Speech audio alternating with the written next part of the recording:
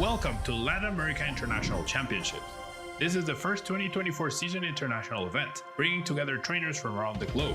Trainers are showing up to see friends, trade cards, train Pokémon, and play side events, while others are here to make history as a top Pokémon competitor.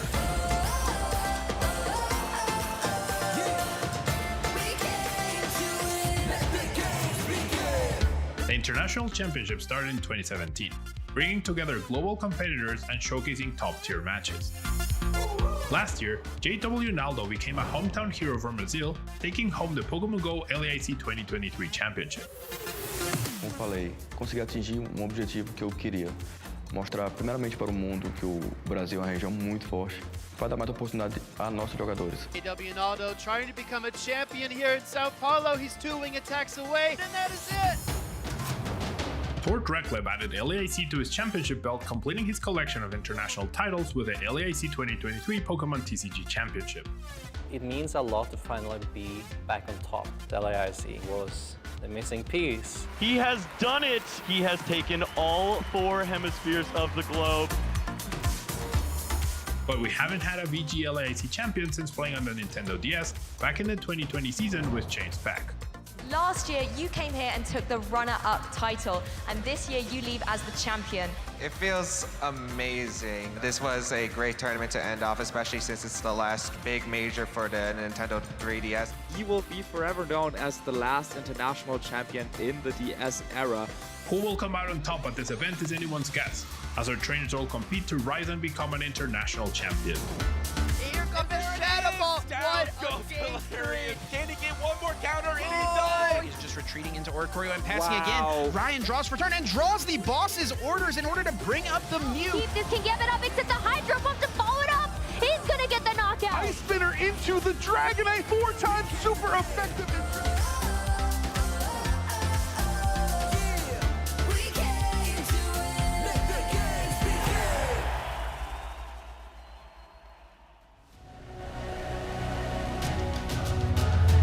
Bom dia, buenos dias, and good morning to all the trainers joining us today.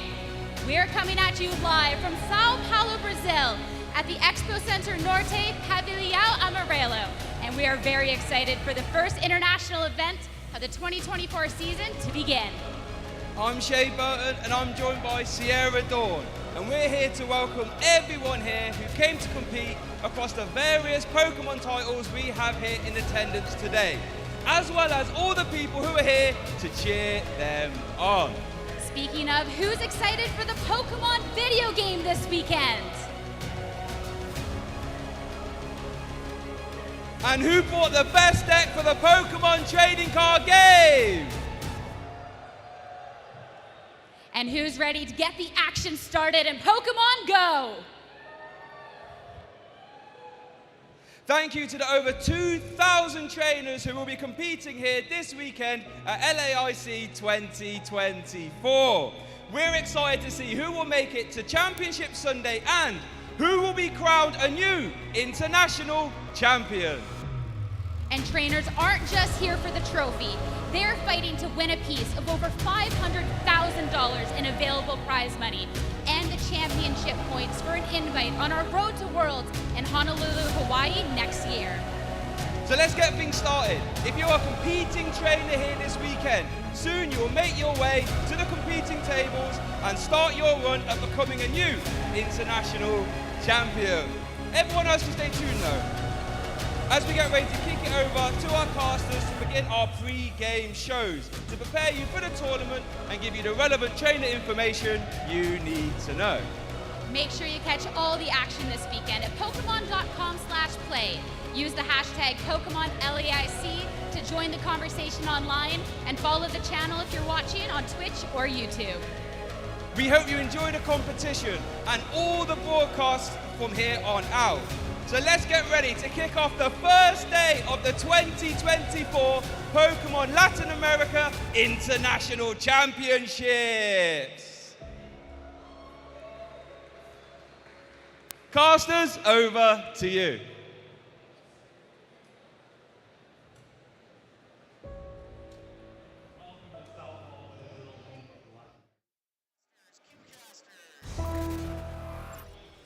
Wow, what an amazing introduction. Welcome, Pokemon trainers, to the video game side of things here at the 2024 Latin America International Championships. I am Lou Chromie, and I am joined by the ever wonderful Rosemary Kelly. How are you doing today? We're here in Brazil. I know, I can't believe it, because it's been several years since we've had the Video Game Championship Series in Brazil, and this has also been several years since you and I have been able to cast together. So definitely looking at that throwback and just really excited about this weekend. Exactly, it's amazing seeing the full circle that has happened since we had the last LAIC here for video game. So many things have changed. We even have a different console now that we're playing on here in LATAM. It's amazing. Yeah, let's talk about that for a second. Last time we were here in 2019, it was Ultra Sun and Ultra Moon on the DS, and now this is going to be the first Sword, not even Sword and Shield, because we didn't even have that. So yeah, Scarlet and Violet actually on the Switch. And this is just the first of several international championships that we're going to be having over the course of the 2024 season. Of course, kicking things off here in Sao Paulo, Brazil. Then we're going to be going to London. That's the thing, the international championships are an incredible opportunity to be on that amazing stage. Across into North America, New Orleans, a new location for NAIC. Very excited about that. And then, of course, ending in the pinnacle of Pokemon play, the World Championships in Honolulu. Cannot wait to see how this season is going to develop, especially looking at, this is just the first snapshot of international competition that we get a chance to have for the 2024 season. And we have trainers flying in from all around the world. So that's why we got to take a look at the points breakdown, because every region is going to have a little bit of a different championship point bar that they have to hit. In North America, it's going to be 500. In Latin America, it's 300. And you can see all of those breakdowns here.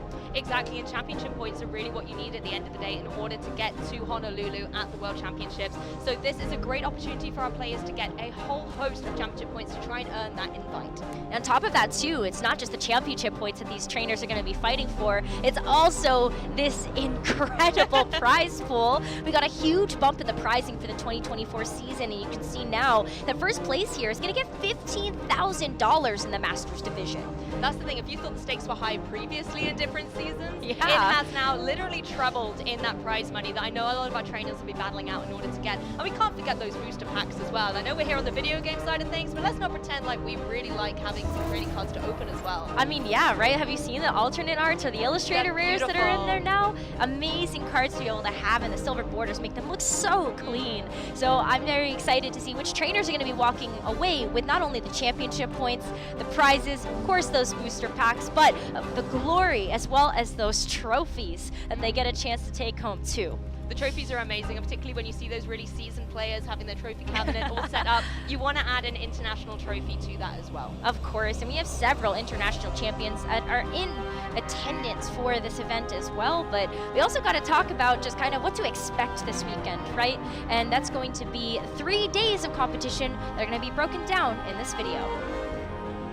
2024 International Championships event will be showcasing exciting Pokemon VG matches all weekend from Sao Paulo, Brazil. Trainers from around the globe are here to compete for over $500,000 in cash prizes, booster packs, and championship points to qualify for Worlds 2024 in Honolulu, Hawaii.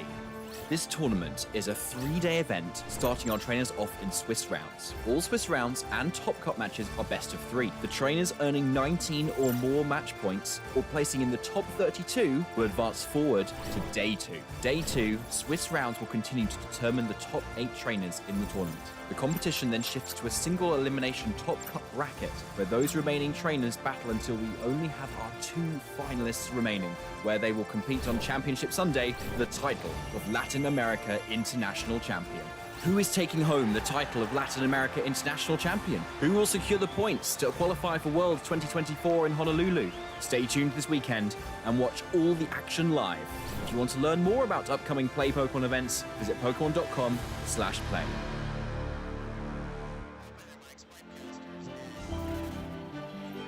We've got 3 days of competition leading up to that Championship Sunday, but it's day number 1, which means we've got 9 rounds of Swiss that our trainers are going to be playing through today.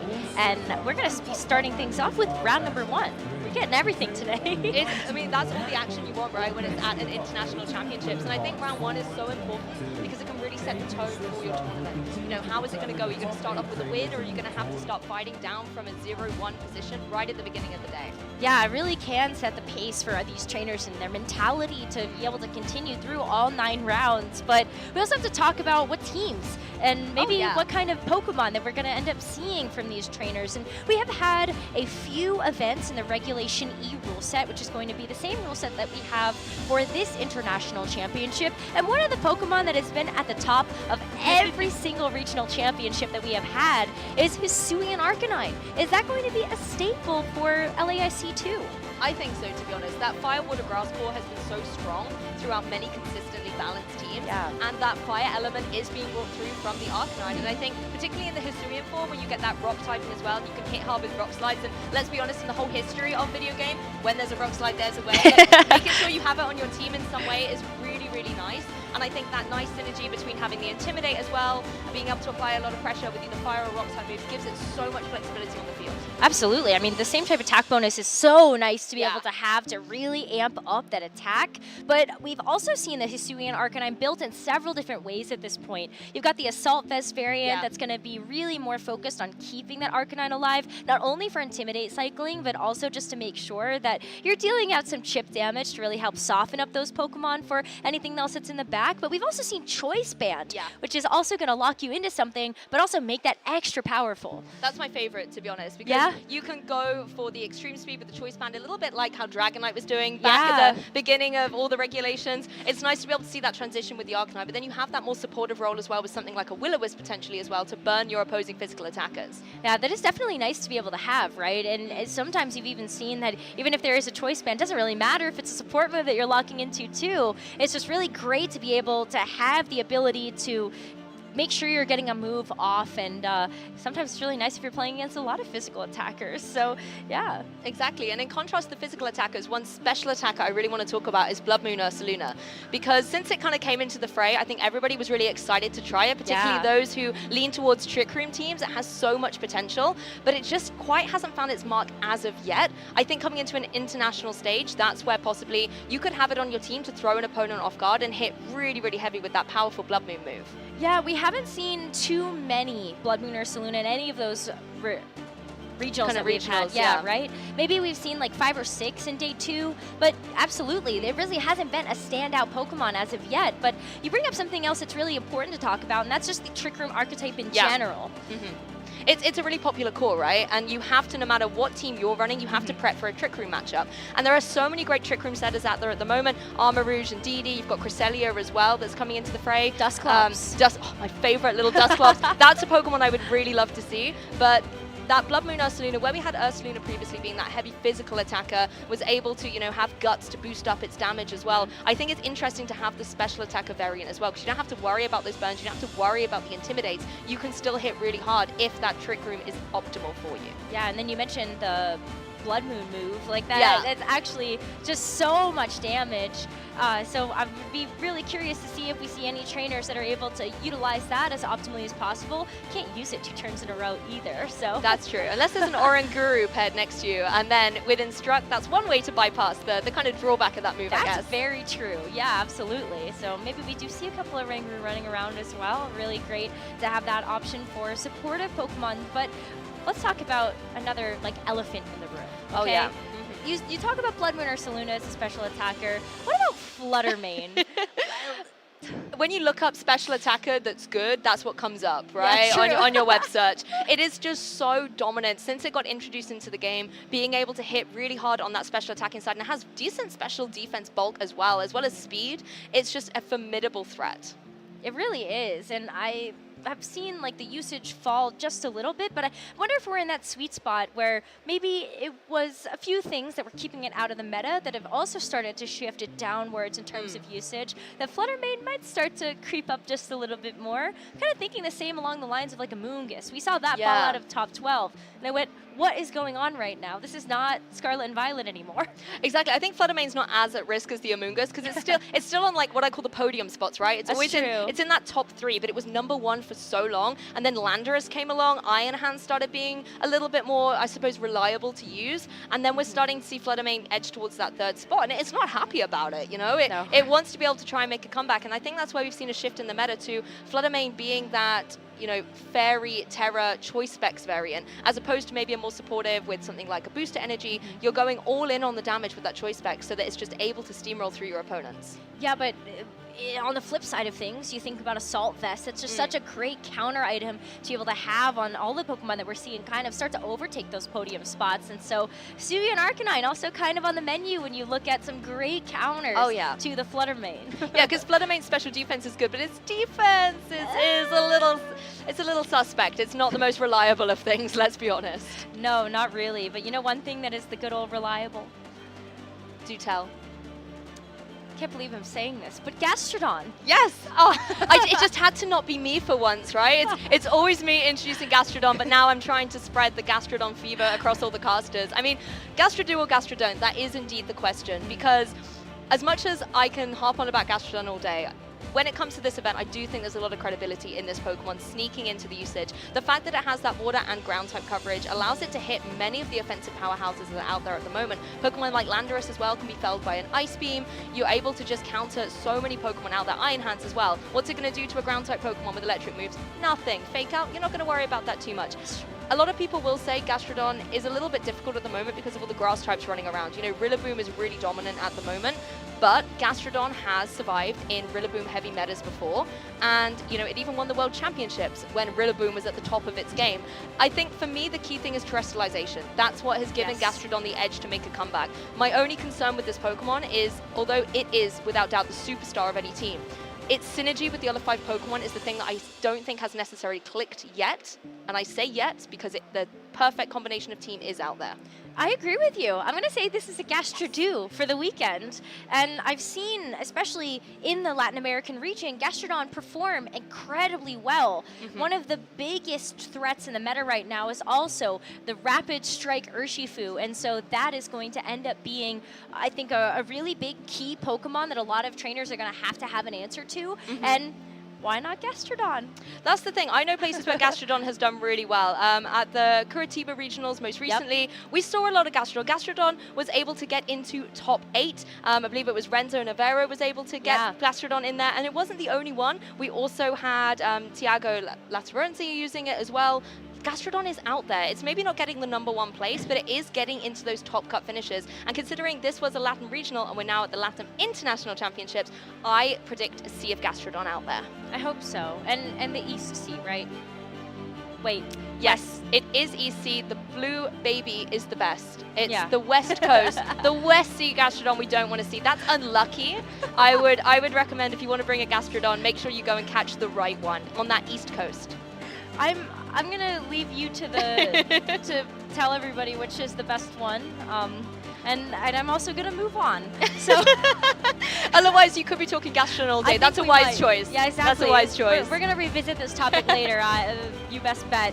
But we have to talk about the players that are here competing for not only all of that prize money and those prizings, but also the travel awards. Race is getting very, very tight, especially in North America. We have a few players that have really just risen above the pack. You've got Riley Factura that has put on so many impressive performances. I cannot tell you the number of times we've looked at him and just gone, he's gonna win. Yeah. He already has a win.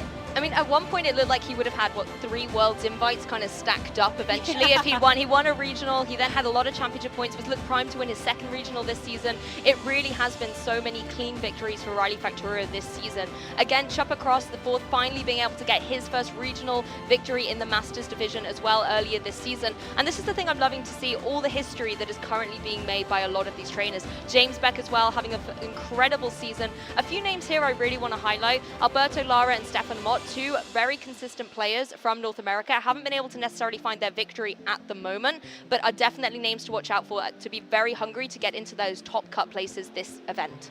And a lot of these players too are just a few championship points away from being able to get those Worlds invites, whether they win a regional championship or not. And so that's something else that's going to be at play here when you look at just how many championship points an international championship is going to be providing. Exactly, and there's so many championship points at stake here. So let's take a look at the European region of players as well. So you can see the top 22 players from the European region, and again, so many incredible names on here. Let's take a look at number 2 first of all, Simone Sambutu, a previous international champion of EUIC, now here trying to be able to get more victories throughout the season, has able to win a regional already this season, despite sometimes not being the most confident in himself. I think he's definitely proving that he does have that high caliber of play. Yeah, I mean, another name that jumps out to me is Aurelian Sula. This was a player that rose up through the seniors division just, I think, last year, and he has been performing so well, so consistent, and every single top cut, I feel like I see him there. Yes, exactly. And 2 other names that you see pretty much everywhere is Marco Hermantha Caldura Silva and also Eric Rios, a player from Italy and Spain respectively. They are just so consistent.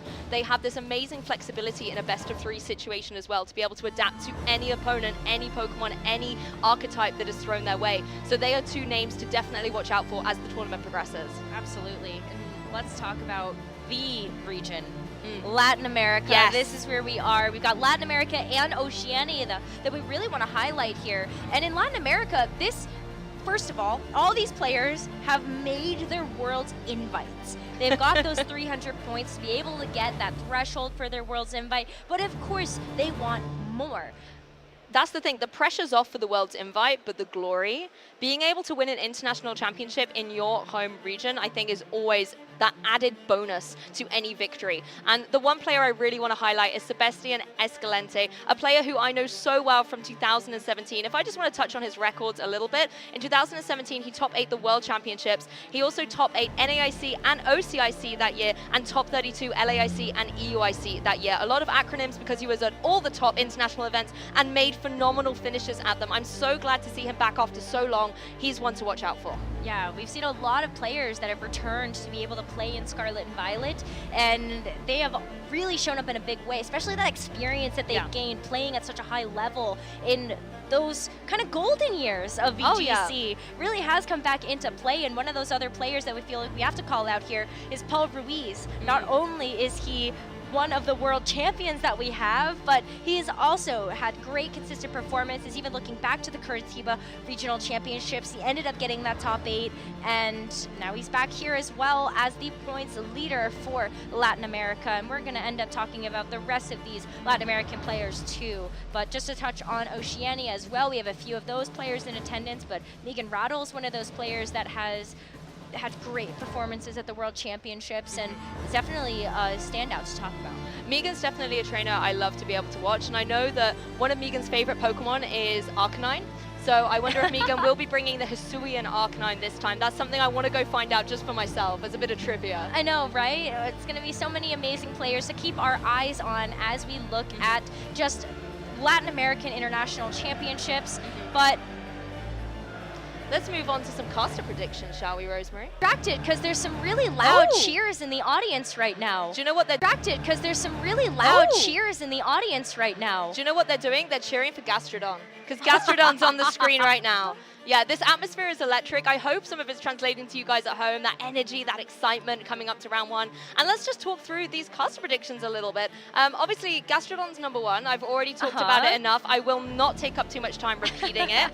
But I honestly do think that it's not just in my wildest dreams, it is a Pokemon that has a lot of place at the moment, as well as do many water types with that classic Fire, Water, Grass core. That's why I've gone for Pokemon as well, like Iron Bundle. I think it's on the rise a little bit more with the speed advantage. Speed tiers are becoming so critical at the moment, particularly as we're in quite an offensive meta, so being able to hit hard and hit fast is really dominant. Dondozo, a Pokemon I know that you want to chastise me for putting on this list, as if I'm speaking it into existence, but to me it is a solid Pokemon you can never rule out. I actually think it has a lot more credibility without the Tatsugiri these days. It has that flexibility to be able to hit well and be really disruptive on the field. So I would love to see Dondozo do well. I don't want to see Dondozo Mirrors do well. And then last but not least, the Ogerpon Wellspring form as well. It's just been so strong and consistent and nice and bulky coming into this meta. I agree with you that Dondozo is seeing solo play is way more viable nowadays. We even saw that already at the beginning of Scarlet and Violet, and so being able to see it perform on its own is definitely something that we may see just a little bit more of at an international championship when people are trying to pull out all the stops in terms of their team archetypes. But I think also just another key aspect of these caster predictions is dragon types. We've got 2 Regidrago coming through from Sierra and Joe. There is a lot of merit to that Pokemon in particular. Sorry, Regieleki, that's going to have to take a backseat. I know both of us are a little upset about that one, just seeing how well it was doing in Sword and Shield, but Regidrago is now going to be in the spotlight, and that's because of that Dragon Energy move. It is so powerful, especially as that spread type attack, and you can definitely make a lot of damage with that. And speaking of spread type attackers, you also got the Golden Go too. Exactly, and you've got the Golden Go on yours as well, and I think it's a really consistent Pokemon. Being able to hit hard with the Make It Rain is incredibly strong. The Cornerstone, Ogerpon, though, I think is a really interesting choice. I'd love to hear more about that a little later on. But I think it's time to dive back into the player base a little bit and show you guys at home some players to keep an eye on.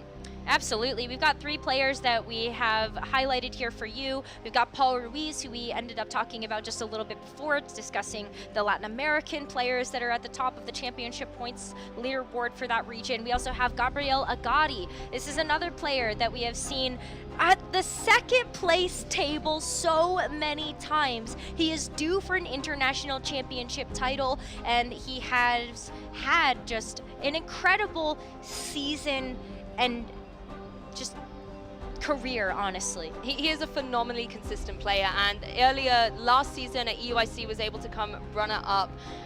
I know that's always such a heartbreaking moment to be so close to the #1 place, and Gabriel, having spoken to him a little bit before the tournament, he's very ready for this event. He's looking forward to trying going all the way, and this time going not in 2nd place, but to the #1 Grand Champion. Well, what about the #1 reigning champion right now, and that's James Beck, who is going to be that 3rd player on the graphic coming in from the North American region. He is the reigning 2019 Latin American International Champion, so we'll have to see if he's going to be able to get the 2P or if someone else is going to dethrone him this weekend. I mean, the Latin American International Championships is, I believe, in the video game at least, the only international championships that's ever been won twice by the same person, which was Ashton Cox. Yes. So I believe James Beck is going to be really trying to do the same, and then possibly in the future try and go one better. So that's going to be interesting to see if he's able to, like you say, do the double. Yeah, and he's already got a regional championship win too from this season. So not only is he already qualified to be able to compete at the World Championships, but as you said, it's all about the glory and the pride, and that is on the line for all of our players competing this weekend. But what about our viewers at home? They've got a little treat in store for them too. You definitely do. If you can take a look here, you can get your very own Dragapult from Alex Gomez, who won the North American International Championships last season. You can only redeem once per account via Mystery Gift in Pokemon Scarlet and Pokemon Violet, and you need to use the passcode by the 20th of November 2023 by midnight then. And that passcode is going to be LAIC Phantom Force. It's going to be 4CE. Just make sure you guys have like screen capped that, and you can actually share that with your friends as well. And that Dragapult was really impressive for so many different reasons. Not only was it the only Dragapult that we ended up seeing in like day #2 or that top cut, but it also had the Terra Blast, the ghost type Terra Blast that was dishing out so much damage, and people just didn't have that on their radar. Exactly, and if you look at even more recent history, 2nd place at the World Championships in Yokohama had a Dragapult there as well. That's right. With Michael Kelch. So really interesting as a Pokemon, very much in the annals of history, let's say. Absolutely. Maybe it's able to make a big splash here as well, when Dragon types are definitely something that we have to consider in terms of the meta. But you can also get Iron Valiant. That's going to be another card that is available here, because we've got a lot of titles that we get a chance to celebrate here at the Latin American International Championships and the TCG. This is going to be not only just a beautiful card art, but you can get this in game. I love how you've got the Iron Thorns hanging out in the background of that as well. So again, you can receive the special illustration rare Iron Valiant EX card. Again, you can only redeem once per account on TCG Live, and you need to use the passcode by the 27th of November 2023 by 6 a.m. UTC. Glad you did that, because I wouldn't have been able to translate that. I've roughly figured it out. Well, not only can you get the Dragapult, but also the Iron Valiant, but you can also get Twitch drops for tuning into this stream, and that's going to be for Pokemon Go. You can get these by watching the Pokemon Go stream, and you can also get some Twitch drops from the Pokemon TCG stream. So all you guys are checking us out here on the main channel. Make sure that you guys are also going to be checking out the TCG and the Go streams because they're going to have some intense action all weekend as well. That's the thing, the Pokemon action is going to be incredible here. We're on the international stage. It's not just about video game. We've got that TCG and Pokemon Go as well. So make sure, particularly if maybe we're waiting between some matches and things like that, you know, you can always check out how the Pokemon action is going down on those broadcasts as well. I've been seeing some of that international competition just like over the course of the past few years, and I feel like Go is going to be the one that's going to have like the loudest audience, and I feel like the fast pace of those battles is always very exciting to watch. So yeah, just in case you guys want to check out something a little bit different, I feel like Go is same but different. Same but different. It's a little bit more fast-paced, and I think one of the interesting things as well about all the games is sometimes your favorite Pokemon isn't meta-relevant in your chosen type of competitive game, but sometimes it is across in another one, which is always very interesting. Was there, trying to think of Go specifically, I feel like has had the meta break open just a little bit more too. So a lot of varied Pokemon that these trainers are going to be bringing, and that might be really fun to check out. I feel like I've seen Double on a few. Double's good, it's bulky. You also have then, you know, Pokemon like Umbreon, Medicham, absolutely everywhere. Always good. And the Alolan Sandslash, that's my favorite at the moment. And you don't see those in VGC. Not so much, yeah. So it's great to be able to go check those out. And if you want to follow the action as well as get a part of the conversation, then please follow us on the socials and also use the new hashtag. We've got a new one for this event in particular. If you guys are tuning into the regional broadcast, we usually use the hashtag #PlayPokemon, but this time it is hashtag PokemonLAIC. Exactly. In case you forget where we are, this is the amazing international stage that we have got here. And by using that hashtag PokemonLAIC as well, you can share with us who you're rooting for, which Pokemon maybe have caught your eye, but also share kind of maybe your viewing parties at home, if you're watching with some friends, and any Pokemon art as well. We always love to see that. Oh my gosh, yes. Definitely share the Pokemon art. We may even feature some of those tweets on stream, so definitely make sure that you share that with us, and hopefully maybe we'll show that on the broadcast. But yeah, it's going to be a great weekend of competition. Of course, there's going to be 3 days. Just a reminder, we are going to be streaming 9 rounds of Swiss today, and competition's going to get better and better as the day goes on. It's going to be a long day for our trainers for sure. 9 rounds of Swiss, and I don't know if you can tell, but the gleam that we've got going on, it's very hot here. There's a little bit of a heat wave going down in Sao Paulo, and that's going to be hard for our players as well. You know, they've got to go through some very intense battles, keep their concentration at peak level, so making sure that they can go through the whole day with that resilience and that fatigue, and just making sure they do the very best they can here on this stage. Maybe that's why we have the heat wave, actually, because every player is bringing the heat. Oh yeah, there we go. That's how it's supposed to be. I remember when we had like Alolan Ninetales running around in Europe for a while. That's why it rains so much. I know it brings the snow, but it's halfway there, right? It was cold. That's true. That's true. Maybe you're thinking of Tornadus also. Oh yeah, that was also everywhere. There were a couple of storms being whipped up. So yeah, we've got a little bit of the mixed flurry action happening. Oh yeah. I mean, that's a Pokemon that I think we're going to see a lot of as well this weekend is the Tornadus. Yeah. That has just been one of the best supportive Pokemon as it has been introduced into the Regulation E rule set, and not only does it provide Tailwind support, but of course it can use Rain Dance, Sunny Day if you're feeling really frisky to have both weathers on that Pokemon.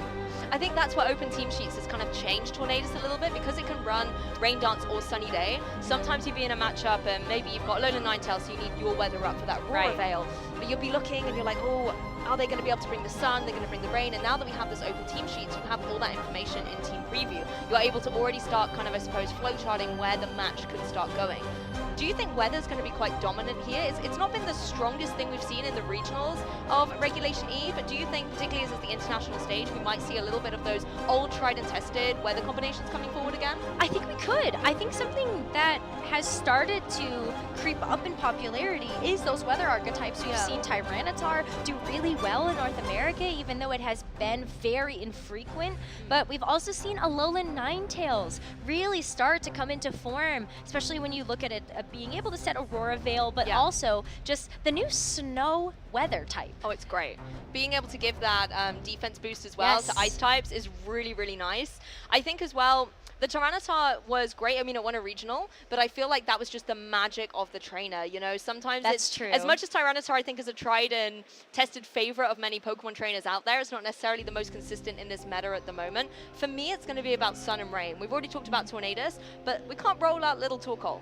Okay, it's a fantastic Trick Room Pokemon to be able to utilize, and not only does it set the Sun for its own fire type moves to be able to deal more damage, it can set it up for Chlorophyll users like Hisui and Lilligant, which is a combination that I know a lot of people despair at, but I love it. And it has won the internationals here in LAIC before with Ashton Cox, that Lily Cole combination. So who knows, maybe it'll be able to come back in force. I think you're right. I think there's a lot of merit right now, not only to have the Sun to be able to activate some of those abilities, but also just as a counter to, I was going to say water types, like yeah, but you can neutralize it a little bit, right? The water type moves in the Sun will deal 50% less damage. So I think being able to, like you say, neutralize those heavy hitters that are around, Gastrodon being one of those, again, heavy water type hitters. Agreed. I think could be really strong. And it's not only the Chlorophyll abilities, but Photosynthesis as well. For all of those Pokemon like Fluttermane are able to just get that boost naturally. They don't have to run a booster energy or something like that in order to get a special attack or speed boost. Well, speaking of Photosynthesis, what about Roaring Moon?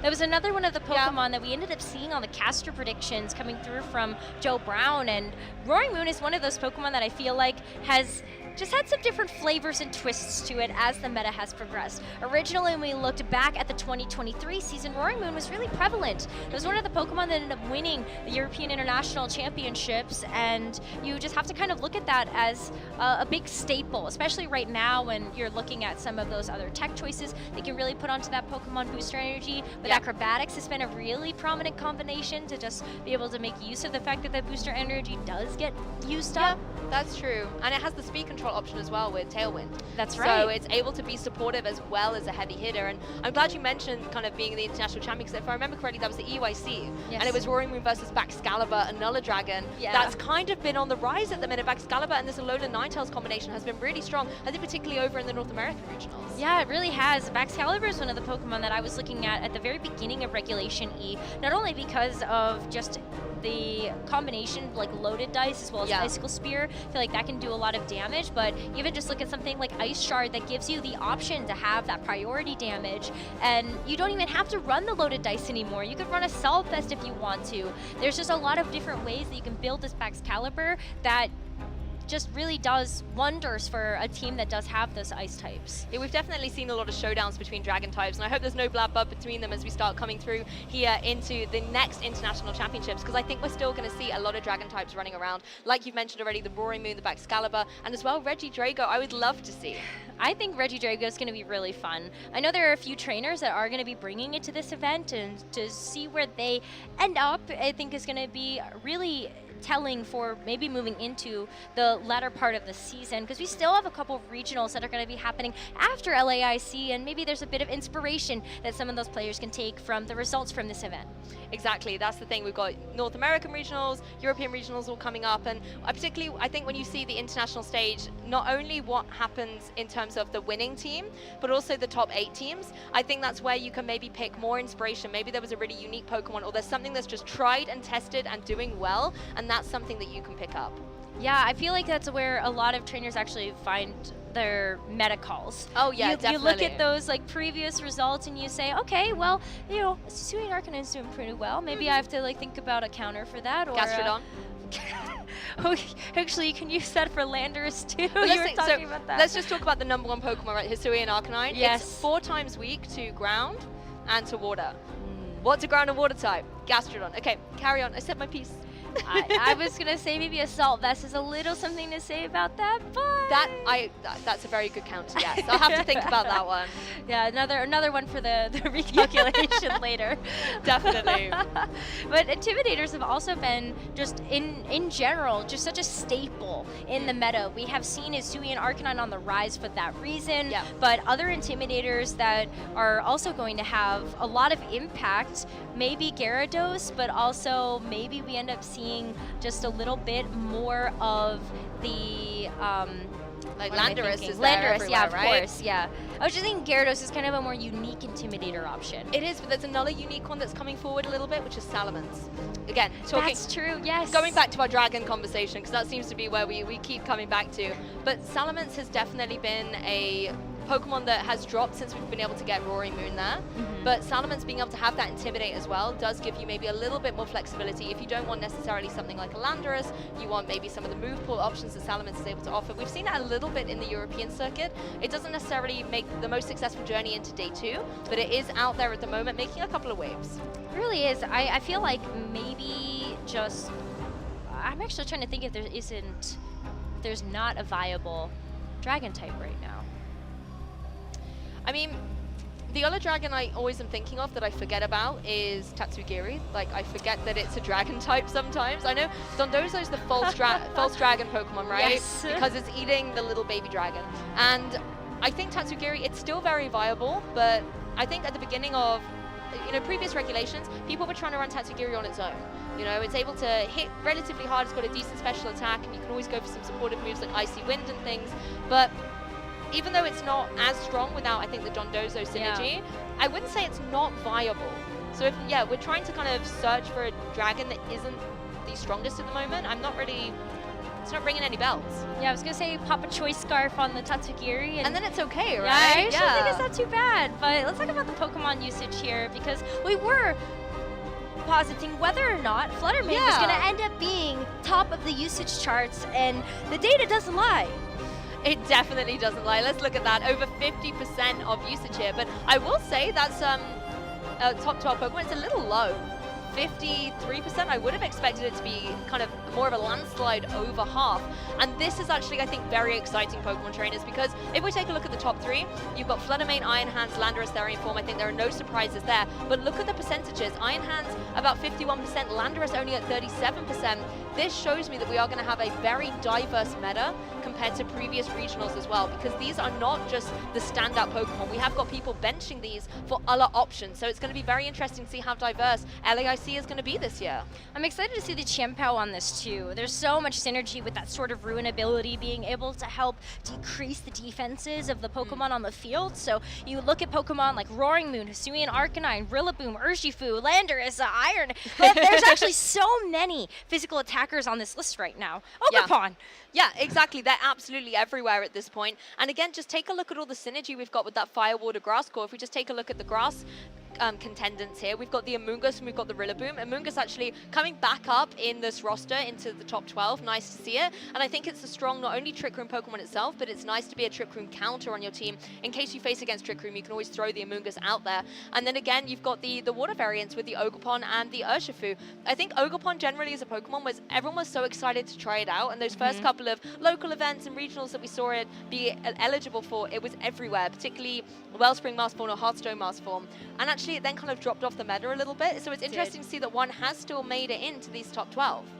Yeah, I agree. I mean, the Ogerpon here, like, I would be curious to see where, like, Hearthflame ended up, because while we're looking at the top 12, these percentages are pretty close together, so maybe like Hearthflame is at 15% or something like that. But yeah, Wellspring has really started to increase in popularity just due to some more defensive capabilities that it has. It's a really great follow me user, especially when you're looking at something like the Rapid Strike Urshifu. But I know one of the problems that it's been running into is that it's a little bit hard to keep it alive, I think, at some times. Yeah, definitely. There's a lot of counters out there, and particularly if you're against something like a Rillaboom that's able to hit hard with something like the U-turn, or if it does want to go into its terrestrialization and then become that water type Ogerpon, again, you have to dodge out of the way of all those grassy glides that could be coming in your direction.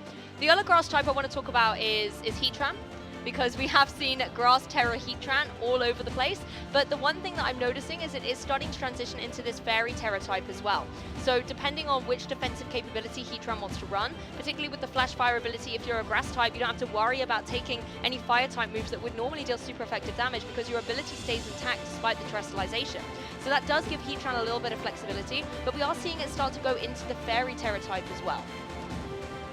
And Fairy is just a great way to be able to keep that Heatran alive. So I think that's one of those things that it's nice to be able to have versus especially like ground type attackers, you know, just so it's not 4 times That's not true. the best. Yeah, it does leave it a little bit more vulnerable, again, to some water ground type Pokemon that we know.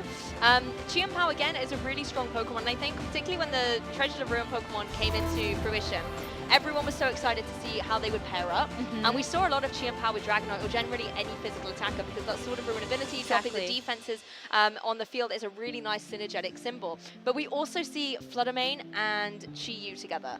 And I think that's a really nice combination. It's not always the strongest because they're both quite delicate, that it can be difficult to be able to have that longevity on the field. But if you're able to get knockouts and your opponents can't deal damage to you because they're KO'd, then that's a really good strategy to go for. That's the best defense, is the best offense, exactly, honestly. yeah. So, no, I agree with you, and I think there's a lot of merit to look at that duo, and just kind of in general, how some of these Pokemon may be able to work around that. Not just Fluttermane, but also any of those other special attackers. But sorry, Ting-Lu and Wo-Qian, you guys are not really a part of the conversation right now. Maybe a little bit later we can revisit that topic, but maybe. Ting-Lu had its moment, though. It really let's be did. honest. Okay, it really did like, have its moment. Poison Terra Ting-Lu was everywhere around the European International Championships that time because of Fissure as well as many other things. But Fissure was definitely one of those terrifying moments. You open up your opponent's team list and you just see that and you're like, oh god, I don't have a prep against that. I need everything to be flying Terra right now. I agree. Yeah, that was definitely one of those moments where you saw a lot of Terra flying, just like try to get in the mix. But apologies, everybody. We are getting ready for the match on stage, and we will hopefully be getting into that very, very shortly. We can at least give you a little bit of a heads up about what we're going to be watching for this very first match of the day. It's going to be Joao Gonçalves versus Guillermo Castilla, and this is the match that you guys voted for. And so thank you so much for using that community choice poll that we have going on in Twitch. Make sure you're looking at the extensions for the Twitch page, because that's how you guys can get involved in the action, and we love that you guys are participating as well. So tell us in chat what you are hoping to see out of this match, and also just what you're excited about to be able to see both of these players and teams. Yeah, it's a really nice way for you at home to still engage with the broadcast, for us to feel that presence as well. We can hear the chanting again in the arena. These players are hyped. They are so excited to be able to get round one underway. I mean, this is going to be a fantastic match. Guillermo Castilla, the runner-up at the 2022 World Championships that were held in London. So again, a player of an esteemed caliber. He really is, and this is a player that has also been around for a very long time. Yeah, so proper veteran. Yeah, we've been talking about that, right? Veterancy from these players can really help to navigate what is considered to be one of the more difficult mechanics that we have had in VGC so far. Terrestrialization gives you so much flexibility, and it doesn't limit you because you don't have to hold an item. You know, it's not like Z moves with holding the Z crystals or Mega Evolution holding the Mega Stones, for example. You have that kind of innate ability to terrestrialize, I suppose, that you do get from Paldea. And I think the interesting thing that we've got, like with the veterans, we're seeing this with a lot of consistency from players, again, like Riley Factura, Wolf Glick, for example. Again, players like Marcus Stata being able to win regionals last season, is because they're just so well versed with the way that you play Pokemon, let's say. They're able to read their opponents very well, they're able to identify metas and adjustments very cleanly. And in an open team sheet format, which is something very new, you know, that's not something that we had before we were able to have terrestrialization, that you're able to have all this information computed at rapid lightning speed to be able to use that in a match effectively. Whereas I think sometimes the newer players, just through lacking experience at that point, maybe haven't quite figured out the way to have that intuition about seeing something and knowing what that team is going to do. But that's not to count out the amazing superstars we've seen break out in their first event. Yeah, I agree. We have seen a lot of that in the more recent years of Pokemon VGC, and something that I feel like has helped that is the open team sheets. Yes. Not just that, but I think that there's a lot of different ways that players can start to glean this knowledge for themselves. You look at the content creation that we have for the Pokemon video game, and I feel like that has really helped to influence a lot of the strategies that we've been seeing, and also just the knowledge gain in general from all of our players. And that's the thing, I think when you've got the open team sheets, those with that natural raw talent to be good at Pokemon are able to shine much quicker than if they kind of have to grind through a closed team sheet format. And also, I always think in those situations, sometimes you just have matches that just go wrong because you don't have the information, right? And sometimes those walls, they kind of beat you down a little bit. And I think being able to have a situation where you have all the knowledge, and even if you lose a match or it goes, you know, terribly wrong, it's an amazing learning experience. And as long as you reflect and build from that and go, hey, this went wrong, if I see this again get on a list, I know what it's going to do and learn from it. That's where these players who are a little bit more resilient are able to excel, and I love seeing the history being made from them. I do too, and I wonder if we're going to end up seeing another breakout performance Oh, at I would love LAIC. it. Yeah, Could I you would love it. imagine? I mean, we look at the TCG and what happened even just at the World Championships this year. That was a relatively unknown player when you look at Vance Kelly and how they were able to play through like the and I so don't know, calmly and collected as well. all of those top players. Yeah. So he had to get through so many top players in order to get that championship title. And had to beat throwback in the final as well. A player who has won all the international championships at some year or another, and the only one left in kind of the gauntlet, let's say, was that World Championship, and that was the one who unfortunately wasn't able to win because of Vance being victorious. And I think for Vance to have that amazing nerve, you know, staying calm throughout those very difficult situations, playing against people who you probably learned from, I think is always a really phenomenal achievement to have, as well as winning Worlds. Of course, yeah. And so we use this as an example to say that this is possible. Yeah. So maybe it's going to end up being a veteran player that takes it down. Maybe it's going to be a newer player that can really make that name for themselves. We're going to take a short break as we get ready for this first match, and hopefully we're going to have that for you right after this.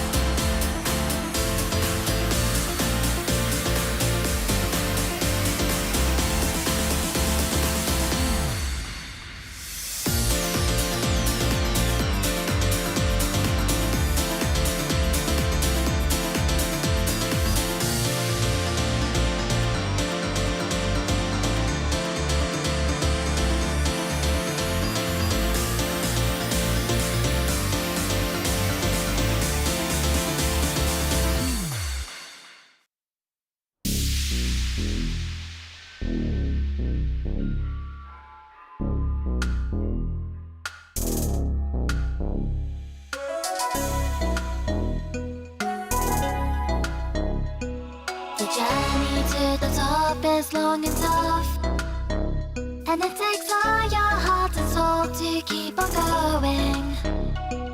夢にたどり着くまで諦められない。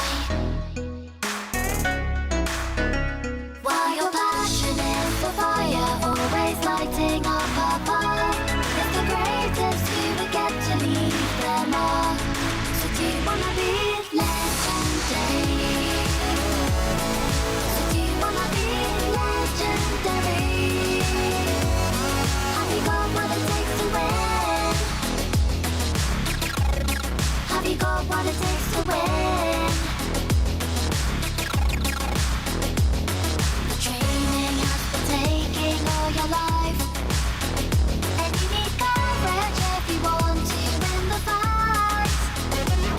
Respect the opposition like a real hero should, then strike.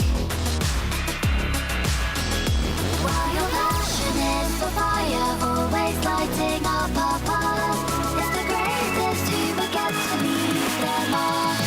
So do you wanna be legendary? So do you wanna be legendary? Do you dream of becoming legendary?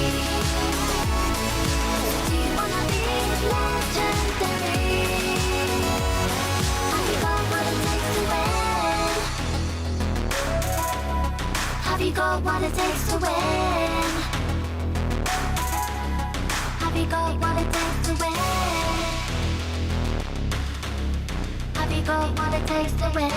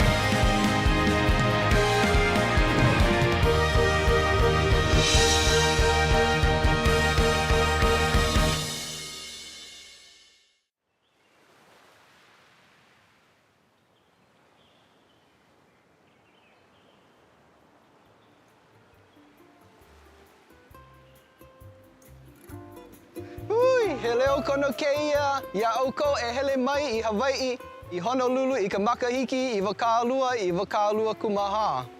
We want to invite you to Honolulu, Hawaii in 2024. We look forward to seeing you here. Ahui ho'aku no.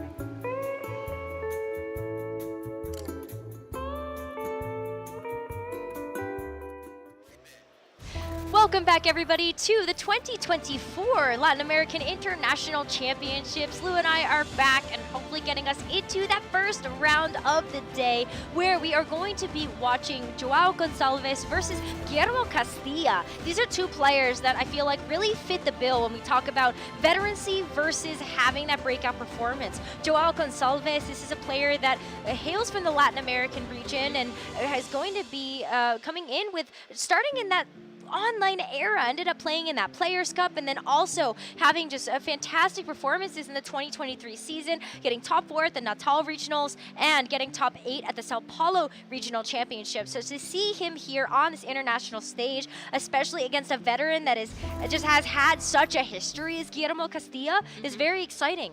Exactly. A decade of VGC for Guillermo having come through here, but obviously most notably the runner-up at the 2022 World Championships as well, and that's going to be a formidable feat for Joao to go through here. But I love that kind of highlight of the flexibility, and let's take a look at the team as well, because there are some very interesting choices on here, some tried and tested combinations. If we look at the left-hand side of this team of 6, it is that Fire, Water, Grass core. No surprises. Urshifu, Rapid Strike, Hisuian Arcanine, and Rillaboom. Very, very consistent Pokemon. Really interesting to see the safety goggles on the Hisuian Arcanine. Yes. Seeing that little bit more of the defensive strategy to stop being put to sleep or anything like that, and having that Will-O-Wisp, so you know that it's going to be trying to potentially burn any physical attackers on the opposing side. Whereas the other 3 Pokemon, love to see the Clefairy, that Friend Guard ability, giving its partner a little bit of a defense buff that it's going to need in this amazing competition, as well as having the supportive utility of Follow Me and Helping Hand, and Icy Wind for some speed control. That Icy Wind is the thing that really sticks out to me on that Clefairy, because this is really a rare supportive option that we've seen on Clefairy in particular. So it at least gives it a little bit of options to go for some damage, as well as that speed control as you were talking about. But you also have a different form of speed control in that Roaring Moon. You also mentioned earlier on today that there's Tailwind as a viable supportive option on Roaring Moon, and that is going to be something that Joao is going to be bringing to the table today. But we also have some similar Pokemon on Guillermo's side. You've got the Golden Go, the Urshifu Rapid Strike, the Hisuian Arcanine, and the Roaring Moon. They're going to be shared across both teams. But let's talk about that Weezing and that Bramblegast. Lou, Bramblegast right now and Weezing, these are 2 Pokemon that are not really considered the most meta at the moment. I remember Bramblegast kind of had a little surge in usage in North America during a couple of regionals, but then it kind of rolled away and didn't come back. And now it's here on the LATAM stage. And I think the thing I love about it is that you are getting that Fire, Water, Grass core once again, but you're able to have this fantastic move in the form of Poltergeist. Poltergeist is going to be one of those new moves that ended up being included as a TM in the Teal Mask DLC. That's going to be the first expansion that we have for Scarlet and Violet. And Poltergeist gives Bramblegast a new sense of life. Originally, when we were seeing Bramblegast on the VGC stage, it ended up being the Terra Ghost Terra Blast to really make use of that ghost typing. And now you just have Poltergeist, and you don't have to Terra for that. Exactly, it does give it a little bit of flexibility, and I love the fact that we've got the Battle of the Arcanines. You have that very defensive one on Giles' side, almost supportive, I should say, and then Guillermo running that tried and tested Choice Band variant, being able to hit hard with something like the Extreme Speed, and it's running the Terra Fairy, and this has been a transition we've really seen Arcanine go into. Often when we see Choice Band in the past, it was running that Terra Normal to be able to hit really hard with that priority Extreme Speed, but now that it's being able to go for the Terra Fairy to give it so much defensive flexibility, I think is a really nice adjustment. It is, and it gives you so much coverage as well when you look at that fairy type option. Gonna play really nicely into something like the Roaring Moon on Joao's side, but you also have to consider that it could be a Bane. I mean, take a look at the Golden Go too. You don't want a Terra Fairy in front of that. That would be very devastating to have, and you still have some other options to be able to break that if you're looking at Joao's team. Yes, I like the Terra Blast on the Arcanine though, because as you mentioned, Rosemary, there are a lot of dragons rolling around at the moment. So being able to hit with that Super super effective fairy move, as well as a lot of the dark types. You know, we've talked a bit about the Roaring Moon. It's very weak, let's say, to those fairy type moves. And I think just having that flexibility is nice. But you're right, you want to go for the terrestrialization at the right time so you don't get pinned into a weak defensive position. And I think that's one of the critical things our players are able to kind of navigate through in a best of 3 set. Do you go for that early terror and try and gain early momentum, or is it the trick up your sleeve in that last hurrah when you need it? And that's something that we've seen a little bit more recently in these regionals, that players are weaving in just optimal timing when it comes to the use of that Terra. You can see how the Terra Fairy on the Arcanine would be so impactful for something even like the Urshifu on the other side. But let's get into this first match of the Latin America International Championships between Guillermo Castilla and Joao Gonçalves. And you can see the Golden Go on both sides to lead it off. Exactly, I love that. A good as gold match, let's say. You've got the Roaring Moon and Golden Go on Joao's side, and this is where you have the utility to start maybe trying to set up a little bit of speed control. On the opposing side, it's not going to be a Choice Scarf Urshifu, it's that Mystic Water, so you know it's going to be able to hit incredibly hard, but you still want to be able to get that speed momentum up. The Golden Go in an interesting position though, possibly, you know, as it is running that nasty plot, you want to be in a position where you can try and get that boost, but you have to worry about the opposing Golden Go. It also has access to something like Shadow Ball, particularly as there's a Life Orb variant on Guillermo's side. That's going to be able to deal significant damage to the opposing Golden Go. And something really important here is, do you commit the Terra right now? And that is something that Joao is going to be considering, because you don't want to be weak to something like that Shadow Ball. But the other thing that's going to be important to keep an eye out for in this match is which Golden Go is faster.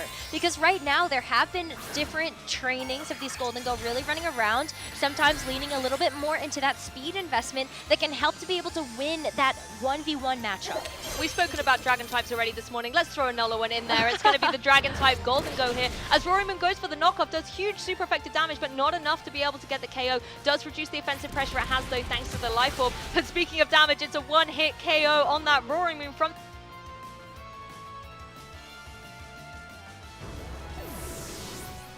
going to faint, but also it's going to end up getting a drop. You have the attack and the defense drop, or the defense and special defense drop there, but this is a perfect opportunity for Joao to be able to go for a nasty plot, but Guillermo's going to read that too. It's going to be a nasty plot on both sides. Yeah, two very ferocious looking Golden Goes here. Interesting to be able to note the speeds, like you said as well, seeing the first nasty plot there.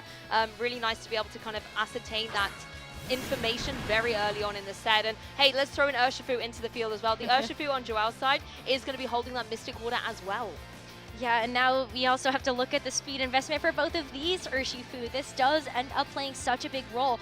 Maybe these are going to be speed type, but at the very least in that first turn, we did see Joao's Golden Go was faster. So now it comes down to whether or not these Urshifu can also match each other. Exactly, and the Golden Go on Guillermo's side is in a very precarious situation here as well. Very, very limited HP remaining.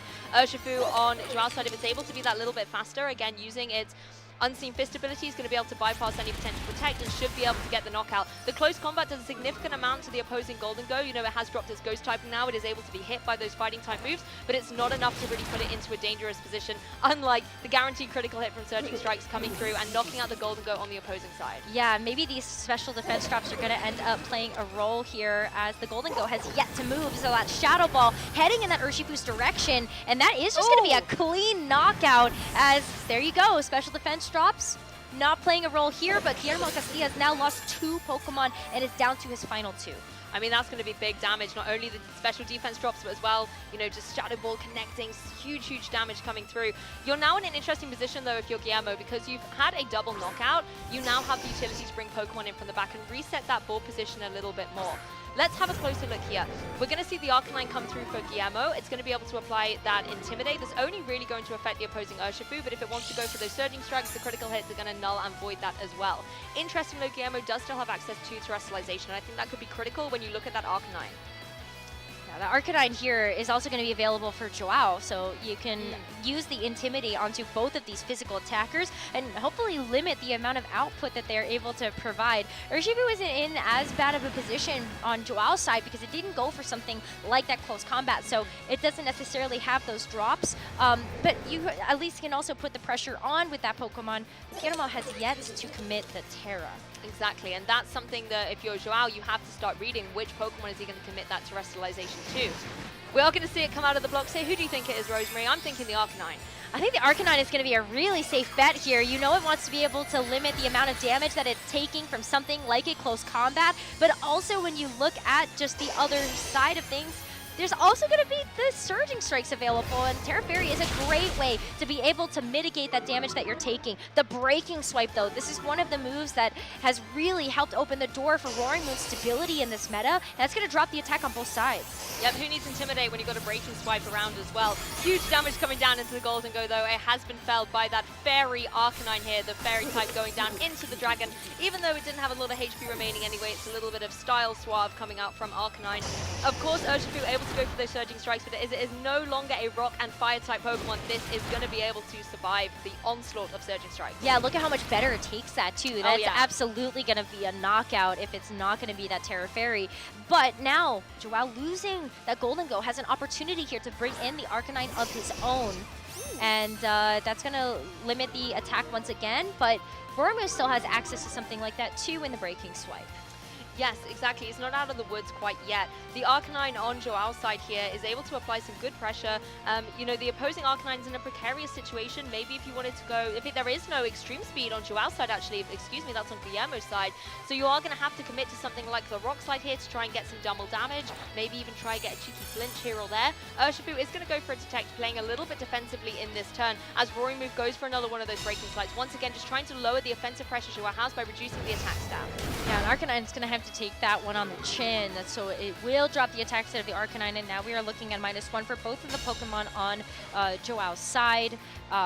Actually, -2 there for the Urshifu from the Intimidate, but you got the Flare Blitz still heading the way of the Arcanine on Guillermo's side. That is going to be a knockout, and Guillermo, just like that, is going to be down to just the Roaring move. I really like the Flare Blitz there, actually. You want to go for the accuracy consistency instead of risking a potential Rock Slide miss. Yes, you'll be able to hit both Pokemon, but Joao has the Pokemon advantage here, and it's going to be able to start applying a little bit more pressure. Urshifu as well, I think, was wise going for the Detect. You are still a fighting type. You have no access to Terrestrialization here, so the Fairy Terra would have done a huge amount of damage to that opposing Urshifu. Breaking Swipe, yes, it is lowering the attack, but look at the negligible damage that it is dealing. That's something that Urshifu, particularly with those critical hits, is able to break through. Even though it's not dealing a huge amount of damage, it's dealing more than what Breaking Swipe is doing back to it. Yes, exactly. And every time you whittle away at this Roaring Moon, you're hoping that this 2v1 is going to be enough to be able to knock it out. And Arcanine is still like not in a horrible position, especially when it's going to be able to go for the Will-O-Wisp to neuter the damage of this Roaring Moon even more. Exactly, Arcanine finding its mark with that Will-O-Wisp, just being able to chip away at it, lower the offensive pressure that it has, and I think the combination here of the Urshifu and the Arcanine, they can really kind of tag team through to a victory in Game 1. And that's going to be the battle cancel here for Guillermo, throwing in the towel for this game #1, which Joao Gonçalves is going to walk away with this first game.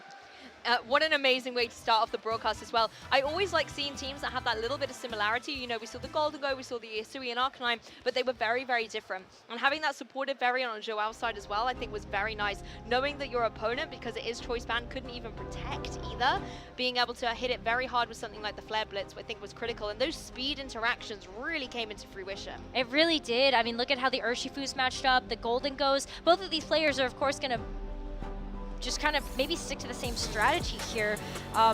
It just feels like these are the 4 that you would want to bring in the rematch like this, but Golden Go, like, it really just stellar performance from Joao to bring out that Terra so early and just make sure that this Golden Go is going to be able to stick around to be able to deal enough damage. It definitely put in some work right at the beginning of that game, and I think surviving out turn 1 without taking any damage put Golden Go in a great position. It made it such a formidable threat going forward that you really can't ignore it. And the thing that Joao had was a very hyper-offensive team out there. Urshifu, Arcanine, for example, they're Pokemon that you can't ignore. And that just meant that Guillermo was constantly on the back foot, having to adjust to Joao's game plan here. Joao was definitely in the driver's seat for this first game, so it is going to be up to Guillermo to try to bring out some different strategy, but I don't know if the Brambleghast and the Weezing quite fit. Continue to bring the same 4. I think the Brambleghast doesn't necessarily get as much value as you would want it to have, looking just across the way at something like the Golden Go or the Arcanine, really keeping it in check. And the Weezing too, that can also hurt you. That neutralizing gas turns off your abilities as well. Exactly, and it's a little bit detrimental, and when you actually look at the Pokemon that it's paired up with on Guillermo's side, I don't know which Pokemon Weezing necessarily wants to lead out with, because all the abilities are pretty useful on Guillermo's Pokemon. You often see Weezing paired up with something that has a debilitating ability so that you can kind of get rid of it, or you can stop your opponent for going for something synergetic, but everything on Guillermo's side kind of wants to use its ability. But let's jump into game 2. It is best of 3 set at the end of the day, so now Guillermo's going to be trying to fight out for victory. But we're going to see the Roaring Moon and the Urshifu, and what's that, Rosemary? A Roaring Moon and an Urshifu as well? Yeah, absolutely. It looks like we're kind of staring in the mirror right now as both of these players are going to bring the same 2 Pokemon to lead things off with. And this is where we start to see those differences come into play once again. You have the Roaring Moon on Guillermo's side using that booster energy to be able to boost up its speed. And so speed coming into play once again for both sides. Exactly, and I think turn 0 here is going to be critical. Are we going to see any terrestrialization? Joao is kind of hesitating a little bit over that button here, wondering whether it's going to be time to go for another early commit. I think it really paid off in game 1, being able to get that Dragon Golden go straight out of the blocks. Just gave you that offensive advantage. But now we are potentially going to see the Poison Terror, not something we see every day. It's not, and I think this is one of the reasons why Roaring Moon has really started to take off, is that there are so many different Terra types that you can commit to in order to just win those matchups. And especially looking across the way, you fell to the close combat earlier on in that game number 1, and you also have the Roaring Moon with the Breaking Swipe on the other side. This feels like such a smart investment. It's a very beautiful Pokemon when it is terrestrialized here as well, and getting that poison defensive typing does just mean when you've got, particularly when you know there's a Hisui and Arcanine running a Fairy Terror running around on the opposing side, it does give you that flexibility. But look at that, we're going to see a Poison Terror from the opposing Roaring Moon as well. Looks like they've got a few of the same ideas here. I think they do. This has been such a positive Terra type to have on the Roaring Moon, and it's going to give this Roaring Moon on Joao's side longevity to be able to go for that Tailwind, so you're not even worried about the speed anymore, except the fact that Guillermo was thinking the same thing. Yes, we're seeing a lot of the same things here. Close combat coming down from one Roaring Moon into... They're both smiling. Yeah, I feel like the Urshifu on Joao's side is going to do the same thing. Are we going to see a close combat into the Roaring Moon? Yes, we are. I mean, this was something Guillermo did to great effect in the previous game, but now the defensive Terrors not making it as effective here, huh? Yeah, we really are looking in the mirror through and through here in the leads, as well as that turn number 1. And look, as of right now, Joao's Roaring Moon was a little bit faster. We get a chance to see that matchup once again to confirm that. But Guillermo's Urshifu was able to get the close combat off first. It could possibly be that because Guillermo's Roaring Moon is that little bit slower, it's a little bit bulkier as well, it didn't take quite as much from that close combat. The knockoff just going to be removing the Mystic Water, again stopping those Surging Strikes from dealing that additional damage, as it is a water type move. As the Breaking Swipe comes along, of course, Breaking Swipe not dealing too much damage, but critically lowering the attack of both of these Pokemon. Now you see the Surging Strikes that comes through. Sadly, knocking off the Mystic Water just wasn't enough to be able to keep that damage in check. So Joao is going to lose the Roaring Moon in this turn. But is he going to be able to try to make up for that here? It comes down to the damage that this Urshifu is going to be able to dish out on the opposing side. And I think we get a confirmation here that it is going to be Joao's Roaring Moon that's going to be faster than Guillermo's. And then, of course, the Urshifu on Guillermo's side being faster than Joao's. Yeah, the Urshifu on Joao's side now in a very dangerous spot. It has had its defenses lowered twice, so possibly if you're Joao and you want to keep it for a little bit later in the end game, you're going to have to make a hard switch here. You do have the free switch in here now as well, and looking at the Pokemon choices, they're the same 4 that he brought to game 1. It's interesting though, you could always go for something like the Arcanine, just throw down and intimidate, but then the opposing critical hits that will come out from Surging Strikes are going to null and void that, and you cannot terrestrialize this Arcanine, so it could be very vulnerable. I wouldn't mind potentially seeing the Golden go. I wouldn't mind either, but this comes down to how you feel like these speed interactions really do match up. This time around, the Golden Go hasn't terrestrialized because that was committed to the Roaring Moon, as you mentioned. So now, at the very least, you aren't going to be taking any hits from the close combat option that Guillermo has on the other side. And so this could be exactly what Joao needs to really be able to get himself back into this game. You do have to watch out for the knockoff, though. I was kind of looking to see, is there anything That's true. Roaring Moon can really do to threaten the Golden Go? Could it be a free nasty plot here for Joao? But the knockoff definitely is going to be something you have to watch out for. Urshifu maybe wants to try and deal with the opposing Roaring Moon as quickly as it can, but then again, the Poison Terror is a very difficult thing to try and navigate around, and Urshifu's in such a dangerous spot as well. It's not going to have a lot of longevity on the field. If you're the Golden Go, maybe you just have to switch straight up, go for something like a Make It Rain, get a knockout on the opposing Urshifu, and try and deal with Roaring Moon a little bit. Yeah, it's either the Roaring Moon or it's going to be the Urshifu here. I think your hope at this point is that the Protect is going to be enough to keep you safe from the Roaring Moon, but you know that Protect isn't going to save you from the Urshifu on the other side. So there's the knockoff. Protect is going to do its job number 1, but it's about what this Urshifu has decided to do, and it's the Surging Strikes into it. Golden Go's going to take this really comfortably, but Joao has locked into that Surging Strikes as well to be able to take out this threat, so the Protect can be a little bit more valuable, and maybe you're able to get the double off. Yeah, all you had to do was stay on the field here if you're the Golden Go at this point. Just make sure that you're able to continue into the next turn so that once this Urshifu is removed from threat, as you can see here, you're going to be able to start dealing a little bit more damage. The critical thing though as well is you have taken a big amount of damage from those Surging Strikes, but you're still in the game. Golden Go still is a threat that Guillermo has to contend with. Yeah, Golden Go is going to be able to recover just a little bit more damage, and the Roaring Moon, though, is still going to be pressuring with that knockoff.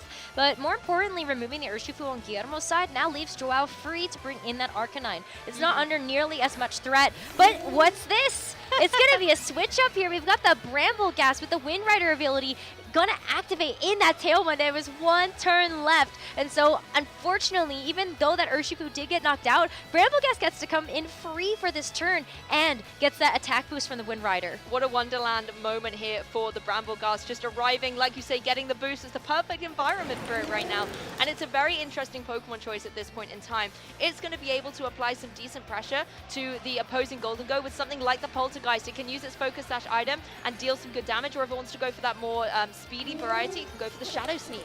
That means that Protect is going to be completely null and void in this turn as well. So one of the things that Joao can really do here is maybe you end up trying to sacrifice the Golden Go so you get your Urshifu out of the way. Bring in the Arcanine. It is going to drop the attack stat of both of these physical attackers here. You've got the Brambleghast as well as the Roaring Moon that are going to really not want to see that. And yeah, knockoff. That's just going to be a clean KO there onto the Golden Go, providing Joao an opportunity to bring that Urshifu back in, but you no longer have the ability to cycle in the Intimidates, and still going to be taking a Seed Bomb here.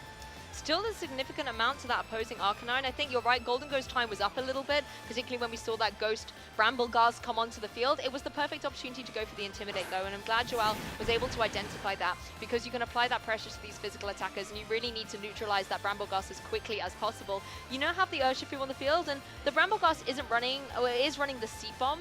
That's the only way you can really hit for the super effective damage into the opposing Urshifu. But there's the Tailwind as well. That's something Brambleghast is going to be happy to see. Absolutely, because that's going to activate the Wind Rider ability once again. So now you've got the boost back on your Brambleghast, and with that, I mean, looked like if you didn't have the extra attack boost there, since that Intimidate did nullify it, you would have been able to survive that hit if you are the Arcanine. And so Urshifu does have an opportunity here to try to hit the Roaring Moon, but this is going to be the third Surging Strike. That is going to be enough to clean it up, though, so that is important, but Guillermo still has 2 Pokemon. I think you made an incredible identification about how critical speed was going to be, and particularly the speed of that opposing Roaring Moon. Being able to get that Tailwind up straight away has just given Guillermo so much momentum into the end game of this game too. We're now going to see the Arcanine join the fray, and yes, that's a Pokemon that doesn't want to face down against something like the Urshifu, but the Intimidate is going to help it out, and particularly considering that there isn't a lot Urshifu can do the Brambleghast at this point in time, it looks like we might be seeing a Game 3. Yeah, the extreme speed too, just to chip away at the Urshifu to ensure that that Seed Bomb is going to be able to pick it up. That Aqua Jet, sadly not enough on that 4 times weak Arcanine. So Seed Bomb here, picking up the knockout onto the Urshifu, and we're tied up now. We are going to be going to Game 3. I love this. I do love a Game 3, particularly when you have such high caliber amount of Pokemon plays here. You're able to see more action for more time. And I mean, this is the interesting thing. Guillermo Castillo did not do very well in Game 1, you know, was on the back foot throughout, but then making these adaptations coming into Game 2, that late reveal of the Brambleghast as well, I think just swung a lot of momentum into his favor. Joao, I do not think, was expecting to see the Brambleghast at all in this set. Well, we weren't either. Like, looking at both of those Pokemon in terms of just options to change up the game plan here for Guillermo, we said, okay, maybe the Brambleghast and the Weezing just might not be the perfect opportunity here to weave in against all the threats that are on Joao's team, but Guillermo said, no, if I get enough of them out of the way, then I have a great time bringing in this Brambleghast, not only under those Tailwind conditions, but also still being able to pressure down the options that would have affected that Brambleghast's ability to get into this game. Exactly, and I think particularly at the beginning of that game, seeing the absolute mirror that we were going through, both players identifying the most strategic option for them in that match, but it just turned out to be exactly the same, and suddenly you have to completely adjust how things are going. I think if you're Joao now, you have to really kind of shake it off, those nerves, and then clear your energy and focus down onto how you're going to be able to go into this game 3, because Guillermo will have a game plan, you just know it. And Joao navigated that game 1 beautifully. That was a very clean and clear game plan. But that Bramble Gas threw such a wrench into things. You can see how much Joao was really thinking about how to go into this game number 3. This is where you were talking about before. Game number 1. This can be like the big difference maker in terms of how you feel for the rest of the day. Yes, exactly. It sets the tone for the rest of your tournament.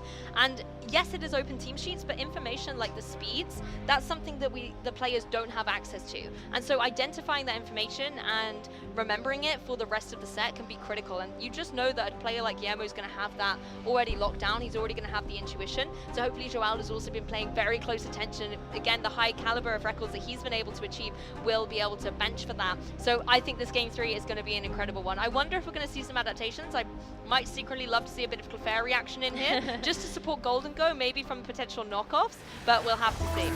Well, sadly, we're not going to see the Clefairy just yet, but I was wondering if we were going to see the Rillaboom.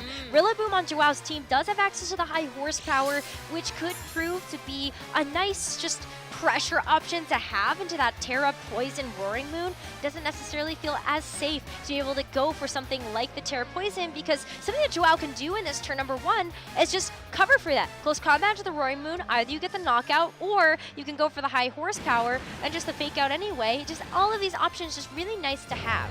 Urshifu's under a bunch of pressure as well now. A Grassy Glide priority coming through into it will certainly hurt a lot. But then again, you've got the Roaring Moon situation here. Roaring Moon might be forced to go for that Terra Poison again, knowing that there's a potential close combat from the Urshifu on Joao's side. So going for something like the fake out double up into it allows you that coverage from Joao's side to kind of scout out what Guillermo is going to do.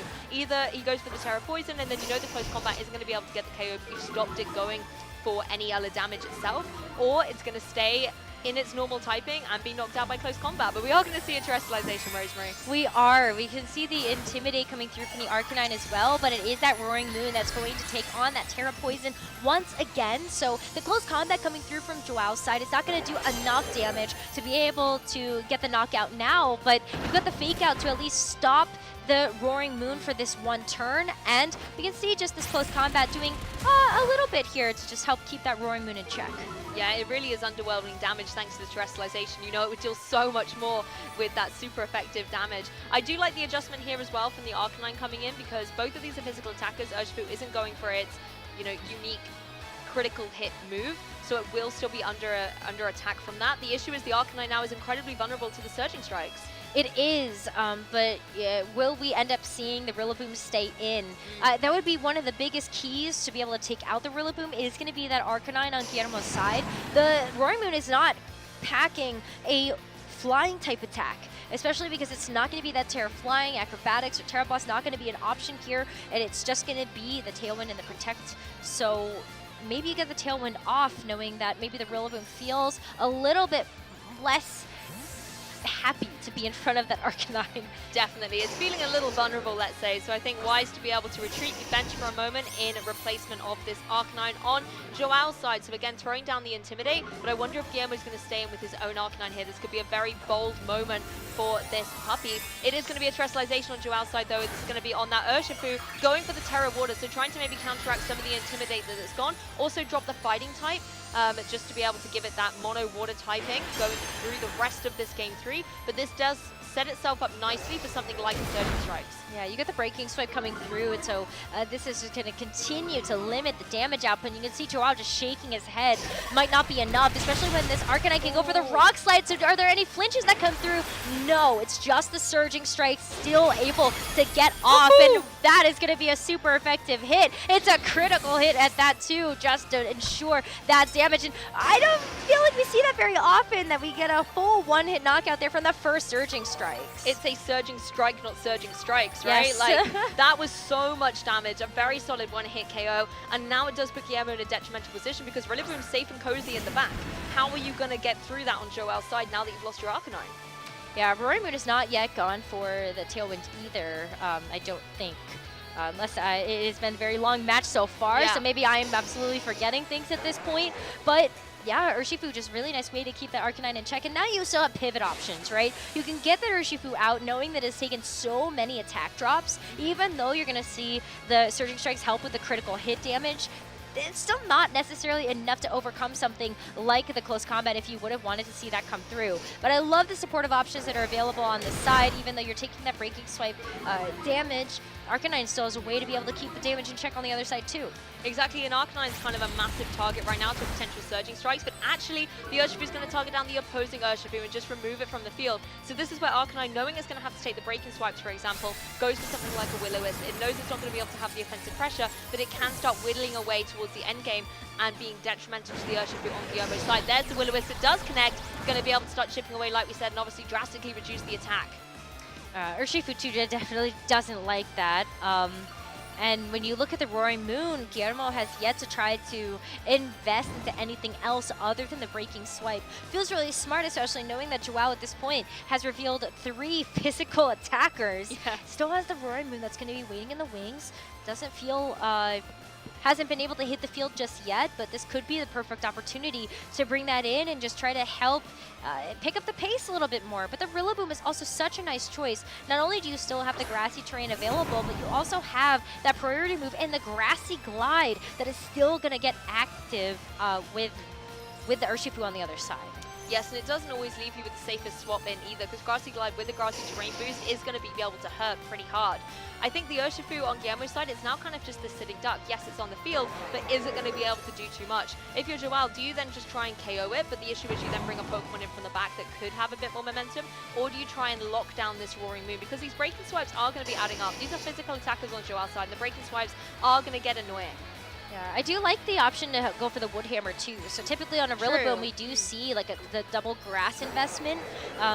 Wood Hammer and the Grassy Glide have been really nice options to have just in case you have the priority from the Grassy Glide, or you just get an extra boost to the Wood Hammer damage output. You do take recoil, so that is a little bit of a risk, especially looking at what Guillermo has on the other side, but you're not super threatened by anything in particular. The knockoff though into the Roaring Moon, not going to be too effective, and you already used up the booster energy, so you don't really care too much. And look at that, the burn! Roaring Moon is taking such little damage. This was such a safe switch in for that Roaring Moon, right? And now Rillaboom in a great position where it can potentially get a knockout on either Pokemon here. You can go for something like the Grassy Glide or the Wood Hammer, or you even have access to the high horsepower to deal with the now Poison Terror on that Roaring Moon. But it's going to be Urshifu that falls victim first of all to the Rillaboom. There you go. That is going to just ensure that that's going to be a KO there. Maybe Grassy Glide, not confident that that's going to be enough to be able to pick up that knockout. But, you know, you also give up the opportunity here to go for something like the Fake Out, but you want to ensure that knockout instead. Brambleghast now hitting the field here for Guillermo as that 4th and final. You can see that Wind Rider ability is not going to activate, and it's pretty threatened right now. Just like we had the knockoff on the other side from Guillermo. Hey, guess what? Joao has that move too. Exactly. Brambleghast in a very precarious situation, particularly when you know that little Arcanine is hiding in the back for Joao, primed to come in and deal some good damage with something like a Flare Blitz into that grass type. Of course, Brambleghast has the utility to maybe try and deal some damage with something like a Poltergeist. It can always go for that little bit of chip. Priority with something like the Shadow Sneak, but it really isn't in the prime position to deal massive, super effective damage anymore like it was in Game 2. See, this is going to be a very influential turn here. Yeah. You have the Tailwind that's going to be able to activate first, and that is going to be very helpful here. Guillermo did end up losing, I think the booster energy did have to like switch it out, so you do have the Wind Rider to activate on this side, but Seed Bomb just like, it's just not enough. It's still not going to be super effective. You have the high horsepower hitting too. It's not quite enough either, but maybe it puts it in range for this Roaring Moon on Joao's side to help try to clean it up now that it is going to be just a little bit faster. The grass is disappearing though, but that's actually good news for the for Joao, really. Brambleghast does not necessarily have access to boost up that Seed Bomb anymore. Exactly, that's the thing. It was a boosted Seed Bomb we just saw go down into the Roaring Moon. You know the next one is going to be dealing even less damage, so Roaring Moon can kind of smile a little bit on the field now, knowing it's in a good position. Rillaboom, we saw how much damage the High Horsepower did, it's going to be able to get a knockout into the opposing Roaring Moon again if it's able to connect. And then it really comes down to both Arcanine and Roaring Moon on Joao's side to finish up the Bramblegast. Bramblegast is just not in a great position right now. I think Roaring Moon here too, having the option to go for the Protect, is just such a nice way to maybe bait out some of the damage on Guillermo's side, especially when the Rillaboom is just not pressured down by anything at this point. You can go for the Breaking Swipe here, but I don't know if Rillaboom really cares, and Roaring Moon took so much damage already. Yeah, it certainly has. Look at these Breaking Swipes. They're dealing nothing to the opposing Rillaboom. I think this was a fantastic adaptation from Joao, dropping the Golden Go here. We are going to see the Assault Vest being thrown at the Rillaboom here. It is going to get the knockout. Okay, I'm sorry, Bramblegast. Maybe you do have a way to deal with Rillaboom, huh? Yeah, I mean, we've seen that before, and one of the reasons why Poltergeist is just a more unique option to have for this Bramblegast is because that move packs a punch. Like, that is a lot of damage, especially if that Pokemon is going to be holding an item, and that Assault Vest, yeah, sorry, Rillaboom, that is going to hurt. Yeah, I always forget that it possesses the item of the one it's attacking rather than its own as well. Yes. Kind of thinking it might, you know, throw a Focus Sash around, but instead it's going to be the heavy-hitting Assault Vest. It might be the best special defenses mechanism, but when it's used for an offensive attack, then Bramblegast is going to be able to use it against you. So I think that was actually a really interesting turn from Guillermo to be able to get that big damage down onto the board. Arcanine now and Roaring Moon are maybe a bit more of a precarious situation. Look at those HP bars, they're not high.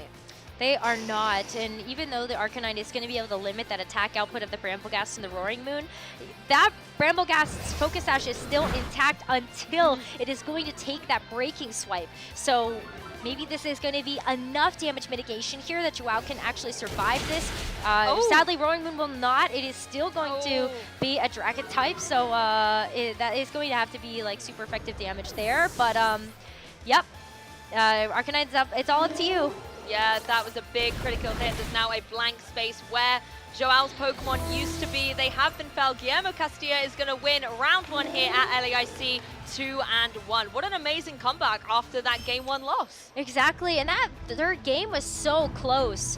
You can see Joao came in with a much better game plan to be able to deal with the Bramblegast, but the patience from Guillermo to keep it in the back until the very, very end, was able to weave in those attacks at the perfect moment, and landing the Poltergeist too, and it being a knockout was very, very critical. I have this new appreciative, this love for Bramblegast right now, because it came into game 2, did incredibly well, being able to apply some pressure. But then in that game 2 as well, going for that Poltergeist to get rid of the Rillaboom, I think just swung the momentum right into Guillermo. It really did, and sadly, it does come down to some of those one moments. Yes. And it just sometimes happens to be that way. But it was still an exciting match to be able to kick off our LAIC experience. I know it took a little bit for us to get there, but it definitely delivered. Oh, it was worth the wait for sure. Really great to be able to see this match. You can see the heartbreak from Joao, though. What an incredible set from him as well, and of course the tournament's not over. You just need to be able to go X and 2 or top 32, whichever will be the greater number will advance into day 2. So he's still within the competition. It's just maybe going to be a little bit more of an uphill climb, but hey, in the grand scheme of things, even though it's the order you play in, it's the number that counts at the end of the day, right? So it is. Just keep winning, you'll be fine. That's true, and I think Joao has really set himself up for success, especially looking at the team that he's brought, the Roaring Moon, the Golden Go. I think the synergy as well to be able to have that Tailwind option on the Roaring Moon, definitely really nice to have, and you don't have to commit to something that's a bit more frail, because Roaring Moon still is able to dish out that damage too. Yes, exactly, and I think we did see a beautiful highlight of Roaring Moon. It's really funny, it's kind of a Pokemon I've never been able to find good use in myself, but seeing it just go for those Breaking Swipes and those Tailwinds, I think just show why it is such a great supportive Pokemon. I know, I agree. There's so much that has delivered from this very first match of the day, and sadly we would love to hear from our winner in Guillermo Castilla, but we've got another round to get to, essentially, and so we're going to take a short break to get that ready for you, and on the other side, we've got round 2 of LAIC.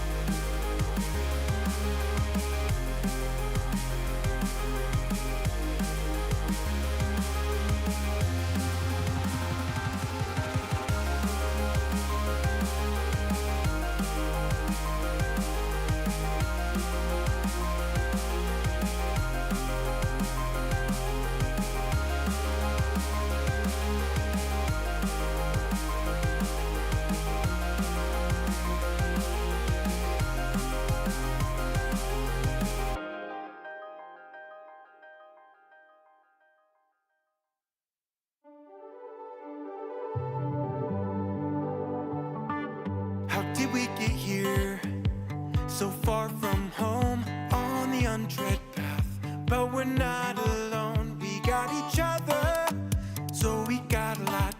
And now the moment's come to finally take our shot. Oh, look how far we've come, look how far we've come. We're so much closer now through the battles we've won. Oh, look how far we've come, look how far we've come. There's still a ways to go, but look how far we've come.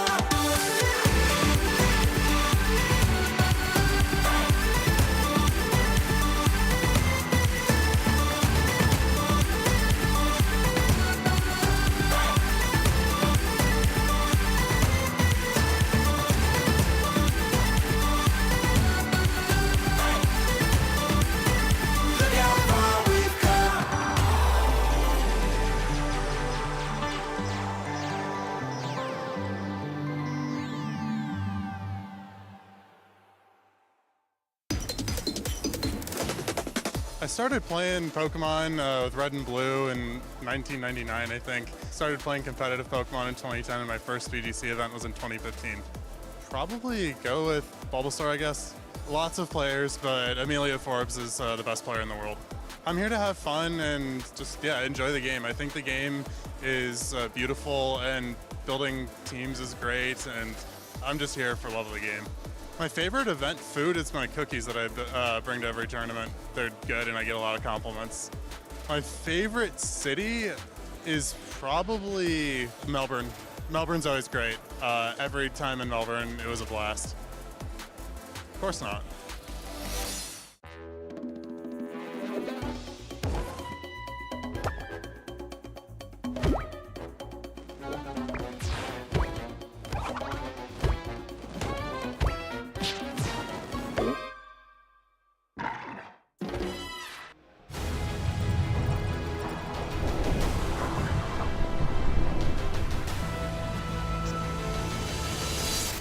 Well, it looks like those Paldean first partner Pokemons are certainly enjoying the heat that's rocking up here at LAIC, and we are about to go into our round 2 of a 9-round Swiss day.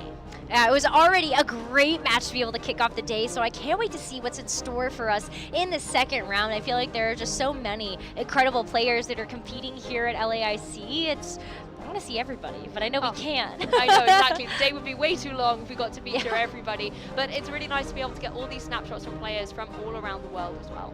It really is, and so I can't wait to see what next international stage we get to set here, because that is really what it's all about. We have players coming in from all around the world, and every single region kind of packs their own flavor when it comes to the meta, and to see how those really match up against each other is so fun. And I like that we get to delve into the LATAM meta a little bit more as well. Like, we were kind of talking about this before the event, and I always find the European region are kind of the tried and tested good stuffs. I want to say, you know, we're kind of steady Eddie, solid crew going on over the pond, but I always find that North America tends to pick a Pokemon up, like Glamora at one point, right? And we'll kind of highlight it and showcase it a little bit. Yeah, and then sometimes you just see very off-the-cuff strategies coming through. And I feel like out in America, they get very creative, but it's kind of a mixture of the two. You got a lot of the tried and tested strategies, but maybe picking up something that's a little bit more off-the-cuff. And so I feel like Joao's team was a very good snapshot of that. You had a lot of the similar Pokemon that Guillermo was bringing. It was a very standard team if you take a look at it, outside of the Brambleghast and the Weezing. But, you know, but like the Icy Wind and the Clefairy, we didn't get a chance to actually see that in effect, but still there as an option, and maybe something that a lot of trainers weren't looking at coming into this tournament. It's some of those little niche supportive Pokemon I think is always really nice, but of course you guys at home as well have been able to engage with our broadcast, and it's always lovely to see your messages. Let's take a look here from Maddox.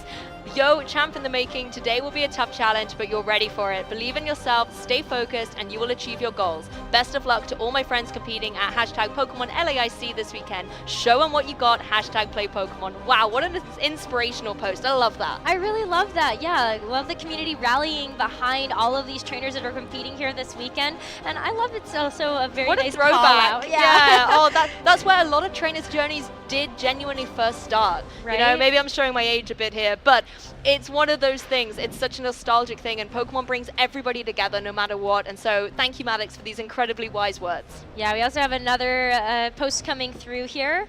It's going to be great days spent in Rio with other fellow judges and friends. Now it's time to work. Love how hashtag Play Pokemon got us together. LAIC Day 1 is starting soon and is happening now. I wish everyone a fantastic tournament. We love our judges. Thank you so much, Susie, from the Poco scene. Yes, and of course these are a bunch of our amazing European judges. You've even got the Pokemon Go World Champion from 2022, Dancing Rob, there as well, who's recently taking up judging, as well as Jintrax there as well. So fantastic to see the Pokemon Go community and the judges who make these events run so smoothly. We couldn't do it without them. We really couldn't. So it does take a village to be able to put on these tournaments. Definitely. Sometimes it feels like. But we also have another post here we get a chance to share with you. It's going to be from Eric Ridgway. I love international events and catching up with friends that you meet playing Pokemon. We've got Carly and I are ready to compete at LAIC. Good luck to everyone competing today. And remember that life is a journey, and without experiences, you have no journey. Exactly. Also very inspirational. Yeah, it's all about going from A to B and the journey that we make and the friends we make along the way, right? Isn't that the saying, the real win is the friends we make along the way? I think so. Yeah. I do think so. Exactly, and it's great to be able to see us. And I love the way that all these trainers as well in their bios are putting their travel destinations, all of them going, we're coming to Brazil. Yeah. But we've got one more post to be able to show to you guys as well and share. We are so ready. Hashtag Pokemon LAIC. I love that. I feel like Jolteon needs to wake up a little bit. You're not quite as ready as you could be, but then maybe it's getting its rest in, ready for the competition when it wakes up. Could also be a little jet lagged. Possibly. I feel you, Jolteon. I feel you. I love it. Yeah, I cannot wait to be able to see the rest of the competition today. And good luck to all of our trainers and our judges that were featured in these posts as well. I'm so stoked to see and hear how people are enjoying the event so far, and we'll be able to check in with them just a little bit later.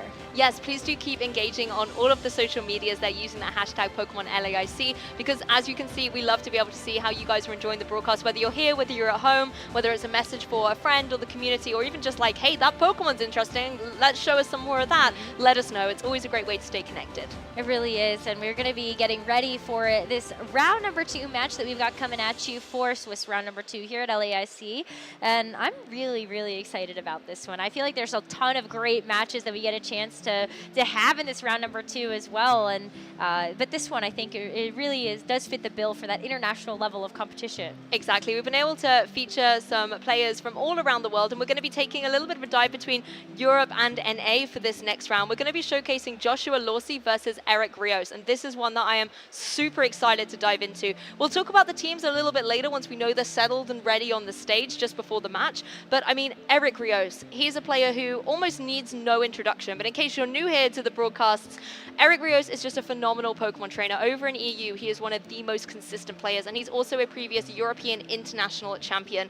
He just always goes for tried and tested good stuff. So like I was saying earlier, you know, he's got this amazing way at knowing a team inside and out. There's no matchup, no flexibility that he isn't aware of, and he can just calculate how a team is going to flow through. One of my favorite memories was, I can't remember what regional it was, but it was last season. Eric was against, I believe it was Marco Silva. I might be wrong on that, but we're gonna assume I'm correct. And in day 1, they had played, and Marco had completely 2-0'd Eric. There was no redemption there, and he got pulled for the broadcast in day 2. And Eric was talking to us backstage, saying, "Guys, no, I can't win this. This is a terrible match." And then he won the set. He got his redemption. He was able to, even in a match that he himself said is unwinnable, navigate a path to victory. So if you're looking for high caliber playing, Eric Rios is where you're at. Absolutely, and let's talk about veterancy on the other side of things. Yeah. You've got Joshua Lawsey, which is one of the best players in North America, and I'm so stoked to see him at this level of competition once again. I feel like it's just kind of a blast from the past in a lot of ways, just seeing how Joshua Lawsey's really taken over the scene, and he always comes with similar kind of tried and tested strategies, but also just very confident in the way that he's able to navigate those game plans, and I can't wait to see him show that off today as well, especially in this matchup. He was definitely a player that when I was back playing in 2017 was one of my kind of inspirations, I want to say. I remember seeing him do well at the 2016 North American Nationals at the time, and then went on to the first European International Championship, the first international we ever had actually, and was on that broadcast as well. It was great being in the audience cheering for one of my favorites, I suppose. As a player, I always looked up to him, so it's great to see him, like you say, back in action. Yeah, maybe we get a chance to see some art coming out for some of these trainers teams too. Ooh. I feel like I've seen so so many great pieces come out of just like a championship winning team. And so maybe some of you can to help inspire some of these players or help show them some love a little bit. But we also have a Pokemon art contest that maybe you get to show your skills at as well. This is going to be a contest that is going to be open to several different regions in the world. Yes. This is something I'm incredibly looking forward to, having all of these amazing talents and love and joy for Pokemon coming through. You can see all the beautiful trading card game art, and you could be a part of this too. Look at all the Pikachus, Rosemary. They're adorable. I just want to squish all their little cheeks. I know, they're so cute. And the level of art that we've been seeing for the trading cards has just continued to elevate. Of course, you got those classic throwbacks from the very first sets of the trading card game, but we are going to be looking for magical Pokemon moments. Maybe that is going to be a trainer using their favorite Pokemon, or maybe it's just going to be a Pokemon just really enjoying their time out in the sun. It's up to you to be able to use that theme and try to create some art around 10 different Pokemon that you have available to you in that theme, but you can see the regions that were available there, and so maybe you want to get involved. I absolutely love that. I mean,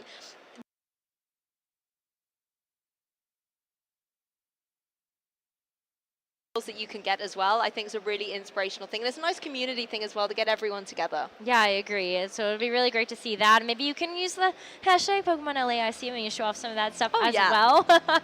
But yeah, I cannot wait for this next matchup. I feel like it is going to end up being a really great showcase of skill. We always see that at the international competition level when you're seeing these regions compete up against each other. These are two of some of the best players in their respective regions. And so Joshua Lorsey, Eric Rios, I feel like just are going to deliver a great match. And again, players who have been around for a consistent amount of years as well. I remember seeing Eric Rios come up through senior division as well. So they have got this wisdom and experience to be able to fall back on while they're here on the international stage. It is only day one and it is only round two, so they've still got a long way to go. But to be able to be paired up against a player like this early on, I think is an incredible, I want to say, accomplishment for them as well, to be able to test their skills against someone of that level. I think so too, and a great test of skill in this one for sure. I feel like both of these players are just behemoths in their in the game, and so I really can't wait. I think this one's also going to be very chess matchy. It always is with these players though, right? You know, Eric again so calculated, making sure that he understands the ball position and sees 3-4 turns ahead to be able to see where the end game wants to be. So as soon as we know they're ready on the stage, we can dive a little bit deeper into their teams and start thinking how those chess pieces are going to move a little bit.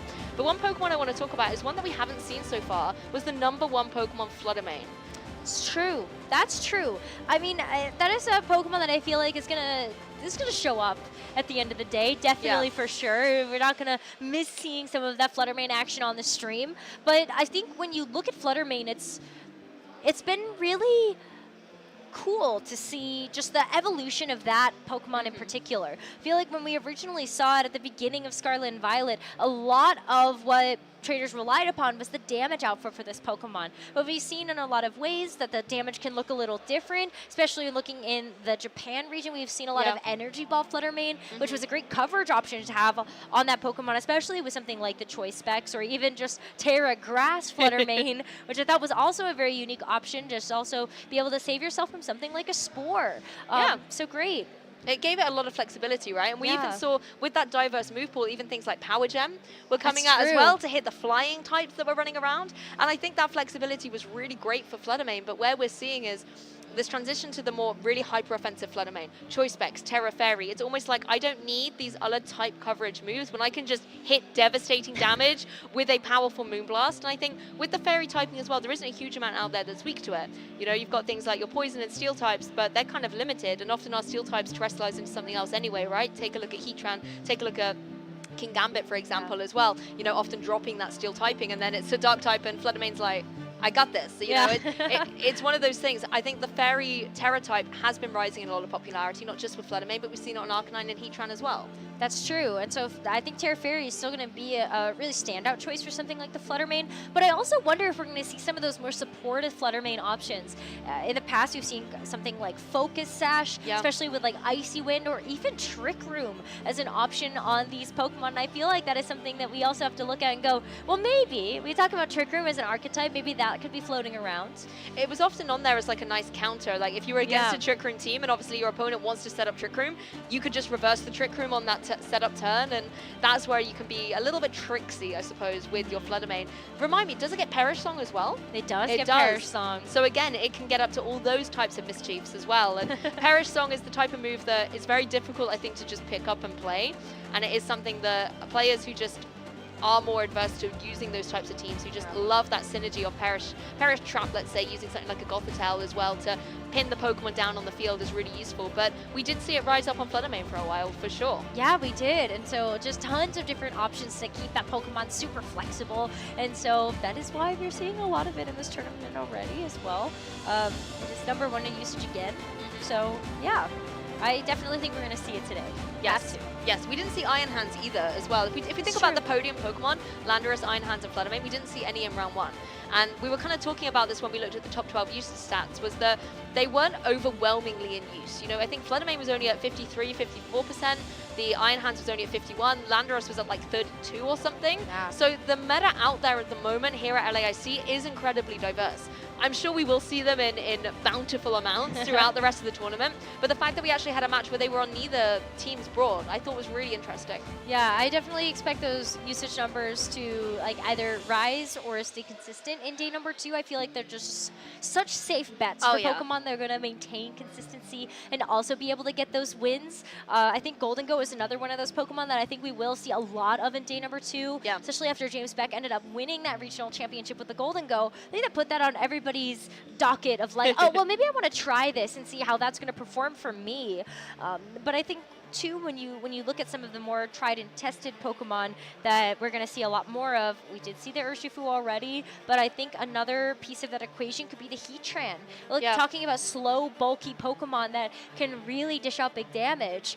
Heatran is one of those. It definitely is, particularly with something like Magma Storm as well, being able to go for that residual damage can just give it even more oomph to its presence on the field. I think Golden Go is definitely a really good choice from you on the caster predictions. I think it's a very solid contender to do very well. But you've also had an interesting Pokemon choice on there with the Ogerpon Cornerstone Mask. Can you talk us through a little bit what that Pokemon does and why it's on your roster? Okay, I knew this was going to be coming at some point. I did tell you I'd bring it up later. I know, you're right. Yeah, and I think for me, when I was thinking about Cornerstone Ogerpon, one of the things that I found it to be really effective for is just its defensive capabilities.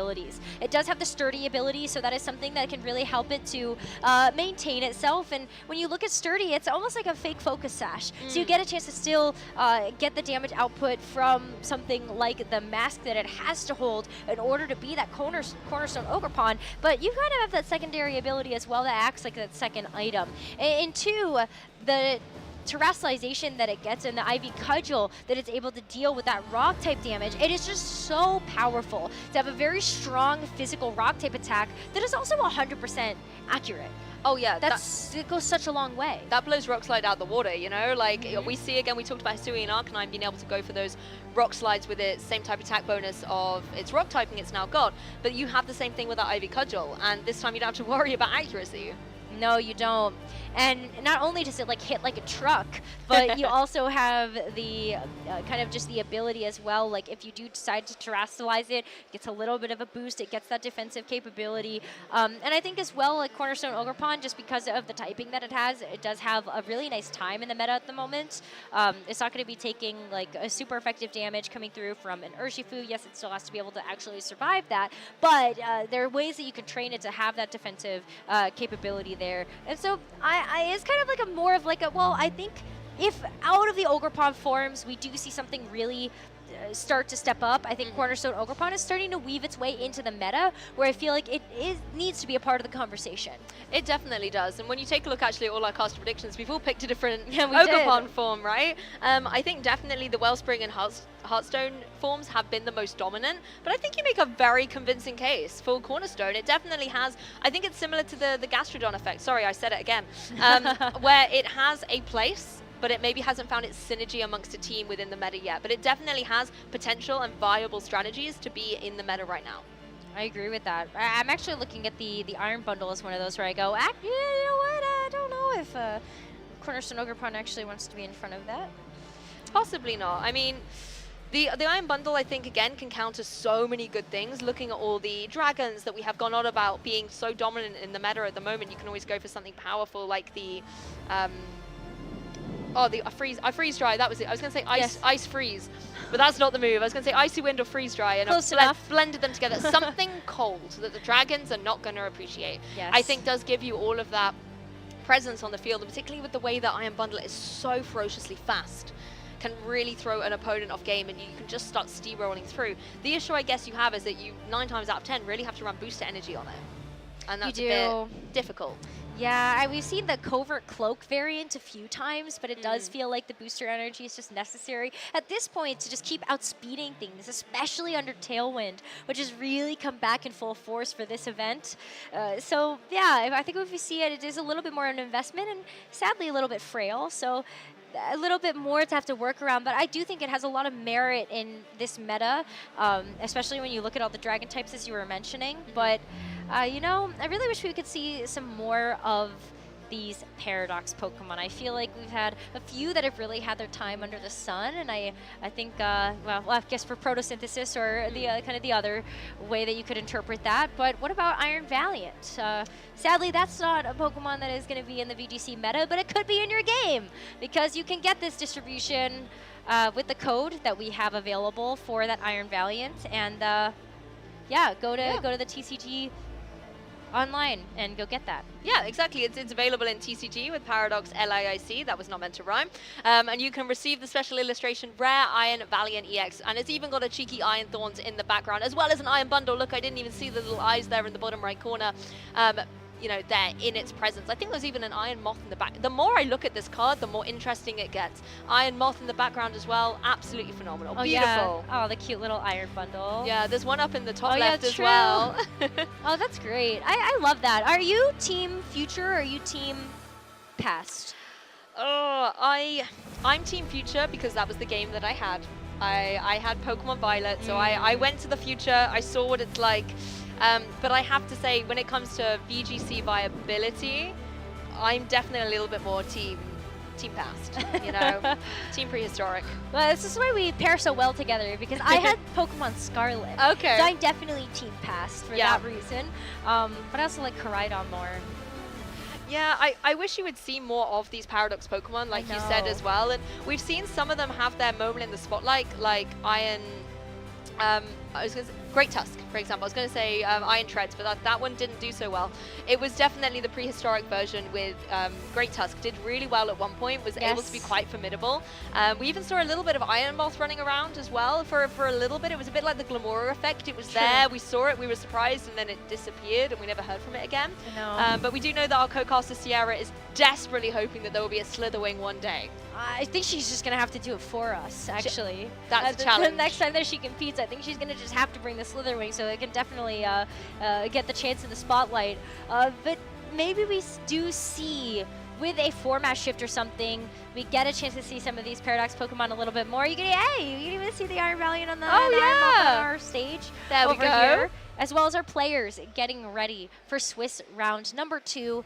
You see Joshua Lorsi there on the left, Eric Rios on the right, and we'll be able to get into this match momentarily.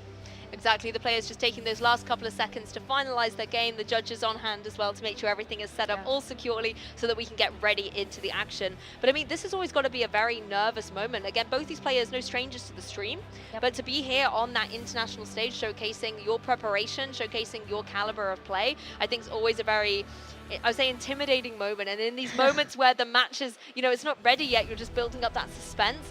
What must you be thinking as the player? You know, trying to figure out the confidence in your team, read your opponent. Are they nervous? Are they confident? That always is why I like being this side of the desk. Yeah, it's definitely a lot of pressure to have to be sitting across from, especially just the caliber of player that both of these players are. And I think that does weigh on you a little bit in terms of maybe the confidence. Does it shake a little bit in terms of maybe?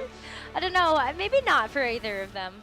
Yeah, they're definitely veteran enough to be able to handle the pressure. I definitely have zero chill when I'm out there. Even in our cast-up matches that we do from time to time, I'm just so happy to get off the stage at the end of it and that I made it through. So again, kudos to all of our players here, battling it out and showcasing what they've got on the international stage. Yes, I can't wait. And when you look at the matchup, This is Yeah. why we kind of consider it to be very chess matchy, Oh, because yeah. there are 5 shared Pokemon on both sides. Is it 5 or is it 6? It actually might be 6 because I can't read. It's early in the morning, maths is hard. It is indeed a solid mirror match, and they've got their headsets on now, so we can talk you through what 6 Pokemon you are going to see doubled up in this match. We're going to see Landorus, Roaring Moon, Iron Hands, Amoonguss, Heatran, and Fluttermane.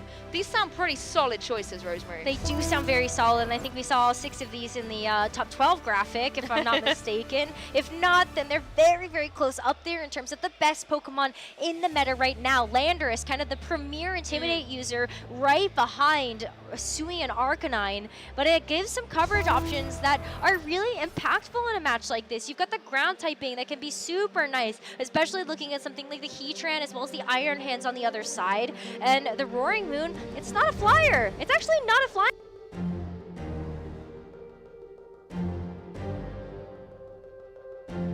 Something like the Landorus on the other side, and especially when we've seen a lot of these Roaring Moon actually have like the Poison Terra. That's very nice for this matchup, but neither of them actually have that Poison Terra this time around. Yeah, I honestly think Landorus is going to be key. It's going to be able to apply a lot of damage to those opposing Amoongusses with something like the Flying Terra type Terra Blast, just to be able to deal some destructive damage. And when you look at the Landoruses, actually, they're very similar, but with some unique twists. They're both running that Choice Scarf, so they're both going to be very speedy. They have the utility to U-turn in on out of there if they realize that their ball position is not in a good strategic advantage for their trainer. However, the one thing I really love is on Joshua Lawsey's one, he's got that Rock Tomb. It's not as damage dealing as something like the Rock Slide, but it will lower the speed of the target Pokemon. And that speed momentum can give you all the advantage, particularly when you look at how equal they are in terms of things like Choice Scarf. They also have Dragon Dance on their Roaring Moon. There's so many different ways that speed can be balanced, so having one way to get the edge I think is a critical moment in this matchup. Yeah, and you also have the booster energies as well, so we'll have to wait and see whether or not the Roaring Moon is actually going to get that activated for the speed or the attack. And also just kind of taking a look at some of these other options here that are shared. You've got Fluttermane that has the choice specs on both sides, but one of the things that is very different is that 4th move. The Fluttermane on Eric's side is going to have Thunderbolt as a coverage option at its availability, but Lorcy has the Perish Song. That's crazy to run that with the choice specs. For those of you who don't know, choice specs locks in your moves until you're able to switch in off the field. So if you go for choice specs Perish Song, you're locked into Perish Song until you remove that Pokemon from the field. So that's a very risky move to have on there. It doesn't give you much flexibility to then go for some of the damage dealing moves you've got like Moonblast, Shadow Ball, and Dazzling Gleam. But I also love the Thunderbolt on that opposing Fluttermane. You can hit flyers, and there's plenty of them out there at the moment. Really hard for some good damage. And at the same time, you can hit those water types again. Lots of them running around at the moment. Yeah, and take a look at kind of the Terra types as well that we had a chance to see from Joshua's side. You have the Terra Flying on the Roaring Moon and the Landorus. So if Landorus decides to Terastallize and make that a Flying Terra Blast, it does leave it vulnerable because it loses that ground typing that would have kept it safe from something like the Thunderbolt. That's a really good observation, actually, whether that Terastallization is going to be a little bit of a burden to bear for the Landorus. But it looks like the players are getting ready. Pokemon trainers, this is round 2 at LAIC on the video game side of things. Game 1 is going to be Landorus and Heatran out of the blocks for Eric. And, oh, wait, what's that? Landorus and Heatran again for Joshua Lawsey. Okay, so a little bit of a throwback to our very first match. Oh, yeah. We just got mirrors on both sides, and this is not something that we would be strangers to. Looking at the team sharing 6 Pokemon, both of these players have optimized their leads to try to match that of one another in the best way possible, and I guess they just landed on the fact that Landorus and Heatran are the way to go right now. Exactly, getting that Intimidate down is always nice in case there's a physical attacker on the opposing side, but the thing I love about leading Landorus is you can switch up your ball position very easily with that U-turn. Just doing a little bit of chip damage, maybe you even break a potential Focus Sash, not in this case however, but it gives you that flexibility to get off the field and then bring something in from the back. The other thing I love about this position is Landorus can obviously apply a lot of pressure with a Stomping Tantrum into that opposing Heatran that would be doing 4 times super effective damage. So you could be forcing the opposing Heatrans here to go for their Terastallization early. But on the other side of things as well, Eric actually has a Shuka Berry on his Heatran. So that is something that could really help to mitigate that super effective damage. And the other thing that he has, it's a big difference between these two Heatran, is the move Substitute. So another way to really help keep that Heatran safe. But at the moment, we are going to see the U-turn coming through from Lorcy with the Choice Scarf. It is going to be able to get out of there very quickly and remove that Intimidate from itself as well. Let's bring this Roaring Moon in. Roaring Moon, the easily flustered. Let's hope it can stay stay calm in this match. You're right, though, it really is all about protecting the Heatran at this point. The Heatran on Joshua's side went straight for that protect, and it's the substitute, a free substitute here for the opposing Heatran. That is something that Joshua now has to play around, has to be able to break that substitute in order to get damage on it, to get the knockout. Yeah, and that means maneuvering this Landorus back into the field so that it's in a good enough position to not only get rid of that Shoka Berry, but also you have to now break through that substitute. And I wonder how that interaction works with the Shoka Berry available. You know, does it mitigate the damage enough that that substitute doesn't break? Yes, exactly, and that's the thing. You have to identify early on in this game one of a best of three where the damage dealing is going to be, because if you get in that situation again, you have to be able to get rid of the substitute. Heatran's going to leave the field for Joshua once again. Protecting Heatran is the name of the game right now, and we're going to see the Landorus rejoin the field. This is definitely a Pokemon that can deal with that Heatran, but you need to get rid of that substitute first of all. A couple of Stomping Tantrums will do it well, but Eric has positioned perfectly to work around that by bringing the Amoonguss onto the field that can go for those follow me's and protect Heatran even more. This is why the Roaring Moon has gone for the Dragon Dance. It needs to be able to hit as hard as physically possible, remove the Amoonguss so the Landorus can deal with this opposing Heatran that's going to be able to go for some good damage. That's going to be about half to that Landorus, and that really does soften it up for something else to come through there from the Heatran. Maybe you're able to go for one of its other moves, something like the Earth Power might just be a little bit helpful into something like the Roaring Moon, just to help keep it alive. But sadly, yeah, doesn't going to affect the Landorus right now, and even if it terrestrializes, not going to affect that either. So really, now the onus is on Lorcy here to try to figure out where to put that damage. Exactly. You want to make sure that you're not wasting your damage into something like a protect from that Heatran, because obviously it can still protect behind that substitute, and then you're just dealing no damage, allowing the partner Pokemon, and particularly a pesky one like Amoonguss, to maybe go for something like a Spore, start putting Joshua's Pokemon to sleep. If I was him, I would actually ignore the Heatran now, get rid of that Amoonguss. Yes, the Heat Waves are going to be hurting, but they have A, the potential to miss, and B, then likely not to be getting KOs here. If you leave Amoonguss unchecked, it's going to be able to either put your Pokemon to sleep or protect that Heatran. We are going to see the terrestrialization commit into the Roaring Moon from Lorcy's side, and that will help to also maintain its longevity in this game. But when you look at like the acrobatics as well, that's going to be negated by the protect coming through from the Amoonguss. But you also have to consider the Rocky Helmet recoil that the Roaring Moon is going to have to take. That's true, and it's a great item choice that we see on Amoonguss with that Rocky Helmet, particularly if it's a switch into something like a Surging Strike from Urshifu. You're going to deal so much damage back to the attacking Pokemon. These Heat Waves, though, are definitely stacking up. One more of those are going to be able to get the knockout on the Landorus. Now, the acrobatics is still on the table right now for the Roaring Moon, just to maintain the ability to use like its booster energy. You are on the field right now. You want to make sure that you are going to be making the most out of that booster energy commit. But at the same time, like this Amoonguss is going to be a problem. There are not many ways that Lorcy's going to be able to actually really get through it, especially now that you've committed the terrestrialization onto the Roaring Moon. Now Landorus does not have access to something like that Flying Terra Blast, since that is off the table. Well, there's the acrobatics you were just talking about. It is going to connect down on the Amoonguss. It's a one-hit KO thanks to that Dragon Dance that was set up earlier by Lorcy, and that is exactly what you need in order to unleash that Heatran from behind its substitute. Now you have the potential to go for some damage, but actually it's going to be just the U-turn here. Maybe saving that Stomping Tantrum for a little bit later. Even a critical hit though, Rosemary isn't going to break that substitute. No, it's not. That substitute is going to be sticking around for a long time, which means that this Heatran just gets to continue to pressure out with these Heat Waves. And the other thing that's really difficult about that Heatran being on the field is Lorcy still has his 2. That's going to be the 4th and final, and that is very, very vulnerable here when you look at the Earth Power that Eric has. You can't terrestrialize away from that. And I love this U-turn actually bringing in the Heatran, knowing that the opposing Heatran's going to go for what it keeps going for behind that substitute with more Heat Waves. You can catch a cheeky Flash of Fire and now boost up your Fire-type moves on the Heatran. Yes, you lose the Roaring Moon, but it gives Lorcy again the position to switch in a Pokemon from the back. It could potentially be that Amoonguss, and then Joshua can play Eric at his own game and support the Heatran with the supported capabilities of Amoonguss, or alternatively, bring in that Landorus and let's just target down the Heatran. I don't think that's a bad idea, because it does mean that you have like 2 different Pokemon that are huge threats on the team. Yeah. And so that's why you're going to end up seeing Eric kind of bring in that Landorus of his own, because now you are able to pressure down the Heatran on Lorcy's side so much. How do these speeds interact, especially when you look at the Landorus on Eric's side, as still having the Choice Scarf too? Exactly, and that's an item that you really have to bear in mind. That speed is definitely going to start swinging a little bit of momentum.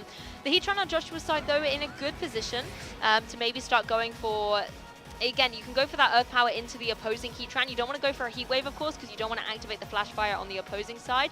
But you have some capability with maybe something like a Flash Cannon just to chip away a little bit at the Landorus. But the key thing, I think, is going to be get rid of that Heatran, and then you can turn the heat on with your own Heat Wave. Exactly, and especially when you did get that Flash Fire boost, that is going to be really nice to be able to help boost up that special attack. But it's just going to be Protect for now. Gotta keep that Heatran safe and away from all of this damage output that Eric Landorus can provide, but it's just going to be the U-turn, which is not enough to pick up the knockout onto Lorcie's Landorus, which is a sigh of relief. But can you get enough damage down to actually end up breaking anything on the other side? You've got the Roaring Moon that is going to be revealed for Eric's 4th and final, using up that booster energy, and it's going to be an attack boost here. That's definitely something that's going to be difficult to deal with. The Stomping Tantrum will go into the Heatran, will be able to break the substitute. It's whether the Heatran on Joshua's side is going to be able to follow up with a powerful enough Earth Power to try and get that knockout. It's going to be the Earth Power coming out from the opposing Heatran. Of course, it's going straight into the Protect, but now it's vulnerable to both of these Pokemon. I feel like if you're the Landorus, you have to start targeting down this Roaring Moon. Leave the Earth Powering Heatrans up to each other.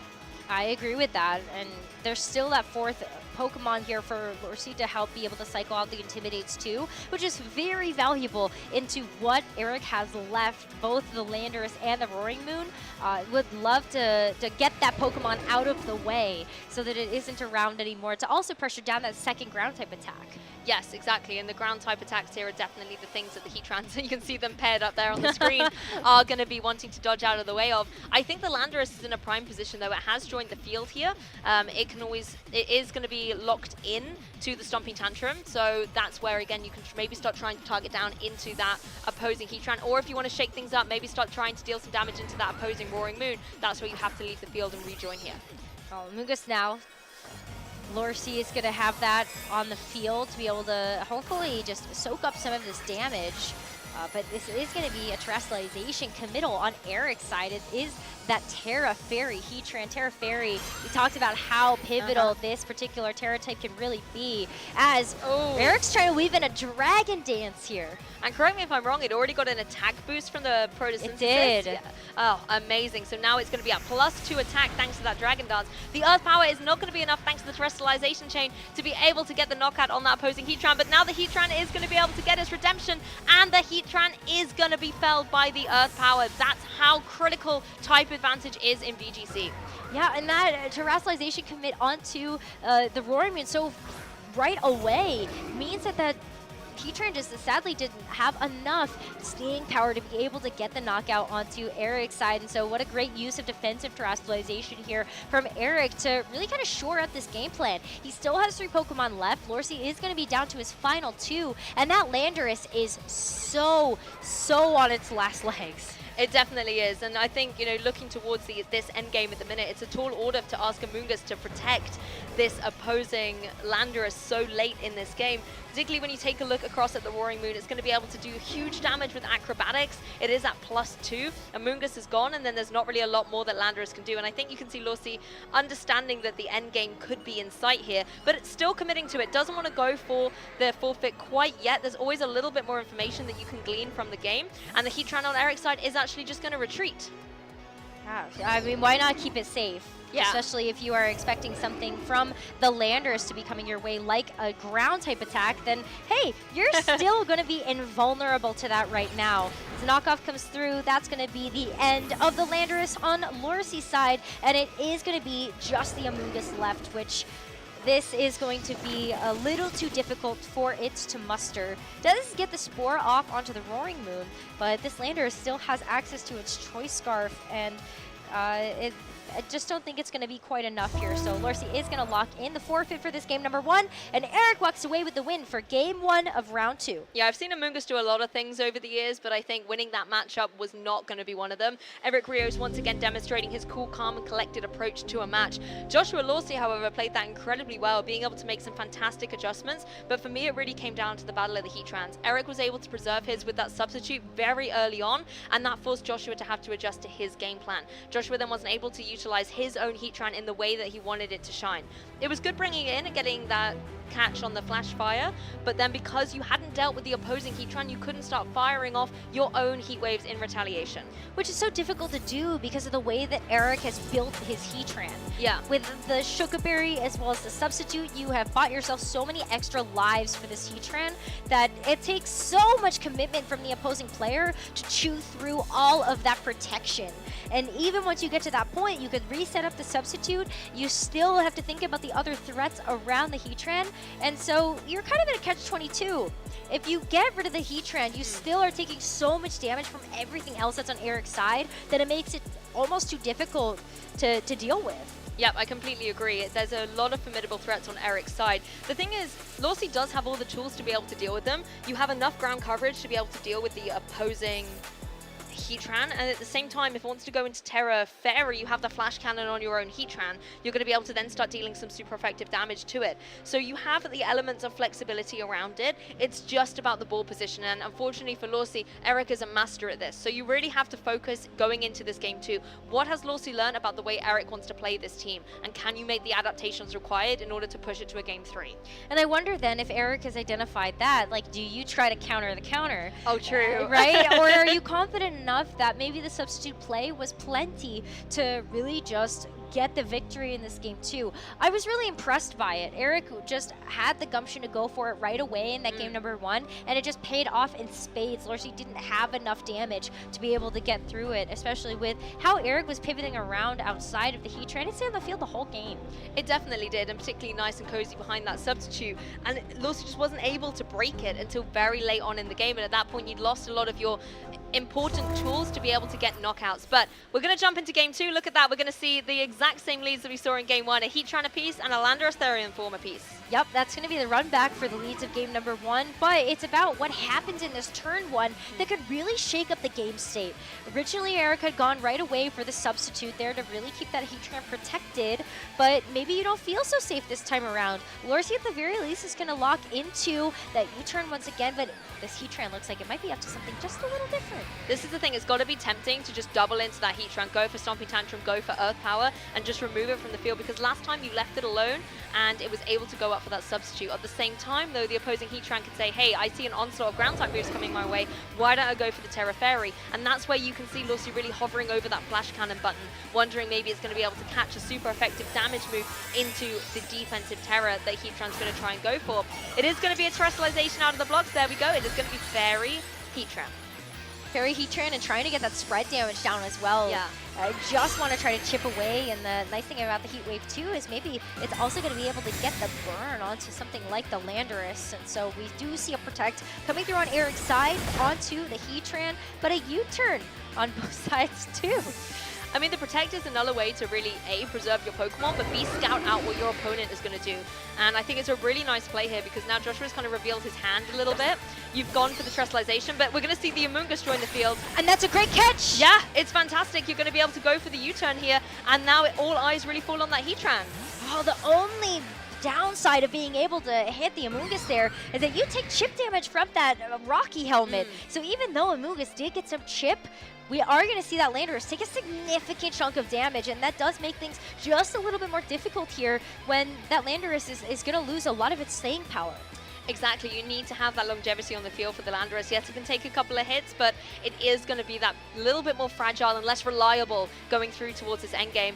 Joshua really thinking through there, going for the Amoonguss, providing that support, and I think this is, you know, taking a leap out of Eric's playbook here a little bit. Heatran does go for the Heat Wave. It's obviously going straight into the Protect, and it is going to connect onto that Amoonguss. It has not come in safely, but it is able to survive. It just hangs on. No way. The U-turn damage not enough on top of the Heat Wave that was able to connect onto the Amoonguss. You also were hoping for a knockout there. Yeah, definitely. I think as soon as you saw the Amoonguss come in, Lorsy must have been very, very happy to see it in fruition. As well, seeing the Protect on the Heatran, you're not going to then accidentally trigger a Flash Fire boost as well. So that turn was working out so perfectly. Amoonguss just proving why it never goes out of style. It is always here to be bulky and reliable for its trainer. You do have the potential to KO it, though, the next turn. I was going to say, too, I don't know if you are too unhappy about it either when Eric now doesn't get a free switch. You know, if you want to keep that Amoonguss alive, you do have to switch it out. It does get the Regenerator healing, which is not fantastic, but it goes for something like the Rage Powder. to really help just keep this Heatran alive, and it does help to mitigate the Earth Power here. So yeah, you gotta kind of look at the bright side here, but in this turn, it does pay off here for Eric to have that Amoonguss support. Exactly, and now Heatran in the spot where he can just go for another substitute. You can't be tempted to go for that Heat Wave. Yes, you might be able to deal with Joshua's own Amoonguss a little bit better, but you will then still activate the Flash Fire, even though it is a Fairy Terror on that Heatran.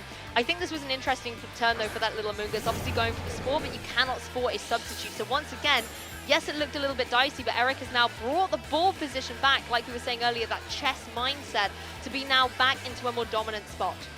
Yeah, and with the Roaring Moon coming in as well, it's still going to be able to receive that attack boost. You have Dragon Dance at your disposal. Roaring Moon is already an incredibly fast Pokemon, but you can make it even better. And the acrobatics here too, it's just really helpful against something like the Amoonguss on the other side. Yes, Roaring Moon can always go, like you said, for those acrobatics. You can get the Dragon Dance up to be able to get that attack boost and apply a huge amount of damage to the opposing Amoonguss, as well as just having that knockoff, like you said, just to get rid of a couple of the pesky items. And the issue you've got is neither the Amoonguss or the Heatran can really do a huge amount to that opposing Roaring Moon. The one thing you can do, though, is try and put it to sleep, as long as you're able to hang on from the onslaught of attacks. I'm not sure that's going to end up happening, though, because you go for the acrobatics first as the fastest Pokemon on the field. It lands its mark into the Amoonguss. It only makes one hit here. A little bit of chip coming through from the Rocky Helmet, but more importantly, the Amoonguss is now felled. Lorcy has to be able to bring something else in, but the Earth Power just to try to chip away at this Heatran. But the sustainability that this Pokemon has is incredible. Substitute's going to fade, but it doesn't take any damage from that. Exactly. The one thing I do like, however, we're going to see the Earth Powers just being traded here, is that the Amoonguss, yes, has gone down, but now you get to bring that Landorus in, and Heatran's done the job of breaking that substitute. So now the Heatran on Eric's side is exposed to all of the damage coming through. You also know the Terrestrialization has been used on the opposing Roaring Moon, so you cannot go for a Terra Fairy onto that Heatran. It is going to be vulnerable to these 4-time super effective ground-type attacks. Great point, especially when the Roaring Moon here too can't really go for the knockoff into the Heatran. It just might not be enough damage, knowing that it's not going to be super effective, but it is a low enough health that maybe, just maybe, if you really want to try to go for that, that could be on the table, especially with the Intimidate that's come through. It does help to mitigate just a little bit of that booster energy effect, but it is about trying to make sure that we can get this Heatran out of the way. This is risky. This is very risky here to try to go for a fire-type attack. If you think that this Heatran is going to switch off the field, then great. But if it doesn't, you might be in for a little bit of trouble. It depends what you follow up with, though. If you were going for something like the Stomping Tantrum into the Heatran, then it would be a little bit more okay. I feel like this is not what Joshua wants to see, the Protect on the Roaring Moon. The Landorus has actually gone for the Rock Tomb. It was trying to lower the speed of that opposing Pokemon, maybe setting up for the endgame, instead leaving this Heatran once again exposed. Heatran does go for Flash Cannon, however, again doubling up. It's just an unfortunate Protect there from Lorcy's side of the field. The Earth Power is going to come through. It's not going to be able to do enough damage here, but you can see what Lorcy was trying to do here, right? Knowing that the Heatran potentially was going to go for the Protect, and even if it did Protect, what can it do to KO me? I can then go in for the ground attacks the next turn, but that's again where Eric's Mastermind plays came into effect. Exactly, and this Heatran on Eric's side can also go for Protect, so you're playing that mental game of what do you think is going to actually protect in the situation. You can see Lorcy's train of thought just to try to maybe bait out, okay, well maybe it's a substitute, maybe it's going to be a Protect coming through from the Heatran, but it was on the other side. So that is just a huge missed opportunity here for damage, and Eric just really navigating this endgame nicely. Exactly, and I think, again, you know, it's still not over at this point. You can go for that Rock Tomb, do a significant chunk of damage and lower the speed. This could be advantageous as the endgame closes out. We still have not seen Lorcy's 4th and final Pokemon. That's information Eric is not privy to at the moment. This time we are going to be able to see the Earth Power connect onto the Heatran, but it's not enough to get the KO. That's just where the oomph is not coming through from Heatran at this point. It's not enough to get the substitute up, though, so really, it did kind of do its job, I suppose. It did, but this Roaring Moon, that speed drop was very beneficial, but it still gets the follow-up with the acrobatics, so the Heatran is going to also fall. So Lorcy needs to be able to try to get some of this cleanup work down with the Landorus. At the very least, you do have the option to go for something like the Rock Slide, and you have yet to bring in your Roaring Moon. So it's sitting at full health, and it is going to be able to use this booster energy too.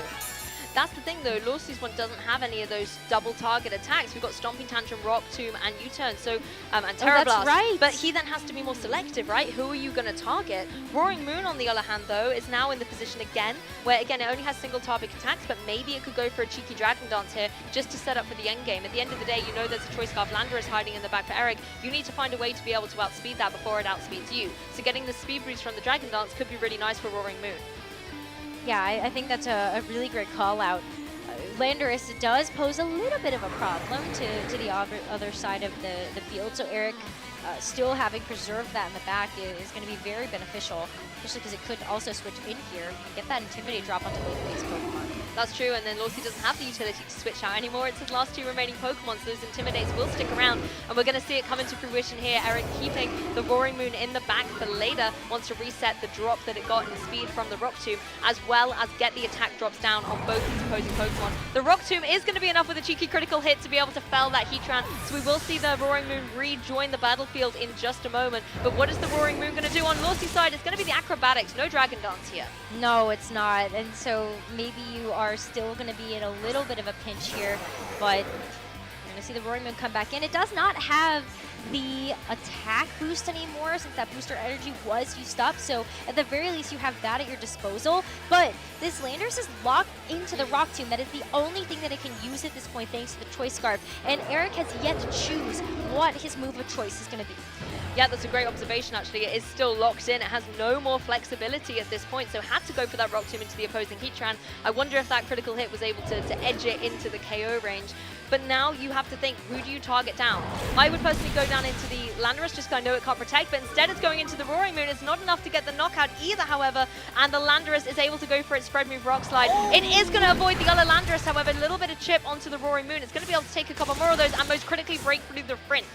Yes, it's not going to come through, so the Roaring Moon does get a chance to hit this Acrobatics into Eric's Roaring Moon, and so now it's just the Landorus that's left. But we have Rock Slides, and where there are Rock Slides, sometimes there is a way, but with this Rock Tomb being the move of choice here for Lawsy's Landorus, you could just hope that it hits, you get the speed drop, and then all of a sudden, no more problems. So even just a little bit of chip is going to bring this Landorus down into a much more manageable speed range. Exactly, it's definitely neutralizing the threat that it poses, and having the Pokemon advantage, I think, as well, puts Lawsy in a phenomenal situation to start closing out this game too. You can just keep flicking those Rock Tombs, they're going to be able to connect, chip away at the opposing Landorus, and allow Roaring Moon to maybe start dealing some of the real damage. But Eric, I think, sees the writing on the wall and locks in the forfeit. It's going to be a Game 3. What a treat we are getting here on the international stage. Our second best of 3 going to a Game 3 of the day. I don't expect anything less of an international competition, if you ask me. And so I am so excited to see what they decide to do in this next game, because we did see some adjustments come through from that turn 1 that really helped to swing the tides. Talk about this terrestrialization from the Heatran into the Terra Fairy that really just upped the tempo. Yeah, once again, it was all about the Heatran, right? I think Lawsy was able to correctly get rid of the opposing Heatran a little bit earlier while preserving his own one a little bit more. Losing the Amoonguss was a little bit unfortunate, but I think the timing of it worked out in the end because you were able to bring in your Landorus from the back and start going for these Rock Tombs. And one of those unique choices that we haven't seen very often on Landorus, I think, was demonstrated perfectly as to why it's an excellent move. Not only is Rock type just really good with all the flyers around at the moment, but getting that speed drop is a really unique way of speed control. It is, and it does feel a little bad sometimes when you see situations where you're like, Rock Slide would have been great here, yeah, right? It would have been nice. It would have been really nice, and it's really cool to see that change up, because that also, I forgot that. And I forgot that because it's so normal to see Rock Slide on a Landorus. We never don't see it, right? Yeah. We never don't see it. So Landorus having the Rock Tomb really did help to play such an influential role in the speed control in this game.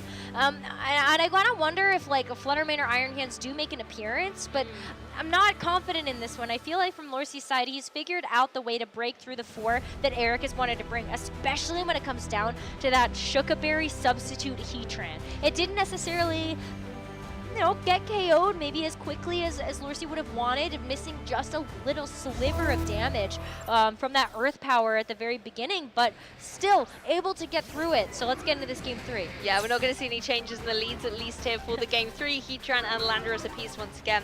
I think you run the risk if you bring something like a Flutter Mane here, because there's just too many physical pressures and there's not a lot you can do to the Heatran anyway. Yep. Like we were talking about earlier, both these players have all the pieces to apply big KOs, all those ground type moves into the Heatran, for example, but it is just about where your chess pieces are going to fall. Are we going to see a similar lead out here in game 3? You can go for that U-turn once again on something like the Landorus in order to switch up your ball position, but the critical thing for me is, are we going to see the Terra Fairy on that Heatran? Yeah, it played such a big role in Lorsi's game win in game number 2, so it wouldn't really surprise me to see the run back here, but maybe even switching up the targeting, right? Because that Heatran, it just stayed around so much longer as well on Eric's side than I think Lorsi was very comfortable with. It could have been a little touch and go there in that mid game if Eric was able to get some of that targeting just a little bit different. So we do see the committal here, but the big difference is gonna be that protect onto the Heatran, not going for something like the substitute or even damage here.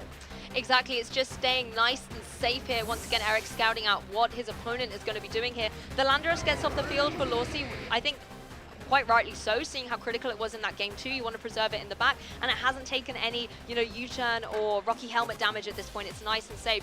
Roaring Moon instead able to join the field. Again, it can now get into a position where it can be prepared to deal with an incoming Amoonguss potentially. That was a little bit detrimental for Lorsi in that previous game, as well as getting its attack boost from Photosynthesis. The U-turn, however, okay, maybe not so safe. Does about a third of damage there from Eric's Landorus. Yeah, look at that. And the speed tie from these Landers really coming through, because Eric's was able to move first, which brought in the Amoonguss, but this time around, Lorsi having his Landorus move first meant that that Roaring Moon was super vulnerable. But there's the switch up. We see that the Iron Hands is going to make an appearance here for Eric, so I wonder what he left at home.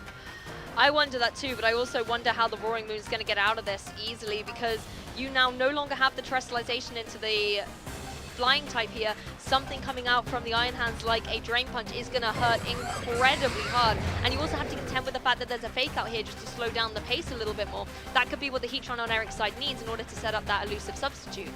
I agree, and this Heatran not only going for that turn 1 protect to maintain its full HP, but yeah, you still have a lot to play around with in terms of options next to this Iron Hands. So what a fantastic adjustment here from Eric to really just shake things up a little bit. The fake out's going to go into the Heatran, really not worried too much about this Roaring Moon, but the knockoff to be able to get rid of that Shuka Berry really changes things up. I like that, thinking towards the end game situation. Heatran has enough HP to be able to set up a substitute now. So possibly if the fake out wasn't going into the Heatran, maybe thinking that the Iron Hands would want to get a little greedy and go straight away for a Drain Punch, you could have followed it up with something like the Earth Power there, but to no avail. Things look a little bit dicey here for Lorsi. You can see him looking out at the crowd, maybe trying to think through his game plan. Going defensive now, Roaring Moon on the protect. The Earth Power going to hit into the Iron Hands, dealing a nice chunk of damage there, especially when it is going to be able to just hit it really hard. But the Earth Power here from Eric's Heatran just still continuing to chip away. We've seen how much damage that Earth Power can really do, but it's the Wild Charge here as well. The Hang On! That's going to be a critical survival here for the Heatran. I was not expecting Heatran to be able to survive that. And again, amazing targeting from Eric here, doubling down into the Heatran while Roaring Moon went for the protect. Eric clearly reading that Lorsi was going to be on the defensive with that Roaring Moon, with the presence of Iron Hand on the field. So a perfect read of a book there play against Lorsi. Yeah, this is what we mean, right? By the caliber of these players, they are able to think so many turns ahead and into the game plan that each of them might want to be able to bring to this matchup. Great adjustment here to be able to bring in the Iron Hands, but the job isn't done yet here for either of them. You're not close enough to a victory here that you can taste it, but the knockoff here sure is going to help. It is going to knock off the Assault Vest, which was able to keep this Iron Hands so safe. So this Earth Power plenty now to be able to pick up that knockout. Yeah, brilliant synergy between both of Lorsi's Pokemon there, helping each other out to secure the knockout. Of course, the Heatran on Eric's side still able to go for another Earth Power here, but this is the one issue with the item choice on the Heatran. That Life Orb doing a little bit of recoil will mean that Lorsi has also lost his terrestrialized Pokemon in this game. Allows the Heatran on the opposing side to go for this free Heat Wave. I like the way that Eric was able to identify the speeds there, knowing that if the Heatran on Lorsi's side did go for the attack, it was going to be KO'd. So you could go safely for that Heat Wave. Yeah, and critically also dodge the burn. And so That's Roaring true, Moon is going to be definitely sitting a little bit more pretty now at that point, and because it's still maintaining its dragon typing, you're not actually too worried about the heat wave either, so maybe that early translation not really going to be playing against him in this one, but time for that Landorus to come back out, and it's going to be able to land into the Roaring Moon on Eric's side too, which is really nice to be able to have, but the booster energy now, it was going to be helping to boost up the attack, but it's the speed because of that Intimidate drop. I love the interaction there. What a fantastic catch. Being able to see that now you don't need to go for that Dragon Dance to be speedy. You're actually giving yourself the advantage in the face of a Choice Scarf Landorus to have that speed utility on Eric's side. This could really swing momentum and shake up the way this set is going to play out. If you're the Landorus, yes, you might want to still go for something like a U-turn, switch off the position, try and deal some super effective damage to something like the opposing Roaring Moon here. But am I right in thinking, does Eric still have access to Terrestrialization? That was going to be committed, I think, onto the... Oh, maybe was it? I thought it was on the Heatran. Don't think in this game 3 it was the Heatran on Lorcy's side that had the Fairy Terra. Well, Eric. Yeah, on Eric's side. Yeah. Yes, he still has the Terra. Brilliant. So you can always go for that and then avoid any super effective U-turn damage, which I think is exactly what we're seeing here.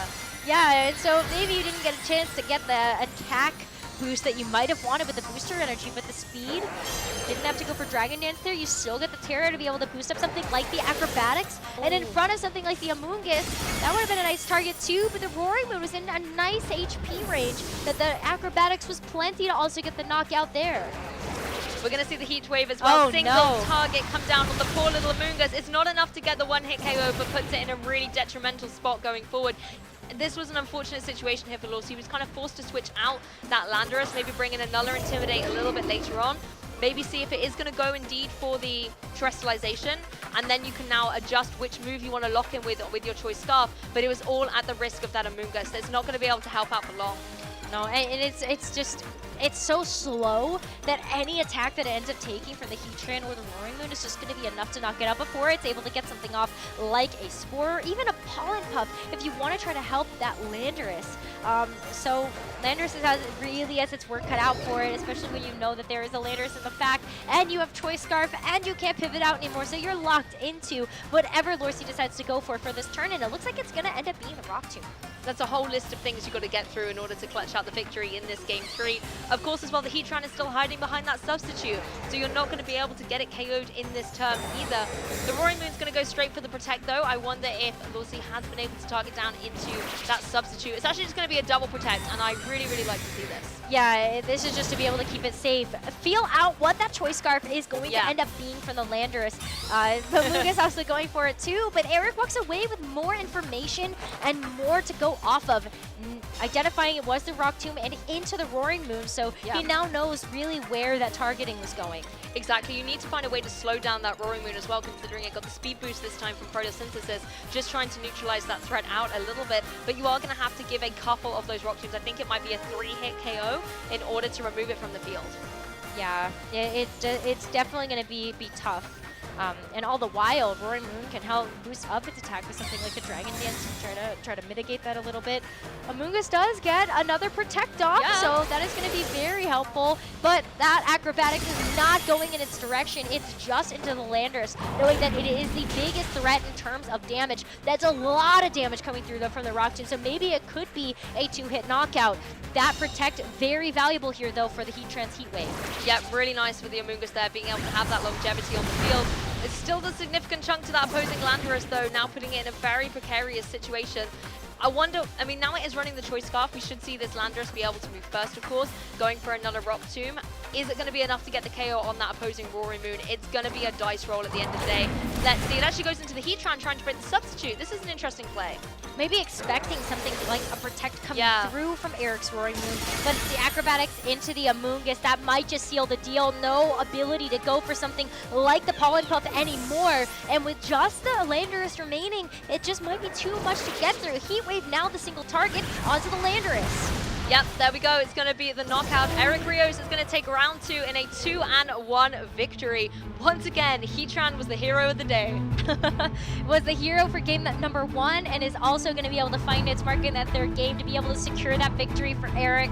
And what a match that we had, though, again, right? Especially when we look at mirrors, it's so cool to hone in on some of those micro adjustments or changes that both of these players made to their teams. And I think Eric's Heatran in particular was so standout. You could just never get through that substitute. It definitely made Lorsy have to put in a lot of work to be able to remove it. And then on the flip side as well, those rock tombs were a really nice introduction on Lorsy's side for the Landorus. If we take a little look there, we see once again Heatran jumping behind its substitute where it stayed for the rest of that set. We are going to see as well the wild charge coming through. This was not enough to get the knockout, but bringing the Iron Hands into game 3 was a fantastic adjustment for Eric. The fake out slowed the game down so much. Lorsy was definitely ahead after those first few turns, but the Iron Hands totally shifted the tides.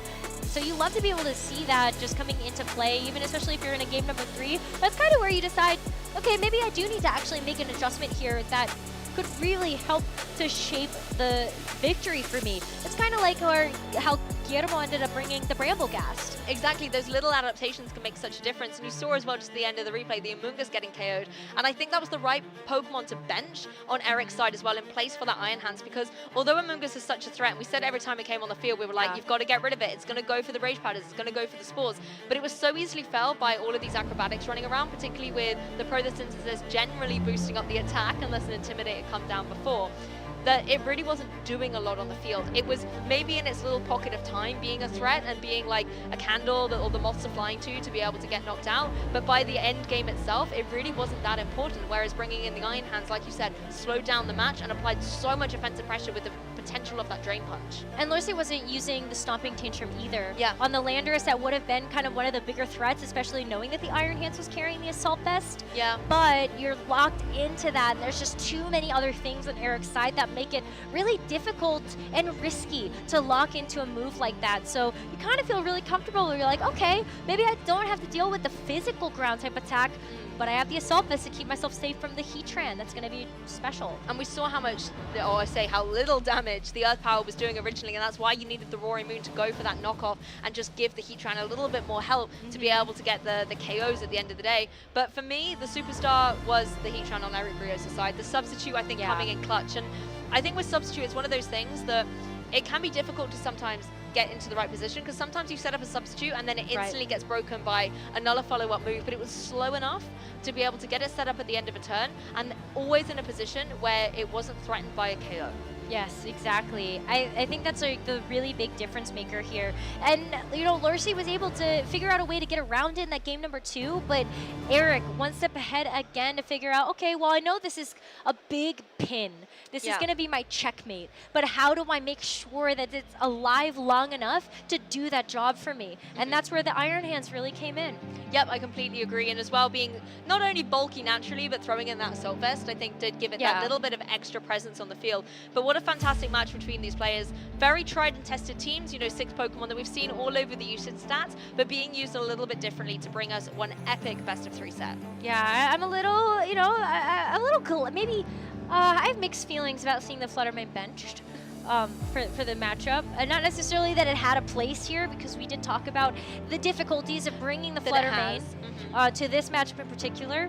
I'm just a little happy because, like, we got a chance to see something else really, like, pop off. And Heatran has been one of those Pokemon that I feel like has consistently been towards the top of the tables, but what a unique take for both of our players. I mean, if it makes you feel better, yes, it got benched in this set from both trainers. I'm pretty sure we're still going to see it this weekend. I know. So it won't be benched for long, I can tell you that much. Maybe it's just getting the warm-up start. It's like waiting in the wings, waiting to put your best player on the pitch, but don't start out with it necessarily. That could maybe be the Fluttermane experience at LAIC. I think you're right about that one. I think you're right. Especially if people are expecting that Pokemon to be here. Maybe it loses a lot of its surprise factor. Yeah. I think seeing it at the top of the usage charts again, maybe we do get a chance to see that just a little bit later. But we would love to hear more from our winner of round number 2. So we're going to throw over to an interview with Eric. Hello, I am here with the winner of round 2 at the Latin America International Championships, Eric Rios. Congratulations on that set. Definitely a fun one to watch. How are you feeling after that match? I'm feeling pretty good now. Always mirrors are difficult to play, and I play against Joshua. He's a really good player, and it was difficult to play, I think. So, but I am feeling pretty good about the match, and I'm pretty confident on my team. It's definitely a group of 6 Pokemon that's really, really strong. Playing against the mirror this early, it's never anything you want, but kind of expecting we might see a lot of that today with the 6. Yeah, I expect to face that exact 6 Pokemon. That's why I put Substitute on Hitran to face the mirror, because I think Among Us can be a trouble when you play the mirror, so I prefer Substitute on Hitran for that, and it helped me a lot. Yeah, that substitute, especially looking at that game 3, it seemed almost impossible to break. So how are you feeling then with the 6 going up against the field and just the competition ahead of you? Because it's the internationals, they can be tough. Yeah, it's going to be really, really difficult. There are a lot of good players here. I want to do really well in the big tournaments because I always did top 16 this last season, so I want to show that I can do the same like other years. So I will do my best here. I think it's difficult, but we'll see. We'll see. Well, starting off well, so that's always a plus. And I know there's a lot of people cheering you on. So before I let you go get rested for the next round, do you have any words for them or any shout-outs? I want to shout out Albert that helped me preparing this tournament, the other matchups. I have been playing with him yesterday, preparing last-minute changes, and all the family, friends, and all my community that have been always supporting me from home. So thanks to them. Thank you again. Best of luck going on forward. As for us, there's still so much competition ahead, so we're going to send to a short break before we're back with round 3.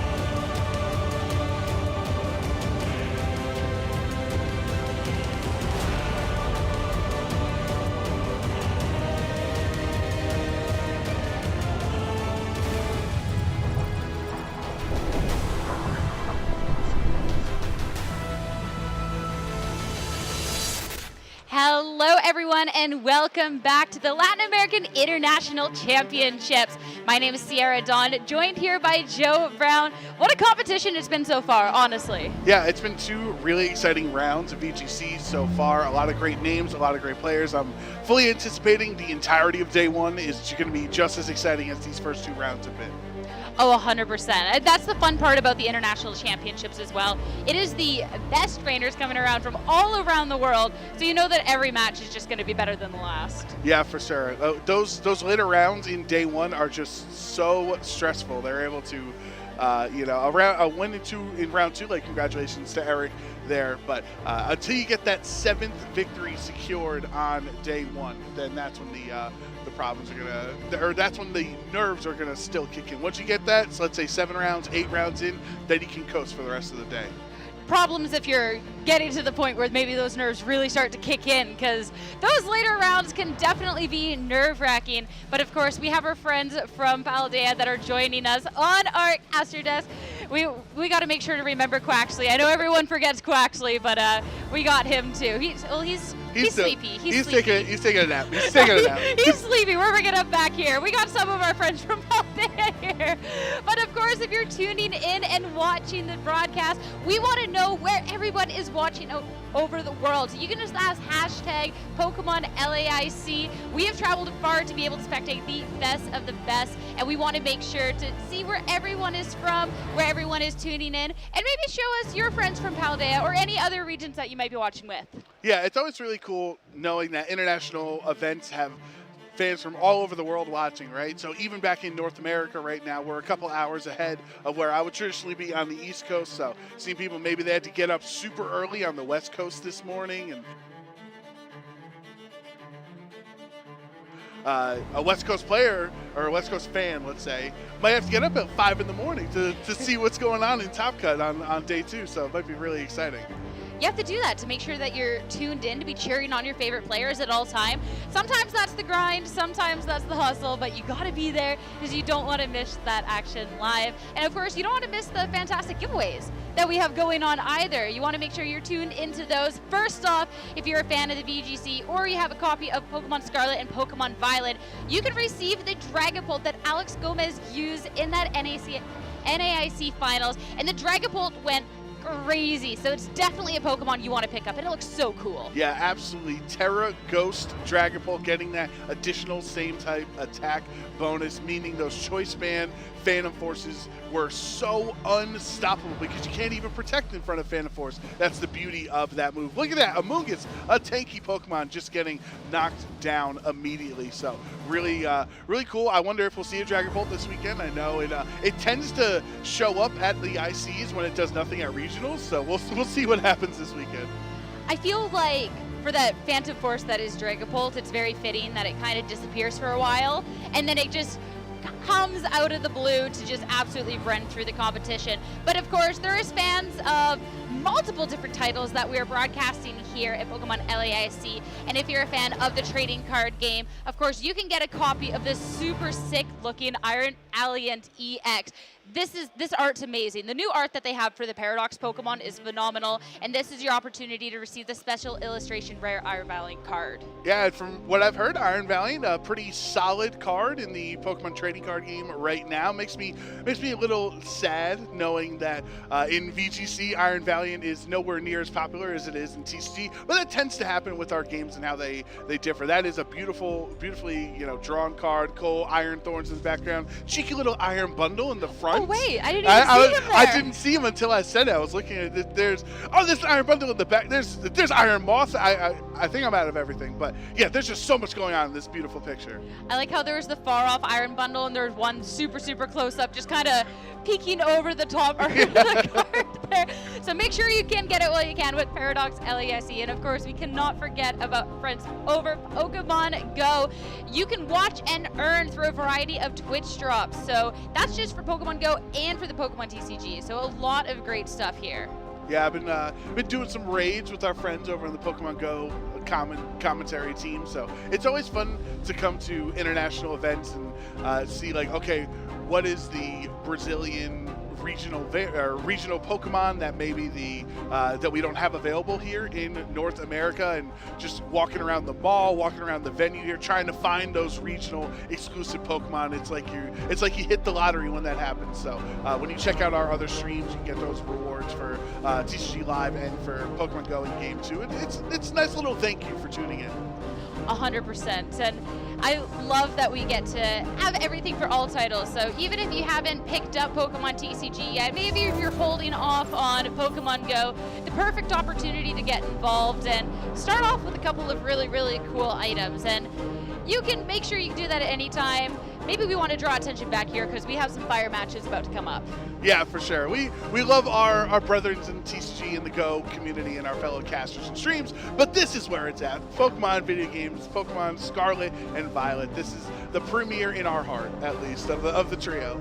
And if we're talking about premiere of people's hearts out there, we definitely have a super exciting round 3 coming up. So Paul Ruiz going up against Dylan Torres. So that'll be really, really fun to be able to watch that go down. Yeah, Paul Ruiz is I think it's not an understatement to say the hero of Latin American VGC, the first Latin American world champion in the Masters division for the video game back in Nashville in 2018. I would say for anyone who wasn't there in the building, I was there in Nashville. And quite honestly, Sierra, when Paul Ruiz won the world championship, that atmosphere was electric. Like, it didn't feel like Nashville. It felt like a Latin American party. Everyone was going off, singing in the crowd, doing chants.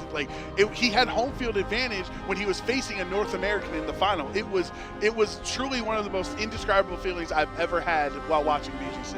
See, that was before my VGC time, but I was still at Nashville, and it was just like, I don't know what's happening, but something really, really cool is happening over on the VGC end. So being able to still see that's still such an influential player in the game, really excited to watch that go down. And in earlier rounds as well, I'm excited to see exactly where people's heads are at coming into an international championship. And Ruiz isn't someone necessarily that we get to focus on all of the time. No, it's definitely not. He does travel, and when he travels, we try to keep up with him, see how he's doing. We already know at this point he's feeling cozy because Paul has already secured his 2024 World Championship invite for Latin America. He's already acquired enough championship points, so he can have a little more fun with his team selection at events. Obviously, he still wants to win and get and represent Latin America well, but he's using a Pokemon that you and I were very excited to see maybe some possible variant versions of, but instead we'll take what we can get. It has to be like that. So maybe there's no Slitherwing representatives out there at all, but we still get the Moth. And this was something that you had called out even beforehand that we might see Paul Ruiz bring to LAIC considering past trends. Right, so Paul Ruiz brought Volcarona to the World Championships this year in Yokohama, and he was one of the few trainers that actually used it. I think Paul was also, to give credit, was a very early adopter on Roaring Moon as well in some prior formats where other people had kind of, ditched that strategy. I think Paul had understood how viable that Pokemon was, but specifically with Volcarona, it's a very strong Pokemon that if you don't have an answer for it, it can really just steamroll through your team. With its Flame Body ability, once you Terrasilize out of that typing, it's a really strong counter into Urshifu because Rapid Strike, you're rolling the chance of getting burned 3 times with with your Surging Strikes every time, right? So definitely with the access to the Quiver Dance as well, you can increase your speed, special attack, and special defense by 1 stage. You can click that 2-3 times before your opponent is really ready for it, and it's something that Dylan is really going to need to be prepared for. But what's funny is we're talking about this Volcarona that, hey, if players aren't prepared for, can maybe steamroll through the team. Volcarona isn't quite the most unique Pokemon on these 2 teams as well. Looking over that the Milotic that Dylan has on his own squad. So I feel like that's going to be really interesting to not only feature great players, but to feature a couple Pokemon that have been talked about having this potential, but we haven't necessarily gotten to see it too much. Yeah, I hope Dylan can really bring out the potential of Milotic because it was one of the newly added Kitakami Pokemon from that Pokedex for Regulation E. Those roughly, what was it, 200 Pokemon in the Kitakami Pokedex, and a lot of us thought, oh, Intimidate is everywhere. Hisuian Arcanine, Landorus, all these Pokemon. But Milotic, with the competitive ability, is going to punish those Intimidators. But what holds it back is it's kind of middling speed tier. So it's kind of too fast for Trick Room and then too slow to be active and useful in Tailwind. So a lot of times they try to opt for it to just be really bulky and just being kind of a nuisance to the other side instead of being a competitive sweeper. And it's definitely one of those Pokemon that you can be hitting through, hence why we don't necessarily get to see it as often as maybe some Milotic fans out there would hope so. But I do think it falls in that group of Pokemon that can really catch your opponent off guard, especially if they're not having access, any answers into it, especially too since it does have great moves that it can have access to that hit quite a few things in the meta pretty hard, specifically Ice Beam and Scald. Scald is, one of the iconic Milotic moves throughout all the years of VGC, and Scald was gone for about 9 months of Scarlet and Violet, right up until the DLC launch. We finally got that move back as a TM, and it helped out a lot of different water Pokemon. Some Pokemon did not receive access to Scald. That, looking at you, Iron Bundle, thank goodness. Thank goodness. I don't want to live in that world. Thank goodness Iron Bundle does not, booster energy Scald's just right at you from turn 1. But I think the Milotic is interesting. One of the other Pokemon I see on the other side for Paul's end that might be able to deal with it is Sinistcha. That's a new Pokemon as well, using the Teal Mask DLC. That's a grass type that can kind of be tough for Milotic if you're not ready for it. Oh, 100%. And as our players are getting ready on the stage, of course, we do get the chance to hear a couple of fun facts from them. So looking at Paul Ruiz, the fun fact that he decided to submit was started playing Pokemon in competitive circuit after 25 years old, which I feel like any diehard Paul Ruiz fans out there know that, but for everyone else, which I actually think too, when we're seeing this era of people that are being brought up through the game as juniors, then seniors, and then masters, like, they're playing Pokemon ever since they can imagine. Being able to join after 25 and then have such an accomplished career, I think is fantastic. Yeah, and it shows that how much your dedication can really pay off, as Paul didn't start till he was fully into adulthood, right? Full-time job. He's got a family. He's a kid as well, so he's able to make a career out of Pokemon either through playing and through coaching and things like that. And it wasn't even when he's in college, it wasn't even a pipe dream at that point. He wasn't even playing competitively. Now this is Paul's career. It's a really awesome story. 100%. As for Dylan Torres, the fun fact we have here is broke his hand playing soccer when he was a kid. As long as it's like you can still press that terrestrialization button, or you can still press those buttons, you're gonna do fine, buddy. You'll be good. I was gonna say, if this was the 3DS and he'd have the stylus, at least he'd have one hand for to clicking on the stylus. But now he's gonna have to just go back and forth. Now that's pretty brutal. I feel like most people broke a finger or two, or maybe something else when they were rowdy as a kid. But to break the whole hand, that definitely is a little more painful. Hopefully, if he is right-handed, hopefully it was the left one, because that is, you don't want to go to school and all of a sudden they're like, you got to keep up with your assignments, and you're trying to write and you can't. It's coming out all illegible. It's terrible. It's not but good. At least it was on the pitch, right? He was like, got hurt playing soccer. He didn't fall down the stairs or something. Like, he was being athletic. You're outdoors. Like, you're trying. He was going. In my head, Dylan was like going for the big header to win the game and landed wrongly. So he's like, he gave 110% effort. Maybe depending on who wins, maybe in a winner's interview, we might have to clarify exactly how. Excuse me, how did you break your hand exactly? 20 years ago? We just had to know. We got to know. We have a couple of theories, But no, bringing it back over to Pokemon, as much as I know there is the soccer fans out there, I cannot wait to get into this match, considering that these aren't Pokemon that we necessarily get to see all of the time. It'll be fun to see how they necessarily match up into each other, especially considering at round 2, we did see a 6 Pokemon mirror. Yeah, and those mirrors are some of the most grueling matches you can have in VGC, Sierra. Like, even if you win, like Eric won that set against Josh, like you're still drained from it. It still feels like you left a piece of yourself in that set, and that you won't be at full capacity for the rest of day 1 Swiss. So best of luck to those players that we've had on stream so far. But even in a matchup like this, where there are some unconventional Pokemon, that can also be pretty risky.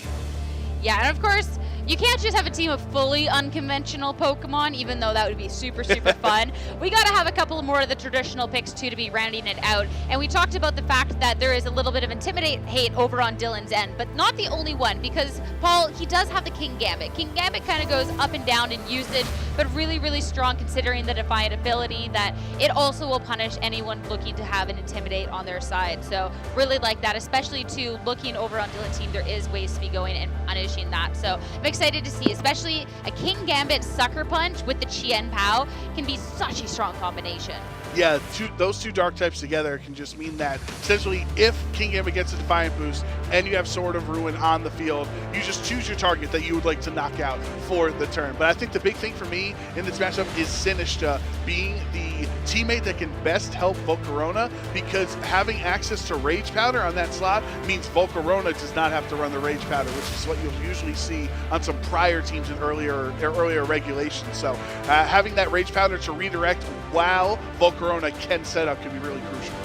100%. And looking over at Dylan's team, we got to see an Intimidator over on Paul's end of the Landorus, but over on this side will be the Hisuian Arcanine. Has won 4 regionals in a row now at this point, so might as well try go for an IC win too, right? Absolutely, and it's that Terra Fairy variant that has popped up the last couple of months in this format, last couple of tournaments, I should say, kind of changing your typing from normal, which you still would have lost to Urshifu since it has close combat, going to Fairy that you'd resist it now. You still have extreme speed, you don't need the extra damage from Terraslizing because Choice Band helps you out so much. But the other thing I want to note on this side, Roaring Moon, Terra Poison on this, that seems to be really the big meta evolving moment for LASC early on so far through these first couple rounds, is Terra Poison on Roaring Moon actually hurts him in this matchup because Terra Flying Acrobatics would be so nice into both Sinistcha and Volcarona. Oh, 100%. And we see with the Roaring Moon as well that we've kind of gone into a little bit more of a defensive set with something like the Breaking Swipe, but this kind of looks a little bit more bad when you're looking at the King Gambit, because all of a sudden you can't have the option of maybe trying to lower the attack of the Landorus on Paul's end or that Chien Pao, because if it's next to the King Gambit, there is nothing more terrifying than a King Gambit that's already clicked Sword Stance in a match. Yeah, and not only would it just straight up resist the Breaking Swipe as a steel type, but it would also then boost its attack by 2 stages. And so you lower it once, it goes back up to +1. It's essentially the same thing as if you'd be clicking or you'd be intimidating into it. But Dylan at every point has to be worried about, if I click the Breaking Swipe, does Paul switch King Gambit in on this turn? It's the same thing with if I bring my Intimidator on to lead into the game in game 1, does he lead King Gambit as well? And that could really, just by having King Gambit in the back, it could be just as effective as having it in the front, because it's an ever-present worry that Dylan has to think about. And I'm just really hoping getting into this match, once the players are all ready, that we do get to see a couple of those more unconventional picks and being able to really showcase what they're made out of, especially too at this point in Regulation E. A lot of things are kind of more figured out, so to be able to see these Pokemon then potentially thrive in that could be really, really interesting. And I wonder what Dylan can do with Fluttermane, as we see Paul does not have a Fluttermane on his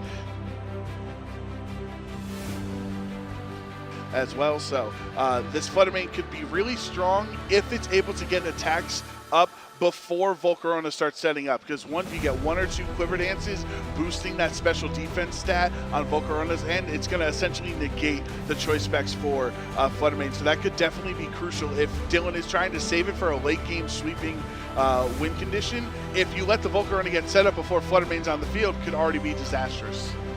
Yeah, and Volcarona too, it's a Pokemon that we've gotten to see have success in the past too, because there's a couple of interesting things about it. First off, you called out the Quiver Dance.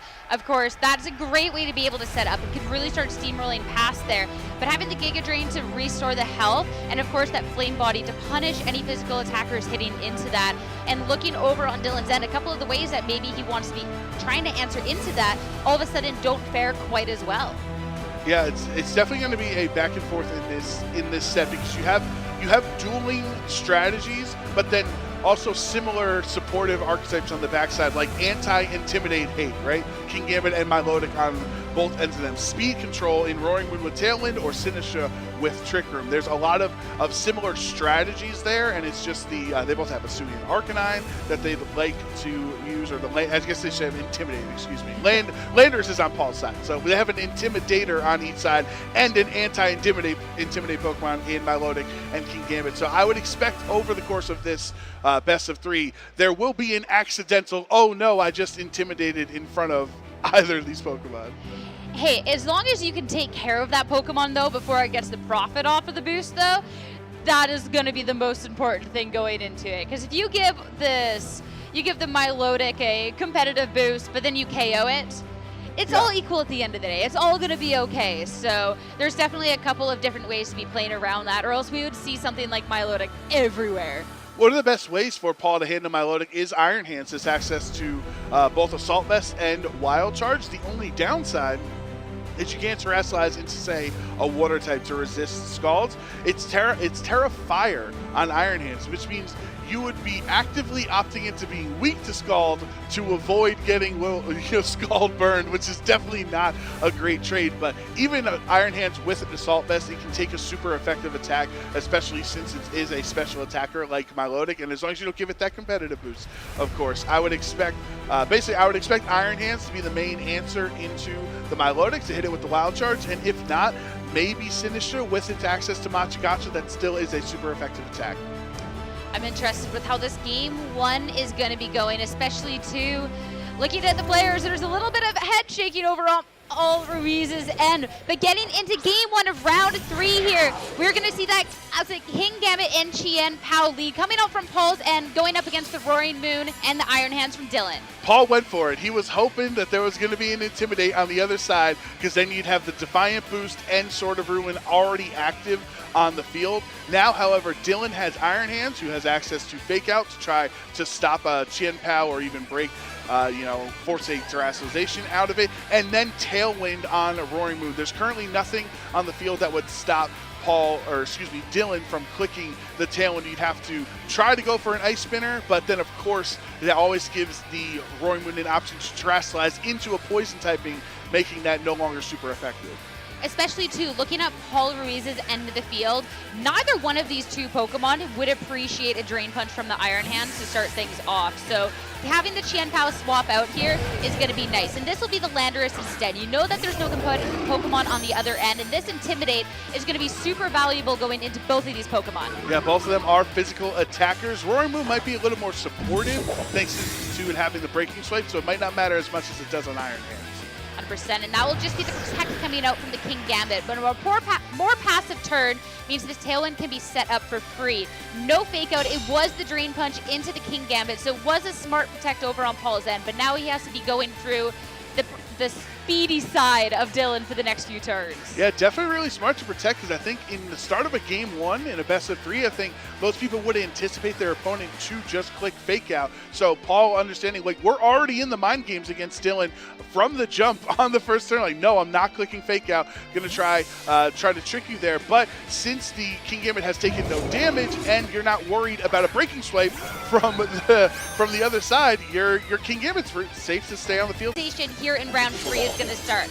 That'll be the Poison type over on King Gambit, so something more defensive as opposed to maybe the offensive Dark type that we get to see. Instead, though, that'll be a knockoff into the Landorus, getting rid of the Choice Scarf for the rest of the game, but there is now the chance to pivot. And Paul is essentially 3v4 right now, because as Milotic is on the field, you really do not want to bring Landorus in and activate that competitive boost. It's the same way as that if Dylan's 4th Pokemon is the Oceania Arcanine, it's kind of only able to use 3 Pokemon, so you don't give a Defiant boost over to King Gambit. I do like the Terra Poison because you're able to Swords Dance in case Iron Hand stayed on the field and went for Drain Punch again. If Dylan made that same play, you would have punished it. Either way, you get a Swords Dance boost, and King Gambit has still taken no damage. Which is so nice, especially to King Gambit. It does fall in the more awkwardly speed-tiered Pokemon, but you can be going for something like a Sucker Punch to try and get around that speed, or just go for the Kowtow Cleaves for that damage. And of course, the freshly swapped in Iron Hands, there is the chance to fake something out to make sure that that King Gambit can stay safe for another turn. And you fake out Milotic so that the Scald doesn't have a chance of activating this turn. No way to burn your King Gambit, because that's the one way to get around giving Defiant Boost, is if you're burning them, it still is going to have your physical attack. So great switch, perfectly timed for the Iron Hands to come in. Not like it's going to matter from the Protect, though. Not Protect. Make sure you can get through this turn of Fake Out, and the swap coming in from the Iron Hands from Dylan's end. It'll be nice to then offer your own Fake Out pressure going into the next turn. You will be taking this hit. Not very effective. I don't believe it. Okay, critical hit here, and that's bringing Iron Hands down to just below half. Even Dylan understands, like, yeah, fair play. I understand. +2, critical hit. Now if you are Iron Hands, you got to feel confident on Dylan's side that you're not going to get critically hit again this time around, meaning you can take another Kowtow Cleave. Both of your Pokemon are faster because of the Tailwind that was set up by Rory Moon prior, so you know Milotic can try to fish for a Skull Burn onto either of these targets. And that'll be the Fake Out into the Iron Hands, but Haze from Milotic. So not only just good moves that could go well into meta, but Haze. This is so valuable into a couple of different Pokemon, and this is going to negate the boost coming out for the King Gambit, bring it down to just neutral. That's still going to be quite a strong hit into the Milotic, but now if Paul wants to be dealing some huge damage, he has to go for another Swords Dance. Tailwind has petered out, so now these Iron Hands are back to the same speed, and it's going to be really important if they stay on the field the next couple of turns to see how their speed interacts. So some people put no investment in speed on Iron Hands, some people put a lot so they can always win the Fake Out Mirror. So it's going to be really nice, very important if they stay on the field to see how their speeds interact. But that Haze was really cool from Dylan, because he's like, if I whiff the Scald Burn, then he just knocks me out fully, because you saw what a neutral Kowtow Cleave did. Still did roughly 50% to Milotic. So Dylan playing it much safer in game one. And now that he has no boost, you're not worried about getting knocked out. It is Scald, not too much damage, but no burn, as Drain Punch into the opposing Iron Hands is going to be able to bring this Iron Hands back up to full and just start slowly chipping away. One more Drain Punch, and Iron Hands on Dylan's end will be no good. But still, it's going to be another Swords Dance setup. Drain Punch into the opposing Iron Hands yet again. Even if the boost was taken away last turn, comfortable going for it again now. Okay, so Paul has somewhat pinned Dylan's Milotic on this turn. If you would like to opt, because roughly Milotic should be the fastest Pokemon, if you would like to opt to Haze to get rid of King Gambit's Swords Dance, that leaves you wide open to a Wild Charge into the Milotic slot. And if you would like to Scald for the chance at a burn, then you're not negating my Swords Dance boost. So Paul has put himself in a spot that's like, Milotic, you can only do one thing. And it's not doing this thing very well, as little damage, no burn, and now the Wild Charge will be enough to take that Milotic down. So really cool Pokemon. Haze was awesome, but this King Gambit, it's doing too much. The Iron Hands fare so well against it. And on this turn, Ulruiz taking a great lead with that double KO. That is an absolutely perfect turn from Paul by being able to show, I'm not worried about your Scald, I'm not worried about your Haze, because either way, I will punish you for whichever action you don't take. Now Dylan has access to his Flutter Mane. The Roaring Moon does not have a booster energy anymore, but it is traditionally faster than both of Paul's Pokemon actively on the field. He has not terrestrialized yet either for Dylan, so this could be really strong for a Terra Fairy Flutter Mane. Especially too, we get to see some Flutter Manes go for a booster energy or something else. This is the choice spec. So one notable thing is the move that it picks now, it is going to be locked into for the rest of the match. And considering the lead that Paul has at this point, you can play a little bit more passive to be getting around that. It'll be the swap out on this turn for that Iron Hands, bringing the Slanderous back in, and that'll be the Intimidate down on the Roaring Moon. Yeah, and that's going to hurt its damage output, but if it just clicks Tailwind on this turn, it wouldn't matter too much. You know Roaring Moon cannot click Breaking Swipe while it's on, while King Gambit's on the field. And you want to make sure that with this terrestrialization, that Terra Fairy coming out from the Flutter Mane, that you can start dealing with the Pokemon over on the other end. But Paul will be keeping his King Gambit safe this time around with that Protect. That's the Psyshock into that, and it's going to be doing nothing. Yeah, that's an adjustment in that fourth slot. Psyshock, that does hit a poison type in King Gambit. Usually you see Power Gem or Thunderbolt or something as the fourth choice specs item, but Psyshock means that this King Gambit is not safe. It is not, but it's also now a Flutter Mane that is locked into Psyshock for the rest of the match. And considering that the Pokemon that Paul still has, including this Chien Pao with this Dark Ice type, that's a really tough spot to be in, because now you need the Roaring Moon to be doing the most as it swaps into the field. And Roaring Moon only has knockoff and breaking swipe, which both would be, not strong enough attacks into Chien Pao. The not very effective +2 Sucker Punch, not quite enough for the KO, and so the Kingambit is going to fall to that super effective Psyshock now. Yeah, this Kingambit stayed on the field way longer than Dylan probably anticipated it would in Game 1. Overstayed his welcome just a little bit. The breaking swipe into the Chien Pao, that will be the attack drop at this point. But the Flutter Mane, it's on its final legs here. There is the Sucker Punch from the Chien Pao on the other side. It looks tough. Yeah, I mean, you can fake out into either slot. Faking out the Flutter Mane would mean you knock it out, but you do have Sucker Punch whenever you want to actually hit the Flutter Mane there. So I think it's right to just make Roaring Moon not attack this turn and then KO Flutter Mane. Roaring Moon can do nothing. The Flutter Mane can... And Kingambit, but the Roaring Moon was not able to get as much value out of its initial lead as Dylan would have hoped for. The Roaring Moon, by just clicking Tailwind, and then the knockoff is resisted into the 2 dark types, and you can't click Breaking Swipe into Kingambit either, right? It's a tough slot that I wonder what Dylan, if he can make any adjustments going into the next game that don't revolve around the Roaring Moon. It's a little tough because we got to see the Milotic come in and use Haze to take the Sword Stance boost away from this Kingambit, which still dealt a considerable amount of damage. So that's always just a tough position, because then if Paul can be pressuring that amount of damage without having a set up, and Dylan can't really be putting that offensive pressure back, it's a really tough position. If either of those Scalds did in fact get the burn, maybe we could have been talking a different game. But I feel like with the Milotic and the Iron Hands there sitting in front of this Terra Poison Kingambit, there just wasn't enough damage output to be able to eliminate the Kingambit. And I think that's what has to be happening in Game 2. I think the Kingambit overstayed its welcome if you're looking on Dylan's end. Yeah, for sure. And I think looking at some options potentially for Dylan in this match, if you don't bring Roaring Moon, Rillaboom could be an option to take advantage of having high horsepower into a Terra Poison Kingambit on the other side. Remembering all the 4 Pokemon that Paul brought in that match, it was Chien Pao, Kingambit, Iron Hands, and the Landorus. And for the most part, it was Kingambit and Iron Hands on the field. You might not need a Tailwind if there are those slow Pokemon that Paul has brought in this game, because it's not like they're worried about the speed tiers anyway with access to Fake Out and Sucker Punch. So maybe Rillaboom with a strong high horsepower allows you to not lock into Psyshock on Flutter Mane, which felt definitely suboptimal compared to what it would prefer to lock into.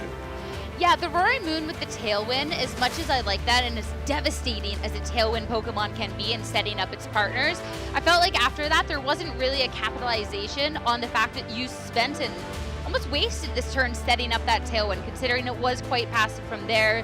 Bringing the Iron Hands, you bring in the Milotic, and you Haze. It didn't really do too much. So either having something a little bit more powerful next to this Roaring Moon if you are going to be committed to this Tailwind, but you need to make sure that your other Pokemon can be doing this big damage to try and make sure that you stop this Kingambit.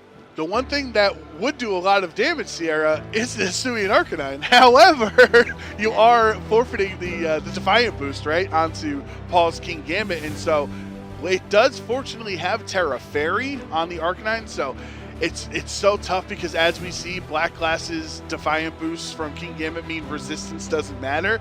But in theory, you could Terrasilize into a Fairy type to resist the Sucker Punch and hit it back with a Choice Band Flare Blitz. That's another way to try to fish for a burn. So there are definitely different opportunities and avenues for Dylan in this match that don't revolve around the, let's say, Roaring Moon and Iron Hands on turn 1, trying to just set up Tailwind when your Pokemon are faster already. I definitely like Hisuian Arcanine when there's not this Kingambit on the other end, because even the +1 Kingambit can be quite dangerous, and seeing how much damage a neutral Kingambit did, all of a sudden Paul is not dedicated to having to set up that turn. So if you actually want to go for that, you need to commit, and you need to make sure that Kingambit is priority number 1 going on in Game 2. So, I mean, it's as much as I like the Arcanine, it scares me a little bit. You're going up against such a good player. Yeah, and it technically would mean, because, you know, looking at Paul's team, he doesn't have a steel attack, he doesn't have a poison attack, so you would put it to a neutral state as Terra Fairy, so you don't have to worry about something super effective. 100%. But now in this game 2, we'll see how the adjustments come out. Over on Paul's end, the Chien Pao, the King Gambit. Big huge switch up from Dylan's end. The Milotic is going to be leading us off next to the Fluttermane. I love the Fluttermane lead because, as we said, you're already feeling like you're going to be faster than both of Paul's Pokemon. So you have 2 special attackers on the field. You can try to go for you can try to actually bait a Sucker Punch in the Fluttermane slot if you think it's such a big turn for Paul, and bring something else in, like say your Iron Hands, into that slot. And looking at this state, what kind of scares me is the fact that the Choice Specs Fluttermane, it can be simple to just go for a Protect, and we do have the option of having that Terrestrialization on the King Gambit. If it's called and it is a Side Shock into this, it could be massive, as the Terrestrialization, the first one of Game 2, is actually going to go over to Dylan's end, looking to output huge damage and make sure you're not taking a super effective hit coming out from a potential Sucker Punch. Dylan says, this Fluttermane doesn't run, no switching, Terra Fairy, I'm going to try to knock you out before you can get me down. The Sword of Ruin is going to throw a huge wrinkle into this scenario, though, because it's going to lower Fluttermane's already paltry defensive stats. And as we see the Terrestrialization coming out from Paul into that Poison type, the Chien Pao, the Sword of Ruin, the only thing it's lending to this turn, as it is going to be protecting. That is the Dazzling Gleam, so this is going to be significantly less damage and nothing into the Chien Pao at all. So if it was the call, this could have potentially been devastating, but the King Gambit is going to be taking the hit so much better. And the Scald, that did target into the Chien Pao. So now this King Gambit, left pretty alone in this first turn, can fire off an attack.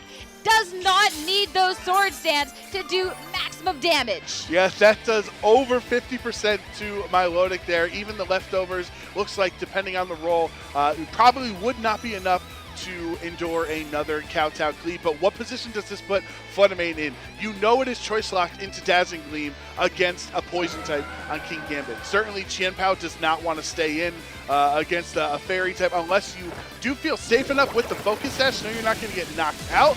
But a double target would be huge. Yeah, and that's going to be so much damage into the Fluttermane, but no priority will still be able to hit off for another turn. So Chien Pao brought all the way down to its Focus Sash and just a little bit more chipping away over onto this King Gambit slot. So now the Milotic, depending on where it targets, will be trying to take something down. It's just going to be finishing off the Chien Pao at this point. Yeah, but you got Chien Pao, the King Gambit is still left unaffected on the field, and now Milotic, one of your best answers into the Intimidates from Landorus, is down. Yeah, and the Fluttermane over on Dylan's end, yes, it's still around, which is really, really nice, but considering there is potential of the Sucker Punch or even a fake out from the Iron Hands, considering the Terrestrialization, it's not out of the woods yet.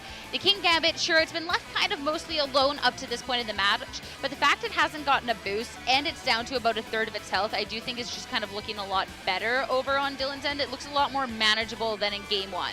And if I'm Paul, I'm trying to wonder why Dylan didn't lead Roaring Moon. Does that mean he didn't bring it in general? And there is the Rillaboom adjustment. So Rillaboom on the field now. We don't know what Dylan's fourth Pokemon is, but if I'm Paul, that's screaming to me that Roaring Moon is not in this match, or at least one of the Pokemon, right, from the first game, is not going to be here, obviously. So you have Choice Scarf Landers with access to the U-turn to just try to hit Rillaboom super effectively, or even just having a little chip damage into Fluttermane, let U-turn knock it out, and then let a big Kowtow Cleave go towards the Rillaboom. Well, Dylan wants none of it. That Fluttermane, it could have been tough, but now the Arcanine swapping in. So this is the Intimidate. The Landorus's attack is going to go down, but the King Gambit's is only going to be going up. So this has to scream that Dylan has a plan. This Rillaboom better knock out King Gambit because, oh, and he calls the Sucker Punch into the Fluttermane. Perfectly done by Dylan. So it's going to come down because King Gambit can't get an attack on this turn since Sucker Punch failed. Does Rillaboom knock out King Gambit, or did you just feed it a free Defiant boost? That's the answer, right? But the confidence on the swap, was it keeping the Fluttermane safe, or was it feeling confident in this turn? You're going to be good. The high horsepower, super effective, but it's not going to be enough. It barely hangs on, this King Gambit. I'd love to see how Paul has trained it, because Did you put most into the defenses so you can take that, special attacks from before? It took those scalds really well in game 1. It took a super effective high horsepower from Rillaboom. Now remember, there is no same type attack bonus. Rillaboom is not a ground typing, so that would have been the difference to knock it out. But this King Gambit is just masterfully trained for this specific matchup into Dylan.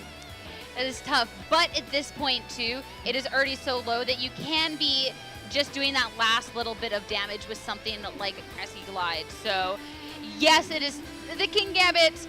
It not being KO'd the last turn is definitely a scary situation, but I don't think with this sports game it's necessarily the end of the world. And heavily pressured, the King Gambit's finally going to be leaving the field. It's going to be a really safe swap in for the Landorus, and this can be a game that Paul plays from this point. The Intimidate, constantly cycling it in, as both of these Pokemon over on Dylan's end, they really do appreciate having that attack boost. The extreme speed into the Landorus, the double up into the... But no, actually, that was the miss into the Iron Hand. That's going to be massive, and that's a lot of damage done to the Arcanine in return. Super effective Drain Punch brings Arcanine down really low. It is choice locked into extreme speed, so you know that Dylan's plan is just to extreme speed one of Paul's 2 targets, because there's really no reason to swap out Arcanine, since the only Pokemon remaining on Paul's end is a King Gambit that you would just give a Defiant Boost to anyway. So I think Arcanine is here for one more glorious turn of just extreme speeding something, maybe go double target into the Landorus and hope extreme speed Woodhammer would be enough to knock it out.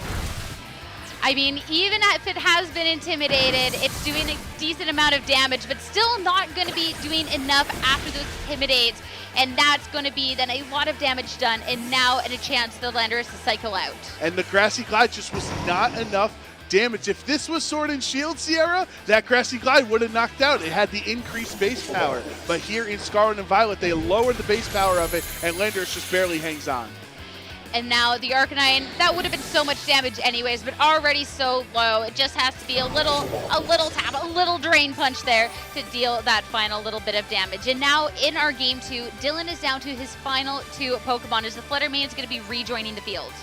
Yeah, and what that also does is Fluttermane is at any point, it can never attack. However, it can only attack because it has choice specs. So there's no way you can try to bait out Sucker Punches into that Fluttermane slot. This is going to be one off the back of Rillaboom here if it can try to find ways to knock out both King Gambit, Iron Hands. We see Landorus switching in just to ensure yet another Intimidate means it's going to be even more difficult for it to deal with that full health Iron Hands eventually at the end of the game. Things look scary for Dylan, but also over on Paul's end. All these Pokemon are starting to look really worse for wear. King Gambit will be protecting this time around. You want to make sure that it can be sticking around and make sure this Grassy Glide can't be hitting into it to take the KO before it can get this free KO onto the Fluttermane. Now the Moonblast, though, that instead will be targeted into the Landorus. It will be the opportunity now for the free swap, and that will be a fake out rejoining the field with the Iron Hands. Exactly, and this is Terra Fairy Fluttermane, no ghost typing remaining, so you can fake out that slot. If you are also, you're feeling you can pin it with either fake out or Sucker Punch, you know it has to attack. So if you'd rather fake out Rillaboom for a turn, get a little more grassy terrain recovery on your King Gambit as well, and just Sucker Punch the Fluttermane slot, that can also be effective. At this point in the match, the ultimate standoff, but I think the fake out coming in from Paul's end might just seal the fate, as that will be the fake out into the Rillaboom to make sure there's no Grassy Glide, and the Sucker Punch into the Fluttermane will take that KO there. So now it's just one Pokemon versus the 2 remaining left on Paul's end. And this Rillaboom has been intimidated, what, 2-3 times? Yeah, I believe it's been 2 different times, so it's really definitely hurting its damage output. And as the grassy terrain also disappears, that means it's not going to get any more recovery. It doesn't need the priority Grassy Glide either. But if you want to go for a Woodhammer, you're just going to lower your own health. So yeah, Dylan sees the writing on the wall. Yeah, the Rillaboom in the impossible state there. So Paul Ruiz to take round 3 here at LAIC in a strong 2-0 victory. A little sad we didn't see the Volcarona, but that's that's for a later time, all right? We still got to see some wonderful gameplay coming out. Yeah, definitely. Maybe that's for later on in the day or a potential, fingers crossed, day 2 if Paul makes it that far. But congratulations to him. Dylan really played well. I loved the Rillaboom adjustment in Game 2. We talked about it, Sierra, in team preview of Game 2. That roaring move really was not helping the team that much since you couldn't click Breaking Swipe in front of King Gambit. So the Rillaboom almost made it happen, but you went for the safe play in Grassy Glide instead of the stronger, recoil hit in Woodhammer, and Landers just barely hung on. At that point, too, I mean, it was so close, but the Intimidate's really stacking up. It's Rillaboom. Sometimes it is the most feared Pokemon out there. Other times, I mean, it just struggles so much. And I do have to applaud Paul for how he played as well, because there was definitely, his Pokemon definitely looked a little rough out there at some points, but a lot of great pivoting coming out from his end to make sure like his King Gambit was going to be sticking around, dealing with the threat so it would have the opportunity to be around to sucker punch the Flutter Mane when it needed to later on in the match. So it was really tough. Dylan had great adjustments in Game 2, but it's hard to find an opening to try and close things out. And it was so great for Paul wiping Milotic out of that match so early on, because it then allowed him to intimidate spam and intimidate cycle with the Landers. The first one meaning that Grassy Glide was not enough to knock out the Landers, and then the second intimidate meant that high horsepower was not enough to knock out the Terra Poison King Gambit, right? So by essentially eliminating his opponent's win condition in Milotic so early on, it allowed him to actually play much more freely and keeping his Pokemon, even though they were very risky, very low health by the end of the battle, they were just barely clinging on. But as long as you're not at 0, that's all you need to win the match. As long as you live to fight another day, yeah, the battle still goes. So definitely well done. And the Milotic, it's such a cool concept. I'm sure there's definitely other battles where it puts in the most work. Obviously, as Dylan did win 2 in a row before getting to this 3rd match. It's just going up against Paul's team. Great ways to be able to counter it and really just targeting into that. What can you do? Yeah, and I'm sure the Haze Tech is probably for Dondozo teams, right? You would imagine that's one of the best ways to deal with that. So even if it didn't work out in this matchup for Dylan, you know that the theory behind Milotic is strong and it could potentially help him. Who knows, maybe round 9 or something. His winning game is single-handedly won by some Intimidate Dondozo team that he's just ready for with Milotic.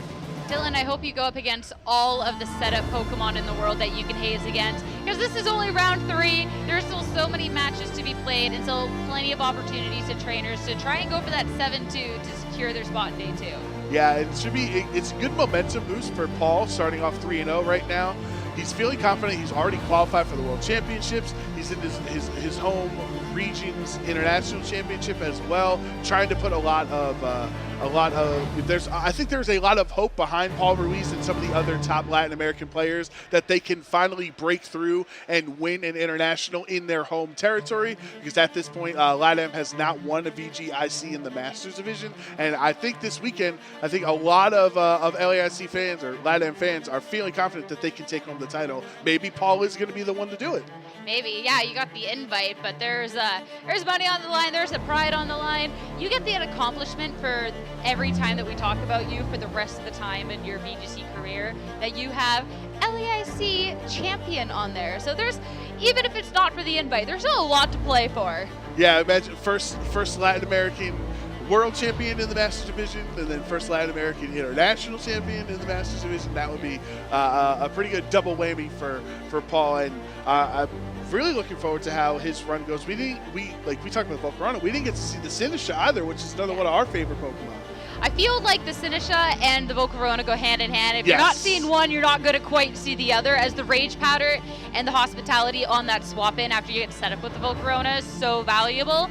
But I'm hoping maybe if we get to see Paul Ruiz in day 2, maybe then just ask him really nicely, like, hey, just if we know that you can win 2 for at least one of the games, can you bring the Volcarona and the Sinisha, like, pretty please? Just give us a couple of Matcha Gotcha throws out there. Yeah. Just let us see. It's a cool animation. It's like a overly complicated move because it's a spread attack and it has Scald Burn chance, and it has Giga Drain health recovery, and it's not fully accurate. And so it's there's the goofiest lot, name in the game. Yeah, there's a lot going on with Matsugasa that we love and enjoy. Yeah, it's a funny Pokemon. It's a funny Pokemon and just funny things. So if this is the combination that truly unlocks this Sinnoh potential, this team with this Volcarona, it would be so exciting to see. And most of the rest of Paul's team, if you're looking at it, like, sure, King Gambit and Iron Hands are slow, but they're not necessarily Trick Room Pokemon, right? It's not Ursaluna, it's not Hatterene or Indeedee Armarouge, something like that. So the Trick Room on Sinish's end is probably there more as a like a speed deterrent, let's say, against some super fast Tailwind teams, more than being really utilized as a Trick Room sweeping team. So he probably doesn't click it too often, but when he does, it's probably very crucial. Or take away the Trick Room of someone that actually relies on it, because sometimes you can't stop the Trick Room setup, but if you can reverse it, all good. But all of that, maybe we'll get to see that another time. But for right now, I want to know the right now of that match. So we're going to throw it over to the stage with Paul and Rose. Congratulations, Paul. You're 3-0 now, and in your home international championship. What does it mean to be back here after so many years? Yeah, thank you. It's been a long time since we had the last Latin American International Championship. I think the last one was probably before the pandemic, 2019. So for BGC, I mean. So for us as a community, it's amazing. We have the chance once again to share this, this celebration of Pokemon in our region. It's amazing. I know, the scene in general has grown so much in all around the world, and LATAM is no exception. So. We are so happy to be here to have the chance to play against the best of the best, and yeah, just hoping for a good tournament for me and for my mates that are over there. Well, Paul, you're especially coming off the back of a top 8 at the Curitiba Regional Championship, so were you feeling confident coming into this weekend? Yeah, so basically, I think even though my World Championships was not the best last season, overall this season was good for me. I had a couple of good results. Top 8 UAC, runner-up at Topala Regionals, and then as you mentioned, the Curitiba Regionals, which was Regulation D, a month and a half ago. So I actually, this team that I used today is like a modified version of that one that I use at Curitiba. Obviously, with the new metagame, there are some things I have to change. I changed some Terra types. I added a couple other mons, but I kept the idea of Hans Chimpao Volcarona, which is something I use also at Curitiba, even though it was a different format. And I added other supporters, other attackers. I've been trying to, just use something I feel comfortable. It has a very, a couple of good options against the hyper offense teams that have been dominating the season in North America and Europe, and also it can give me some tools against balanced teams and Trick Room teams. That's my comfort zone, let's say, right now. You talk about some Terra type changes that came through for your team, and one thing in particular that we've seen as a metagame shift overall is just the use of Terra Poison, which is the Terra type on your King Gambit, which came in so clutch in this match. So what's the decision behind that Terra type for your Pokemon? It's super funny because I actually added Poison King Gambit literally yesterday.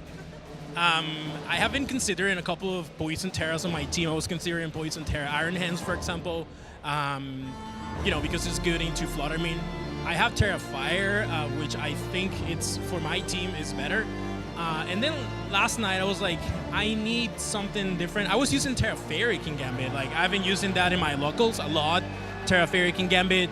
But because Goldengos have been rising in usage, one of the things about defensive Terra King Gambit with Swords Dance Black Glasses is that you can just Terra defensively against Iron Hands, which is your main counter. But the issue is that Iron Hands is typically paired with Goldengo, so the Fairy Terra was not helping me there. So I tried Terra Poison. It was something that I had in my mind, and I made the change yesterday, and it has been great so far. Yep. Well, you're talking about the matchup into Fluttermane, and Fluttermane has definitely risen back up in the usage charts, but did you expect to see Psyshock Fluttermane on the other side, and how did you play around that?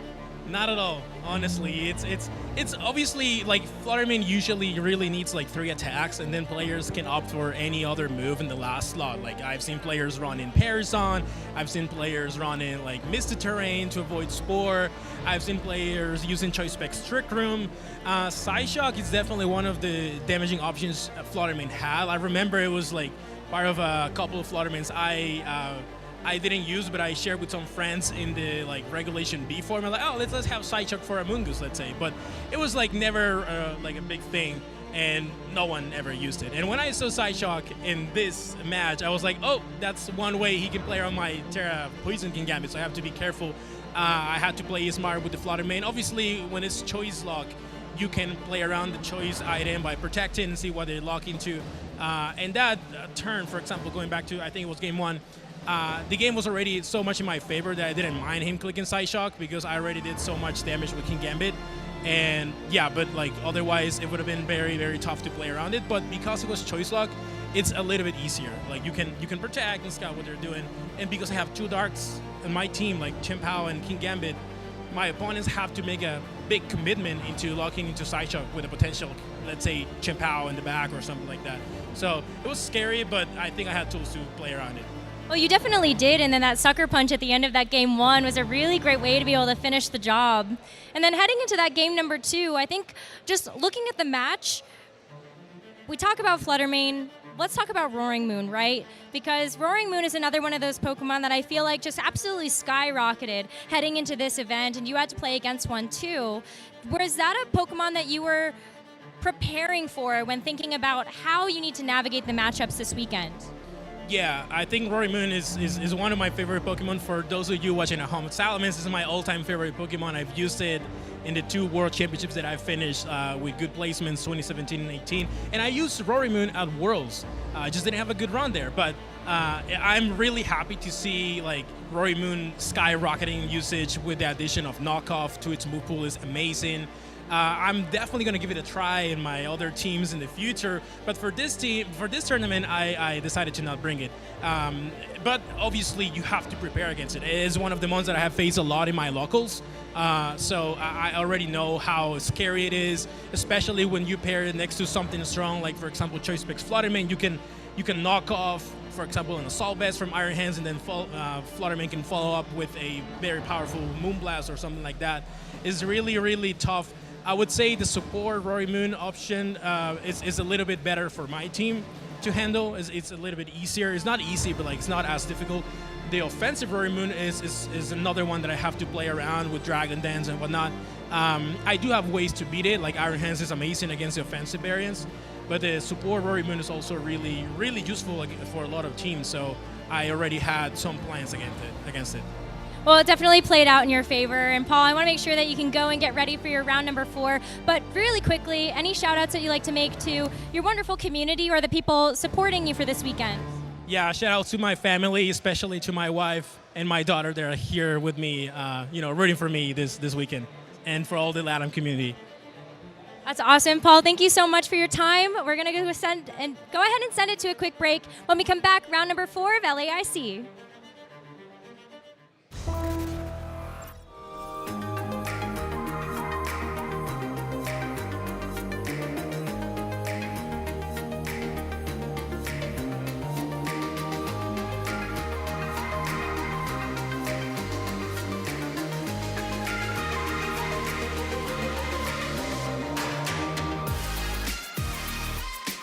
This is the biggest Pokemon tournament Australia's ever had in any game, so that's really exciting. I think it's really interesting to meet everyone from all over the world. Yeah, it was one of my favorite tournaments, so just playing the game, I think this format is really fun and I'm really enjoying it. So it's good just to see everyone and do live events again. I've made so many friends from it, and it's just a one-of-a-kind game that I'm hooked on. It gets you together to meet people, to hang out, to socialise, to have fun, have a good time, be in each other's company, and it's just a really great game. Be resisted, but it looks like that is a knockout. Yakovic is your first ever Oceania International Champion. Yako with the clean sweep here at OCIC, making history on this stage, defeating his friend and local fish on a heater to win the championship here.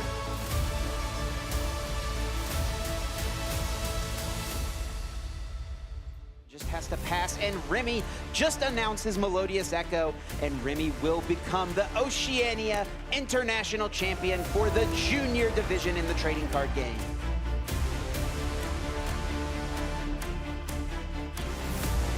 well. Wow. Zigzagoon KOing Comfey, and the Super Zap Cannon gets rid of that Cramorant, and Polaris has won the Oceania International Championship.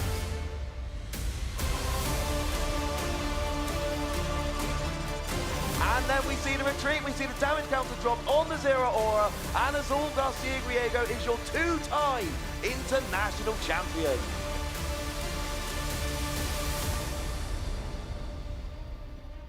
Little bit of hope here as Kiara is actually just going to go ahead and finish up this game with the Icy Wind. There we go. Kiara is your 2023 Oceania International Champion of the Junior Division. Huge congratulations. Well fought battle 2-0.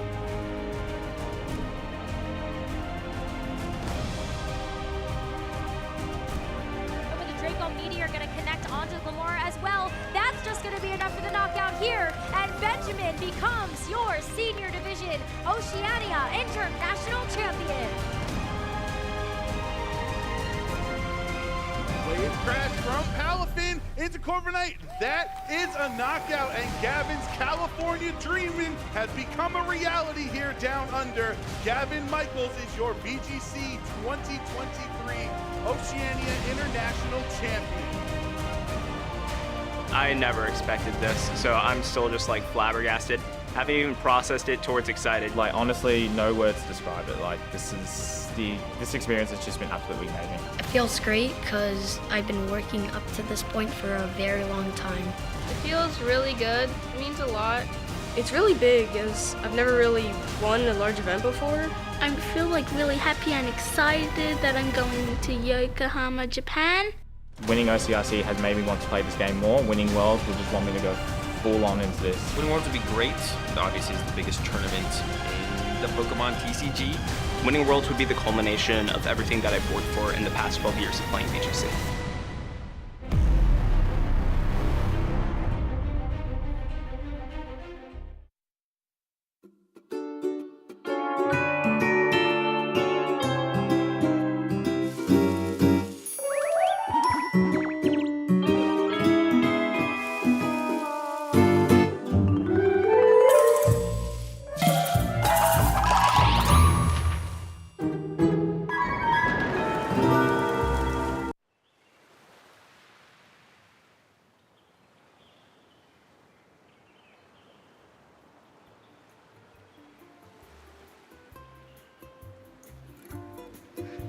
Hele o kono keia, ia oko e hele mai I Hawaii, I Honolulu, I ka makahiki, I Wakalua kumaha. We want to invite you to Honolulu, Hawaii in 2024. We look forward to seeing you here. Ahui ho aku no.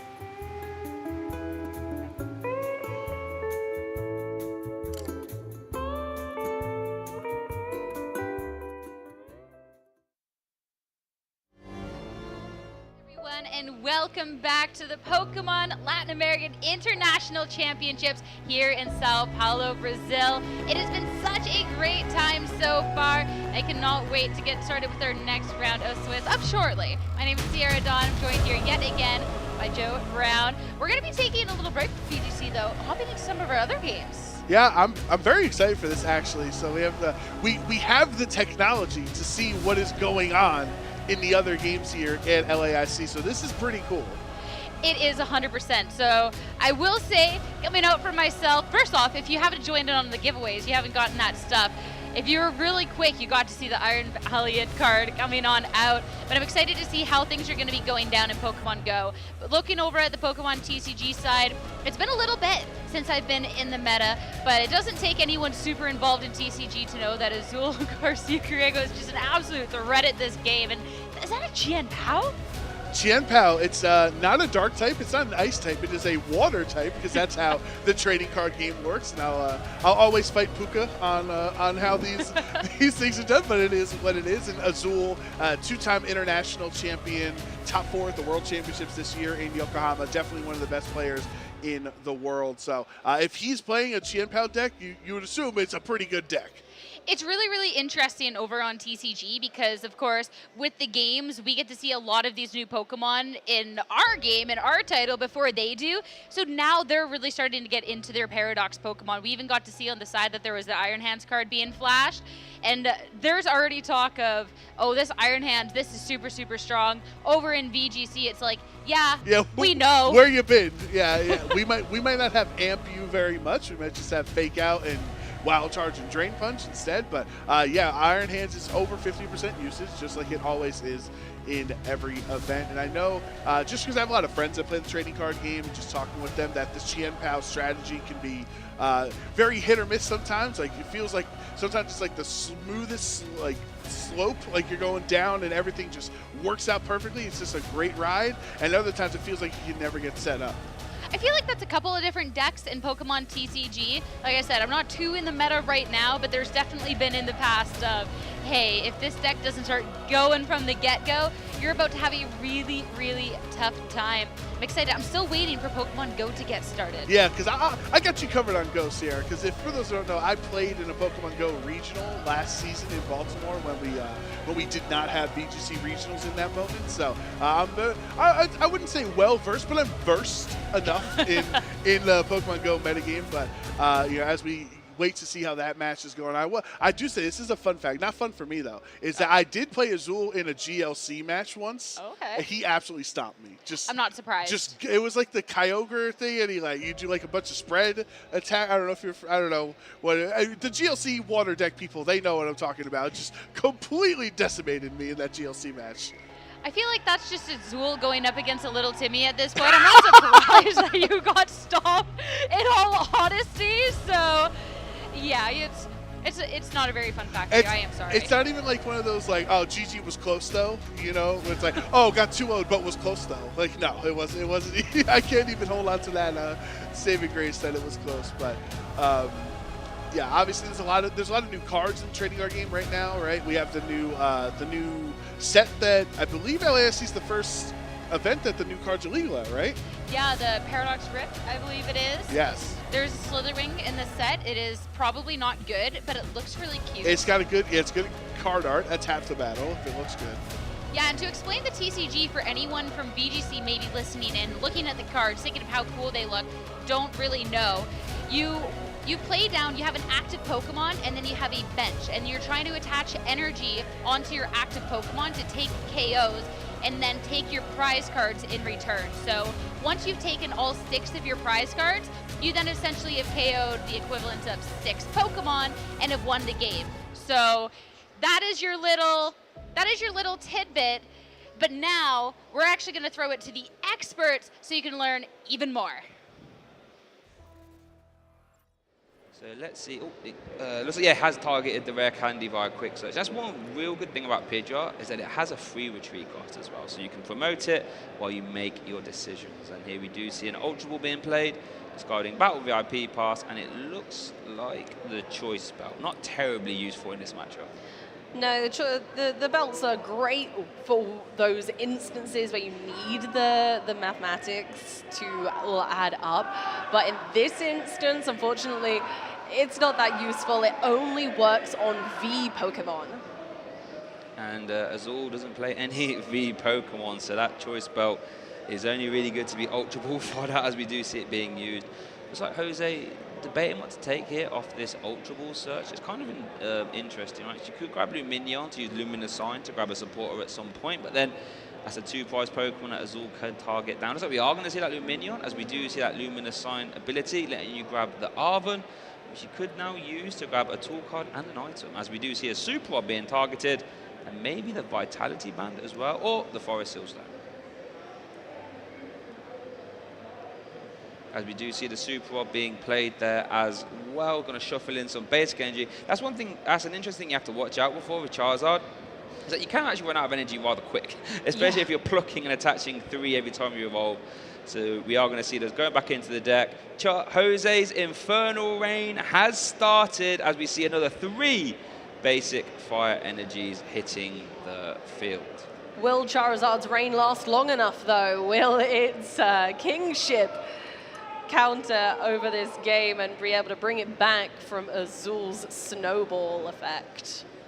Yeah, I mean, all Azul realistically has to do is KO this Charizard EX, and I don't think Jose has any rare candy left to even evolve.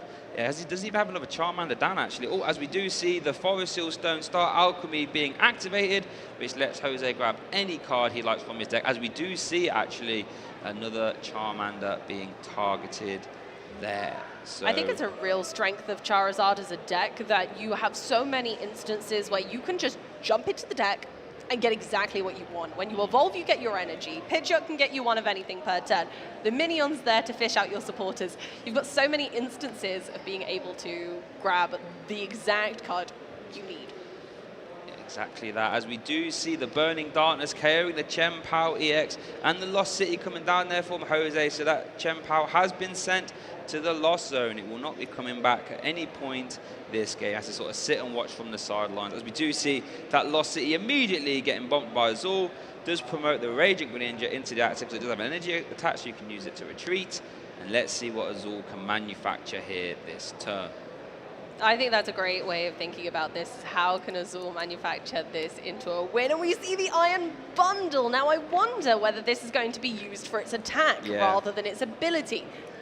Iron Bundle has the attack Refrigerated Stream. It does 80 damage, and if the defending Pokemon is an evolution Pokemon, hi there Charizard, hi there Pidgeot, it can't attack during your opponent's next turn. So unless Jose has enough switching options, they may not be able to attack with said evolution Pokemon on their next turn. But it does look like Azul has just used its ability Hyper Blower, which would then discard itself, and then your opponent has to switch their active, have to switch to active with a bench Pokemon, I should say. Really interesting card, which I think could actually get used against Charizard, right? Yeah. As we do see a Pokestop being used, 3 items, okay. 3 for 3! Azul must be playing Pokemon Go, because the Pokestops have been treating him well. That's a Pokemon Stop. We got 3, and looks like a concealed cards consideration. There it is. We got it. Battle VIP pass, and oh, it's Iron Hands. Hi. Oh goodness.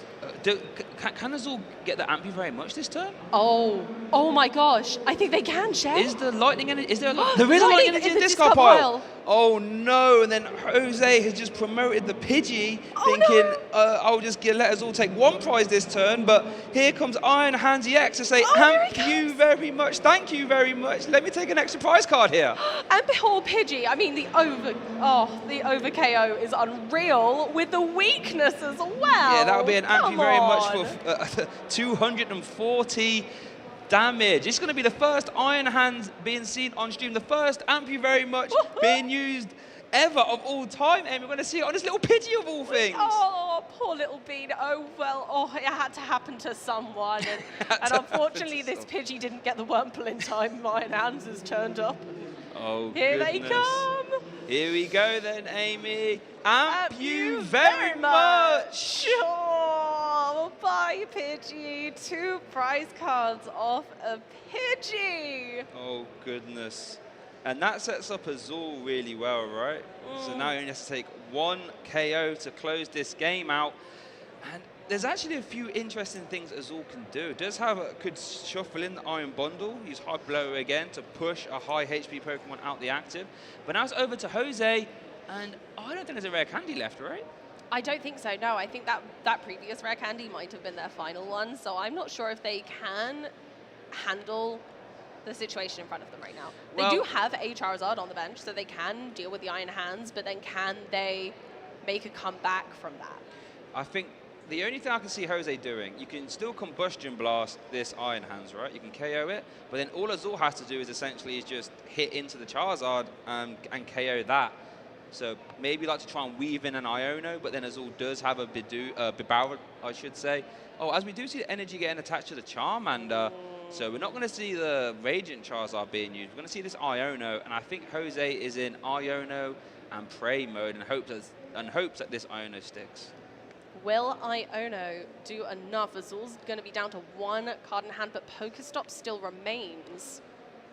As we do see the other Charizard coming into the active. Okay, so I guess the mini game for Azul now is, can Azul get 6 energy back and end this game. I think there's a really high chance of Azul doing so. They've been thinning their deck so expertly throughout this game that I think there's a high chance they can do it. They've got Pokestop on their side. They've still got Bibarel and Radiant Greninja for card draw. And look at that deck. It's not super thick. We've got thinning that went on. Okay. So That's a start. There is an energy retrieval there. Ultra Ball energy retrieval. So that's a start. That can obviously grab you the Chen Power. You actually have 1 extra energy to attach.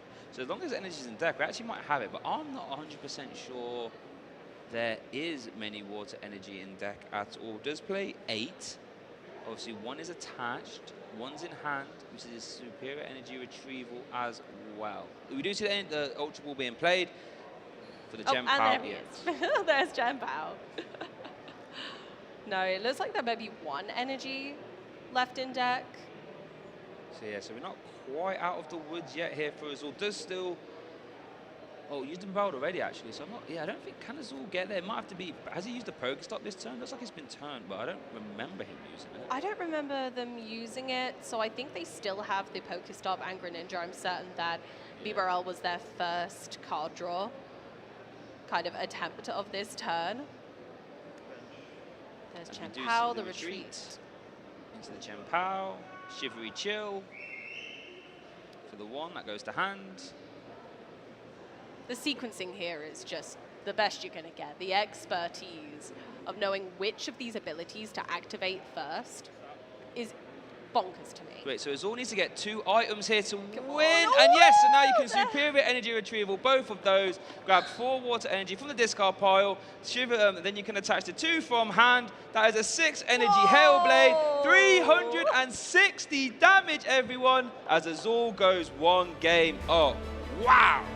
It was so close as well, but I think the Iron Hands just tipped it in Azul's favor. They had thinned their deck down so precisely that they were able to manufacture a deck full of cards they knew were going to be useful at the end there, even if they got Iono. They Iono proved themselves. Yeah, and that's the strength when you have that Industrious Incisors out. You can get Iono down to like 2, 3. You can go back up to 5, and all of a sudden, you can then use your superior energy retrievals, get 4 energy back, and Hellblade is doing some scary numbers. It's really interesting to see that one of the main strengths of Charizard EX, that it's a big 330 HP Pokemon.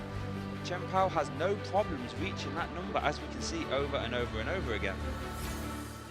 Here we get a replay. Let's have a little look of that. Is this the beginning? The beginning. Yeah, the setup was hugely in Jose's favor. Azul was really, really clever in biding their time, though. Yeah, like honestly, from the start, it could have been really, really got out of hand, as we do see, you know, that well-trained Mew grabbing all kinds of stuff. Then all of a sudden, we saw the Chen Pao start swinging, and then it just got a bit out of hand. Even though Jose, you know what, Jose did everything right. Had the Charizards coming down, the Infernal Rains were being activated, Burning Darkness was doing everything it needed to do. Especially in this mid-game area, but then as we did see, the 6 energy Hellblaze doesn't care what's in the active at that point. I'm KOing stuff, and the Pokestops came in real clutch actually for Azul throughout the rest of the game. And then the Chen Pao's Hellblade just over and over and over again. And even though Jose had the Pidgeot, it just wasn't quite enough. Even with that, the Chen Pao getting sent to the Lost Zone, Amy, didn't matter. No, it didn't. Azul was perfectly comfortable. They knew what was in their deck. They knew what was left. They used their resources so spectacularly. Hello, everyone, and welcome back to the Latin America International Championship. I'm yet again Sierra Dawn, joined by yet again Joe Brown. And hey, the tournament is running, but we wanted to take an opportunity to maybe see what's up with those people watching out there, maybe attending the event themselves. Yeah, it's time. We got a little downtime going on right now. Let's see what's happening. I'll take this one first, Sierra. So I have it from Paul Golden 88. Good luck to all the players and staff at the Latin America International Championships today. May the spirit of competition foster lasting memories of this tournament. Oh, that's a nice sentiment from Paul. That's so wholesome. Lasting memories. I feel like too, when you're looking at Pokemon events, whether you're here competing, whether you're here as a spectator, those memories are something that you carry with you. I mean, we have already talked about being at Nashville and you with that memory of watching Paul Ruiz, me I had a lot of other memories not related to VGC, more so like cheering on in TCG, but being able to see even on the VGC and how excited people were for things. And that was my first closing ceremonies I ever watched. Special memory, so absolutely amazing. Make sure with all the competing you're doing out there, you do take a second to just realize you're traveling the world to play Pokemon with your friends. That's pretty cool. Yeah, it's a great feeling, honestly, when you know, and you can tell your family, like, oh, I'm going to Brazil next week. Like, oh, what, for Pokemon? Like, everybody gets so excited. And of course, the classic joke, Pokemon Go, and you're like, well, some people, but no, not me, no. No. The amount of times I get asked that for Pokemon Yeah, Go exactly. Like, crazy. yeah, I think about when I first started playing in 2014, and some of those first couple of regionals I went to, and meeting friends that it's been 9 years that I've known them at this point. You know, we go into locals and things, seeing some of the New York, New Jersey player base that I've known for almost a decade, and you look back fondly on those memories. That was absolutely amazing. And our next tweet, this one coming out from Eddie Webb. Have a fun weekend, casters, VGC, TCG, Go, and spectators. Wishing everyone to have fun. It has been fun so far. It's really warm, Brazil, but it's been a lot of fun. Yeah, it's we might need a couple more Bramble gas backstage, because apparently Brazil is in the middle of a heat wave right now. So we happen to be coming at a time that's going to be very hot, and you know, it's we got all dressed up, and there's lights, and there's thousands of people in here, so it all compounds into a pretty hot environment, but it's still fun nonetheless. When are we bringing Kyogre back so we can bring some, rain? What about the Kyogre on Wednesday night? Remember the rainstorm? Oh, that's true. When we were trying to walk around? It's just not ground on time. Kyogre's time right now. It's ground on time right now. This yeah. Terrible, but no, it's been a lot of fun here still. So thank you for those well wishes there, Eddie.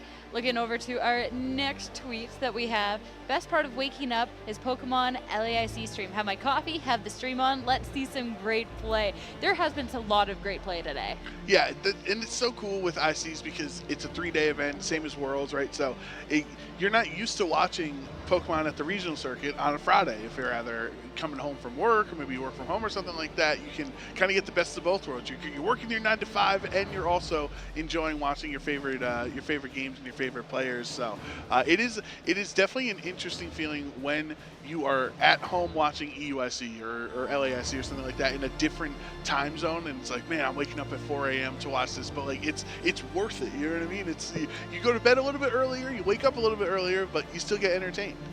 Yeah, and if you ever do miss a match because the alarm clock set at the wrong time or something, hey, you can always go back and watch the videos back over on YouTube, because match has been great. You don't want to miss any of them whatsoever. So yeah, you're right. Let's see some great play. Our next tweet coming out from Meep Squid. I have Alex's Dragapult. Let's go. This is one of the giveaways that has been available this weekend, and the one for VGC, which is Alex Gomez's Dragapult from NAIC. This is the winning Dragapult. Even if you're not quite into the battling quite yet, we'll get you there one day. We will. But even if you play the game a little bit more casually, Dragapult is such a cool looking Pokemon, so you want to make sure you pick this up while you can. And if you are a casual player, right, it could be one of your 6 Pokemon that starts your Battle Stadium adventure, and you can build around this Dragapult that Meep Squid was picked up from the stream earlier today. So, if you go over the last couple of ones, you had a Gastrodon, you had a Palchua's Arcanine, you got a Dragapult. You can start to build a pretty solid squad together. A Grimmsnarl at one point, right? So. Yeah, and I love this too, the matching. We have the blue hair, the blue glasses, the blue eyes, the violet outfit. The drip also on your character is fantastic, so thank you so much for sharing. And I gotta make sure, I left my Switch at home, so I'm like, someone has to get this Dragapult for me. I got you. I got my Switch on me just in case, you know? Okay. That'll be good, remember that. But while we're waiting for our next round of Swiss going up, feel like this is a good time to bring out a little bit of Pokemon trivia. Try and see how smart we are at the game. I admit, I like when there's a lot more people, so I don't seem as unknowledgeable at some points, and I kind of copy their answers. But this is where Twitch chat maybe can help us out, because you got to make sure that you are getting your answer in as well. First question, which Pokemon product was released first between the TCG animated series, the video game, or the manga? Now this is it feels like it's a trick question because I feel like one answer should be so strong and so I should be so confident in it that I almost seem silly being so confident in it. You know what I mean? That's the tough part. Because like I think it should be video game, but since I'm so confident, am I overthinking it and it should be the answer? Like, So my thought, but it can go either way. So my thought is video game because if you're looking at like the video game kind of like release cycle, everything else is kind of based off of it. And I feel like the manga wouldn't come out until after the video game. That's the one that's maybe tripping me up. But then maybe one was released just a little bit more, but they already had the proof of concept all around. But I think I would be confident saying video game first. yeah, I say just like when I took the SATs, when in doubt, go with C. Yeah, perfect. So yeah, I think that's the one we're going to lock in here. It was Pokemon Red, released in Japan in 1996. Pokemon Red was my first Pokemon game I ever played. Not in 1996. My parents went back and bought me a Game Boy Color. But your mom comes home to like Canada 1996 and is like, "Oh, Merry Christmas!" And it's all in Japanese, and you're like, "Thanks, Mom." Okay, yeah, I guess like the American version. But even when it first came out, like it was backtracking. But yeah, I liked different forms of Pokemon because obviously the was my animated first one, series and stuff came out 1990, later. the good old They're like, days. okay, you like this? All right, we'll go back. We'll go find one of the older consoles. We'll get you sorted. Yeah, and then now, so have you played every generation? We'll talk about that later. We got another question on here. Which of these is not a gym badge found in any Pokemon game or animation? Cliff badge, trio badge, relic badge, and ancient badge. Now, this is an interesting question we have here, Sierra. It definitely seems like... Because wasn't Cliff a gym leader? Am I crazy? Everyone in Twitch chat, they're probably going crazy on us. They all know the answer, but we're just thinking out loud here. Yeah, make sure to Twitch chat. There's going to be someone at Twitch chat like, this is so obvious. Right away, looking at these, I feel like Ancient Badge just doesn't fit in with the naming conventions that we quite get to see as much. Like what? But Yeah, they what all gym would also that? seem a little What bit more gym would difficult. ancient be, right? Because you could see, okay, Cliff badge, maybe that's like a rock or a ground or something like that. Relic badge, you could also see something like that. Like what type of or Pokemon typing would ancient badge be? Is that rock? Is that like like do they use all fossil Pokemon like Aerodactyl, Ammonite, and stuff? Well, there's no fossil gym leader, which then makes me feel like, you Right. know, whereas And like the other ones, like the Cliff Badge, it's like still like kind of rock theme, but it's not to a certain like, oh, it has to be a fossil Pokemon. The other one that they could be trying to they could be trying to hoodwink us here is the trio badge, because we have those trio gym leaders in black and white, but I don't know if it was called the trio badge or not. I don't know. I still think it's most likely. I don't know. I'm locking in Ancient Badge. As the one I'm that's willing to go down with the ship with you on D, ancient badge. Although I'm now realizing now, okay, I was right. Let's go. I was still realizing then. I was like, wait a second. It does also say within like the anime, so like sometimes things deviate. I don't know. I saw that at the like very last second. I was kind of worried, but all right, we're good. We're sorted. We're doing okay. We're doing okay. Yeah, if we go to look at the anime, that can be tough because I've seen a Snorlax have 5 attacks in one battle in the anime. So we can't do that in Scarlet and Violet. No. All right. Next question. Next trivia question. Which of these Pokemon did not appear as a clone in Pokemon the first movie, Mewtwo Strikes Back? Oh, that's one of the craziest sequences too. Remember when they all have like the I know the imprints? answer That's to your this favorite one. movie. This movie is amazing. So. I'm a lot of heavy lifting. We're relying on you on this one since this is your favorite. Or are we actually like playing this together or against each other? No, we're together. We're in team, Sierra. Okay, so like the Psyducks do like there's very specific like themes in my head. The Psyducks that one moment they go, Psy, because like with the 2 clones. The Scythers, well, it actually gets to the really tragic part of the movie where the clones are like, because like the whole premise is the Pokemon clones and then the real Pokemon they're cloned from are battling to prove which is stronger. And then there is a scene where the Scyther are both like super, super tired. And then there's a scene where like the Vaporeon, I believe, are chasing each other. If anything, maybe I'm baited and it was Flareon as opposed to Vaporeon in the scene. But I'm very sure it was Vaporeon that was there, which means Dragonite was the no clone. Because you know, Dragonite was busy being a delivery man. He was. Oh yeah, he was it didn't delivering appear the as a mail. clone. Yeah, it was in the movie. He, That's he why didn't I'm have time like, to be a clone. He there was he the had red places alarm, to like be. there was a Dragonite, but yeah, no, it was the not clone. So yeah, it's Dragonite. I think I jokingly got around to the right answer. Well, I didn't want to give you the answer, so like. We're a team, Sierra. No, but like I still want to be the smarter of like the duo, you know. You're already there. I declare Sierra is the smarter of the duo. Now we can work together as a unit, as a team. Okay, to defeat, fine. because you know they're going to have tricky trivia questions for us. Okay, we have to work fine. together against we the production. we can work as a team. We can work as a team. All right. So the answer is a Dragonite for this one. It was at the very beginning. It was the messenger bag. They even say that. Oh, that's so cool. We got Dude, we have the lore. I love delivery Dragonite memes. Oh, they're so good. It was so short-lived. It was only a couple of seconds, but it has had such a lasting legacy. Well, I mean, any scene where literally Team Rocket pulls out this huge frying pan to stop Dragonite in its tracks and like bonk him on the head is going to be something that's a little bit more lasting, right? That's true. That's true. It's true. So I think we have, real drum roll, I think we have a couple more questions. How many cards were in the very first Pokemon TCG set released in Japan in 1996? Oh. Now that's an interesting question because like we just had the 151 anniversary, whatever you want to call it, set, right? I forget what the proper terminology in the Pokemon TCG with all the new like Charizard EX and all those other Kanto Pokemon. So like, do we want to play it safe that they just made one of every Pokemon, one of every 151 in the original set, or do you want to risk there's it? item cards and there's trainers.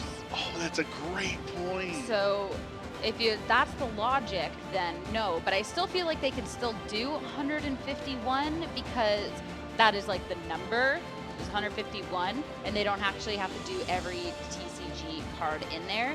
Because the sets, I believe, used to be a lot smaller, so I don't see that it would ever be 225. I don't know. This is tough. Oh, the olden day stuff? Because I remember stuff about like the jungle set or whatever, right? So do you think that means they didn't have all 151 Pokemon in the first set and then they released like Electabuzz, Scyther? I forget what the jungle set, like that deck was, but like they saved them for that second set? Well, they probably did, because like I don't think, if I'm wrong, I'm so sorry, TCG friends. I don't think it's 225. I didn't collect the older cards, so. So are we feeling 120? If we're not feeling 225, do you feel 120? Because I think like 151, but then not including all the Pokemon would be like kind of like that'd be like a slap in the face. You know what I mean? Yeah, but then you still have the, oh, we put down 151 and there's the number.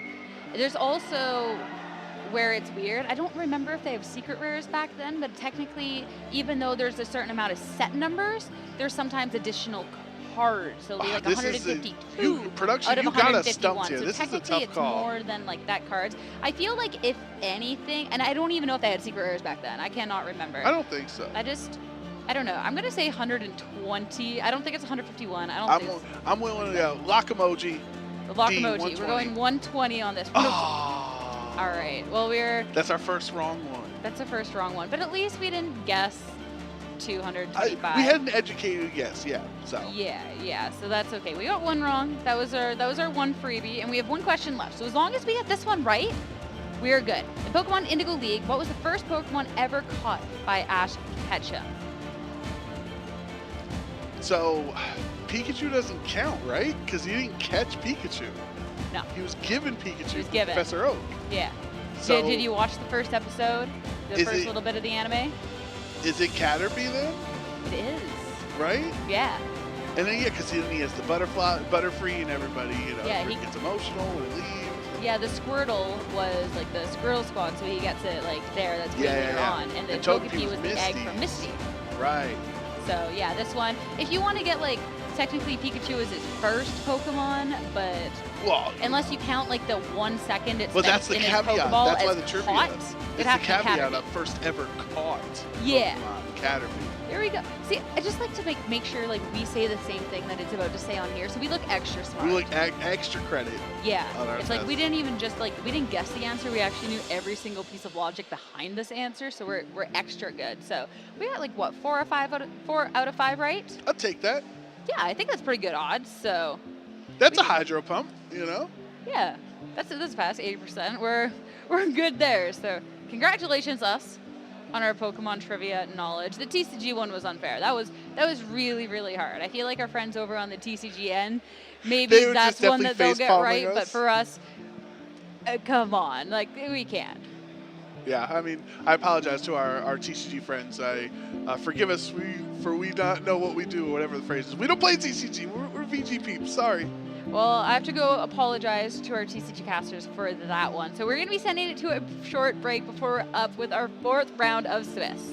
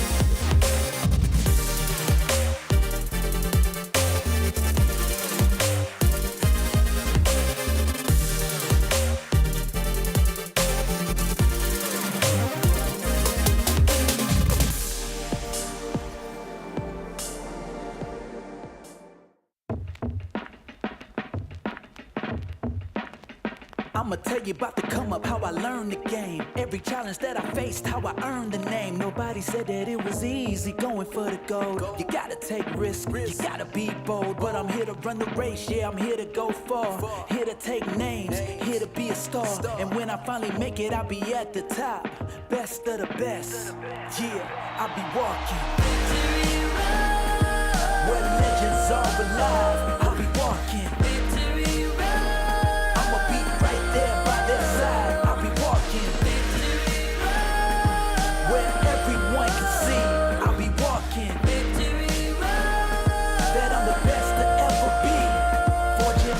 Just a matter of time. You better get yours, cause you ain't getting mine. Learned every lesson in the hardest way, but that's the path that I chose, that's the hero's way. Yeah, they said I couldn't do it, but I proved them wrong. At the top of the mountain, right where I belong. And now I finally made it, yeah, I'm at the end. Best of the best, yeah, I'll be walking where legends are alive. I'll be walking, I'ma be right there by their side.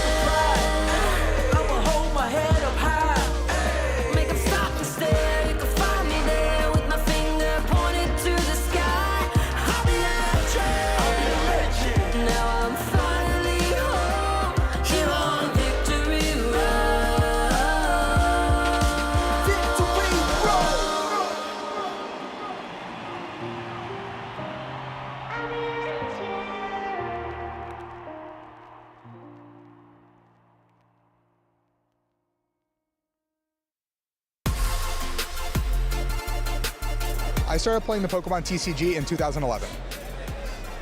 If I had a starter Pokemon, it would be Umbreon. My catchphrase is usually, I'm just vibing. I look up to Justin Bakari as a competitive TCG player and a very good friend. My overall goal playing Pokemon is to win a championship at any level, and if I win one, I want to keep winning. My favorite event food is the concession hot dogs. I don't know why, but they hit different. My favorite type of music is typically EDM that has like a hard drop that just gets the blood pumping. Probably.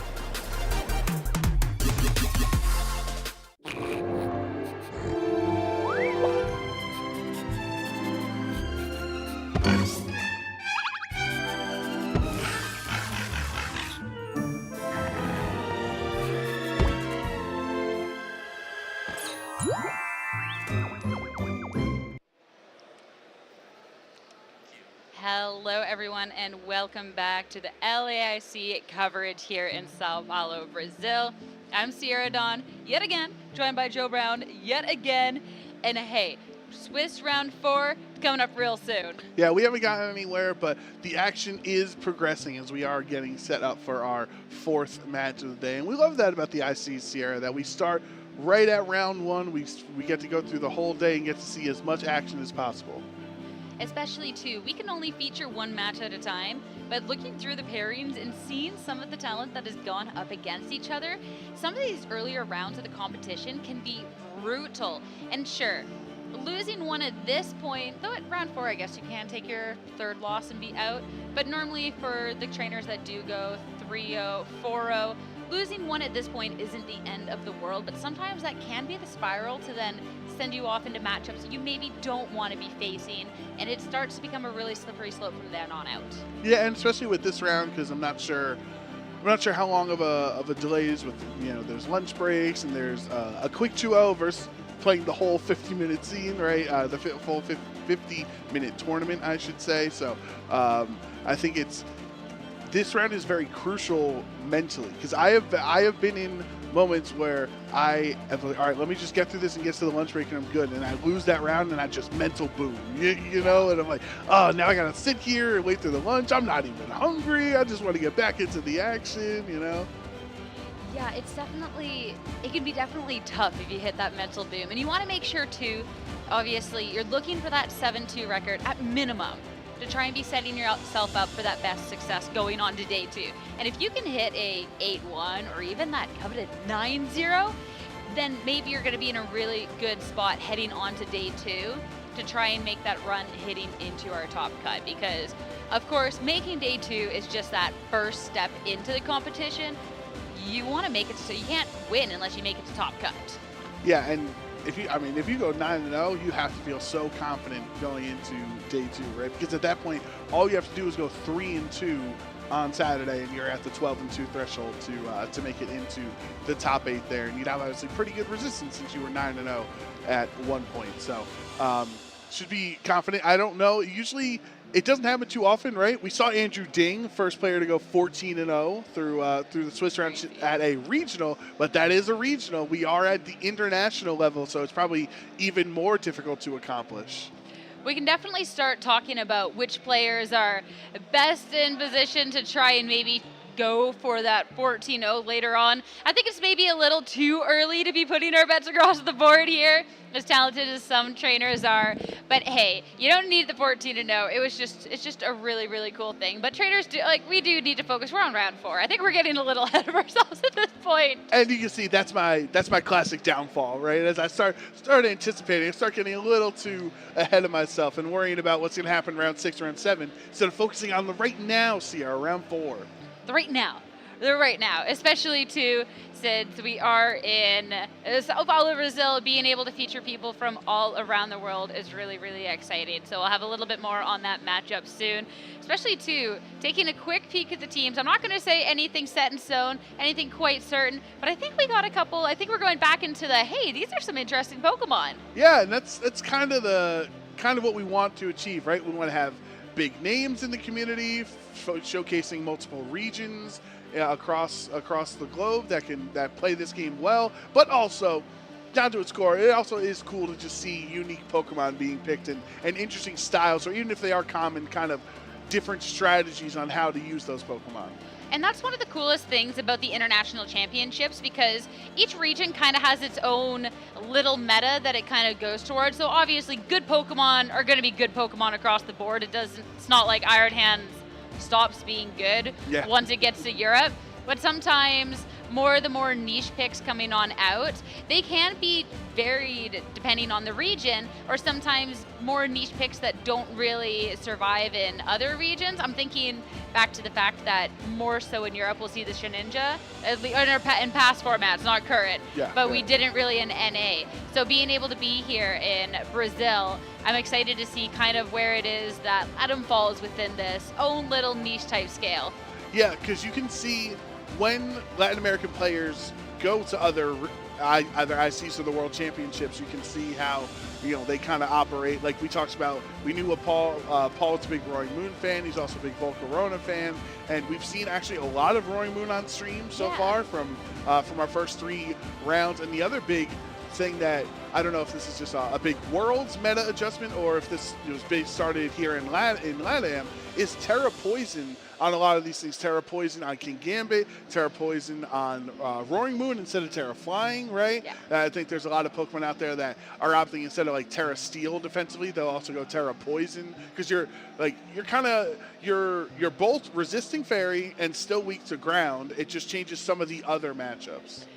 Yeah, and how the terrestrialization and the different types that we get to see coming out is just a really cool evolution of the meta and stuff going on forward, because I wouldn't have imagined at one time that, hey, Terra Dragon is a really, really good call because we got to see how dominant Fluttermane was, but Fluttermane is still around, but considering how great of a defensive type Terra Dragon can be into threats like Iron Hands Wild Charge out there, or Shifu Rapid Strike, and that the Surging Strikes in particular, that we get to see that coming up a lot more, and that's then tying into your point about this now Terra Poison Roaring Moon, as opposed to something a little bit more attack-based like Flying. Yeah, I think the other big feature on the Terra Dragons, all the Ogerpon forms, right? So those being Fire, Water, Grass on those Ivy Cudgels make it so that Dragon is going back to its original design intents of being strong into the 4 elemental types, and Fire, Water, Grass, Electric, and we haven't really seen that too much the last couple of eras of Pokemon games, because Fairy types have been so over dominant that it's tough to try to optimally decide being a Dragon type. But here in this game, it's like the Pokemon that are Dragon types are allowed to opt out of it, and the ones like Golden Go that is not one can opt into it to change its matchup. And that was something with terrestrialization. It's so cool that we've never had this ability before to just completely alter how a specific Pokemon can play. Yeah, and something that we talked about top of day, so we're talking about the Terra types. I feel like certain Pokemon only really thrive because of those. And going into our picks, I know one that I have on there that I definitely think thrives a lot more with that Terra Dragon is that Golden Go. These are, of course, the Astro predictions most likely to succeed. We do have to say, we normally don't go for the top Pokemon. Obviously, Iron Hands is going to do great out there. Yeah, we kind of make a nice agreement with each other. Like, yes, we know Fluttermane's going to be there. We know Urshifu and Iron Hands and Tornadus. So looking for Pokemon that either are not on the top 12 usage graphic, or maybe we'll hit the bottom 6 of the top 12, right? And that's what we have here. So I'll go first in my explanations for my squad, Sierra. The first one, I have Regidrago. That's a Dragon type. I just talked about it's more commonly becoming Terra Poison to deal with, some of the different matchups. Like, I want to both resist Fluttermane and Iron Hands, whereas if you're Steel typing, you're still weak to the Drain Punch. So I think Regidrago, we saw Ragov get top 4 with it in Toronto, and Grant Weldon had a great performance with Regidrago as well in Toronto. So I think there's definitely some people that if you're not ready for the Drago, he's going to run you over. And then just quickly through Roaring Moon, I feel like I feel vindicated. I put Roaring Moon on my expected likely to succeed many times over this last year, and I have not been succeeding with it. But this weekend, this weekend I've seen to be so far. People are understanding the value of that booster energy tailwind utility that can bring. Blood Moon Ursaluna we have not seen as of yet, but I think it's the best Trick Room attacker in the game because there are not many special attacking threats besides, say, Iron Bundle or Fluttermane for the most part in the format. So I think if you can get a Blood Moon Ursaluna set up under Trick Room, can be a massive headache for your opponents to deal with. And I went out on a limb with the Teal Mask Ogerpon, just the base grass typing. We saw Jamie Boyd get top 4 with it in Toronto. It has Defiant. So if we like King Gambit, if we like Milotic, we like all these other things, why don't we like Teal Mask, base form Ogerpon? Because unfortunately, Jamie Boyd isn't competing here, so I don't think it's going to be maybe quite as successful as maybe a Jamie Boyd event that he does make his way out to. But for my own, Slitherwing, because, hey, just because something isn't being used now doesn't mean that it can't maybe find its way into the meta into the future. So, we'll take that, and we'll kind of put, just because, hey, I need the help here, let's be real. Slitherwing's cute, but we haven't seen it. We're going to put the Iron Moth and the Volcarona under that same umbrella, because they're all related, right? They're a family. So the fact that there is the Volcarona out here, and we got to see that it's on Paul Ruiz's team, even though we didn't quite get to see it itself, I'm still taking that as a win for myself, because I need to play the game this way to have my best over here. Yeah, I'll play along. Okay. Yeah, 100%. And then the Golden Go, I always like to try and make sure that I'm not picking anything too good. This is where I kind of deviated from that. I think Golden Go, looking on in the format, we're starting to see more and more usage of it again. I still think it's actually pretty heavily slept on, considering that one nasty plot, and it can start to run away with the games. And the damage output that it has with something like a Make It Rain is huge. And this is one of the Pokemon, Terra Dragon, fantastic. Regidrago as well, with the Fluttermane kind of dropping, or Fluttermane just kind of being a little bit more easier to play around, considering Sucker Punch options on Tian Pao. You can finish a KO with something like a Rillaboom Grassy Glide that, hey, things like this Terra Dragon Golden Go, things like this Regidrago can really start to thrive, and it's more and more easy when you just have to worry about one Pokemon on the opposing end to kind of just try and play around that. And last but not least, because we totally did not coordinate our last row of Pokemon here, the Ogerpons. I don't know if Hearthflame is the one I would have picked. Am I allowed to say that? I wanted to go for Wellstrike. You did pick it. Or no, I have to actually have to go full for it. I have to commit. Yeah, commit to the bits. Yeah. Okay, I'm gonna commit to it. I think Hearthflame Ogerpon, fantastic. Best Pokemon out there. If you're not using it on your team, you might be throwing at this point because it's just fantastic. Mold Breaker, you want to hit a Rillaboom with a Fire type? Bam, you got your wish. You want an attack boost when you Terastallize? Oh, here's an attack boost for you. It's honestly just the best one. I've never wavered from that. I've said it from day one. Great Pokemon. Heatran Flashfire? Not on my watch. Not on Hearthflame's watch. No, not at all. I mean, if you just had the Wellspring one, you could hit it with something that it was then weak to and never have to worry about it. But no, we want to make sure that abilities don't matter, and I'm not committed enough to Weezing to try and run that on my team. So instead, Mold Breaker, no problem. Oh, that would be interesting to see how a Weezing, you could try to make a Weezing Ogerpon team work together, because like sometimes you want the abilities to be on, sometimes you don't want them to be on, right? You'd still get your terrestrialization boost, right? Your +1, because that's based off of terrestrializing, right? Not based off of your ability. So if you could shut down everybody else except for Ogerpon Hearthflame and have the attack boost, like we might be onto something here, Sierra. We might be, but I think we're on to our next round of Swiss here, or at least getting started with it. So this is an opportunity to start introducing our players. So our round 4 of Swiss, this is going to be Thiago Latanzi going up against Juan Pablo Bon.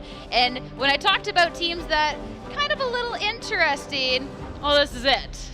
Yeah, the first sighting of Regieleki in Scarlet and Violet is on Thiago's team here. So it's a Pokemon that if anybody played through the online era of Sword and Shield, and even all the way up to the World Championships in London, for those games. It was very much dominant. The fastest Pokemon that has ever existed, an electric type, pretty much has some of the worst move coverage imaginable because it just basically has electric attacks and nothing else. But that's where terastallizing helps out, because you can terastallize into this scenario. Tiago has an ice type on it, and Terra Blast gives you Ice Beam, or is what a lot of people try to put together a Bolt Beam combo. You have Thunderbolt and Ice Beam on the same Pokemon. It does cost you your Terra for the game, but it's so fast and it hits so hard that it might be worth it. See, I feel like Regieleki, it's hard when you're facing off against things that can be hitting it with priority moves. It doesn't matter how fast you are if you're sticking within that 0 neutral speed bracket, and if something's a priority, all of a sudden it's always going to be faster than you. Goes back to the fact that King Gambit, Chien Pao, Sucker Punch, you have this Rillaboom with the Grassy Glide. Extreme speeds out there. So it's definitely a little bit hard for Regieleki to thrive in those formats. It's just something that when we had Dynamax and Sword and Shield, you can kind of Dynamax out of that, or then all of a sudden you have the double HP, so you feel a little bit better taking one of those hits. So I'm really intrigued to see how Thiago has been using this Regieleki on this team. I'm hoping that we talk about it all this time and we actually get to see it.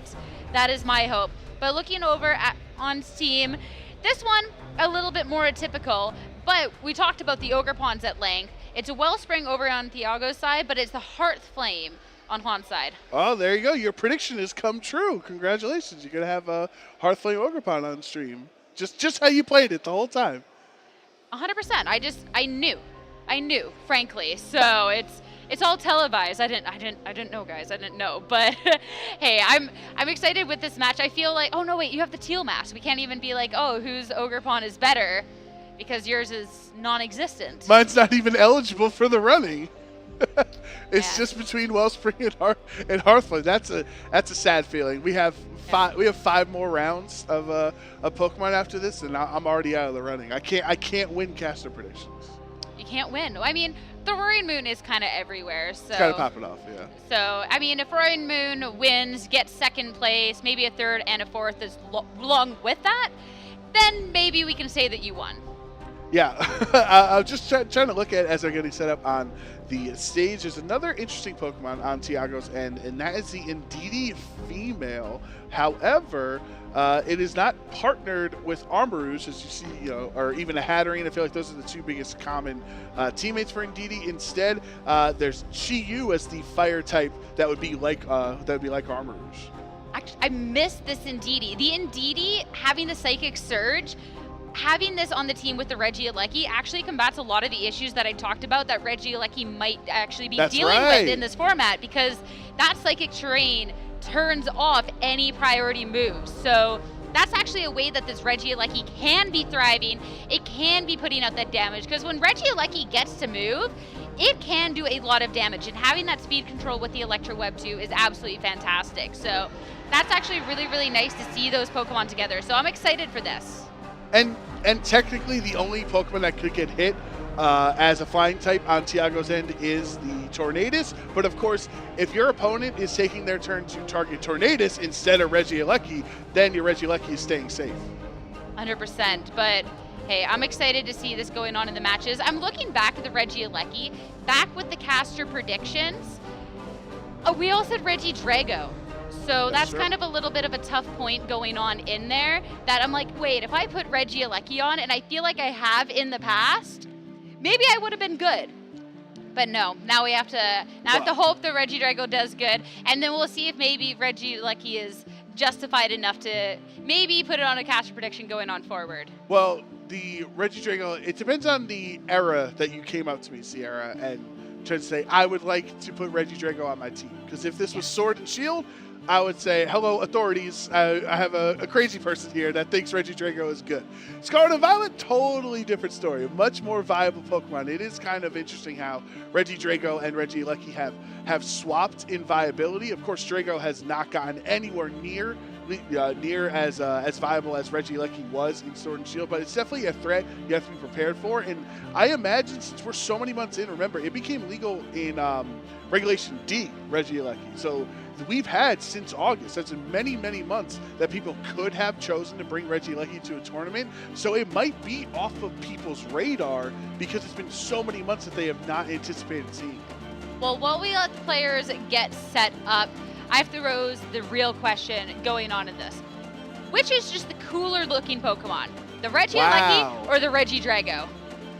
Wow, that is a tough question because in its basic form, I would say it's Regieleki over Regidrago. However, if we're throwing in the Terra hats into it, when you give Regidrago the hat, it's like on his shoulder. No. It looks so fun.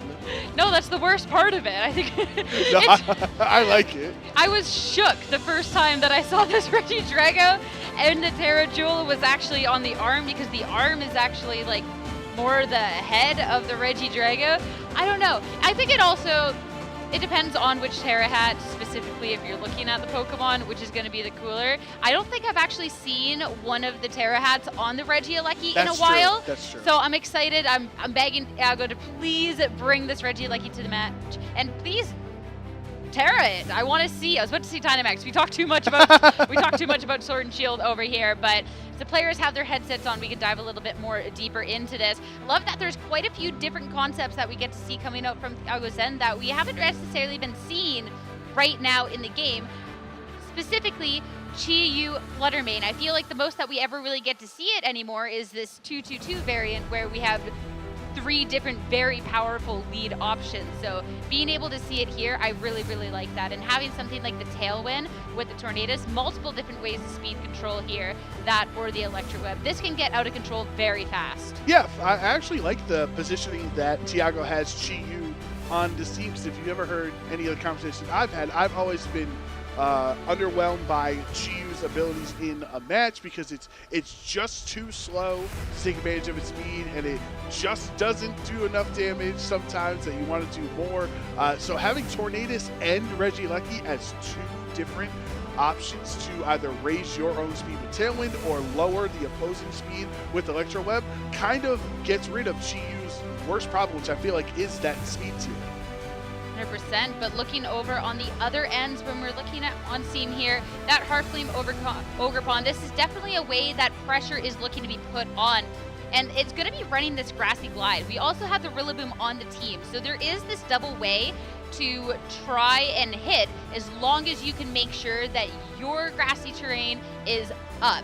Since you do have a way to be overriding with this Rillaboom, if the Indeedee is brought to the battle to set up the psychic terrain, you can have your Rillaboom in the swap and swap it in, and it will be a game of terrain wars going on from there on out. Yeah. And then if you are in a position that your terrain can stick, all of a sudden you have this potential of this double Grassy Glide to really threaten some of the Pokemon on Thiago's end. I do actually think Juan Pablo's Ogerpon Heartflame is positioned incredibly well in this matchup. As you look at Tiago's end, there are not great fire resistances. Sure, Chi-Yu technically resists fire, but it does not have strong defenses. Regieleki turns into an ice type if it wants to terrestrialize. Ogerpon Wellspring, if it does not terrestrialize, is a neutral hit. So this potential Fire Ivy Cudgel can be really strong in this matchup. Well, getting into our first game here, we are going to see that Regieleki right away hitting the field next to the Tornadus over on Thiago's end, and that's going to be facing off against the Ogerpon Heartflame Ode as well as the Landorus. It's going to be really important to show us how Tiago has trained his Regieleki, because it is so naturally fast that sometimes you don't even have to invest fully into its speed tier, which can make it somewhat concerning depending on certain booster energy Pokemon or choice scarf Pokemon. But if you anticipate that this Regieleki is faster, you're not worried about Landorus. Right away, we're going to be seeing that swap out from the Landorus, the Urshifu hitting the field. So this is something that wouldn't necessarily appreciate a hit coming out from the Regieleki over on Thiago's end. And that is going to be that Terra right off of the bat, the Ice Terra type. We also don't get to see that often. We don't get to see a Terra Regieleki. Thiago, thank you so much for making our dreams come true. Not the only Terra, though, on our first turn. Regieleki with the hat in game 1. Let's go. Love to see it. But Juan Pablo is going to match with the Ogerpon terrestrializing, and thanks to its embody aspect, going to increase its attack by 1 stage. And the one thing that an ice type does not want to see is a fire type on the other end. But Tornadus doesn't need to click Tailwind because it's already so fast on its side, both of those Pokemon, so you can get the Rain Dance up to lower fire damage. An Ice Terra Blast hitting into the other end. What a great swap coming out from Juan Pablo, because if that was the Landorus, it would have been cooked right about now. Now that Urshifu will take the hit a lot better, and the Regieleki, it's so cool, but it did nothing out there, as that is going to be a one-hit KO coming out from the Ogerpon on Juan Pablo's side. Regieleki, like tears in the rain, can't do any attack boost. Well, here it is. We got to see the Psychic Terrain make an appearance with the Indeedee hitting the field, but keeping the Rillaboom in the back. The Grassy Surge. This is going to overwrite the terrain, so you can, in fact, have your own priority. You can have the priority moves going on forward as well, making sure that any move coming out from the Indeedee won't be too much. A helping hand into it, though, but the Indeedee, I don't know if it'll get the opportunity to attack. No, definitely not. Oh, we see. I definitely won't now. Yes. Spoiler alerts, but the Indeedee was definitely not going to survive that hit there. So not sure. Obviously, we'll give you some information whenever we get that to us on our side. But I don't know, Sierra, if you're putting 2 and 2 together, I think I kind of understood how that match was going. I do want to talk with you about that turn to switch the boosted Ogerpon out into a Rillaboom, because I thought if the Tornadus was the big damage threat with a Helping Hand Bleakwind Storm, then you're switching in a Grass type, and then both Rillaboom and Urshifu are both weak to Bleakwind Storm. Yeah, so it's cool. At least the Tornadus does have ways to be dealing damage after you lost what could have been this big threat in this Regieleki. There's also the misses, though. I guess you can't... Oh, no, we have the Rain Dance. So this actually could have been putting on a lot of pressure there. So definitely something that pairs really well going into something like that Rillaboom. So definitely something that when you're overriding these terrains, you got to be careful for over on Pablo's end. It also does show that technically Tiago has a, when you look at this matchup, Urshifu is going to be strong in any matchup, right? Obviously, but since he had already used this terrestrialization, and it was not on Urshifu, it's almost like what value can you get out of this Pokemon since you're not able to Terra it? So I guess maybe that's why he was looking to preserve his Ogerpon for later, since he already used the terrestrialization. We have to talk about, though, we got to see our wish of the Regieleki. We got to see it Terra right off of the bat. I think I do have to admit, I do like Regieleki more than I like Regidrago, but the Regieleki with its little ice hat was pretty cute. Yeah, but is it as cool as having it hanging on your arm, your head arm, whatever we want to call it, on Regidrago? Because it's a pretty intimidating Terra hat, let's say. It is. And the Regieleki wasn't nearly as intimidating. And we also really didn't get a full comparison because it was KO'd pretty quickly on in that match. So we're going to be waiting to get a word as well. Let the players figure things out on stage. We'll refrain from going too far in further to the team sheets to speculate on the next match. We'll wait till they have their headsets on for that one. But I'm still really excited about the potential of the match of the Pokemon that we've seen. Yeah, I'm excited. It's fun. Sometimes when we have some slow burners, right, like our round 3 with Paul Ruiz, it's fun to have really speedy Pokemon just going at it, right? Just attacking one after another. Here's a Regieleki, the fastest Pokemon in existence. I've got a Tailwind partner I could put next to it. I've got Choice Scarf, Landorus. Like, sometimes it is fun. It fills that need of just seeing like really fast things just causing chaos on the field. So you're a fan of those Tailwind mirrors? And sometimes. I'm a fan of spectating them. How about that? Okay, that's fair. Because playing them, it's not nearly as fun. Yeah, it's a lot better to spectate those very scary Tailwind mirrors. But one thing now that their headphones are back on, I wanted to point out, noting on how that turn went with Urshifu, is that the Urshifu Rapid Strike on Juan Pablo's end outsped Tornadus for Tiago, meaning that this is a more bulky variant on Tornadus, maybe invested more into its defenses to survive hits and not as much into its speed. So obviously we didn't get to see how that last match was going to play out, but it was just one thing I noticed that indeed he clicks Helping Hand, goes towards the Tornadus, but then Urshifu moves before Tornadus did at that point. So it could be something that might be important to note in the rest of the series. Yeah, and as well, I'm intrigued with how things are going to be going on forward, because that was a huge swap on that first turn into that Shifu. So be quite interesting going on forward. There's a lot of speculations. I feel like this matchup, depending on, it could be so dependent on like that one turn, that one swap. So that'll be something really for these trainers to mull over ahead of this next match. And if you're going into this scenario, like, do you just run it back? Do you feel like, oh, he got me? He switched Landorus out when I was going for the Terra Blast or Terra Blast. So you're like, you know, kudos to him. And this time around, I switch it and go for a Thunderbolt into what was a Landorus. That also is a really scary spot. So just because Regieleki can quote unquote cover Landorus with Terra Blast or Shifu Rapid Strike with a Thunderbolt, you're going to have to make that call every turn if Juan Pablo would be switching. So it's not necessarily free for Regieleki to just choose its attacks, because you could end up doing nothing if Landorus doesn't switch out and you're expecting your Shifu on the switch in and it's just right into a ground type. I will say, from the little snapshot that we saw, the Hearthflame Ogerpon seems pretty good. I don't want to toot my own horn, but that was the first thing I noticed in the snatch. It's like, where's the fire resist? And don't say Chi-Yu's a fire resist, because it's very frail. So Ogerpon, Wellspring, if it terastallizes, will then of course become a fire resist. And maybe a part of Tiago's game plan is using Rain Dance as an option to mitigate some of the fire damage, but as we saw, even in the rain, the amount of damage Ivy Cudgel did to a Regieleki, of course, it's just a Regieleki, it's not like it's super bulky or anything, but that was still enough for a clean one-hit KO, so I think Tiago's going to have to find his fire resist pretty quickly here. I like how you say just a Regieleki. I think out of all things going on here, that could be the most disrespectful thing you say. He's tried his best out there, okay? He's known for his speed. He's not known for his defenses.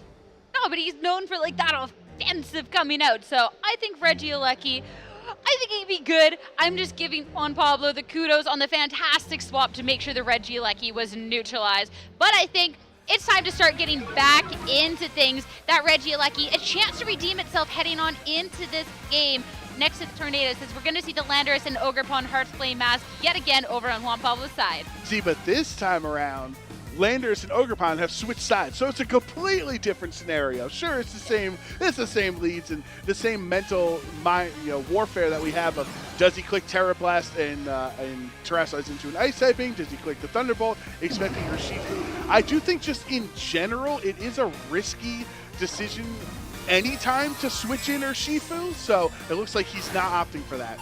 And that first match, we saw that there was the swap, but now the terastallization over onto the Regieleki and no swap over on Juan Pablo's end. This could be absolutely devastating if it is going to be a Terra Blast into that Landorus slot. And yet again, the rain is going to be set. That Terra Blast, sure enough, targeting down into this Landorus.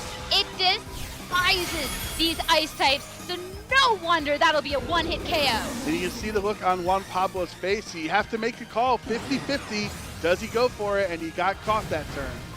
And instead, that Ivy Cudgel that targeted into the Regieleki on that game one, targeting into the Tornadus instead. So that's going to be doing very, very little damage. And now the Regieleki will be able to see it maybe rain terror going on forward. Well, since Juan Pablo didn't terastallize, I was going to ask the question, what's the reason for that? What are you preserving your terastallization for later on in this game? And clearly, as Fluttermane is brought in with its booster energy activating, Fluttermane is also a very prime, suspect for the use of Terra Fairy with its super strong attacks like Dazzling Gleam or Shadow Ball. The other thing is it does have Substitute. If you're not worried about too much damage, you could try to set up a Substitute. But no, Juan Pablo's the one playing the mind games right now. It's like, you think I'm going to click Sub? No, I'm switching out.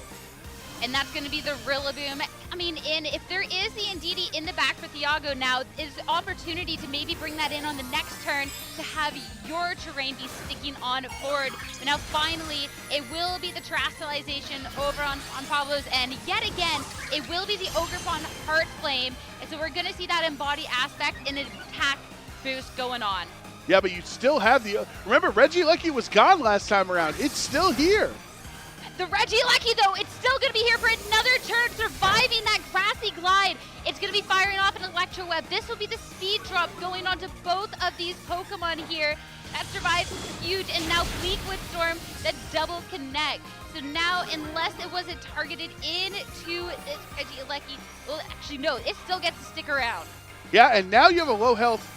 You have a low health Regieleki. Your speed has been dropped as well. You're kind of forced to click Grassy Glide.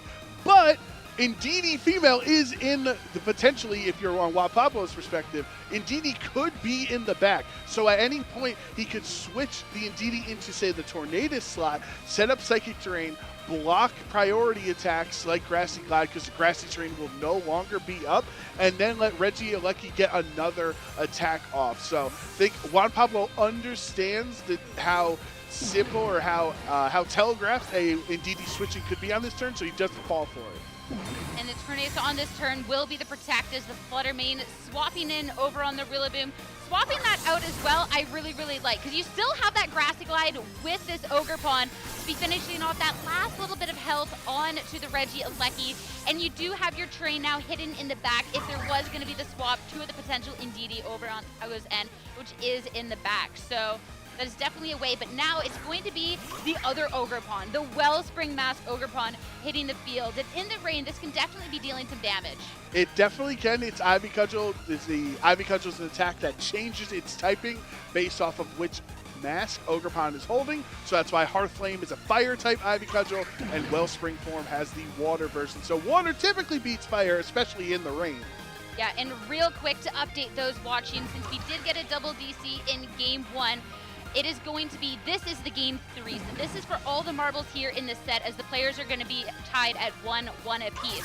So this is for everything, making every turn, every moment that much more crucial.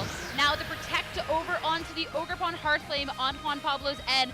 Opportunity now to be setting up a Tailwind in a faster Ogrepon over on Thiago's end. Clean one-hit KO onto the Flutter Mane. That's a beautiful play from Thiago, not getting baited by the spiky shield from Ogrepon. Most people would have assumed that you'd go for Ivy Cudgel into the fire type, but since Rain Dance is up, since the rain is activated right now, Ivy Cudgel into any target is going to do massive amounts of damage, so you might as well knock out that Flutter Mane that is potentially going to be really pesky for you to deal with since it's so fast and so strong. I love that turn from Thiago, but now you're in this position where Rillaboom is on the field. He has an Assault Vest, so it took the Bleakwind Storm actually fantastically well the last time around that it switched in, and it has access to Fake Out.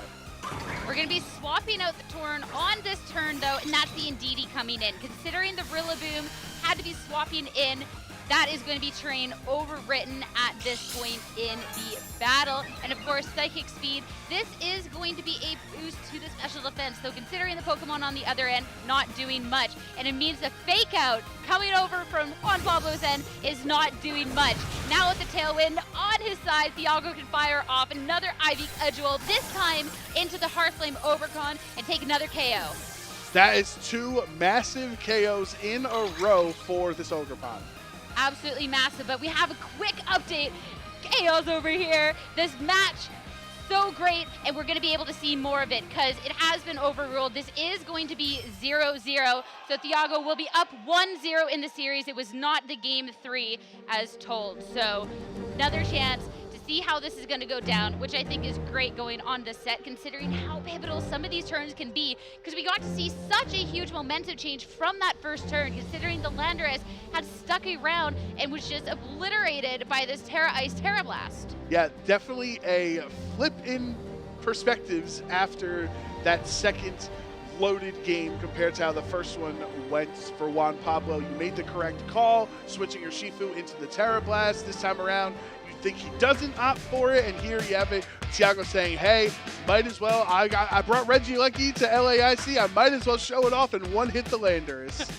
Oh, 100%. And I really like that we got to see the Regieleki do what we kind of foresaw here with that Terra Ice, because I feel like Terra Ice is pretty niche, but obviously when you're going up against the Landorus, and there's even a couple of other things that it actually hits really well into. So being able to see that play out this time as it stuck around for more than just the first 10 seconds of the match was great. But obviously then for these trainers, that is a lot of information going into this next game to maybe see how this first turn is going to be playing out. Because I do think this first turn, if the players are going to be sticking with the same leads, this is going to be humongous momentum swing for whoever gets this first turn right.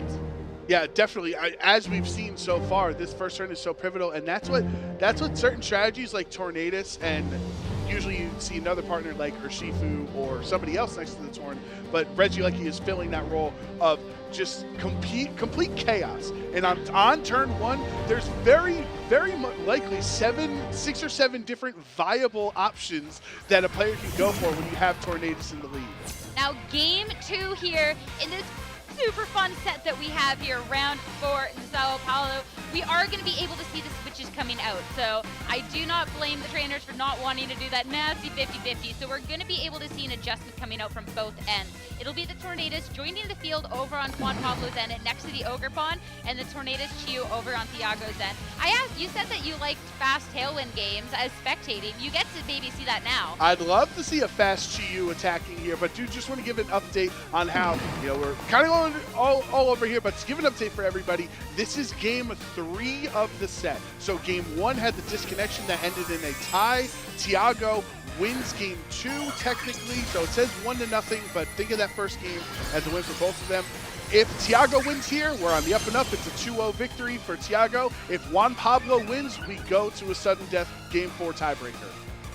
It's been a while since I do one of those, so let's get into this. Tiago has the opportunity in this match to close it out and not even have to worry about it. The first turn to protect, making sure that a taunt coming out from Juan Pablo's Tornadus is not going to be able to do anything.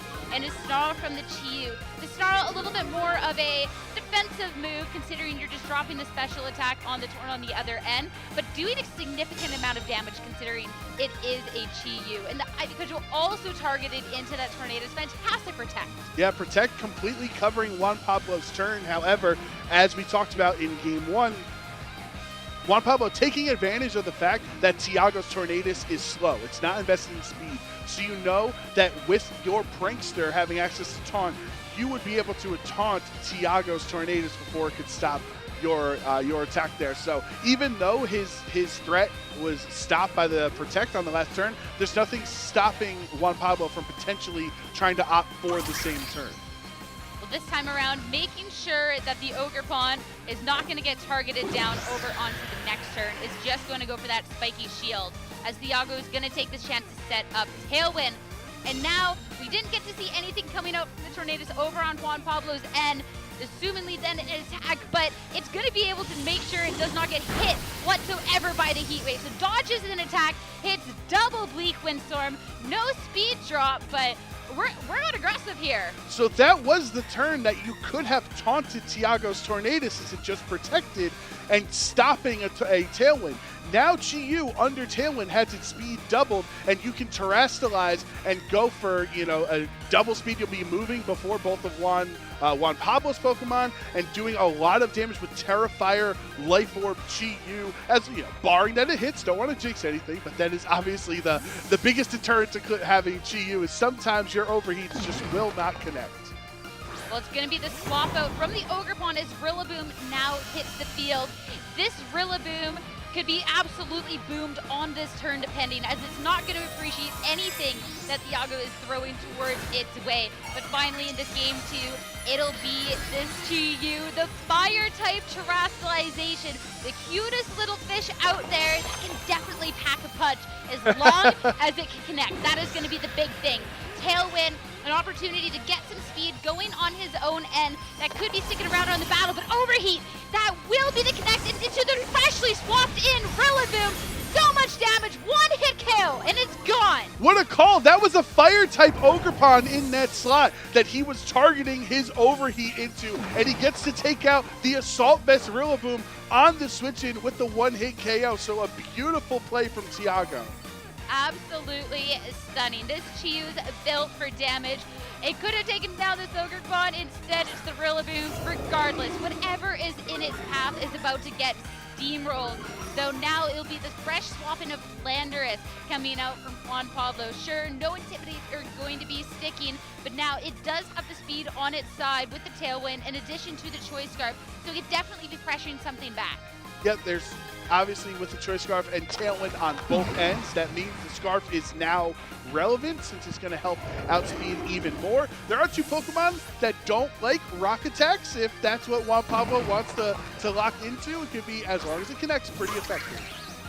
Now the Tornadus is swapping out on Juan Pablo's end. Ogerpon rejoining the field, and the Tornadus just looking to protect. It could be an absolutely massive attack here at this point, but if so, Tiago, plenty of chance to be able to scope it out. It is the Rock Slide. It's not specifically targeting the Chiu down, but the Rock Slide should be enough to try and pick up a double here. If it connects, the biggest thing. But now Tiago has that information, can go for something like a swap in this next turn.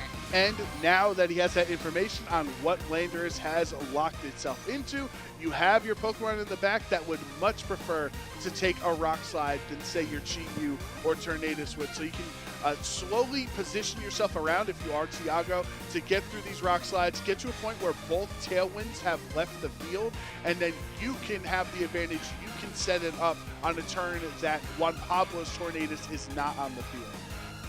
100%. And I like this swap that's coming out, notably too, since the Rillaboom was KO'd in the fastest fashion that I had seen, I think, so far today. Actually, maybe second fastest, because the Regieleki in game one did go down pretty fast. Now that we get this Indeedee swapping in, the Psychic Train is going to be sticking for the rest of the match. Now this can be the special defense boost going up, or it's not going to matter in this case, though, because the Rock Slide is going to be hitting into it. It does, Chiu does survive, but the flinch won't be able to move on this turn whatsoever. So survive that could have been so crucial. Now that's the double target in from the Ogerpon on Juan Pablo's end, and Chiu is done.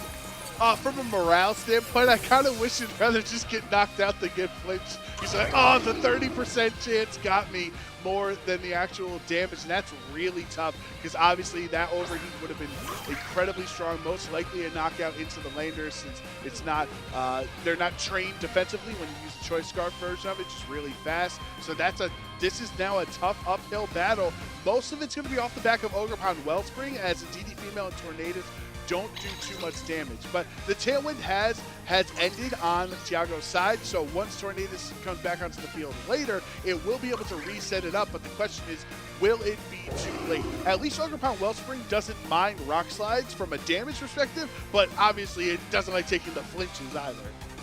That's the awkward part. So hey, if you're missing the flinches, be great. If the Landorus is swapping out, also works. This will be the Tornadus coming back in though, so this can be pressure with these weak wind storms, which would appreciate much less, and having it out there so when Tailwind does expire on Juan Pablo's end, he can go ahead and set that back up. And Ivy Cudgel over on Juan Pablo's end will be acting first thanks to the fact that Tailwind is still active over there, and hitting into the Indeedee is going to be a big KO. There is the opportunity for the Torn to be swapping in, setting up Tailwind to see if this Ogerpon can be putting in enough, and that'll be the Tailwind that sticks around because that Tornadus over on Juan Pablo's end targeted down by that Ivy Cudgel. And Tailwind runs out at the least opportune time for Juan Pablo because now Tiago can set up Tailwind again with his Tornadus. And this is one thing we talked about a few turns ago, Sierra. Get yourself in a position that your Tornadus is on the field where Juan cannot stop you from taunting. He cannot taunt you, and obviously Tornadus is knocked out, so you can't really even match your Tailwind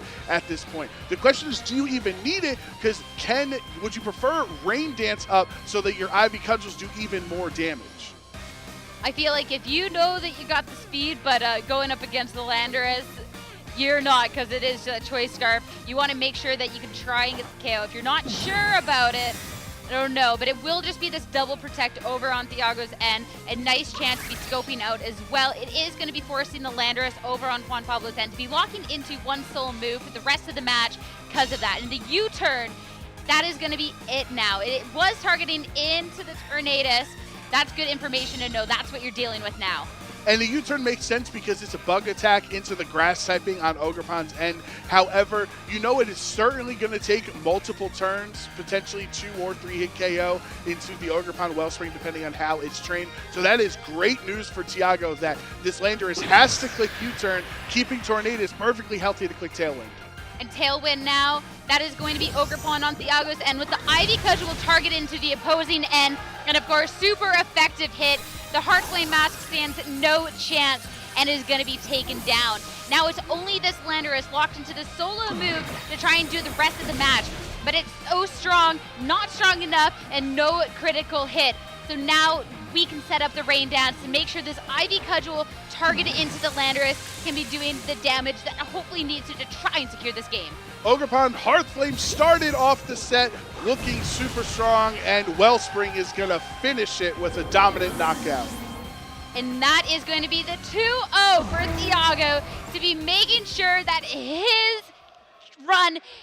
competitor run to try and make it to day 2 is starting off so strong. That nice 4-0. Congratulations, honestly, to being able to see that with a Pokemon like Regieleki that paved the way was in that first game was fantastic. Yeah, and we also got to avoid sudden death, which is always appreciated because that's a scenario nobody wants to, to ever find themselves in. So congratulations to Tiago coming back in that set. I think Juan Pablo also played really well as we look at how back and forth it was. I thought his use of Ogerpon Heartspring was Heartspring. I'm crazy. I apologize. Hearthflame was really strong in the entire set, but that turn overheating the Rillaboom switch in was such a great play. And then even here with the Rock Slide flinch, you thought maybe that Juan Pablo found his way back in, but preserving Tornadus for the end game to have one last Tailwind so you outspeed the opposing Landorus is what won him this set.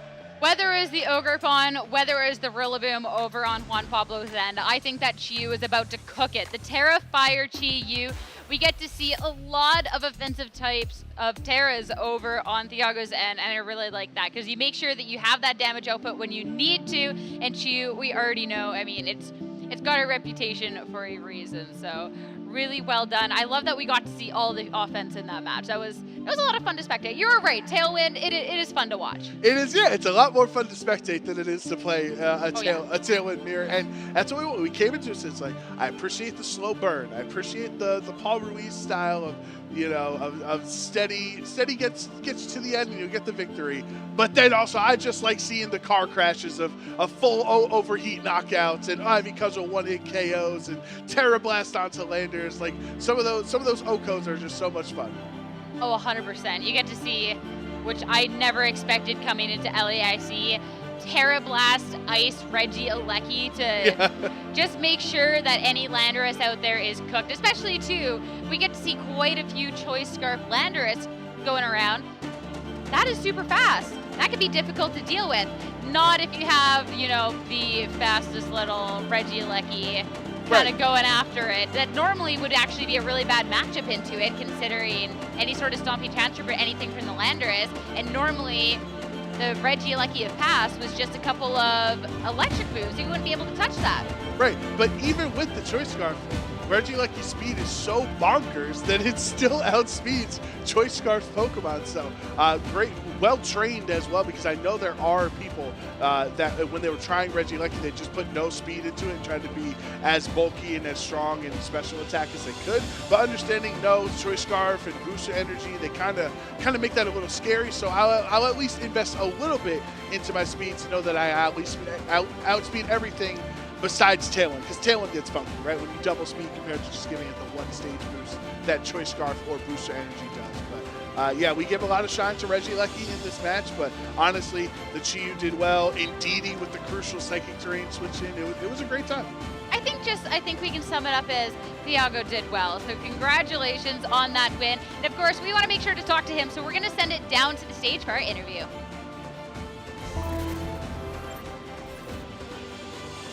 By the winner of that amazing last set, Thiago, huge congratulations. How are you feeling right now? Como está se sentindo agora? Muitas felicidades. Parabéns. Estou feliz. Eu fiquei 4-0, então estou caminhando bem para um top quit, talvez.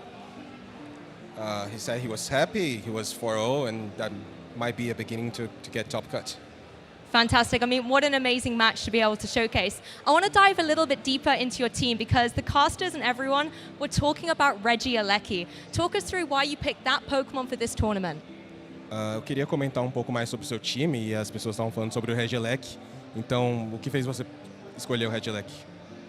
Eu achei o Regieleki uma boa call quando me falaram que Urshifu Scarf e Landorus Scarf estariam no meta. Então eu achei que seria um bom counter desses dois Pokémons. Can you repeat that, please? Você pode repetir, por favor? I didn't quite catch that. Sobre o Regieleki, então, eu falei que quando eu soube que o Landorus e o Urshifu Scarf estariam no meta, eu achei interessante colocar o Regieleki porque é um counter desses dois. Quando ele, when he noticed that both Landorus and Urshifu would be in the meta with Scarf, he thought that Regieleki would be a nice counter for those Pokemon. And we certainly saw that, particularly with the Ice Terror type, being able to hit Landorus. Pretty awesome to see. Another Pokemon we want to talk about is the Chi-Yu. How do you manage to keep Chi-Yu protected in a meta with so many ground type moves running around? Outro Pokémon que eu queria comentar um pouco é o Chi-Yu. E como que você conseguiu proteger ele num meta que tem tantos Pokémons que combatem ele?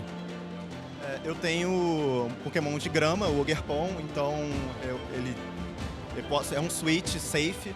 E eu tenho NDD com Follow Me, então eu acho que ele ajuda muito. O Chi-Yu é uma boa call. So he has a grass Pokemon like Ogerpon and also NDD with Follow Me, which is quite a protection for his team. Yes. I mean, they're two of my favorite Pokemon, so I was very excited to see them both in action. You have got quite a crowd here cheering for you. Is there anyone you would like to give a shout out to or say thank you to now you're here on the stage? Você tem uma galera aqui celebrando você, então tem alguém que você gostaria de dar um alô, uma coisa assim, um salve? Ao time Zero to Rio, o melhor time do Brasil. E ao Clube de Regatas Vasco da Gama também. Huge congratulations once again. I'm sure they will be cheering for you through every stage of the competition. Of course, Pokemon trainers, the action is not going anywhere. We're going to throw it back to the casters to continue the Pokemon action. Thank you very much, Lou, and great job by Tiago winning our round 4 here on day 1 of LAIC.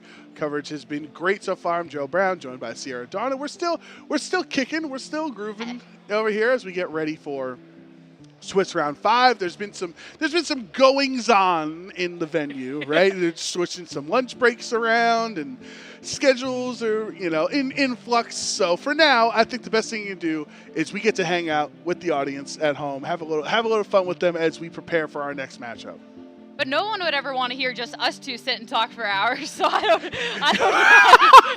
don't know about that. But hey, no, you're stuck with us for now. But hey, while we're waiting for our next round of Swiss and let the players get a bite to eat and everything, I felt like it could be fun to do some like Pokemon trivia. We did pretty good at the last one. Yeah. But it's not quite Pokemon trivia, sorry. It's Pokedex entries. So I do think for this one, we did really... Oh, we're not teams this time? We're not teams this time. We did really good the last time, but no, I want to win. So all right. You're my sworn enemy. Got it. Yeah. This hungry Pokemon swallows Aracuda whole. Occasionally, it makes a mistake and tries to swallow Pokemon other than its preferred prey. Isn't this Cramorant? I'm trying to think, because they're both Sword and Shield, right? So I'm trying to think Cramorant in Pokemon Unite, right? Because it's super strong. You guys play Unite. Cramorant. Maybe I'm bad, and maybe I just lose to Cramorant. Maybe I unite people in the chat. I think you're just bad. Yeah. I'm pretty sure it is Cramorant. I think. Yeah, because it makes a mistake, tries to swallow a Pokemon other than its preferred prey. That's when it's like the Pikachu, and then in VGC, if you all of a sudden hit into the Cramorant, it spits the Pikachu out at you, and the Pikachu hits you, which is the funniest animation in the game. Even just watching the Cramorant sit there on the field with this Pikachu just stuck in its mouth is hilarious. So yeah, we can agree on this one, even if we are sworn enemies, and lock in Cramorant. I think we're confident. And make sure if you're watching at home, you lock your answers in Look as at well. that beautiful bird. So good, so good. Look, Kramer, it looks like he's seen something. But yeah, whoever's making these Pokedex entries up, you got to give us a more difficult one, okay? This was a little too easy. No, that's her statement. I do not back by that statement. I like a simple Pokedex entry. No, okay. If it inflates to sing a lullaby, it can perform longer and cause sure drowsiness in its audience. Jigglypuff. It's gotta be, right? Like, what else would it be? Pikachu? No. Pikachu is seen from above? I mean, like, Clefairy uses Sing in VGC, right? When's last time you saw Jigglypuff in VGC, Sierra? Come on. Well, the thing is like, I don't think Clefairy inflates. It's just already inflated, you know? It is already, yeah. Yeah, it already kind of is, so. Yeah, I think I'd lock in Jigglypuff as well. Yeah, I think that's, yeah. We're going to lock in Jigglypuff. Lock emoji. Now, I have a question. Okay. Regarding Jigglypuff, this is important. So, do you think Jigglypuff is overreacting in the anime when it gets so mad that everybody falls asleep? Because they fall asleep because it's singing, and that's the secondary effect. It's like it's getting upset that it's doing its job. You know what I mean? So, like, I think it depends, like, how angry you are depends on how aware you think Pokemon are. So if the Jigglypuff understands it's putting everyone to sleep and then it's still angry, then yeah, it's overreacting. But if you're kind of thinking like Pokemon are more like your cat at home, to where like sometimes they're being really annoying, but they don't know that they're being annoying, so you can't really be mad at them, then it's like, no, it's not really overreacting because Jigglypuff's just trying to perform a lullaby. It's trying its best and everyone's getting mad at it, so it doesn't know what's happening. It is the greatest artist of our generation. That is true. That is voice. true. That voice is timeless. Yeah, so we're tied now, 2-2. Yep. At our current entry. So, all right, this Pokemon can control 100 tons of fallen snow. Plays around innocently by leaping in and out of avalanche it is caused. You asked for a tougher question. So I did. They delivered. 100 tons. I don't even. How much is 100 tons? It's like try to visualize how much that is. That is probably like 100 Snorlaxes. Yeah, it's a lot of Well, Snorlax. as we learned in where were we in Toronto, the Snorlax you can't trust because it doesn't even look at its own color typing. It doesn't even make sense. So I don't even know how much it weighs at this point. All right, Too much. It can control 100 tons of fallen snow. It plays around innocently by leaping in and out of avalanches it has caused. So it's got to be a big ice type, right? So, that to be able to hold 100 tons of snow, it's got to be a big ice type. Can't be like a little small, like, I don't know, Cupchew or something like that. I was kind of thinking Abomasnow, but then I'm like, it doesn't really look innocent, so it plays around innocently by leaping out of avalanches. I guess, like, never grow up, always play, enjoy the little things in life, but I still have a hard time imagining it jumping in and out, so I'd want to say Snover, but, like, can Snover control 100 tons of fallen snow? That's a buff Snover. Yeah, he's been putting in reps. He's been taking his vitamins, so I feel like I'd have to say So Abomasnow. I'm gonna lock in just for our caster friend Ross across the pond. His favorite Pokemon, Mamoswine. I'm gonna lock in Mamoswine just because that's it's strong. It has Avalanche as a move that it's used historically in competitive Pokemon, right? So that's my answer. All right, and I'll lock in Abomasnow here. So we'll see. I still feel like both of these Pokemon don't look like they would be playing around innocently nearly enough in the Avalanche's cause. But hey, still feel okay enough about the answer, I guess. So little drum roll. There's gonna be someone in Twitch chat that's like, these two. Oh man. Chienpel can carry 100 control 100 tons of fallen snow. Chienpel can kind of do it all. It's built like that. It's good in VG. It's good in TCG. I'm sure when it gets to go one day, it'll be broken there too. Like Chienpel does everything. I at least was right in both of the Pokemon we picked. Yeah. Do not look like they'd be playing around innocently. Chienpel does look like it would just be hopping in and out of the snow. It's got swords for teeth. How is that innocent? No, but it's like, it's still really cute. Yeah, but like you don't see that like you'd be, whoa, danger, there's a sword tooth monster over there. No, if you see a little pug running around and it's carrying this little knife in its mouth, you're still gonna be like, oh, that's so cute. It is maybe, yeah, and a little dangerous. And then the pug's ability is called Sword of Ruin, and you're like, oh, I guess it's not so cute anymore. It's still cute. It's just you gotta be wary of it, you know? It's That's okay. That's our first L, but we accept it. We own that Yeah, one. we both took the L, so it's okay. I believe we have one more. Maybe actually break the tiebreaker on this one. Okay. For Pokedex entries, it fluffs out its fur collar to cool down its body temperature, which can reach 1,650 degrees Fahrenheit. That's how hot it feels in here. Yeah, is the answer us? Is that us right now? Ooh, this is tough because obviously it's gotta have fur. So like think of like a Arcanine. Think of like a Arcanine's a good answer. What's another fight? Like a Doxpun? I forget how you say that Pokemon. We didn't get to that pronunciation one. You know what I'm talking about? Yeah, no, I know. Right, that guy goes in the oven. His whole thing is like immune to fire. Like. But like, does it want then to be like baked? So why would it try to be cooling down? That's a good point. Okay. Now I don't want to say Arcanine because you're gonna, say Arcanine. Do you know what 1650 Fahrenheit is in Celsius? No. That's not like the normal conversions that I like to do, you know? Oh, sorry. I thought Celsius was so great. I thought you had it memorized all the way through. Nah, like I kind of know like 70 Fahrenheit's like a reasonable Celsius. I think it's like 2022. I don't know. I might get roasted for Are that there other fire dogs besides Doxpun and apologies if I'm saying it wrong and Arcanine? Like Dachshund, I believe. Dachshund. I don't know. I forget. Okay. I remember back in like Scarlet Violet, Flareon is another cute animal fire type Production thing. said y'all aren't getting this, and it's really obvious. So we're just gonna make you feel bad right now. We're gonna shame you. The only thing Flareon has ever won is this trivia segment. Yeah, we really did miss that one. We really did. Flareon's really obvious. Yeah, we are getting roasted in Twitch chat right about now. That sounds about right. So, all right, we just accept the tie on this one. Is that all right? That's fair. All right, good tie. There'll be a game at some point where we can actually figure out on who's the smartest of these Pokedex entries or whatnot. I know that you're really bad at art, so yes. Maybe if we did like Pictionary, like an art contest, maybe I actually could get a sure win on that one. Not too great, but if you just draw everything with like little smiley faces, then it's like you're a sure win, right? Those are cute.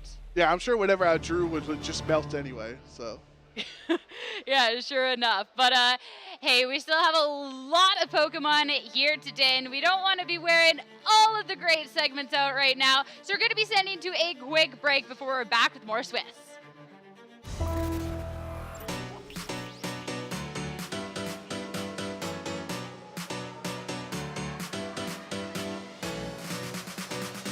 Welcome to the 2023 North America International Championship. This is my 4th time at NAIC, and I'm totally blown away by all of the new stuff that's going on here, like that setup where it's like you're in Mesagoza and you're like looking at all of the Scarlet and Violet Pokemon, and it's just really cool and really impressive, and I haven't even gotten to look at everything yet. Everyone's so welcoming. I enjoy the community, and all the battles have been so fun so far. It's always an absolutely great time. The vibes are absolutely electrifying. Just jump right in. These events are so much fun. I've been playing this game for 10 years, going to these tournaments since 2011, and it's just been such a blast. It's just such a great event, such a great community, and yeah, if you win, you win. Yeah, great. But if you lose, you're still here with so many people. It's just amazing.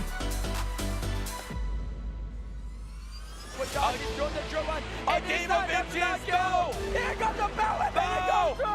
One time, taking this man's game, and is your North America International Champion! Wow, what does?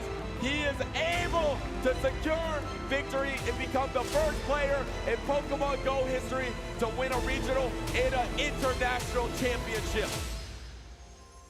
Throw the energies into play, final burn, take the knockout.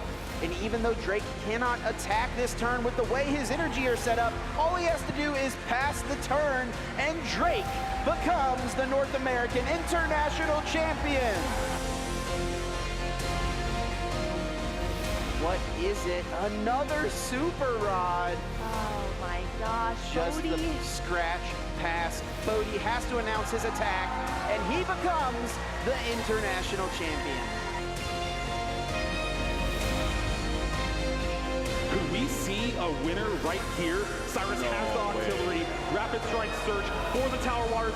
Attaches the water energy. And 100 blows. Cyrus Davis is your North American International Champion with Rapid Strike, Inteleon, VMAX, Urshifu VMAX.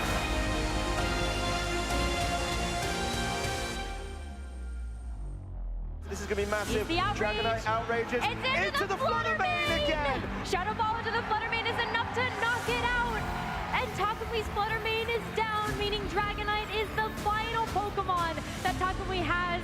What a choice on the item and that's there. Gonna do it. Major congratulations to Avery, your 2023 North America International Champion. And the Gyarados left at this next turn.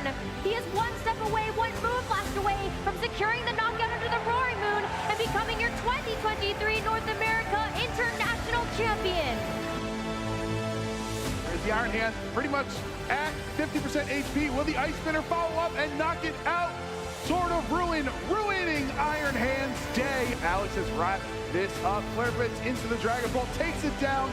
Alex is the VGC 2023 North America International Champion in the Masters Division. I haven't won a tournament since 2016, so I feel amazing. It means the world to me to be back. When I was on stage and I won, I was just like really hyped up because it was like a super close game, and I didn't think I was gonna win. So when I did, I just kind of popped off. This victory means a lot to me personally, and because it allows me to get the travel award for the World Championships, which is very exciting. Winning feels very exciting. I felt so happy. It feels really great, and I'm really happy that I finally got my trophy set. It means a lot, as this is my last year in seniors, so it feels really good to finally get it on that last opportunity. Winning this event is life-changing. It means everything to me. It means I've left a mark on the history of this game, and it means that my long time playing has all led up to something.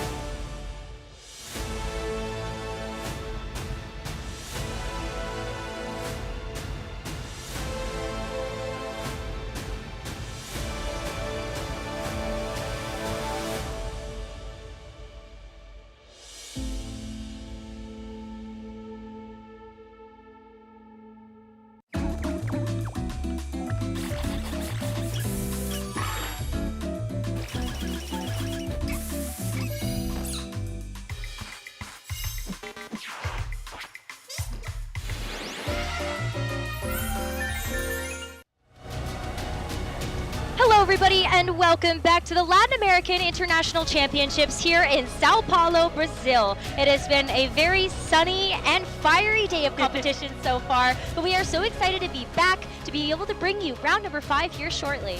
Exactly, it's been a phenomenal competition. It's definitely been a long day for our competitors, but they are running on all the adrenaline possible at this stage of the competition because they know exactly what's on the line. Not only is there fantastic prizes, championship points, but it's also that elusive I am a Latin America International Champion title they're going for. Especially because we haven't had it in a few years too. I know, right? So it's even more elusive than just the fact that we only have a handful of LAIC champions that have been able to capture that achievement. But it has already been just great matches. I feel like the first 4 we already had today were such a treat. I don't even know what we're going to get next. I mean, what I like is the variety we've had. We've had a couple of really solid Pokemon choices we were expecting to see. Landorus, Iron Hands, to name a few. But then Regieleki jumped out of nowhere. We were literally talking about this before as being one of our favorite Pokemon and how, you know, it's had to make way for Regidrago. And then it was like, excuse me, I heard my name being called. I can turn into an ice type and cause destruction on the field. And I actually thought that was a really nice tech and medical because there's so many Landorus, so many Rillaboom running around. Having that very powerful ice typing is incredibly strong at the minute. Right, because if you're using those electric type attacks, you can't deal the damage to the ground type attacks, but you are able to get those ice types through. So I loved that adaptation too, and I think something that was really unique about the inclusion of that Pokemon too is we don't normally see an Ice Terra at all. Think about the number of times in Scarlet and Violet competition where you've actually seen trainers opt for the Ice type over anything else. Yeah, I think the only time I can really recall seeing it was an Iron Bundle to deal like extra damage with Freeze Drive, for example. But other than that, I've not seen a lot of trainers opt for it. So it's nice to see it give Regieleki that flexibility, and in case you needed a little bit of refresher, Tiago was the player in the last round to pilot this phenomenal team to victory. And I have to say, not only is the Regieleki pretty interesting, but seeing an Ndidi on here in an inherently non-Trick Room team, I think is very nice. It really is. I think Ndidi provides a lot of coverage in which we sort of see from a supportive Pokemon like Clefairy. Yeah. You don't necessarily get the Friend Guard, which is a really key part of Clefairy's kit as a supportive Pokemon, but you have the Psychic Terrain. And I think that is also just so strong in its own merit, where you're able to protect your team from those priority attacks, and that is so valuable. I completely agree. Having the Psychic Terrain stopping all the Sucker Punches, Extreme Speeds, even the occasional Shadow Sneak from a Rambogarts that we're seeing rolling around at the moment,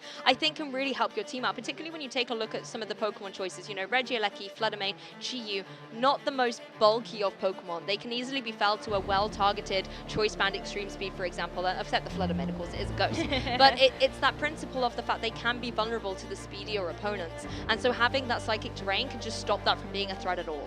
And I'm excited to have seen Tiago Latanzi in the spotlight as well. Yeah. He's one of the more well-known Latin American players, especially in the last 2 years. You saw that achievement list. Every single time he shows up to a regional championship, I feel like he always has a top cut or a day 2 performance. So he's well on his way. He's got 4 wins under his belt right now, gets a chance to move forward with that momentum. And in round number 5, this is really where we start to crunch the numbers a little bit with where our players need to go, especially after the first few rounds of the day. How close can they get to closing the distance to that day 2?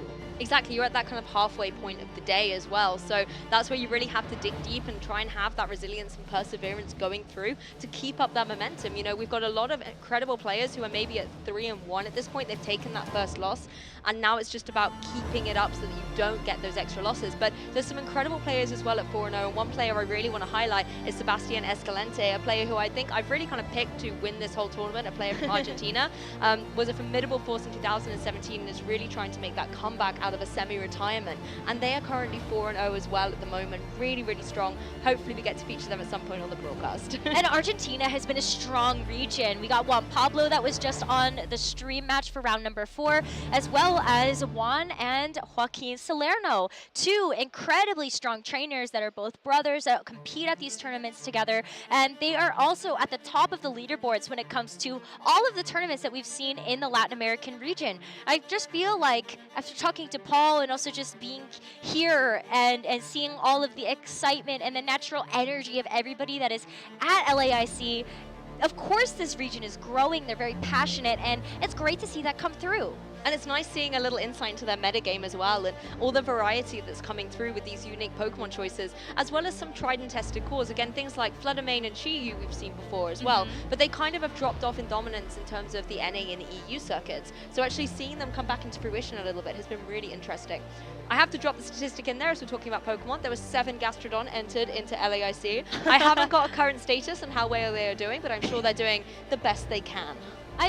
Gastrodon is always doing the best it can. Yes. So you don't have to worry about that, I don't think. It is the little slug with the dream, you know? I do agree with that. And I think, too, when you look at just some of the other counters that we've seen, that's why the Regieleki was so interesting. And maybe we see that as another tech choice on some of these other Pokemon that would love to be able to hit a Landorus. And maybe just might not be able to at this point in time. The thing is, Landorus is such a threat, right? You have to find a way to be able to get rid of it from the field, and particularly as it isn't a grounded Pokemon as well, and there's so many ground type moves running around, you haven't got a way to hit it in that regard. So it makes such a beautiful switch in, particularly if you're like a Heatran, say, and you're staring down some Earth Powers or some Stomping Tantrums. You just switch in your Landorus, it's going to do no damage, and you take an Intimidate for your trouble. So yeah, maybe not the best of the outcome that you might have wanted, but I feel like every player right now is navigating this new era of board states so beautifully. One of the things that we've noticed in terms of a trend of using terrestrialization is when to use it. I think there's still a bit of a debate whether use it offensively or more of a defensive nature. Of course, it also depends on the matchup and a few other things falling into place, but kind of what's your take on that in terms of when to use it? I think for me, it's about being flexible with it in a game. I'm all for a very early terror, and I think I'm definitely the person who sometimes does take it a little bit early. I was the same with the Z moves, for example, with the Z crystals. I would often just go straight out of the bat with Porygon Z going for all of its amazing damage that it went for. But I think for me, it's about being flexible with it. Go for the early terrestrialization to maybe take command of a match and force your opponent to adjust, but then possibly shake it up for the rest of the set. If you've got flexibility where you have terrors, I think we've seen it a couple of times where we saw, like, for example, the terrestrialization on the Heatran in game 1, then on Roaring Moon in a game 2, let's say. Having that flexibility makes, for me, terrestrialization one of the best mechanics we've had. Because as long as you're flexible with it and you can identify the winning situations it needs to be in, then it can really swing momentum in your favor. I think if you're too linear with it and you have one thing that you just hard commit to every time, you are then limiting yourself and you make yourself very readable to your opponent.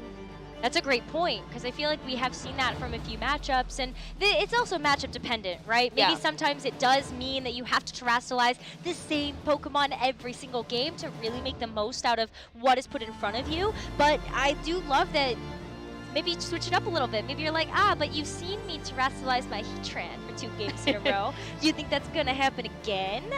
Maybe not. Yeah, and I love that. Throwing your opponent off their game with a surprise adaptation, I think is always amazing to see. Because particularly when you think you've really read your opponent out game 1, you've then won back game 2, now it's game 3. What do you do? And I always ask this to players. Do you go for the same kind of strategy that won you your game? Or do you go for something completely different and throw caution to the winds? And that's, I think, what makes or breaks a player.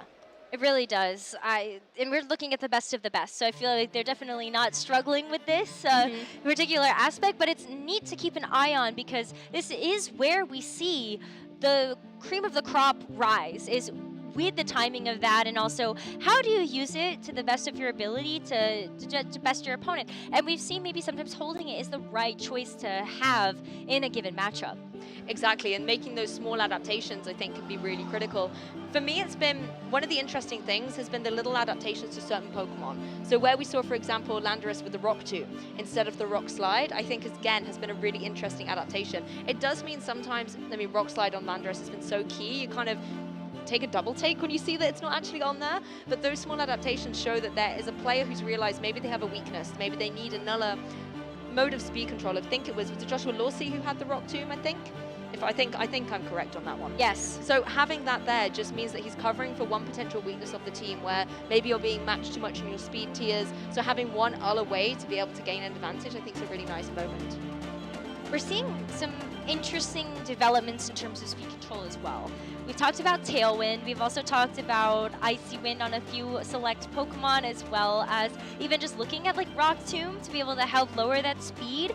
But where's the Trick Room? I feel like that is an archetype we haven't seen yet. That's a really good question, actually. Where is the Trick Room? I'm sure it is out there.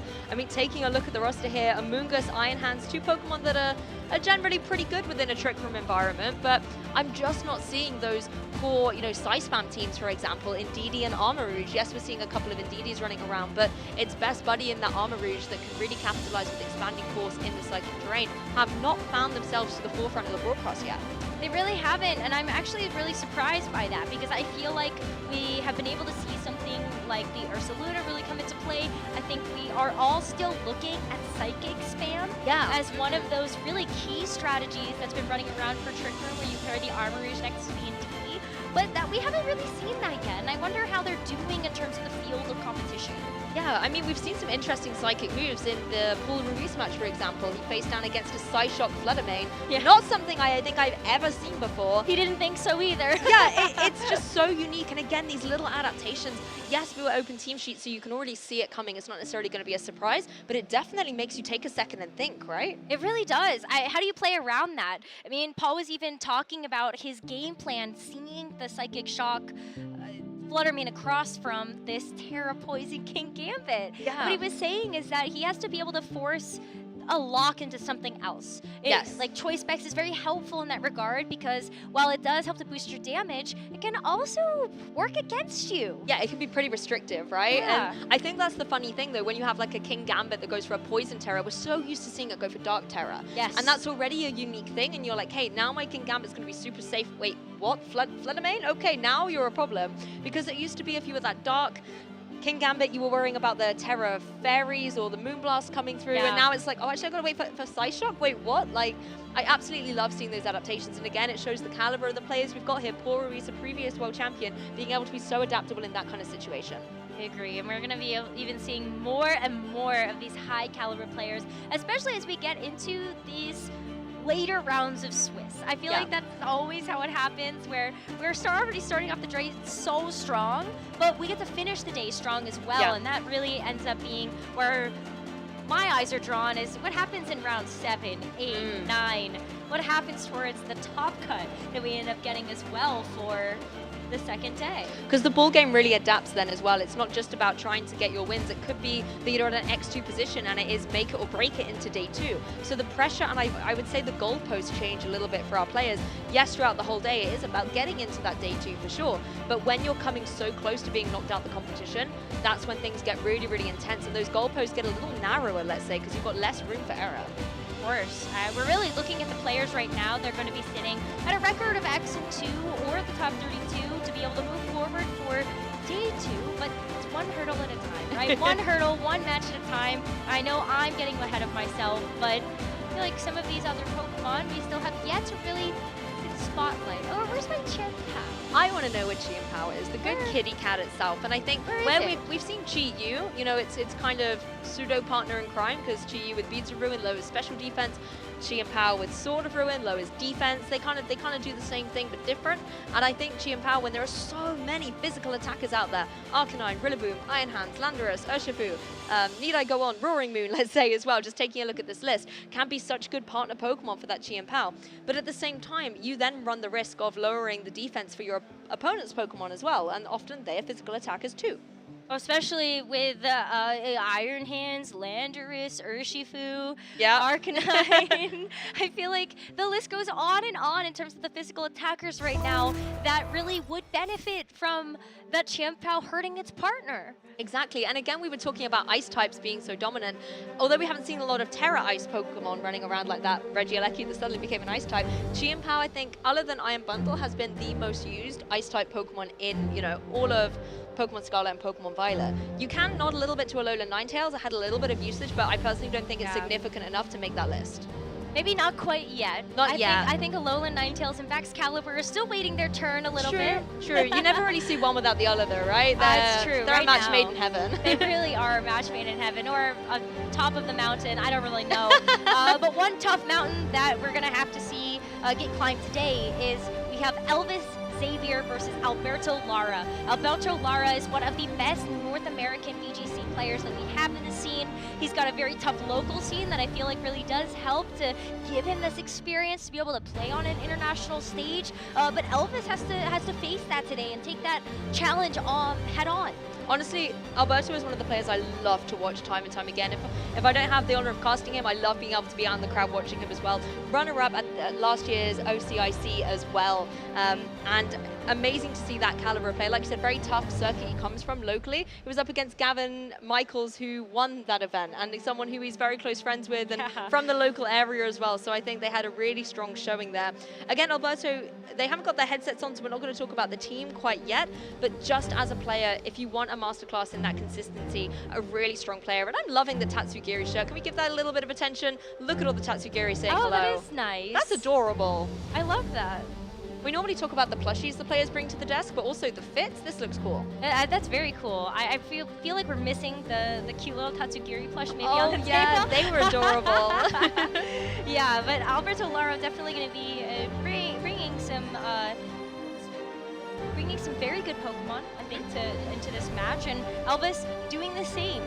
So talking about Elvis Xavier just a little bit, like this is the player that I'm relatively unfamiliar with when it comes down to the international stage. So I'm very excited to see what he's going to do here, because he's 4-0. That is a huge accomplishment so far in an international such as this one. And to also see how he's going to navigate, again, a very similar chess type match as we've seen before, I think is going to really bring some excitement to the broadcast. And honestly, that's one of the things I love about these international showcases as well is, yes, Elvis may not be one of the most well-known players, but after today, you can't say that anymore. They'll have had this breakout on the broadcast. We'll have got to know them a little bit better as well. And who knows, at 4-0, already making a commanding start to the tournament this weekend, it could be a name that we see again later on down the road of LAIC. I agree, yeah. I can't wait to see that. And I think especially when we've talked about the development of the Latin American scene, I feel like this is really where we get a chance to showcase that just a little bit more and really see what Elvis can get up to. It's a team sport at the end of the day, honestly. You have a lot of friends that help you to prepare your team, to prepare your matchups, and it takes a village. It certainly does, and I think that's a big part of helping you prepare as well, is the team building mates who help you, test, maybe run a couple of sets with you and things like that as well. And it's that insight and that collaborative effort that makes you feel not alone when you're competing as well. Sometimes you might have traveled all the way to an event and your best buddies aren't necessarily with you in person, but that's why the engagement on the broadcast and, just generally through all social media really helps players feel that kind of support and joy from all over the world. Yeah, so, get a part of the conversation. Use that hashtag Pokemon LAIC so we can see what your thoughts are about the broadcast, about these players, about the teams, literally anything that you want to share with us. We will be keeping an eye out on that hashtag on all social media platforms. So we've already seen some great stuff. Thank you for sending in all those supportive tweets for all the players that are competing here, the staff. It's been so nice to see that.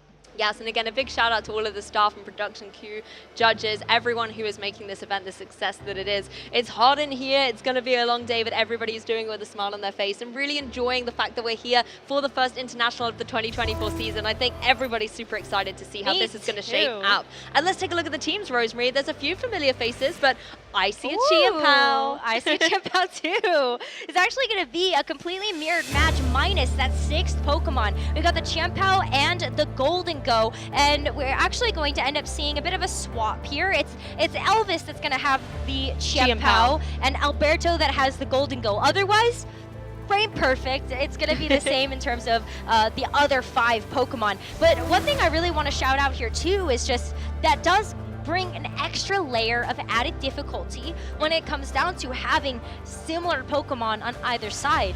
Maybe it does come down to the one that's different. Exactly, we were talking earlier about those small adaptations that can really swing momentum in your favor.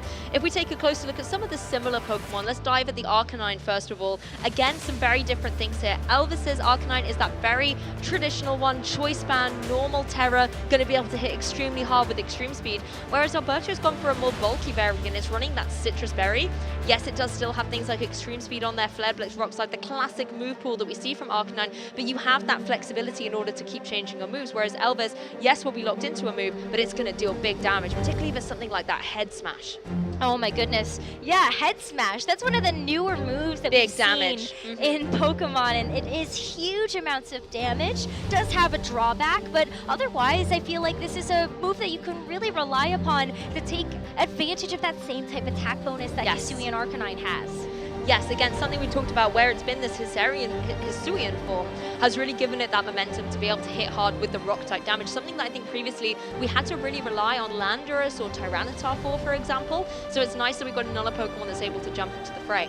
Some other Pokemon that kind of match up, we've got a Fluttermane a piece here, and again, looking pretty similar, both Fairy Terra types, but it's not Choice Specs, they're both running Booster Energy. Booster Energy makes this one even more interesting because we've seen a Fluttermane kind of built in a few different ways. Sometimes the Fluttermane really invests in the speed to get the Booster Energy speed boost, but sometimes it's the special attack that really gets the brunt of that investment, and so that will be very interesting to keep an eye on for this match. But another thing that I want to point out for Alberto's team is the fact that you have Surging Strikes and Rain Dance on one side, plus you have the ability to go for the Tailwind, and I think that this is one of the big keys in this meta right now is this more hyper-offensive core that you can take advantage of the speed as well as all that pre-existing synergy. Great observation, and I'm glad you've highlighted Tornadus because this looks like the key piece in the puzzle for Alberto. He's even running the Mental Herb on it, knowing that if it does get taunted, then that's going to be incredibly detrimental. So making sure that you've got the Mental Herb on there will allow it to go for all those prankster moves, the Rain Dance, the Tailwind that you've just mentioned. Again, the opposing Tornadus actually does have Taunt, so that's something Alberto's going to be very happy that he teched onto his team there. The other thing I want to mention about that Rain Dance is the Arcanine was actually Terra Water on Alberto's side. It doesn't have any water-type moves per se, but there's just something lovely about a dog playing in a muddy puddle, you know, that I think is just great imagery. Taking a closer look at Elvis's side, though, again, some similar Pokemon choices, but with a few changes. Yeah, so it's going to be a very similar build here from the Tornadus and the Urshifu, but I love the taunt call out that you made, and also a difference in the item choice. You've got Rocky Helmet on this Tornadus, and Tornadus is not the bulkiest of Pokemon, but if you're going to be hit by an opposing Urshifu, maybe say 3 times by Surging Strikes, that's a lot of incoming damage that the Urshifu's going to have to take if you do end up hitting into the Tornadus target. But other than that, I think looking at speeds, looking at the taunt interaction, and also just I think the Rillaboom and the Arcanine in general, how they're going to play a role as physical attackers next to this Chien-Pao. Exactly. The Rillaboom as well here I think is interesting because it's not running, you know, high horsepower, for example, and that's something that if you look at Alberto's team would be able to hit the Golden Go, the Arcanine for some super effective damage. Instead, it's running that U-turn that gives it a little bit more flexibility in and off the field. Again, paired with that Assault Vest, so it's going to be able to take a lot of special attacks from something like the Golden Go or the Flutter Mane really well. One Pokemon, again, that I really have my eye on throughout this is going to be that Tornadus on Alberto's side. I think the fact that it's running the Mental Herb is going to give Alberto so much momentum coming through into this game. But then you have to worry about the Chien-Pao on Elvis's side as well. Interestingly enough, Alberto's Tornadus is also Ghost Terror type. We often see it running Covert Cloak to stop potential fake outs, but as it's running the Mental Herb, this is a really nice coverage to be able to kind of work around that, particularly as there is the potential fake out for the Rillaboom on the opposing side. Great call out there too. It is a little bit of a commitment to have to go for the Terra Ghost, so you're kind of hoping in that instance that you're not seeing a position across the board that would force you quickly to have to go for that fake out. But we're into game number 1 of round number 5 between Alberto Lara and Elvis Xavier, where Elvis is going to be rocking the Rock-type Arcanine as well as the Chien-Pao, and we've got the Flutter Mane and the Tornadus here on Alberto's side. For that Flutter Mane is getting a special attack boost with that booster energy. Yeah, this time the dogs and cats have aligned to be able to be a supportive core for Elvis here. And I think this provides a lot of nice coverage because you've got 2 very strong physical attackers. Arcanine is going to be able to capitalize on the fact that Sword of Ruin is there on the field as well. So Arcanine in a very formidable position. It could go for something like the Extreme Speed into, obviously not the Flutter Mane, but possibly into that Tornadus as well. Try and maybe even get a KO. Interesting to see the Flutter Mane running away here. Of course, you know the Chien-Pao has the potential to go for something like a Sucker Punch, and that would certainly hurt, particularly if Alberto doesn't want to commit to a Terra. Actually just going to play very defensively, making an adjustment here and going for the Protect on the Tornadus.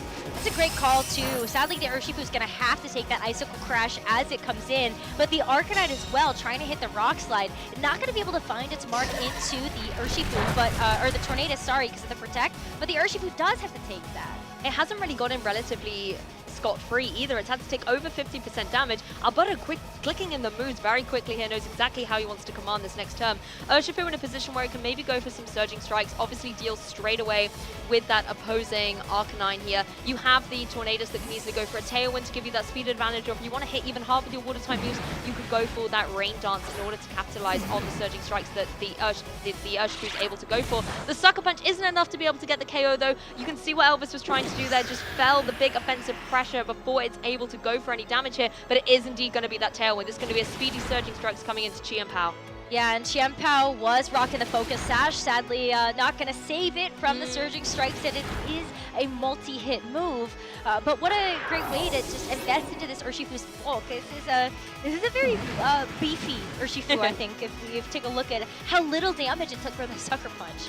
Exactly, it was definitely able to have that longevity on the field that I think was really nice on Alberto's side. And now again, you're applying a lot of pressure going forward. Yes, your opponent can now go for a Tailwind of their own and kind of even the score, and quite ironically, we now see an Urshifu and a Tornadus apiece. But then Alberto's in a difficult spot now. You can go for something like the Rain Dance here, but then you're going to benefit your opposing partner Pokemon. If I was Alberto now, I would just go straight onto the offense, something like a Bleakwind Storm, and hope that it's going to be able to connect and do some super effective damage to something like the Urshifu, and then allow your Urshifu to maybe clean up that game. If you have the potential to be faster, you're going to be forcing Elvis to go for Tailwind in order to match you, and therefore you only have to worry about the Urshifu doing damage that turn.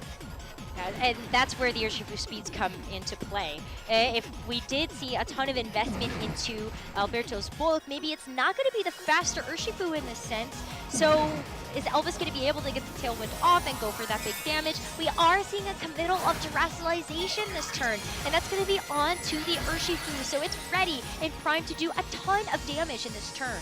Yeah, we see this a lot, the Water Terror on the Urshifu, just trying to go all in for maximum damage. It is going to be forced to go for the Tailwind on Elvis' side, matching these. So now you have to start counting the turns, because at some point Elvis will have that speed advantage. Surging Strike is going to come out as the faster Urshifu here, going to be able to fell the Urshifu on the opposing side here. So Alberto hopefully has gone for something more offensive just to get some damage on the board, maybe a Bleak Wind Storm here, something to capitalize on. But then critically, the opposing Urshifu has dropped its fighting type, so it's going to be able to take this damage much better as well. It does find its mark as well. It's not the most accurate move, is it? No, it's not, but that is going to be a double hit. No stat drops here, and this does open up an opportunity for this Fluttermane to come back in, but it had to leave the board, so it's used up this booster energy. It can't get that special attack boost again. That's a very good point, actually. Fluttermane did have to sacrifice that very early on in the game, but I think it was under too much pressure from something like the Sucker Punch, because in that situation, if you're Alberto, you're forced to commit to that Fairy Terror very early on, and as we were saying earlier, sometimes that can be such a detrimental thing for the whole game to play out. It looks like Alberto is going to commit to it now, but this is different. You've had a couple of turns to reassess and see if it is the optimal play.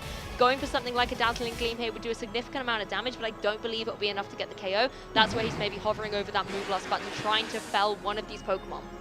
You get the double same type attack bonus there, just with that boost from the Terastallization, and I agree with you. Maybe it's not always the spread option that you want to lock into, but in this scenario too, you have to think about the fact that you are missing out on some amount of attack damage. Maybe you're hoping that that fourth and final in the back is going to be enough for you to really make a headway in here. Getting word, we also got some Go viewers that are going to be joining us on the broadcast, so welcome in. We are just at the beginning of this very first match between Alberto and Elvis. We're going to see this Fluttermane use this Terastallization to just get some spread damage, and we're not going to see the Bleak Wind Storm here from Elvis be able to hit its mark onto the Tornadus. Fluttermane, though, does have to take that damage. Yeah, Tornadus not only being a key piece of the puzzle for Alberto, but actually being nimble as well to dodge out of the way. Critical hits going down, of course, thanks to the Surging Strikes into the Fluttermane. It will be able to get the knockout. That could be critical here for Alberto, losing this Pokemon so early. He's only just committed the Terastallization to it, and the Dazzling Gleam was a little underwhelming. You could see he went right down to the wire, already 2 seconds left in order to lock in those moves. But hey, actually the Tornadus is like, I've got your back, Fluttermane, able to get a double KO. What's really nice about that is you got two major threats on Alberto's side. You had the Urshifu as well as the Fluttermane, which really take the pressure away from something like a Tornadus. So if you're able to get that spread damage down, it does soften everything up so that the Bleak Wind Storm can come in, and you just hope it hits. It's not perfectly accurate, but it's accurate enough that it really is going to help Alberto navigate through this game number 1. Elvis is down to just the Arcanine left, and it is going to get the attack drop onto the Arcanine on Alberto's side, but you still have 2 Pokemon for Alberto to work with. Exactly, but the one thing I like here is Alberto has also got the Tornadus in a position where it can go for a Tailwind again after the next turn. That's not something Elvis has the utility to do here. You have got the Arcanine on the opposing side, and it is choice band for Elvis, so no matter what it chooses now, it's going to be locked into. It doesn't have the capability to protect, unlike the Arcanine on Alberto's side. That's going to be able to maybe stall out a turn here or there, just allow the Tornadus to start sweeping through into the Arcanine. Maybe down to the final turn? Yeah, quite possibly just able to start going through. Tornadus here applying a lot of pressure with something like the Bleak Wind Storm. And of course, Arcanine versus Arcanine, there's not a huge amount that it can do to each other. I do say that is a Choice Band Rock Slide. That's going to do a big amount of damage. And are we going to see any flinches? Ooh, that's really where we have to start to see that come into play. Citrus Berry recovering onto the Arcanine here. Oh. But Tornadus is going to flinch. It's not going to get any damage off either for the Arcanine. Oh, that is exactly what the Arcanine on Elvis' side needs to be able to do. And it's got to get a couple more of these in. The critical thing, however, is Tornadus can just go for the Tailwind. Oh, it can go for a Protect, but it can also get the Tailwind up later and start rolling through the speed momentum. If you're Alberto, you can just go for this double Protect. I believe it will be the last turn of Tailwind for Elvis' side as well, because it was set up that 1 turn later. So then you even the playing field a little bit more. You can set up the Tailwind with your own Tornadus, allowing your own Arcanine to be the speedier and to be able to try and maybe get a flinch before it flinches you. Exactly. You know that the Choice Band has locked Elvis into that Rock Slide, so there is still a potential here for Alberto to get enough damage down, but he's got to hit his Rock Slides too, and that is also another move that is not fully accurate accurate, so it has a great chance to miss. And it's Oh, gonna hit this time. It is gonna hit this time. Arcanine is gonna survive, but it's the Rock Slide back. Tornadus is gonna avoid it this time around, and Arcanine's gonna avoid it too. That RNG giveth and it taketh away the double flinch before into the double miss now. Oh my goodness, this is where things get really dicey. Arcanine, one of the tried and tested best buddy Pokemon that you can have, but just not able to get the Rock Slide at the end of this game. I mean, it put in some work before, like you said, able to get the double flinch, but now it really does look like to be Alberto's game, able to apply pressure with the Bleakwind Storm and something like the Rock Slide. But again, of course, those two moves can miss.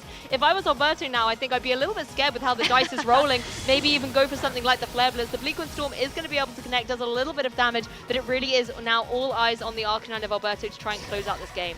Yeah, you got the Rock Slide just to be able to secure that game number 1. So Alberto is going to go up 1-0 in this best of 3 series. Exactly, and I really like the way that that end game played out. Pokemon like the Urshifu and the Arcanine were able to apply so much pressure throughout, but we called it before. That Tornadus was going to be the key pivotal Pokemon, and it came in the lead and stayed the whole way through that game 1. Not only was it critical for being able to set up the Tailwind, but having the flexibility to go for those protects, stall out a turn here or there, maybe bait a potential knockout that Elvis could have gone for, I think gave Alberto a lot of control within that match.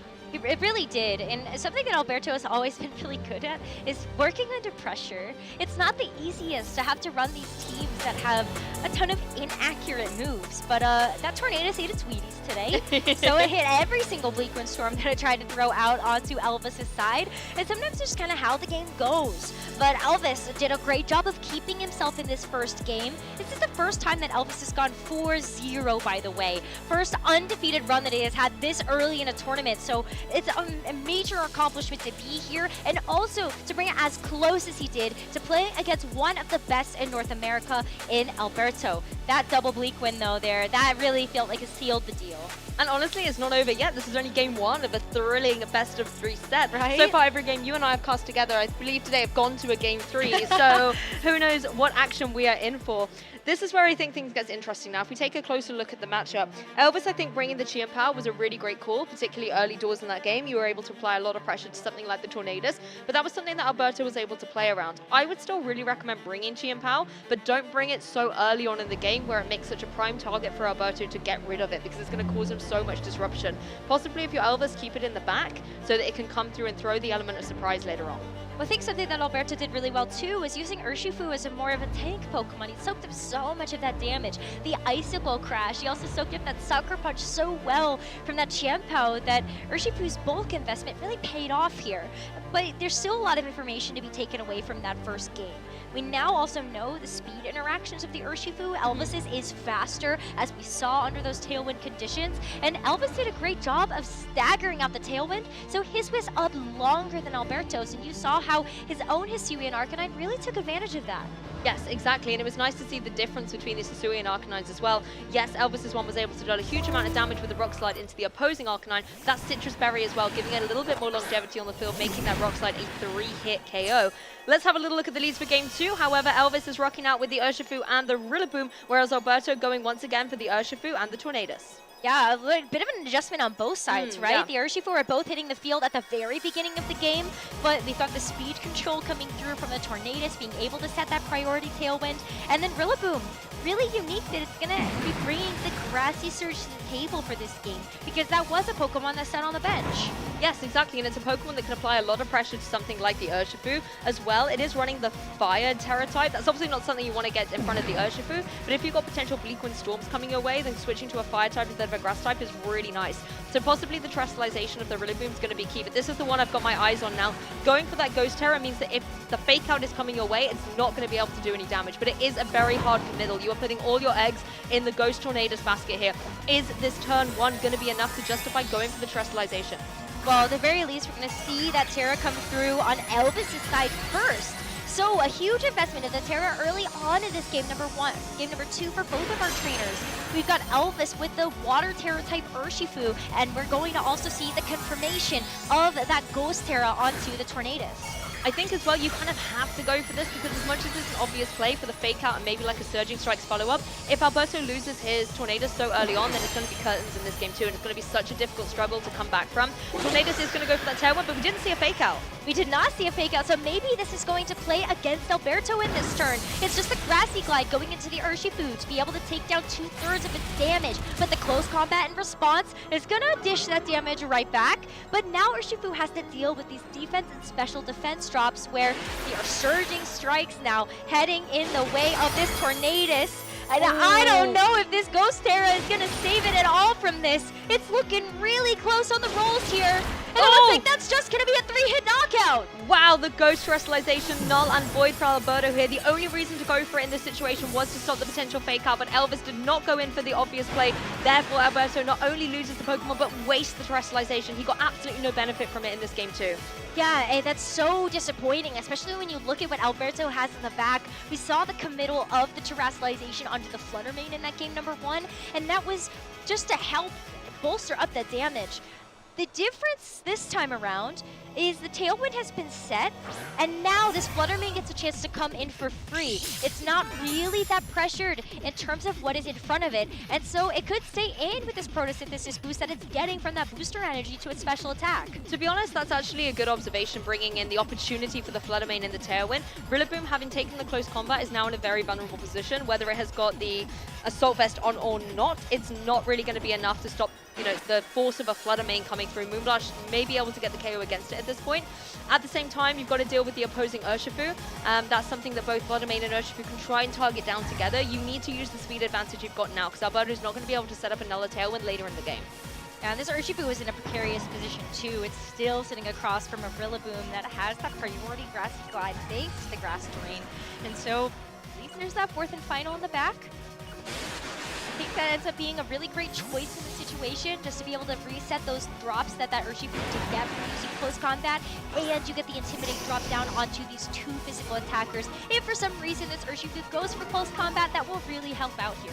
This could be such a cool though, because yes, you can double up into the Arcanine. If it stayed in as the Urshifu, then you're able to get the knockout, and Urshifu is going to be able to hang on from that Moonblast. So if this is a Surging Strikes going into what was the Urshifu, then you're going to be able to get the KO on the Arcanine, but no, instead it's just going straight to the Flutter Mane. At the end of the day, this attack is so strong, you don't worry about the potential Intimidate, you're going to be able to get the knockout. Yeah, I think you're also just getting a knockout regardless, right? Yeah. So if it's the Arcanine, the Urshifu, or the Flutter Mane, I think Elvis just had his choice there. And so fantastic adjustment here from Elvis to bring out something that has so much more pressure into what Alberto brought to that game number 1. We saw the same 4 Pokemon, just in a bit of a different order, and Elvis just opting for that offensive damage right away with that Water Terra. Exactly. Now, Arcanine in a relatively commanding spot here. You don't have to worry about any of the Grass-type moves coming out from Rillaboom, and you know that isn't even a Stomping Tantrum to contend with as well. So Arcanine can really pick its choice here. Rillaboom, particularly with the Assault Vest, you know it can't protect, for example, so it really is a sitting duck. But the issue you have to watch out for is going to be that Urshifu. It has the priority Aqua Jet. That is something that the Arcanine isn't going to be able to dodge out of the way, particularly as it doesn't have access to Terrestrialization anymore. You're kind of hoping, if you're Alberto at this point, that you maybe is going to be a little bit of a different play in mind for Elvis. Maybe he's not going to go for the Aqua Jet here. Maybe he just wants to go for the confirmed KO. But you've got the extreme speed. It takes that Rillaboom down to just a sliver of HP. You've got the Aqua Jet that's not even enough to pick up the knockout either. So the Aqua Jet in response from Elvis, this is going to hurt. Oh, it's going to be able to get the knockout on the Arcanine. 4 times super effective. There's no way Arcanine was getting out of that without rolling back into its Pokeball. What I love here is we're seeing 4 priority moves as well. 2 Aqua Jets, 1 Extreme Speed, and that's followed up by a Glassy Glide for good measure as well. Able to secure a double knockout. What a phenomenal Game 2 hit from Elvis. We're going to a Game 3, Rosemary. We called it. I know. Every single game that we've had today has been a Game 3 so far. And Elvis just with a commanding lead in that game number 2, really helping to bring him back into this match. And I really think Elvis played that so well, getting into Alberto's head a little bit with the fake out pressure, forcing Alberto to go for that Ghost Terra, and also still critically identifying from Elvis's perspective, you got to get rid of the Tornadus, right? That was the key that gave Alberto success in game 1. So removing it from the field, not being tempted to just go for the fake out either into it, I think was an incredibly bold but very rewarding play from Elvis. I think what was really big there too was just the survivals at the end. Alberto still had that 1 turn of Tailwind to be able to navigate through, which is why you saw that Urshifu move first. With Aqua Jet, even though we have confirmed at this point that Elvis is faster, but hey, you gotta work with what you've got. And oh yeah. I think there's a lot more that Alberto can take away from this second game based on how much damage things were doing. And this Urshifu is a problem. You might need to think about how you might want to adjust in this sense. Yes, Urshifu definitely a critical Pokemon. Those Surging Strikes, I think, are really devastating, particularly considering that, yes, you've got the Arcanine trying to go for some Intimidates. That's certainly going to help out against things like close combat, but it's not going to have much of an effect against the Surging Strikes. Those critical hits are guaranteed on all 3 turns and are going to be able to get knockouts when the Pokemon are vulnerable to physical attackers. Pokemon like the Fluttermane, for example, just has no way of standing up against such a formidable force and presence. And although I really like the way that Fluttermane was in a good position here for Alberto in the sense that it could apply a lot of pressure, because he went for the early Terrestrialization on the Tornadus, it just meant that Fluttermane was incredibly vulnerable. Yeah, ideally, you want the Fluttermane in front of something like the Chien-Pao or the Urshifu to really make the most out of it, but it hasn't been able to find its mark just yet. But as we say that, there's 2 Fluttermane on the field right now. Elvis is switching things up once again, and we're going to see the Fluttermane coming through for the first time in this match so far. I know we didn't see many Pokemon from Elvis in that game number 2, but here we go. We've got the booster energies on the field. Yes, the Fluttermane are primed and ready to go. Of course, once again, we have the grassy terrain on the field from that Rillaboom. It's going to be able to apply a bunch of pressure with something like the Fake Out, but that can only go down into the opposing Arcanine. You cannot go for Fake Out into a Ghost.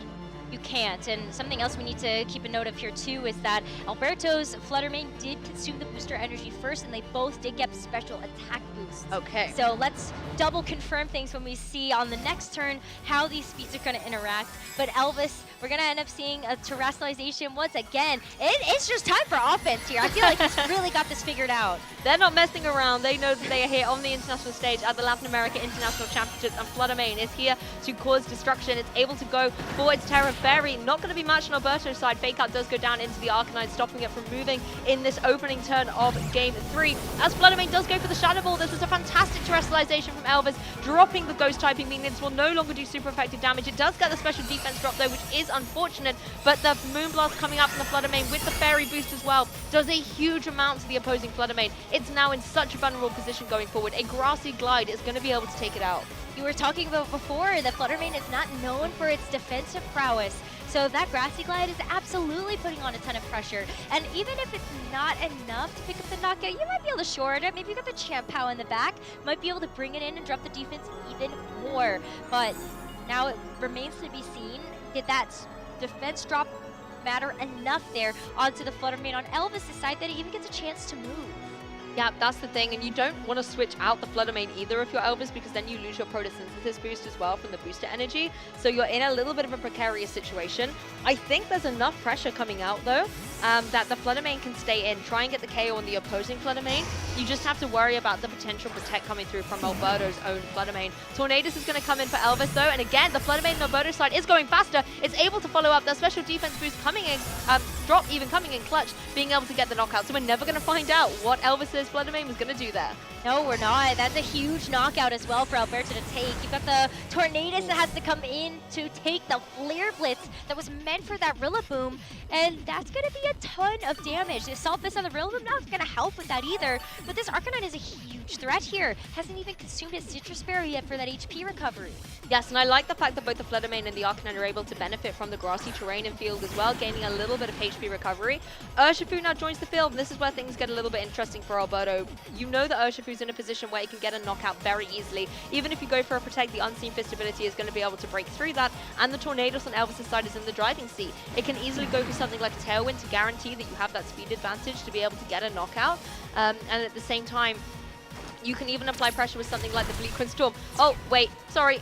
Arcanine's got something to say about that. The Extreme Speed's able to get the knockout. It moves very, very speedily, and the Citrus Berry has now been consumed.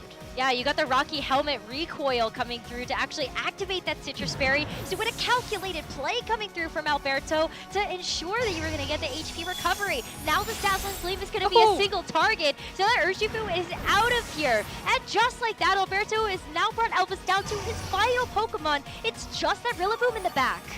This has been such a commanding start here from Alberto in this game 3. You don't even need the Tornadoes to be able to give you that supportive capability when you have two very heavy hitters. And what I love is the synergy. You've got Arcanine for the physical offense, and you can deal so much damage here. And then you also have the Fluttermane. There's just the Rillaboom here to contend with. Yeah, and you're going to see the double protect come through from Alberto's side to just negate the fake out completely if you expect that to be coming in either direction, and then it's smooth sailing from there. You also deal with this grassy glide, and you're trying to start to buy out some of these grassy terrain turns where that grassy glide would even have the priority, and you get some grassy terrain recovery. Everything is really going smoothly for Alberto here to finish out this third game. Yeah, I like the safe double protect there. Obviously, fake out could go down into the Arcanine, or grassy terrain could go down into the Fluttermane, and either way, you just burn out the chance of the fake out, and also, like you said, gain another turn of recovery and things like that. We're going to see the Moonblast come through, though it is still running that Assault Vest, so the special attacks are not going to hit so hard.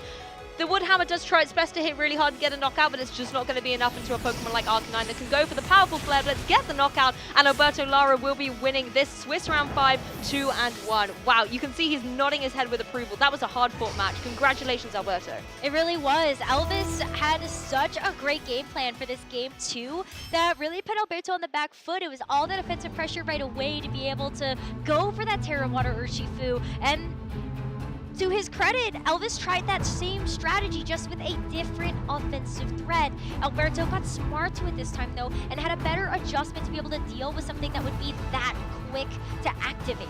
Alberto really doubled down on the damage in that game 3, going straight out with powerhouses like Fluttermane and the Hisuian Arcanine. You can also throw that cheeky Intimidate down against the Rillaboom, right? Something we kind of didn't really acknowledge too much. That's maybe why the Woodhammer wasn't dealing so much damage as well. Although it was able to come back in towards the end, I have to say. But Fluttermane here able to take that big hit from the Moonblast, and thanks to being that little bit speedier, that investment seems to have really paid off. You're able to fell Pokemon left, right, and center, and I love the synergy from both of them. Yes, you've got the Moonblast being very, very speedy, but that extreme speed from the Arcanine, I think, was critical, because if you had not found a way to get rid of the Tornadoes on Elvis' side, that could have given him so much more momentum if he had the time to go for something like a Tailwind. That Tailwind would have been really, really nice to have, but it's that extreme speed. Extreme speed also just does way more damage from Hisuian Arcanine than I think a lot of people give it credit for. And even though that Tornadus looked like it might be able to hang on there, no. It wasn't even I don't think so. It's not even the choice band variant of Hisuian Arcanine either, you know? That was just a regular old extreme speed, but again, just showing how offensively powerful this Pokemon can be. Yeah, it was a really great choice to have for that third game, and even just the match in general, and it's one of the reasons why Hisuian Arcanine has also been at the top of the usage charts, but more so at the top of the success charts. Let's not forget that this Arcanine has won 4 regional championships now, heading into the Latin American International Championships, and I don't know, I do feel like it could also take home the crown here too. You know what I find interesting though? It's got this amazing record, right? It's won a bunch of regionals. But it's still not #1 in the usage charts. In fact, if I recall correctly, it's not even in the top 6. It's on that second part of the top 12 graphic. And to me, that's really interesting. But it's such a clearly strong Pokemon. It's very flexible, very adaptable, but it's still not being picked up in the usage of, say, Fluttermane, for example. That, yes, is on the special side, but is A, dropping, but B, just so consistently at the top, when really you're looking at the Arcanine getting those results. Yeah, I do feel like players will start to think about some ways to counter it, and maybe that's why we are kind of looking at Arcanine being a little bit lower on, but I think day 2 that might shake things up a little bit. Maybe. But, hey, we've got Alberto ready on the stage for an interview with Joe, so let's hear what he has to say about that 5th Swiss round. Thank you very much, Rosemary and Lou. I am here with Alberto Lara, our round 5 winner. The Cali kid flies to Sao Paulo and is 5-0. How are you feeling? Yeah, it feels pretty good. I mean, I'm using a different team that I haven't been running the entire season, and it's going pretty well, so I'm pretty happy. Yeah, there's no Klefki. That's breaking our heart, obviously, but it's a different format. It's a different whirlwind. So when you get into that set, there's a lot of similar Pokemon on each side. There's variances with terrestrializing and different things, but how do you play a mirror like that where you know they have a lot of similar, or access to a lot of similar tools that you do? Yeah, it's really weird because the one important thing is speed tier. So we don't know who has the faster Flutter Mane. I do. Who has the faster Shifu? He does. So that plays a big role into the matchup. It just makes it really tricky on like trying to make the safest play, but also like Shifu, you can't protect in front of Shifu, so you can't always make the safest play. So yeah, it's a lot of mind games and figuring out which Pokemon is going to be faster than the other Pokemon. One of the things we were watching backstage with Game 2 with Hisui and Arcanine and the rock slide misses and all that stuff, like how do you handle your composure in situations like that where it just seems like, you know, the intended moves are going all over the place and double rock slide misses? Like how do you stay composed? It's just part of the game. Like I've been playing for 10 years. I've ran a lot of rock slide Pokemon, rock slide Landorus, rock slide Garchomp, now rock slide Arcanine. Like I just know how it goes. And not only that, I know that my Arcanine would have lived a second rock slide, so even if the rock slide landed, as long as I hit my following one, I still win the game. So that's just what rock slide does. Yeah, those rock slides are actually doing a lot of damage, and I think Hisui and Arcanine is the Pokemon on a lot of people's minds. It's just won 4 events in a row. You have it here. Your opponent had it as well. However, you were Terra Water, not Choice Band, and you didn't have Will-O-Wisp. So I feel like a lot of people, it's like either I go Choice Band and go all damage, Terra Fairy, Terra Normal, or I'm more defensive with Will-O-Wisp trying to burn things. So you kind of found a little happy medium play. So what led to that decision with your Hisui and Arcanine this weekend? Yeah, so basically I just took Raga Malavaya's team from, Toronto, his top 4 team, and I replaced Reggie Drago with Flutter Mane, and then the Will-O-Wisp just felt a little too slow for me. I mean, it's obviously a great move and it burns, but the inaccuracy, I'm already running Rock Slide, I'm already running Bleak Windstorm, I'm already running like a couple of inaccurate moves. I just want consistency. So basically I opted for Extreme Speed because in a lot of situations, like you just saw in Game 3, the Tornadus, he burned his Terra, so he can't Terra out of the Extreme Speed, and I was basically able to prevent him from getting up a Tailwind, and I know I have my Tornadus in the back, so I can get up a Tailwind when necessary. So yeah, just the Extreme Speed's a really good move because it's +2 priority.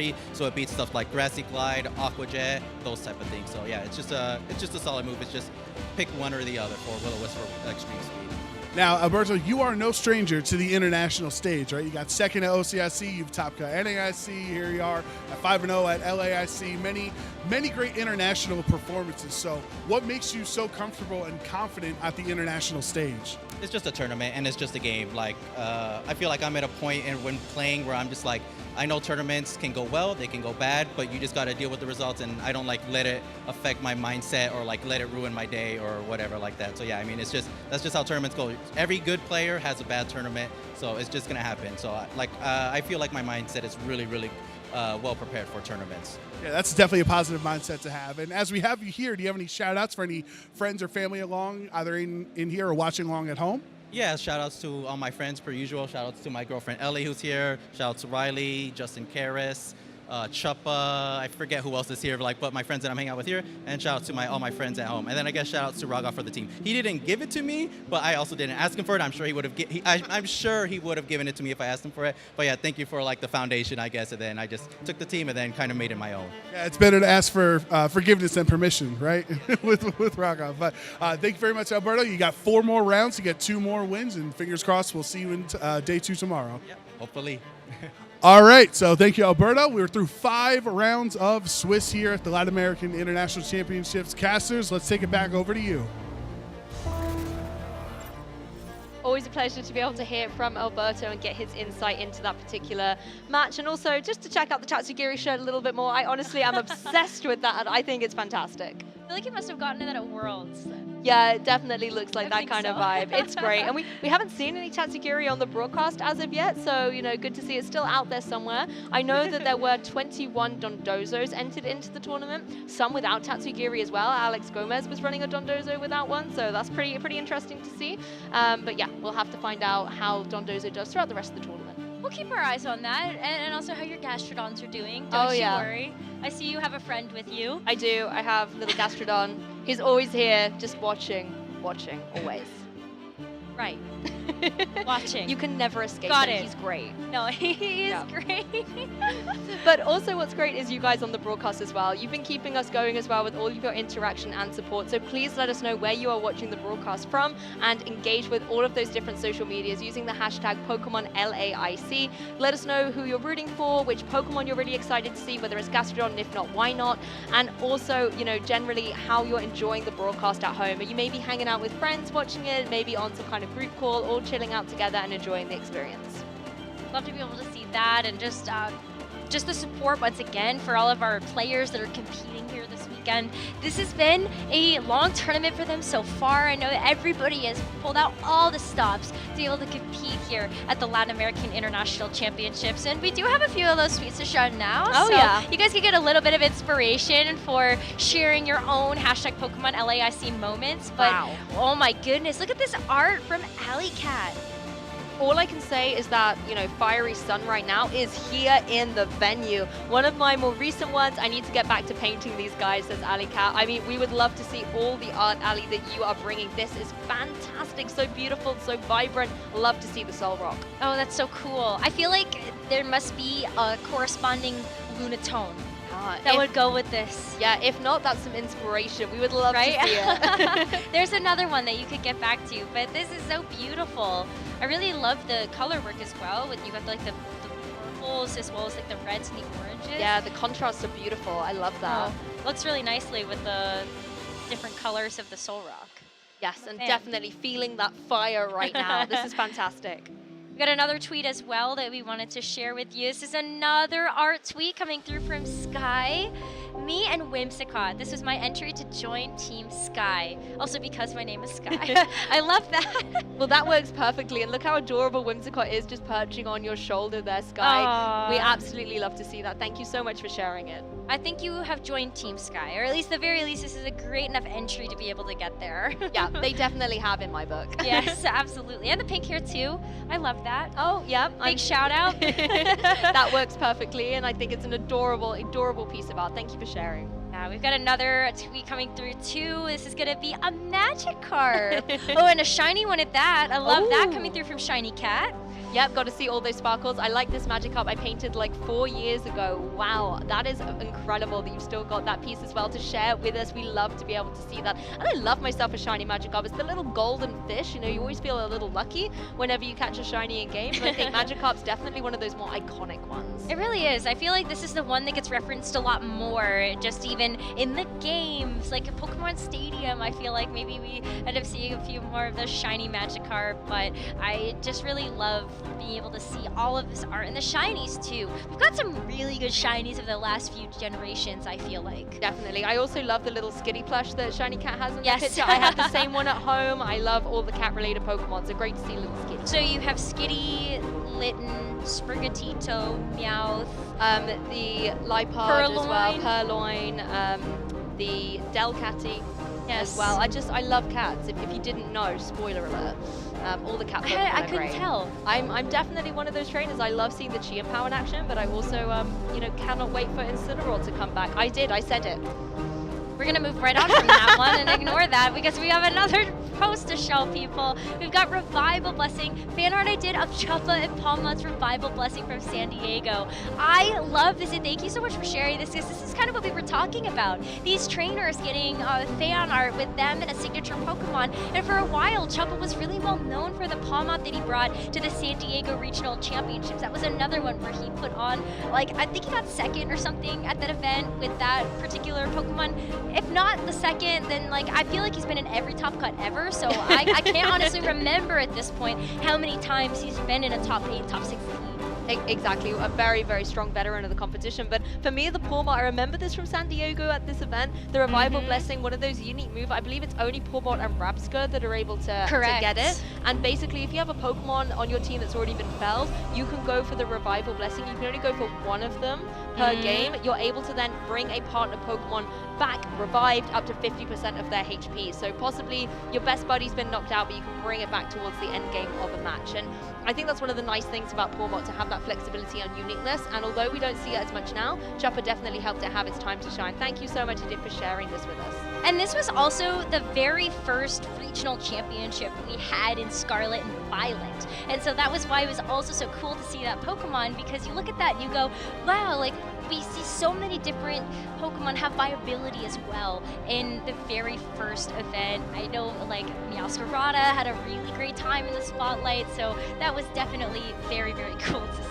Yes, I hear that Chopper across the board is actually 4-1 right now as well here at LAC. So having a phenomenal run here, and you were quite right, came second there at San Diego. Well, remember, that was all the way back in January. Remember that one because Chisakli also got first with the Garganacl that nobody else was looking at. So yeah, it was a really great event to kick off what is now a wonderful season of Scarlet and Violet. You've honestly just touched such a nerve about Garganacl at San Diego. I'm so sorry. Because I was playing against it, and I actually got into a wonderful game 1 end position. I had 4 Pokemon left versus 1 Garganacl, and I lost the set. That happened both games 1 and 2. Garganacl just, I couldn't find a way through it. So you're right, it was one of those Pokemon that a lot of people played with at the beginning, and if you hadn't prepped for it, it just wasn't so strong. But let's have a look at one more final tweet of the day here. Make them stop and stare. I'll be standing there with my finger pointed to the sky. Hashtag Pokemon LAIC, hashtag play Pokemon.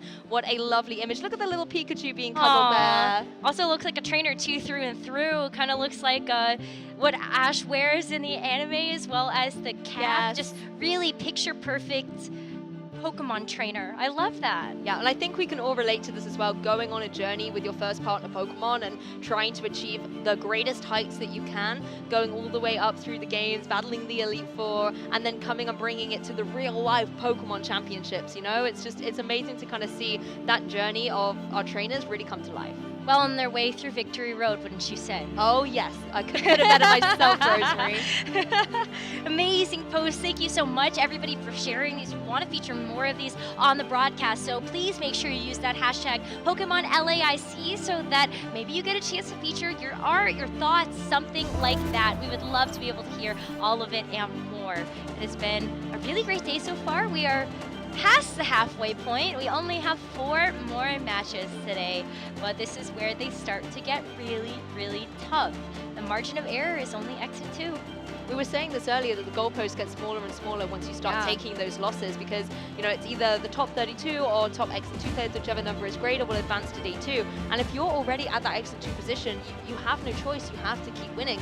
Some players might have that little bit of wiggle room and breathing room, but it doesn't mean that they're any safer as well. You can't afford to drop your composure at this point.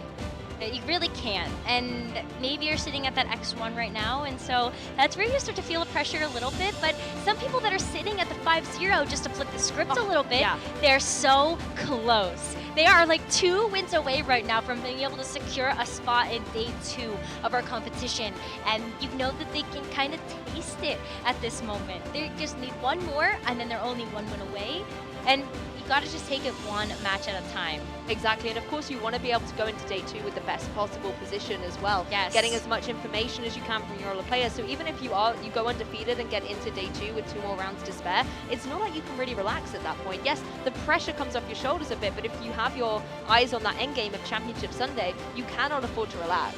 That's a great point, because your record does carry over from day 1 to day 2, and it is going to end up being just the top 8 trainers that get a chance to play through that single elimination top cut bracket. It's only 8, and that is definitely where you want to start to look at that and go, well, if I remain undefeated through day 1 and day 2, then I'm guaranteed a spot in that top 8 where you get to go for the big win, the big prize money, the glory, the championship points. It's going to be so fun to see how we get there, but we still have our journey ahead of us.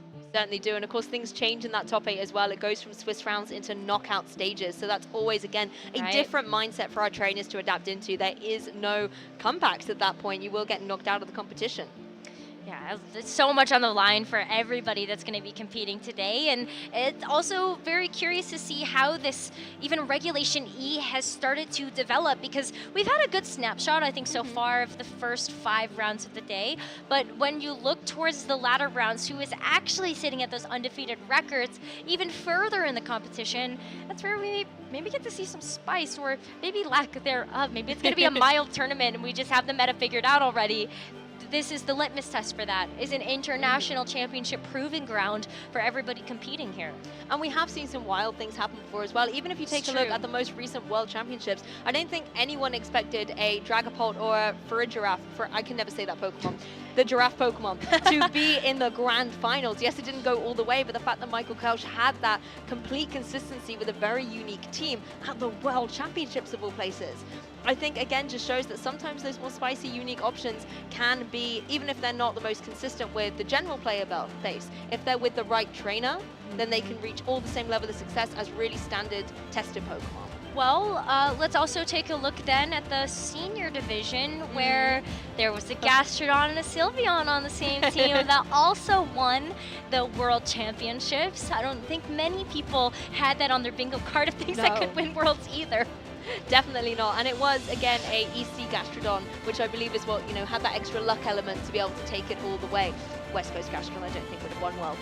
But unless you're Paul Ruiz, of course, he has been able to win the World Championships with that particular Gastrodon. That's true. But that was very exciting to see our two favorite Pokemon make history in Yokohama. It was very, very cool to see that. But it is those international competitions that we'd start to see people pull out everything. You reach into your back pocket of tricks, you see what is still left in there, if there's some crumbs or pieces of lint or maybe just a golden ticket to be able to win the event. And this is why we love seeing these events to be kind of capstones of a particular rule set, because you do get to see some of that faster meta development maybe that we didn't get a chance to see. So towards the beginning of Regulation E, we saw a lot of new shiny toys being played around with. Ogerpon. Yes. And where is it now? Have we got bored of playing with Ogerpon? That's a great question.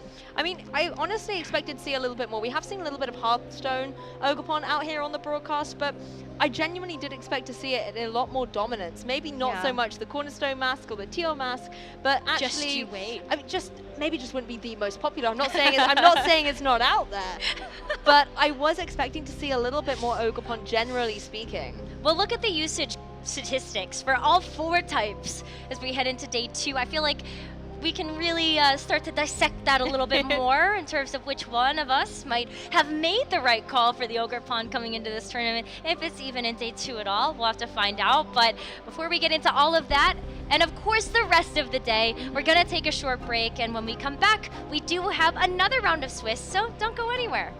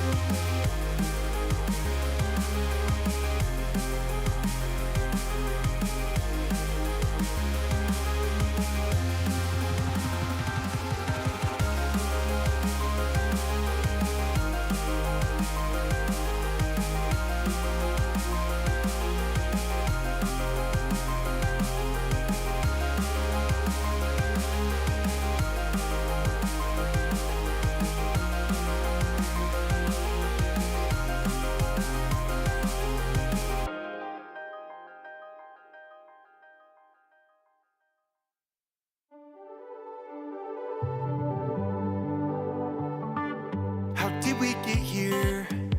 So far from home, on the untread path, but we're not alone. We got each other, so we got a lot.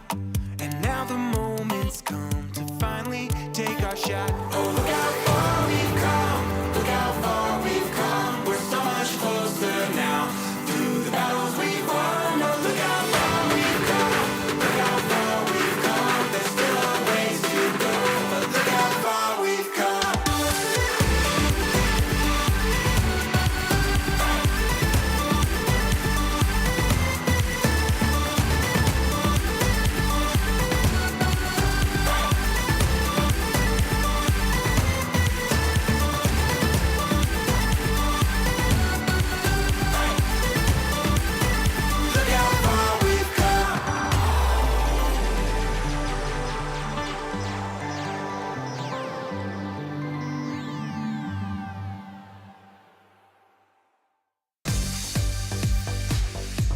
I'd have to say Piplup would be my starter Pokemon. I love the Steel type, and it's the only starter that has that on it. I'm big into TV, just sitting back and relaxing on the couch after a long day of work, or Pokemon Go. Last year's world champion Dancing Rob definitely is one of them. He's one of the best battlers in the world. And then all my friends, like House Stark, Rise to Occasion, Arrow, there's so many incredible people in this community. My overall goal playing Pokemon would definitely be just to have fun. When I won Worlds, I wasn't really expecting that to be the tournament that I would win. I went in knowing, I like the game. I know what I'm doing, and, winning definitely is what I want to do, but it's not the priority. So I just like to have fun with Pokemon. When I'm at events, we actually have a tradition to get tacos before day one, so I definitely have to say that would be a tradition that we always get. I think my favorite city I've been to for Pokemon would have to be Yokohama. It was just the culture around it, like all the energy. It's hard to top that. The best thing that happened to me this month would have to be that I started streaming on Twitch, and the community is just so supportive, so incredible. They're always there to support anyone who's streaming, and it's just so humbling to see. I'm on twitch.tv/itsaxon or x.com/itsaxon as well.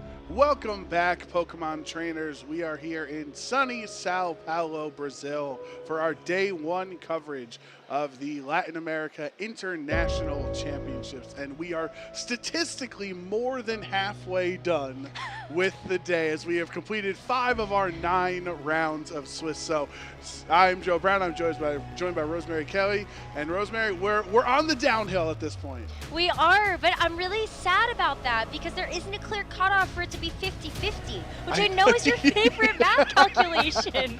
I guess like after game 2 of round 5, I don't know. It's trying to figure out. I think it has to be like halfway through or something. I don't know. Yeah, that's brutal. That's tough. It's not. I'm We'll so have to sorry. move on. We'll have to live without the 50-50. I can't go on. Well, you're gonna have to because we're gonna have some time here. We're gonna have some fun, you and I, as we get ready for our round 6, which hopefully should be on the horizon very soon. We're gonna do a little more fun downtime activities. For example, we have more Pokemon trivia, which I don't know if you saw last time around. Last time I did this, absolutely crushed it. Went 4 out of 5. So let's start. And remember, we're a team. We're not competing. We're a team on this. So we got work this. together. We're a good team. All right. Which Pokemon World Championships was the first to have an official live stream produced by the Pokemon Company International? Uh-oh. Oh, that's okay. Now that's a different question. Yeah, wait. Because there was a dare I say, there were live streams that many people don't talk about from prior World Championships. There are a lot of fan-made, like on camera, on their phones. Yeah. World Championships. I wanna say it was, gosh, wasn't it? It has to have been. Because there was a GameSpot World Championship, and that's why this Pokemon Company International is throwing me off. So do we want to say 2014? I want to say 2014. With DC? I really do. I think, all right, we're with Lock-Emoji? Lock-Emoji. All right, Lock-Emoji. 2014. TPC. Okay, we were wrong by 1 year. We were so close. Do we get half credit for that? Maybe. I don't know. If we're, it's like you give it to your friend in class to score your test. You know, Right. the teacher ever did that. We just give each other a half point. Exactly. On that one. So Vancouver, 2013, with Okay. Arasho Madi winning that one. That's a decade ago. Oh my goodness. It's been so Yeah, long. wow, it's been 10 years that Pokemon Company International has been doing the World's broadcasts. That's pretty cool. Then. Wild. That's both exciting and makes you feel old at the same time. I'm not going to think about that. Next question, please. For sure. So, how many Pokemon types are there in the Pokemon trading card game? Oh, this is brutal. So we got grass, Sure. lightning, excuse me. Lightning. I'm sorry. Oh, don't tell Chip. Don't call it electric around I'm sorry. Chip. Grass, fire, water, electric. Lightning. I just said it too. Lightning. You have psychic, fighting, steel, dragon. It's not steel. It's metal. And darkness. It's not dark. It's darkness. Gosh darn it. I gotta start over now. I don't know where I am. And then, are we counting fairy? Yeah, I 'Cause it think we have to. exists, Yeah, right? so water, fire, Grass, lightning, psychic, fighting, darkness, metal, darkness, dragon, fairy, and normal, and colorless. So colorless. 11. 11. Lock emoji. Lock emoji. Let's go! We got there. We got through the electric and lightning fiasco. And we got them right. Yes. Exactly. You definitely carried on this I've had metal and darkness. I've had many conversations with our TCG casters on why is it lightning and not electric. I've only played Pikarom. That my was a favorite good deck. That was a good deck. My favorite one. It's just by default. Yes, because it's the only one I was ever grinded, really. Okay, that's fair. So, I yeah, respect it. That was a pretty good deck. That was a good one. All right, what do we got? What do we got next, production team? Because right now we're off to a hot streak. We are now. We got it. The first one didn't count. Yeah. What was the first Pokemon video game released on the Nintendo 64 console in North America? All right, so let's flash back to the 90s. Pokemon Stadium? I'm thinking Stadium, unless, is there a cheeky world that Pokemon, Hey You Pikachu was first or something? Wait. I'm trying to, I know our production team, they're trying to trip us up here. We got to think outside the box. But is that a trick question? Or are they making us think too hard about it? Oh, the over-predicting the prediction. So let's try to remember which ones were on the N64. Because you got Hey You Pikachu, you also have Pokemon Stadium. Obviously, the second one didn't come before that, Right. if I'm doing my math correctly. See, okay, but this is where it gets tricky, right? Snap? Little trivia, right? Because Snap also, a little trivia for you fans at home. So there was a Pokemon Stadium on the Japanese N64 that America did not get. If you remember, technically there were 3 in total Pokemon Stadiums on the N64. We got a 1 and 2, which were technically 2 and 3, but 2 was kind of a part of 1. It's a confusing time in video game history for you young kids out there. So are they pulling a fast one on us? If we go Stadium, I'm confident. I'm confident even if we get it wrong. I think I'm okay with it. I'm pretty confident. I think it's Stadium. All right, locking in Pokemon Stadium. Stadium. First N64 game. It was Snap. It was Pokemon Snap. I told you. What do you mean you told me? You said you were happy. No. I'm saying no. I'm not saying I told you Snap. I'm saying I told you they were trying to trick us. They pulled a ruse. I know, on us. it's so sad because I feel like I should have known this, honestly. I love Pokemon Because Snap. new Pokemon Snap came out just not too many years ago, and I feel like somebody somewhere probably talked about, wow, it's been X number of years and days that we had Pokemon Snap come out, and Yeah. I just wasn't paying And attention. so that my fun fact helped everybody because it would have been Japanese Pokemon Stadium, right? Snap, and then North America got Pokemon Stadium after Snap. 2000. and then Hey You Pikachu. Somewhere along those lines, yeah. Yeah. Did you ever play Hey You Pikachu? I did. I actually really liked that game. I feel like The it mic was it was weird, fun. but- Sometimes you'd be just yelling at Pikachu, like your family didn't know what was going on in the other room, you know? Just trying to repeat your command. You know? What is going on in that Pikachu over there? I don't know.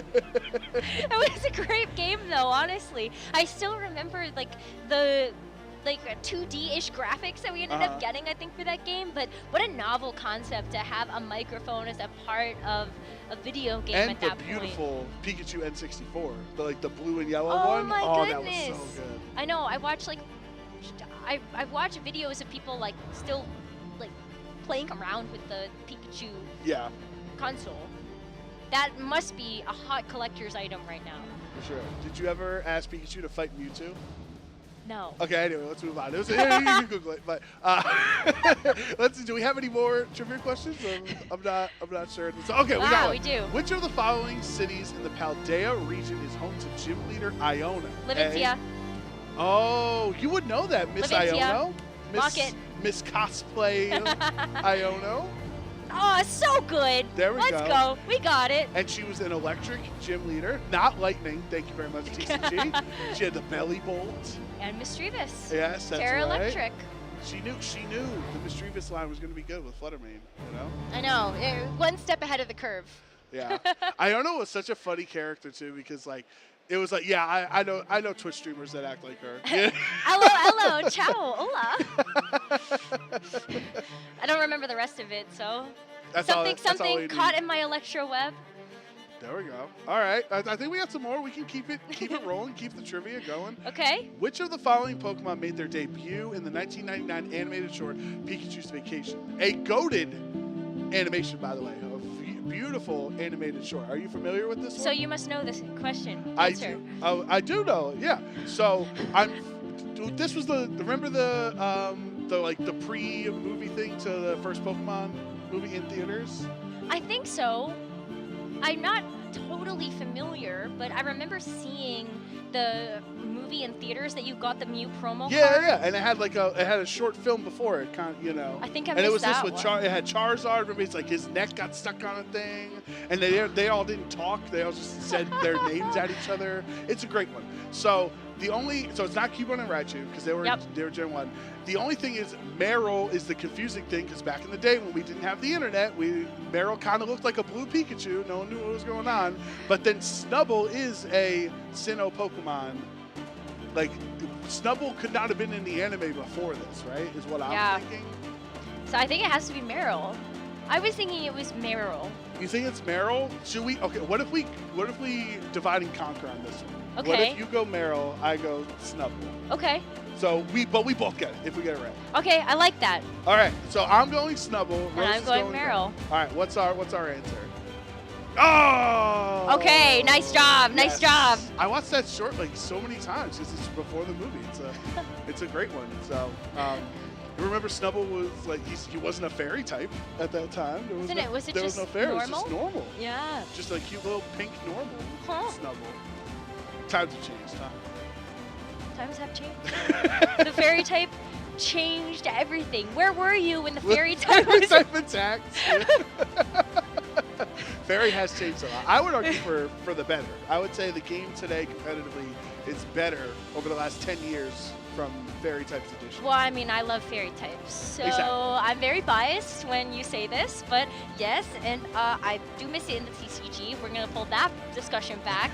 Where did it go? Why is Sylveon a psychic type? Nobody knows. Yeah, why is Darkrai weak to grass? Nobody knows.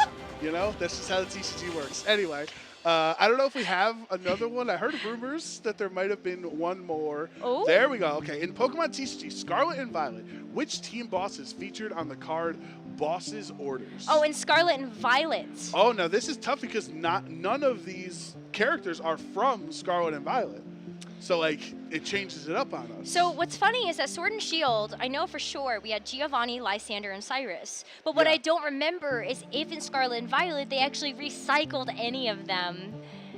Right. Because sometimes they reprint them and exactly. There's also an Illustrator Rare, Giovanni's Charisma. That's not Boss's Orders, but it is one that you can find in one of the more recent sets. Haha. I'm a collector. I'm showing that off right now. But is Getsis the bosses? Because I remember Giovanni, because I played TCG, Giovanni, Lysander, and Cyrus. I have boss's orders of those three. Yes. Is Getsis a boss's order? Are they tricking us? Wait, I think...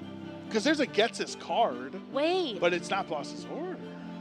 But Getsis is a boss. But is it his order? Is it the boss? I think it is. No, I don't think they recycled it. I think the answer is Getsis. He's the new boss's order. I think so, because they did reprint the card. I like our thinking. I like how we're giving the audience our thought process out loud. So. Audience should also tell us what they think this is. Play along with us, please. Exactly. So, all right, I'm comfortable because I remember the other 3 from prior sets of TCG, right, as Bossasaurus cards. So, let's throw it in. You know, let's go for it. B gets this. Ah! Let's go! All right, cool. Our deductive reasoning is so solid. It's so good. Just that was great. Picking everything apart, understanding. Oh my God, I see it now.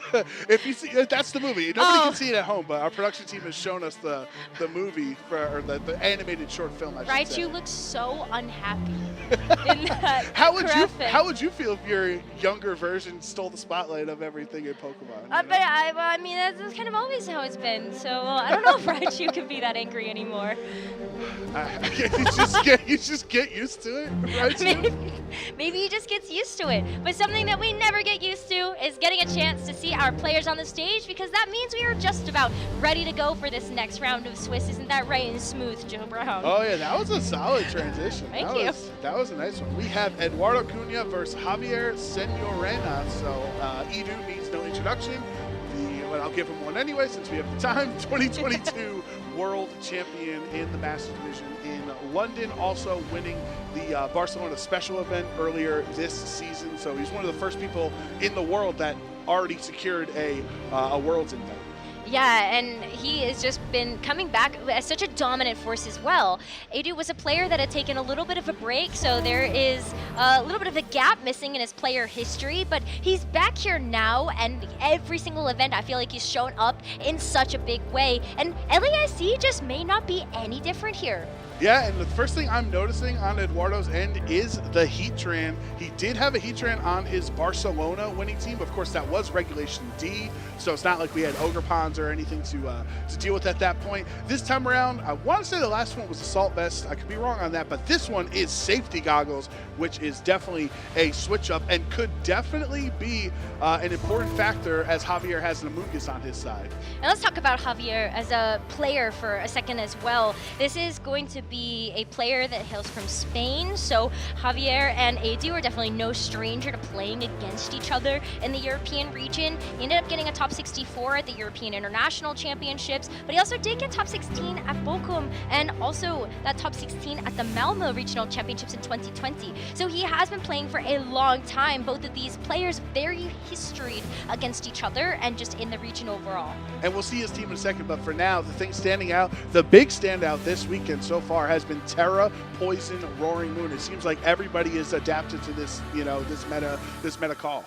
They really have. We've seen it already on stream, just showing up in such a big way, but we still have also seen the Terra Flying, which is going to be present here on Javier's team. So the Terra Flying with the booster energy, you've got the acrobatics to really also help bolster that damage when you end up actually consuming that, and we have seen the Dragon Dance variant alongside, of course, Knockoff, one of the newer inclusions into the Regulation E rule set, coming through as a TM from the Teal Mask DLC. And I love this Terrifying option on Roaring Moon because with Dragon Dance, Javier is saying, I'm not trying to support the team. There's no Tailwind here on this Roaring Moon. I would like to set up, click my boost energy, click a Dragon Dance or two, and absolutely sweep through your team. He also has the new, I'd say the Regulation E meta adaptation on Heatran, which is a Shuka Berry with Terra Fairy. It covers you in multiple scenarios, depending on if you want to terrestrialize or not. But let's get into it here. Round 6, Eduardo Cunha and Javier Senorena. Heatran Landorus versus Landorus Ogre Pond. What an interesting board state to start off this game number 1 as well. You've got the Intimidates dropping on both sides. There's going to be Adus that activate second. We'll have to wait and find out if that is something that comes into play. But both Landorus are holding the Choice Scarf. And so either way, they're going to be really speedy. And that is something that both of these players are going to have to take into account. Yeah, it's especially when you have a Heatran on your side, right? And turn 1 of game 1, like you do not want to think, oh, my Landorus is going to be faster. So Javier definitely making the right call there to click protect, just seeing what Edu wants to lock into. It will be a U-turn from Javier's Landers going towards that Ogre Pond, and he gets to switch into something for free.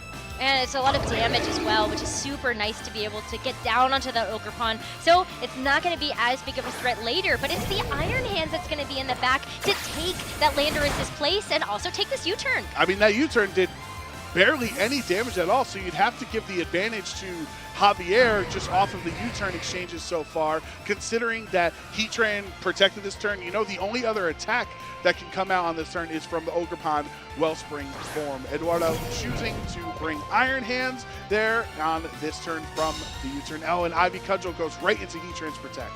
So great Protect there to be able to negate a lot of that damage. But now we've got 2 Iron Hands on the field. So we got to play this game, the 50-50. Where's the fake out going, Joe? It's such a tough call. I mean, you can be confident that at least, you know, Heatran's not going to be able to double protect or not likely to. So the big question is which Iron Hands is faster? We started turn 1. Yeah. Turn 1 was which Landorus is faster? Turn 2 is which Iron Hands is faster for their fake out. Yeah, I think we have a pretty decent confirmation now. Javier's ended up moving first both times in terms of the Intimidate drop as well as the U-turn. That I think we figured that one out. Right. But yeah, where is the speed interaction here for the Iron Hands? And do you care enough to protect? Well, I think the Heatran's in major trouble because if Eduardo's confident his Iron Hands is faster, he can fake out the opposing Iron Hands and Ivy Cudgel into what was the Heatran slot here. So it will be a Roaring Moon now with its booster energy activating its photosynthesis, raising its attack, not its special attack. So remember, this is trying to do a lot of damage with Dragon Dance, Terraflying Acrobatics, knockoff, things like that. Not a Tailwind setup, let the rest of the team sweep through teammate there. But Iron Hands actually switched on Eduardo's end back into Landers. Perfect timing as a double Intimidate worked on both of them. Yeah, and it's also going to be able to take the fake out as well. So what a smart play by Adu to make sure that that is going to be a little bit of a save for later kind of deal for the Heatran. And you also don't have to worry as much about just whether or not you're going to have to take any damage. You got that Intimidate back down. I think that's really nice. Now, it is important to note that as we have the benefit of seeing, Eduardo's 4th Pokemon is Heatran. So we have somewhat of a mirror where both sides have Landorus, both sides have Heatran. It could be really important later on if, say, one of them uses their Terrestrialization and then the other one has access to, you know, putting Earth Power 4 times super effectively into the opposing Heatran. Now we've got the Protect here coming through from the Roaring Moon. You just got to fish out to see if you're going to have anything else suspect coming your way. And Eduardo just confident and happy to keep doing these U-turns in order to cycle those Intimidates for later. That's one of the things that a lot of top players have, is that composure to just, I'll do 5% damage if it helps me later. I think a lot of times other players are like, I want to do the upfront damage and get as much off as I can with the board that I have. But Eduardo understanding if he preserves it for later, maybe you get another Intimidate that negates a potential Dragon Dance from Roaring Moon later on. Yeah, that's going to be very, very helpful. It does not help to be able to keep that speed in check, but at the very least, you can neuter some of that damage. As we're going to see Javier kind of go for the same thing. You've got the Iron Hands on the other side that also really doesn't want to see that Intimidate. So it's nice to be able to drop that just so maybe those Drain Punches don't hurt as much, and maybe this Roaring Moon can also do something else about that because it is vulnerable sitting in front of this Iron Hands. And you see Eduardo kind of wavering back and forth on what decisions to make. Do I Terrestrialize my Heatran into a Fairy type so it's no longer weak to Stomping Tantrum, or, you know, maybe you want to save that later for somebody else on your team, like your Ogre Pond? It's definitely a really difficult scenario. It is so tough to choose at this point too, and so we're actually just going to see the switch out here. No committal into the Terrestrialization just yet. Oh wait, that's the Iron Hands. Just going for the Iron Hands. So I think he clicked. I think he clicked Earth Power.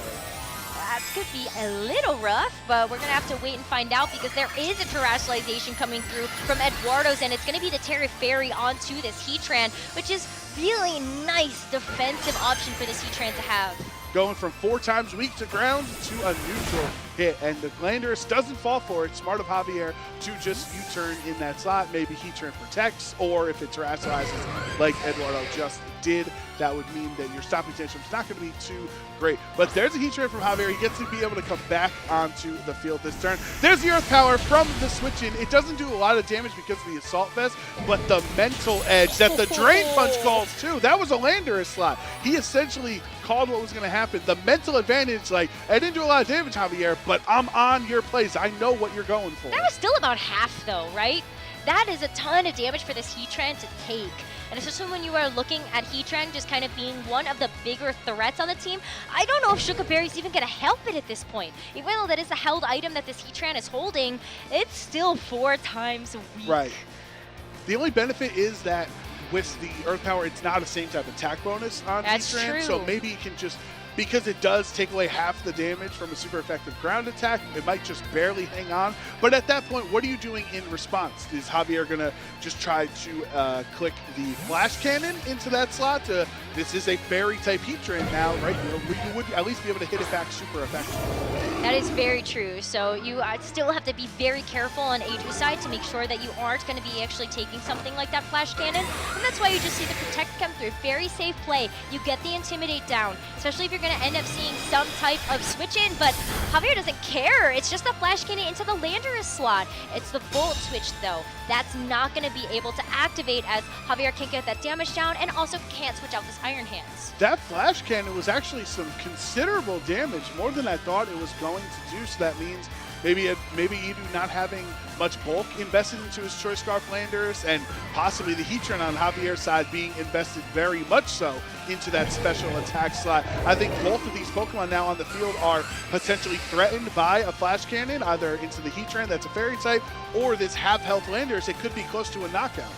Really could. I think this Landorus is just not long for this world at this point. The only difference here is that the Iron Hands on Javier's side can't actually attack it with some type of electric type attack, so maybe you have to think twice about what you end up investing into that slot. And the Iron Hands is going to be so powerful here as well that deal with that Wellspring Ogerpon that is still sitting in the back. You want to have some type of super effective damage into it, but it's going to have to wait to see the light of day. It's going to be the Iron Hands now switching into that slot. A lot of back and forth in this. This is just game 1, and it's been going on for a while. The trainers understand the significance of this match. You go up to 6-0, you're feeling a lot more confident finishing the day with a slot in day 2 potentially. But Edu is just going to use his U-turn into the opposing Landorus that switched in. If the Flash Cannon is targeted towards the Iron Hand slot, which was a Heatran to begin with, going to take that obviously way better than Heatran would have. For sure. We got that Wellspring Ogerpon now making a reappearance, but it's the Flash Cannon. That was going to head into that Heatran's direction, so you called it. Great, smart, safe switch here for the Iron Hands to come in. It just feels like Edu is 1 turn ahead right now, right? He called the Landorus switch in, or switch out, excuse me, into the Iron Hands spot, and then the Drain Punch into the Heatran switch in. Now he goes his Iron Hands into Flash Cannon. It feels just like Javier might have to make a risky play to just try to get in Eduardo's head and be like, hey, you can't flow chart this. I know we have the same Pokemon, but you're gonna have to put some mental effort into what my moves are. Yeah, well, especially because you got the wrench in the works here too with the Roaring Moon and the Ogerpon on both sides. Does make it a little bit more difficult to actually go through that game plan. And we see yet another switch. These Landorus are being preserved for such a long time. And this poor Iron Hand sitting at half health has to come in to take this, but it is just a fake out. So at least that Landorus doesn't have to move, but the Ivy Cudgel comes down onto the Iron Hands and takes it down into the red. If there was a critical hit, that would have been a knockout, but instead, Ferropalmus, which is Iron Hands now. Seen it switch it so many times. Every time I think it's Ferrothorn, and I get nervous. So I'm like, I don't think that's not yet. Yeah, that's not legal. Ever, maybe. Yeah, maybe next year. But the Iron Hands does just barely hang on. Heat Wave doesn't get a burn either, which could have been potentially important, obviously, the opposing Iron Hands. Absolutely. I think a burn at any point here would really just put Edu on the back foot. You have 3 physical attackers on your side that would not want to see that burn. And so just to maybe try to get that Heatran out of the way would feel really good, but you have 2 very low health targets now if you are Edu that you can really start to push your efforts towards. Javier's going to take out one of those, so the Heatran retreating into its Pokeball in favor of this Landorus. The one Pokemon that has really not been a part of this revolving door is the Roaring Moon, because he knows it's potentially really important in the late game once he gets rid of Eduardo's Landorus to stop intimidating it. But the question is, will you even be allowed to? So continually switching around. This Heatran is still at full HP. Ogerpon goes for Spiky Shield as well, so no damage from Eduardo's side of the field. Yeah, you really have to look at that Iron Hands as well. It's just such a huge threat to that Roaring Moon. If you keep continuing to Drain Punch, we've seen that even if it's not going to be super effective, it's still doing a lot. You can see as well, the Wild Charge is going to be enough to get the recoil there onto the Iron Hands to knock itself out, and we get a chance to start to... That's the first knockout of this game, actually. That took a while, yeah. Wow! That took a lot of turns, but finally Roaring Moon is able to come back onto the field. Unfortunately for Javier, it has already activated its booster energy from the beginning, so it's just a neutral Roaring Moon. If he wants to get stronger, he's gonna have to click Dragon Dance. You might be in an okay spot to do that right now, too. The Iron Hands is sitting on the bench. You're not threatened by something like that Drain Punch that would be super effective. And Javier has yet to actually commit the terrestrialization. So you were kind of waiting for that perfect moment to really weave that in, maybe make sure that you're going to actually get the benefit of that mechanic. And if you are anticipating a Landorus switch in, which we've seen statistically a Landorus switch onto the field, I think pretty much every turn this game, you can take advantage of the attack drop by negating it with Dragon Dance. It would give you a speed boost so that you can be able to outspeed the Choice Scarf Landorus as well. So let's see if that's what Javier went for. First up, though, is the U-turn, of course. Yeah, so, I mean, if one Lander switches in, the other one has to switch out, is exactly how that's going to work. It's basically a Landorus eject card. But you got the Heatran now to be taking that slot back, but it's just the acrobatics. You just want to try to go for some raw damage here. Yeah, it does not terrestrialize, so no boost to the flying damage means Landorus gets to stick around. So the combination of no terrestrialization and the Intimidate. That is going to really work against that Roaring Moon right now. And so maybe Javier has to go back to the drawing board to see how he's really going to start to whittle away at these Pokemon. But one thing is for sure, Javier is now able to put down a little bit more. Eduardo's kept his Terra Fairy Heatran healthy.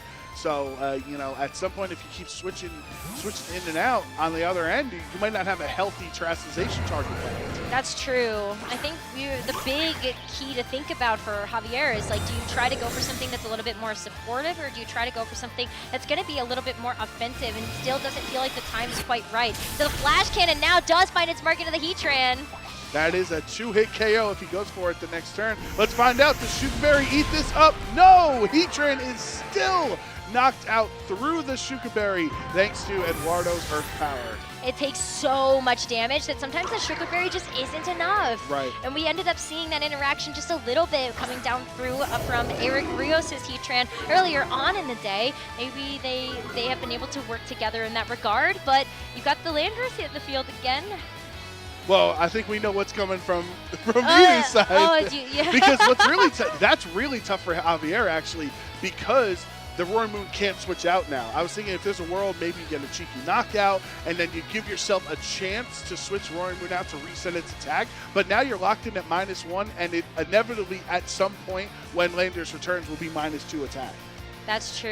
And at this point, yeah, you're just kind of a sitting duck. You can't do anything at this point to be able to help boost up that attack. Even if you go for the Dragon Dance now, is such a big committal to actually try to reset your attack stat that it's just not really worth the risk, I feel.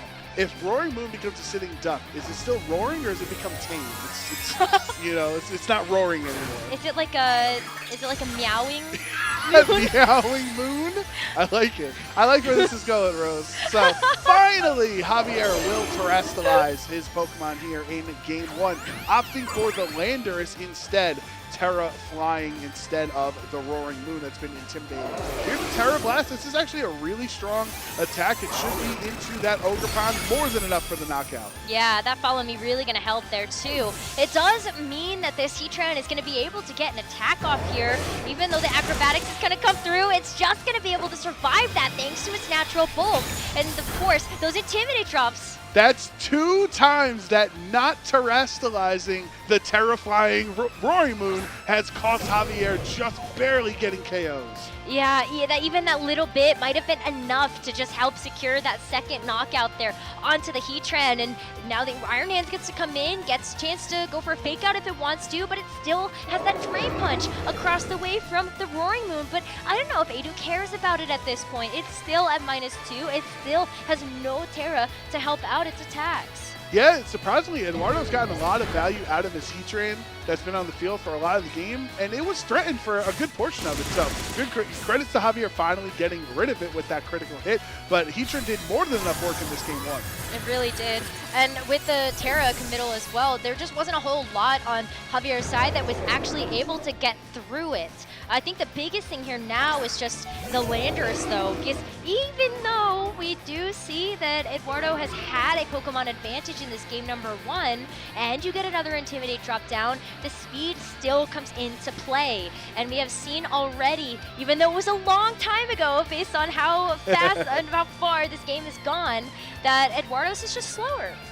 Yeah, and that is unfortunate, but there's the Terra Blast from Landers on Javier's end. This goes towards the Iron Hands. It's a neutral hit, but not enough nearly. Oh, Eduardo going for the Rock Slide. Roaring Moon dodging, but importantly hitting the right target in Landers. So Javier is down to his last hit.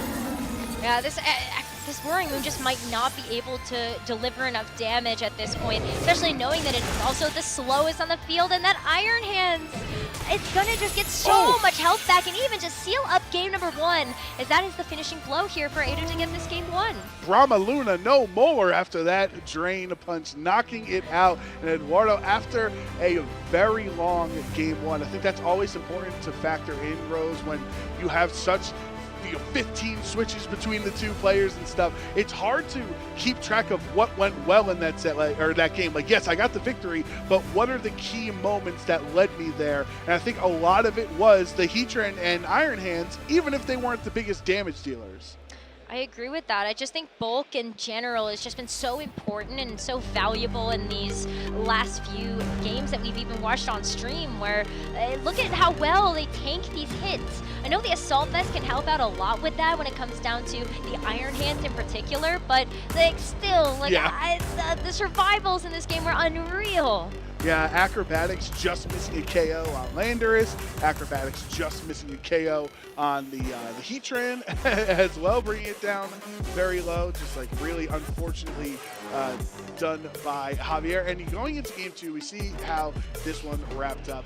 Call me crazy, but I'd like to see the Mushroom Pokemon come and help out Roaring Moon, because it seems like so much of Javier's strategy is making Roaring Moon set up a couple Dragon Dances and work. And sure, Landers can switch in, but every time you switch in, you got to take a turn to switch out and then come back in. It's 2 turns. You click Dragon Dance next to Amoonguss a couple times, Rage Powder away any key threats, you might be able to pop off. I think the only, I agree with you, and I think something else that really helps to bolster up that strategy is the fact that if you are going to be making a lot of switches, then Amoonguss gets health back with the Regenerator on top of that. But one thing that I think makes that difficult is going to be the Wellspring Ogerpon. It is part grass type, so even if you want to Rage Powder it away, Ogerpon doesn't care about that, and then the Heatran with the safety goggles too, you're still going to be able to hit the Roaring Moon. Right, but as long as you keep that Dragon typing that has been, you know, kind of hot right now. Everybody wants to become Dragon type. Roaring Moon already is a Dragon type. The Ivy Cudgel will be resistant. That is true, and you look at that too with the Heatran as well, where it's going to be able to take the Heat Wave even better in that same vein. So maybe not as big of a threat, but hey, strike well, that was a really good strategy for you, but how about I try to do it too? Yeah, and on his end, Eduardo's Roaring Moon is Terra Poison. That's what we talked about right in the beginning of this set. So it's a different variant than the Terra Flying on Javier's side. Oh, but look at that too. Normally it would be an attack boost there from the booster energy, but the Intimidate from Javier's Landers is actually going to mean that it's going to end up being a speed boost instead. Well, he does have Tailwind. That might be nice since you have a speed boost anyway. Make sure that your Choice Scarf Landers outspeeds their Scarf, or there are 2 Heatrans on the field too, right, potentially. So Tailwind could be an option. it could be an option. And especially when you look at these supportive Roaring Moons, maybe we do see a bit more of a speed investment. So we'll have to wait and find out if that Intimidate drop did actually matter if we end up seeing a third and final game. But Landers is just going to try to go for the U-turn, so Protect really nice to be able to neutralize that strategy. Yeah, no damage on the field except for the puny little amount from throwing the fake out on Landers. So kind of just a nothing turn. We still have 2 Landers on side. If Roaring Moon at any point wants, you can set up a tailwind, which would allow Eduardo's Landers to go first.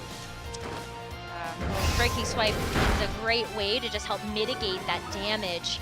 Landorus and Iron Hands, both physical attackers, means that attack drop is going to matter. And that U-turn too, that's not going to do nearly as much anymore. But you were still locked into it thanks to the Choice Scarf. You got to get out of there now, and Javier gets to bring in something else. If Javier brought Keytrain into this game too, I think it'd be a really nice bring, because you might not assume that's the Roaring Moon, but you might not assume a ground attack into what was Landers, right? So you could have had a spot there where you don't get hit by Stomping Tantrum. This boost energy is going to activate and give him an attack boost there, so at least Javier's will be stronger. It's also unintimidated, which has been important. Oh, the fake out actually helped Stomping Tantrum. It doubled its damage into the Iron Hands because it stopped from attacking the prior turn. I know, and like what an attack there too. Yeah, that is exactly how that works. If you miss your first attack, then Stomping Tantrum would double in damage. And that Iron Hands, I was actually like sweating for a second. I was like, I don't know if that's actually going to survive that Stomping Tantrum. It got very low. So it's 2 games in a row where Javier's Iron Hands has been very, flirting with the KO, once with the Ivy Cudgel in game 1, and now with that Stomping Tantrum. But he is going to switch out on his turn, bringing in Javier's own Landers. Eduardo will have a Roaring Moon and a Keytrain that switched into that slot. So we have dueling Roaring Moons here, one shiny, one not. Breaking Swipe is super effective, and that does mitigate the attack boost from the booster energy. It does. And so this Roaring Moon is not nearly as devastating, but it did knock off the safety goggles. So, ooh, okay. It wasn't doing a whole lot for the Keytrain right there, but it's still going to be good damage. Yeah, for sure. And we still have not seen that 4th Pokemon in the back on Javier's end. So maybe, just maybe, it is going to be that Amoonguss in the back. You never know. That would be definitely interesting, because you feel like Amoonguss could be beneficial to have next to your Roaring Moon to try to set up some Dragon Dances. But for now, you do not have that option. The Heatran on Eduardo's end. Last game, he went for Terra Fairy. Do you try to preserve that Terra for somebody else later? Doesn't seem like it's going to be the committal right now. It's just going to be another switch, as we have come to expect from seeing this matchup. Another Landers pivot to help continue to drop these attack stats. There's been so many drops from Breaking Swipe and Intimidate. I have no idea how Javier is going to try to dish out damage at this point, but maybe one way is going to be through a Terrestrialization. There we go, and it will be Terra Flying Roaring Moon. So you might have to go for a Dragon Dance or two to bring your attack stat back up from the, remember, you've been intimidated, you also got hit by the Breaking Swipe as well, right? Or you can just hope to crit. That's also the better, I feel that's a better option. That U-turn does no damage, but it does give Javier, oh, there's your wasted crit. You wanted to save that luck for your next hit. I know, we wasted your nat 20 roll, Javier, sorry. But you do have the Iron Hands now switching into that Landorus' place. It's very low health, so really what it's hoping to at this point is just try to soak up any type of damage that it can, and if it's lucky, it gets to stay around like now and maybe provide that fake out pressure. But what is nice for Javier, remember, 2 separate times he just barely missed KOs because he did not terrestrialize into a flying type. And now it's like, yes, I'm intimidated, but at least I get the same type of attack bonus as a flying type. That's a great call out, because that was a little bit detrimental in that first game, but the fake out going to help to keep his Landers in check, but does leave room for Eduardo's Roaring Moon to get the tailwind off. And that could be very critical later on. That, especially if you knock this Roaring Moon out right now, that gives Eduardo a free switch in to one of his Pokemon in the back. That could be the Heatran, or as we have the benefit of seeing from his perspective, the Ogerpon Wellspring form. Oh yeah, that's still waiting in the wings. That is not a Pokemon that has been revealed yet to Javier to be in the back, but based on what we ended up seeing in that game number 1, maybe a safe bet that that's here. Ivy Cudgel is no longer resisted as Roaring Moon is turned into a flying type. Yes. And this Iron Hands is so low that Landorus doesn't even need the double Stomping Tantrum boost, but it is currently active since he was faked out last turn. Yes, so you do have that Stomping Tantrum back on the menu for that double boosted damage, and it would be nice to land into basically anything that's in the back right now, except of course for the Landorus, and then the Roaring Moon is also a flying type, so you're still maybe at risk of switching something in and actually having it go to waste. But hello, Ogerpon. Yeah, with Tailwind up now. Hello, Ogerpon. This That's really the big question. A really scary spot for Javier, especially since Heatran is on the switch in a Pokemon that definitely does not appreciate taking an Ivy Cudgel whatsoever. Oh, absolutely not. And it's also going to be Terrastalize, so we get that Embody Aspect boost as well, which could be really crucial in a matchup just like this one. We're going to end up seeing that boost come through, and because of it is the Wellspring form, it is going to be that special defense boost. That helps it against Heatran, obviously. If it wants to go for any attacks there, it'll take that considerably better. Roaring Moon just protecting, no acrobatics on this turn. Instead, just staying kind of intimidated and you know, I thought maybe in its lane. It is certainly in its lane. Yeah, I'm expecting at some point Javier might want to swap that out just to reset its attack. Well, it might get an opportunity to, it might not. The Ivy Cudgel goes down into the Heatran. That is super effective. That's a bonk. That's out of here. And Javier has started to limit his options to get that Roaring Moon out. Yeah, that Ivy Cudgel was meant for Iron Hands. And it's, oh, well, if you're just going to hand me a Heatran with my Ivy Cudgel, I'm more than obliged. Yes, gladly take that trade any day of the week there. But it leaves everything else super vulnerable. You have the Roaring Moon that's been sitting here for several turns now, intimidated and also attack dropped with the breaking swipes, and you still have so much offensive pressure coming through from Eduardo that this is a very difficult situation that Javier has to navigate out of. And this is the turn that if you're going to swap Roaring Moon, it has to be this turn, because if Iron Hands goes down, you're down to your final 2 Pokemon. You don't have any more switch potential. Great point there. And I think that Javier kind of senses that impending doom, but it's not going to switch out. It's just going to maintain course. And Earth Power is going to get the knockout onto the Iron Hands, which means that not only did Javier lose his ability to pivot out this Roaring Moon, he does at least have Landorus in the back, so maybe just investing a bit more. The critical hit that Heatran hangs on, it's so low! He banked on a crit, and it still wasn't enough to take down Inu's Heatran. What very well-trained Pokemon there on that side. Losing Iron Hands as well means you lose your electric attacker into Ogerpon, right? That's another crucial threat. So unless Javier can get multiple critical hits in a row from this intimidated Roaring Moon, it looks like it's going to be an uphill battle, and he's all by himself. It's just the Roaring Moon against the world right now. That critical hit didn't even matter. That Landorus was dropping no matter what, and the Flash Cannon response here for the Heatran. Oh, that poor Roaring Moon.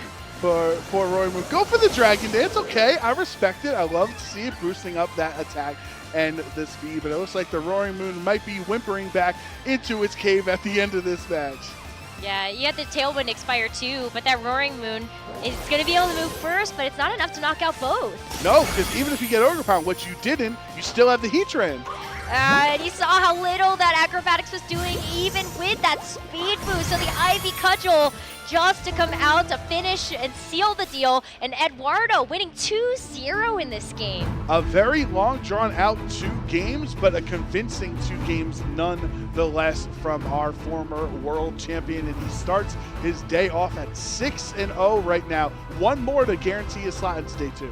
Yeah, that victory is so close as well. You're feeling really good, especially after going 6-0 undefeated. Hopefully he's able to finish it out for the rest of the day, but Javier's got to hold his head high in this situation. I think this matchup was so well navigated by Eduardo that Javier had a really hard time being able to weave in the Roaring Moon and just making sure that it was going to be able to actually find its footing in this match. Yeah, for sure. I think Eduardo's in his comfort zone in games like that, where if we have similar Pokemon, similar strategies, I have so much experience, I have so much top level, experience as a world champion that I'm feeling confident in the mirror. Yeah, look at how much damage that Iron Hands took. Just watching these replays back, that Iron Hands was already just living on such low HP, and then you have the acrobatics coming through. At least it was enough to be able to clean off the Roaring Moon, but you had the Ogre Pawn to come in its place, and it just got KO after KO. Yeah, that's a nice spot to have Ogerpon as a late game sweeper instead of just being on the field from the beginning. And obviously, Edu was so good at positioning his Pokemon to get in at the right time, to get the tailwind at the perfect time, so that the Ogerpon could take advantage of those following 3 turns and win the game. A nice little wink and handshake to boot there for Edu. So congratulations, 6-0. Of course, Javier, his day is not over at 5-1. Still very confident he can make it into day 2. I am too, especially after the play that we ended up seeing as well. It's not like this was a very one-sided matchup for Eduardo. Javier did a great job of being able to cycle through with his own Intimidate to the Landers in that game number 1. And we were in for a slog for that first game. It was just a revolving door of Pokemon, but Javier really keeping it competitive in terms of neutralizing that physical damage with the Intimidates, but also just making sure that Eduardo wasn't super comfortable really at any point in that first game. And it's also a tough matchup, right? You see the same Pokemon, but when there's different Terra options, Terra Poison to Terra Flying on the Roaring Moon, when you have the Safety Goggles Heatran versus the Shukaberry, where the Shukaberry was essentially irrelevant because it didn't even help you survive that hit when you took the Earth Power. Like, it just seemed like kind of even though it was close, those little minute differences between 2 teams benefited Eduardo's side. We've seen that a lot though, right? A few mirrors on this stream so far with just those minute changes really do just completely change the recipe for success. And I love the call out that you just made there, because it does come down to those small changes, and maybe it does go in Javier's favor the next time he sees these same 5. I can't believe I'm willing to say this out loud. I miss Amoonguss. I would have liked to see Amoonguss in this set. Who am I? Am I growing? Who are you? Am I growing soft in my old age? Maybe, honestly. You want Amoonguss back on this. You know what, actually, I would be okay with that because I put that on my prediction. So, maybe bring Amoonguss back. Yeah, it maybe biasly bring the Amoonguss back. It still counts. It was on the team. It didn't come up in the game, but you can check that off your predictions. I'll be more confident in it if we see it in Top Cut or Day 2, I think. Yeah, I think we, you know what, we'll count it as soon as we see an Ogerpon Cornerstone. Okay. Which I don't know if we're gonna see. I don't know. We might. I still believe. I respect the Cornerstone. I think it's a pretty good option, but you know, Amoonguss is definitely, if Cornerstone's here, Amoonguss is up here. Listen, you're giving me some flack for the Cornerstone Ogerpon. Excuse you with the teal mask over on your predictions. Hey, if Jamie Boyd didn't have a fight to catch, teal mask Ogerpon might be regional champion right now. Well, one thing's for sure is we've got Wellspring Ogerpon on the champion of this match's team. So let's head over this stage to talk to Eduardo about his victory for this round 6. Thanks so much, you two. I am here with Eduardo Cunha after a flawless run so far at the Latin America International Championships. You're undefeated. How are you feeling? I feel great. I'm trying to go round at a time and just keep my focus and not overthink things. It's very easy for me to either be very overwhelmed by the weight of the wins, or I'm just trying not to get too excited yet. Until I make day 2, I'm just gonna keep my focus on each match and do my best. Smart mentality. I respect it. I got to talk about that game too, because right near the end there was the critical hit onto the Heatran, but the survival. Do you think that was critical to that match, or do you think you had it in the bag regardless? I feel like at that point, I had a really good shot at winning, and it didn't change too much. It ultimately came down to whether or not he'd get a critical hit on me later on with the Roaring Moon. I wasn't very concerned with losing Heatran. I felt like as long as I had my Landorus at the same time as their Landorus, I would just be able to Ivy Cudgel Rock Slide and put myself in a good position. Obviously, the odds were better if I wasn't KO'd that turn, because I wouldn't have to hit Rock Slides. I wouldn't have to fear the crits as much. But in the end, yeah, I feel like I was in a positive position, and just glad that Heatran made it even stronger of a position, yeah. It never hurts to just have it in the bag earlier on, that's for sure. I know you don't look too far ahead, you take it one round at a time, but I'm curious too of your thoughts of the metagame that's kind of shaking up and how you thought about that with the team that you've brought to this event. So I was expecting a lot more Golden Go. I faced a few, but not as much as I was expecting. I mean, to be fair, it is a very small sample size so far. It's 6 rounds. And looking at what other people are using, I mean, we saw Golden Go Mirror in the first round of stream, I think. So it was just about what I was expecting. I feel like the kind of Roaring Moon that I'm using has become like, has seen a huge peak in usage, especially after Jamie Boyd's performance with it. I think it really allowed us to all see how, Roaring Moon can be a really good tailwind user and not need that much attack as long as it has knockoff or breaking swipe. And I felt like everyone kind of, acknowledged that discovery from Jamie Boyd and was like, yeah, this makes a lot of sense. I'm just going to put it on my team. And I feel like that prediction's kind of right. Not only am I using it, I feel like I've seen a lot of people using it, even though I haven't faced it myself. But yeah, I think it's just about what I was expecting. A lot less Ogre Pawn, but still like not as gone as Toronto Day 2. I've been facing some Ogre Pawn, not that much. So yeah, just about what I was expecting for the wall. Not just necessarily what I'm facing, but from what I've seen around, it feels like it was what I was expecting. That's always good, not be too caught off guard headed into event. And you gave some good advice at the beginning of the interview, which was kind of take it one round at a time. You're obviously a very accomplished trainer, world champion. Any other useful tidbits of advice for anyone who's looking to try and compete maybe at the same level? Yeah, I think the best thing you can do is really just play the game because you love it and not because you're trying to get accomplishments to show other people that you're good. It's fine to have the motivation to do great things. Just do it for yourself, not for others. And honestly, just like appreciate the friends that you make throughout the tournament experiences, because that's what you really take out of. That's the most that you're going to take out of this experience. Obviously, there are other things you take out of it, but the friends is just make it also special. That's very, very well said. And on the topic of friends, before I let you go, do you have any final shout-outs? Yes, thank you very much. Obviously, a very special shout-out to Katarina, my girlfriend. I love you, Amut. Thank you so much for, honestly, I think the big reason why I have such a strong mentality lately is just because of how she helps me prepare and see the world in general. It's just because Pokemon is not just the game that we see. A lot of the mentality aspect comes from other life aspects that you can learn from as well. So you'd shout out to her, to my mom, of course, as I always shout out to Andrea Fumito, who has been, and his entire family, for being a fantastic host, and all my friends have been helping me, Gaspacho, Boyama, the Portuguese crew. Thank you all so much, and yeah, thank you very much. Of course, best of luck. Take it one round at a time. Hopefully see you in day 2. As for us, it's time to head back to our casters to start getting ready for our next round. Eduardo talk about his victory in that round number 6, and now he's just about 1 win away from being able to make it into day number 2 of the tournament. So definitely looking at how he's going to be able to finish out the day, but it's looking pretty good, I think, based on that set that we just saw. Absolutely, and it's interesting specifically when you look at it from Eduardo's perspective, because everyone else just gets 7-2, just get in there, and you never know what'll happen the next day. But that's not Edu, because remember, he won the World Championships undefeated. He was the first player since Ray Rizzo a decade prior to him. So 9-0 at the end of the day is not out of the realm of possibilities for Edu. No, it's not, and maybe even still looking at that undefeated into round 15 of Swiss tomorrow. We have so many rounds to be able to cover here. But could you imagine?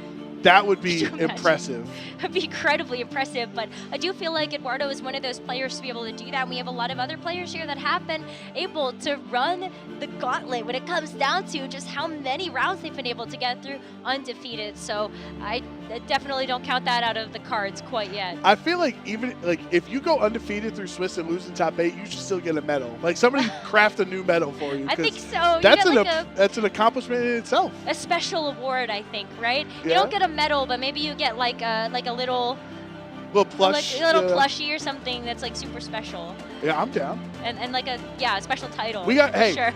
We have creative types on the team, Rose. We got people that are artists. We got people that have to draw great paintings. Like we can make this happen. Someone will come up with this. We're asking you all at home to come up with this, because you've had a lot of players that have made it there, but have fallen just that short in the top 8.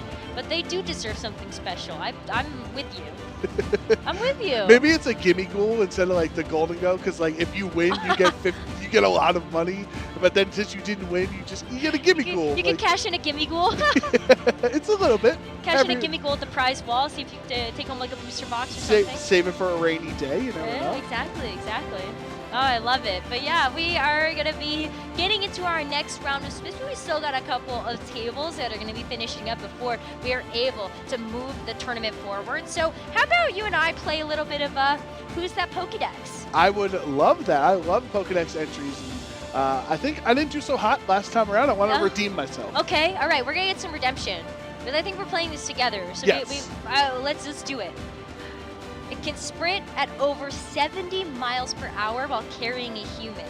The rider's body heat warms its back and lifts the Pokemon's spirit.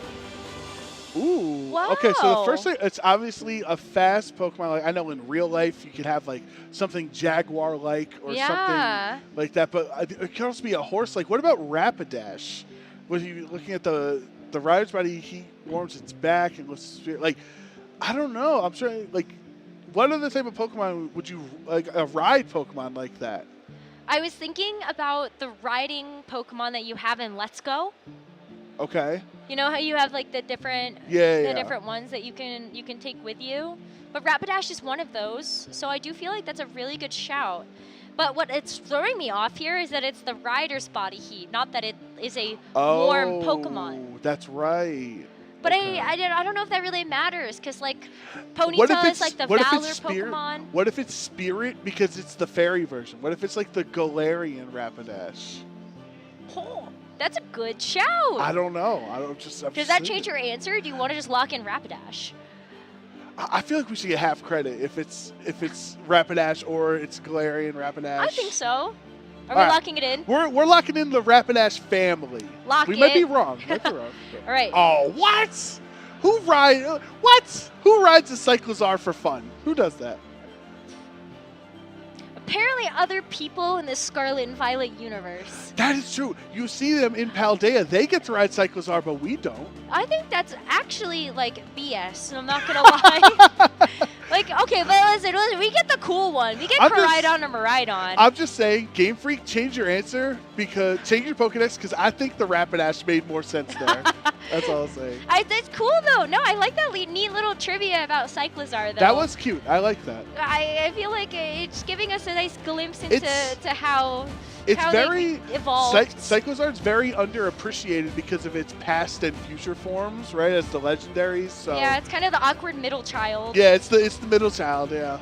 So at least that'll be the one time all year we get to see Cyclozar on stream. No shed shell shenanigans to be found here. I think Shed-Tail is so cool though. Yeah. We've seen it. No, we have seen it once. Cyclozar? I swear we've seen it once on an official stream. I don't even know what it does besides Shed-Tail. Yeah, no, it was like Cyclozar. It was Latin America. They used a Cyclozar that used Shed-Tail into something else. The Prophecy? Are we gonna get Cyclozar to show up again? Absolutely not. We're gonna move on to the next Pokédex entry. What's Cyclozar's Fluttermane matchup? Let's not entertain that possibility right now, because I think the Fluttermane just wins. Yeah, I think it can hit it with anything and it just wins. Yeah. So let's take a look. Okay. This next one. People used to mistake this Pokemon for a human when they saw it issue command after command to other Pokemon of the forest. Whoa. Oranguru. It's a Rangaroo. This has to be a Rangaroo. Instruct? Yes. Is that what you're thinking? Yes. Oh, that's a good idea. And I was going to say it has to be human-like, right? Like, kind of, I don't know what do you call it. It's like our ancestry, evolution, whatnot. I know evolution in Pokemon is different, but yeah, I think it's a great answer. Lock it in? Let's go for it. Oranguru. Yeah, good answer. Let's go. All right. That was a good one. Take that, Cyclozar. We got Oranguru. That is a viable Pokemon. We could see that on the stream. That is the NAIC Juniors Division Champion, if you remember. I do remember Click that. That was again. Great. Click in again. That was my favorite. It might be one of my favorite matches I've ever cast in my entire life. That was so... Every turn, it's just Terrace Slash and clicks. Let's do it again. It was so good. It was so much fun. Absolutely. Well, let's see. We're 1 for 1 right now, okay? We're doing pretty okay, I think. Well, no, we didn't get the first one wrong. Game Freak was wrong. That's true. Oh, it's true, We actually. gave a better Pokedex entry. Okay, that's actually true. We have credit there, I think, because Yeah. we are always right in our own hearts Exactly. if we believe hard enough. Exactly. Well, let's take a look at this next Pokedex entry. It's the two little ones just appeared one day. The group might be a family-related Pokemon, but nobody knows for sure. Is it Mousehold? It's Mousehold. It's Mousehold family of 4. How did they just show up? How did they? Also, like, they might be family. They look pretty similar. They look related. Well, sometimes, what if they're chosen family? Then you don't look the same. At least the little Mouseholds. I don't know. I can't say the ends. The little Mousehold babies look like the adult ones. The tandem ice? Yeah, it's tandem The baby tandem ice? Yeah. I don't know. I think it's Mousehold. I think it's sure. I think this is F for family. That's what we're F going is for. for family. Yes, Show for us sure. the Mousehold family of 4. Come on, it's in the 4 or 3. Oh, they got us! They got us. They only have the one kid. You know, like you'd have the. With the 4. 2 little one. Nice. Ace family of Weird. 4. We get extra credit because we That's said true. the 4. As you now know, we That's are. how math works. We are related family members, if you remember. I do remember that. Story for another time. Broadcast. Yes. Don't worry about Yeah, but we are related. You are my dad. it. We're Irish. We are Irish. That's true. Look at the last name. It all comes together if you don't think too hard about it. just like the Mousehold family. We all come together somehow. Let's do another Pokedex entry. We're 2 and a 2. No, 2 we're and a half. 3. Yeah. 2 and a half. Yeah. It's Fluffy Fur acts as a battery. It can store the same amount of electricity as an electric car. All right, so it's giving electric type. No, right? I have questions though. As a battery. They have electric cars in the Pokemon universe? Uh huh. Where? Like it's Revavroom. Where are the cars? He's like 5 different cars in the story. Where are the cars, Joe? Where are the cars? That's true, because we have to take like Corviknight in Sword and Shield. You have to fly on a Corviknight to get Yeah, I anywhere. know. I gotta take my own Miraidon in Scarlet and Violet. I don't have a car available. Oh, you know there are cars. Remember in Omega Ruby Alpha Sapphire where the Machamps like carry you in the truck out to your new house? But that's not a car. That's a truck. But they're in the car with you. Oh, I don't know. Oh, okay. Well, maybe. Okay, so are we on the Scarlet and Violet kick right now, or are they gonna No, change it to us? I don't think so. Because I'm gonna say we just had Mouse like I'm gonna say Marie. because it could be Boltuned too as an electric type. But it's fluffy. I don't think Bolton is It's a fluffy. dog. It's a dog. I don't call dogs fluffy. Do you? Not unless they're from a certain media franchise that probably we can't name them by. Its fluffy fur acts as a battery. I can think it's store Marie. the same amount of electricity as a car. Oh, because like a sheep where you take the fur off and turn it into like Yeah, I think wool maybe. and stuff. Beep, Okay. beep, Mareep. Beep, beep. You know what? Lock emoji. Beep, beep, Marie. We just got it. We just got the answer there. Oh, no! No! Yet again, Game Freak, wrong decision. We came up with a better solution. I think we sure did. It's all about the beep, beep, Mareep. No, that makes some makes sense, sense. actually. Yeah, that's okay. And if we're on, remember, they're trying to trick us here. So that's multiple Scarlet and Violet Pokemon in a row. We're fighting we're not fighting against the audience. We're fighting against the production team. I think we're right. Yeah. Yeah, I really wish we could have another one, but I think they're done with us on this segment. No so revival blessing for us. I know. No, yeah, we're out of here. But no, I think it was really fun. Hopefully you guys in chat also liked playing along with that one. I always think the trivia and the Pokedex segments are always so cool because you guys get a chance to play too in chat. But we want to take a look at the rest of the coverage that we have here at the Latin American International Championships. So we have not just a video game, but we also have Go and TCG. Ooh. Okay. Ooh. Let's see what we got over here. Talk me through the TCG stuff. Okay, so you have Lumineon V. I'm actually familiar with that card because I used to play a lot of the Lugia V-Star deck, so trying to just play out through the rest of these cards. Lumineon has an ability when you on play, search for a supporter in your deck, so I don't know what Tiago's strategy is there, but it looks like their set is just starting. Where on the other end, Pokemon Go, they're That's going pretty into hype. that's a crucial game 3. You know, Rose, I played in the regional. You casted Pokemon Go, like, you know, it's there's a Medicham, there's a Lickitung. We're familiar. We are familiar with this one. Apparently the crowd is incredibly familiar with one of the players it's playing as well. Getting word that the crowd is singing and cheering for the player on the right, LND's Wings. Okay. Very big favorite here in the Latin American community, it seems like. LATAM always shows up and represents their region well. They're so excited, they're so passionate. No matter what, they never fail in any esports, specifically within Pokemon, but all the other esports you can cover. There's such a passionate fan base. If you look at Wings team, that's a Gligar. Could you imagine ever seeing a Gligar in VGC? Never. Absolutely not. And I want to say, too, that that's a Frigibax. Is that a Frigibax? It sure is a Frigibax. So you've got a lot of very, like, staple Pokemon Go meta teams right here. When you look at, like you said, the Medicham, the Lickitung, as well as the Lantern, I think has seen a lot of boost in popularity. Oh, when Sandslash is really Yeah, common we as saw well. that as well. There's a few differences there in terms of kind of some of the other Pokemon that we're seeing on the side. I feel like when you look at Vitorello as too, really you're kind of looking at the Gligar that's going to be a little bit of a standout in this situation. But hey, this looks very exciting. I love how fast-paced Pokemon Go is. Yeah, for sure. Let's get right into it as they are here in their game 3. Let's see what happens in this really intense matchup. We're going to head over to the Pokemon Go stream to see the conclusion of this exciting match.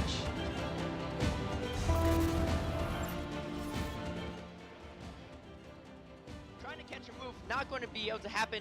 Swapping in, and now you get the Clefable locked onto the Medicham. This is a terrible spot if you're Vitorello. I've seen some Clefairy in the Video Game Championship Series. We've got Clefable here on your screen. Welcome in, VG trainers, as we cover some Pokemon Go battles. Psychic does land into the Clefable, but as I said, it does so much neutral damage over time. But meanwhile, Clefable's got the Moonblast queued and ready to go. And Wings farming up to 100 energy, maxed out. Clefable is going to thrive, and you actually see the shield from Vitorello. Vitorello saying, you know what, I'm going to just muscle through here. I'm going to throw the neutral Ice Punch, see what I can do. Wings just completely letting it go and giving up switch advantage. Yeah, Ice Punch will connect here. Clefable does not. Oh, it actually does not faint, but it can't quite get to the Meteor Mash either. Wings really wanted that final charge attack, because as we look at the Medicham from Vitorello, there's really no direct answer. Yeah, you could bring in Lickitung, but you're going to take a ton of super effective damage, or you come in with the Lantern here with stored energy, but that leaves you with nothing left in the tank for later. And you can see from Wings' expression too, hoping that he would be able to survive the Ice Punch to get off that parting Meteor Mash, not able to do it. And now both shields expended on side of Vitorello, shields completely down, but all 3 Pokemon still healthy, and Medicham having a ton of edge and even baiting the shield with the Ice Punch. Yeah, this is a massive bait, anticipating the Psychic. LNDS Wings uses that first Protect Shield, but he's going to cut off that extra energy with another Body Slam here to get this Medicham off the field. You can see Vitorello trying to catch that Body Slam too, not able to do it. However, the Shadow Alone Sandslash is going to be in an okay spot. Like we talked about earlier, Powder Stone Shadow Alone Sandslash is actually the play, especially against Lickitung. And this neutral damage really adding up, going for another bait and getting another shield, 2 Ice Punch baits to grab both shields from LNDS Wings. Hey, Caleb, I'm so glad you came over to the Powder Snow side. Right, it's real frosty over here. Lickitung going to look for a Body Slam here. It can't really do too much, right? Because the Power Whip might do marginally more damage, but Lickitung really needs to rely on those licks, that neutral ghost type damage to cut through this Shadow Alolan Sandslash. And after the double bait you pointed out, Caleb, it's going to be really tough for Lickitung to win this game. Wings, I think, needs to catch a move on the Lantern to have a chance. I don't know if the Squish Timer's up yet. It looks like it is up. It's going to be a huge catch. Can he do it? And no, not able to. Drill Run is going to be thrown from Vitorello. It's going to do a lot of damage into the Lickitung. Lickitung's bulky, but even Lickitung can't hang on to this much damage. Whoa, switches into the Gligar. He's got stored energy, going for the dig. Vitorello is going to knock out this Lantern, and it's just a few seconds away from the end of this game. That's a stamp of dominance right there. Airways would have been enough, but going for the harder hitting move for sure. Finishing off the Lickitung. Vitorello coming back from an 0-1 deficit to take it 2-1 in this victory here against Wings. Yeah, very nicely played there. Very solid command of the Shadow Alolan Sandslash. Again, like we've seen before, just putting it in the perfect position to succeed consistently, maneuvering it around, keeping it away from those very, very detrimental targets. And I don't know, for all of our spicy Pokemon enjoyers, for all of our Meta Breaker enjoyers, really tough to see the Clefable and Arctibax core not pull through in that series. Yeah, sorry.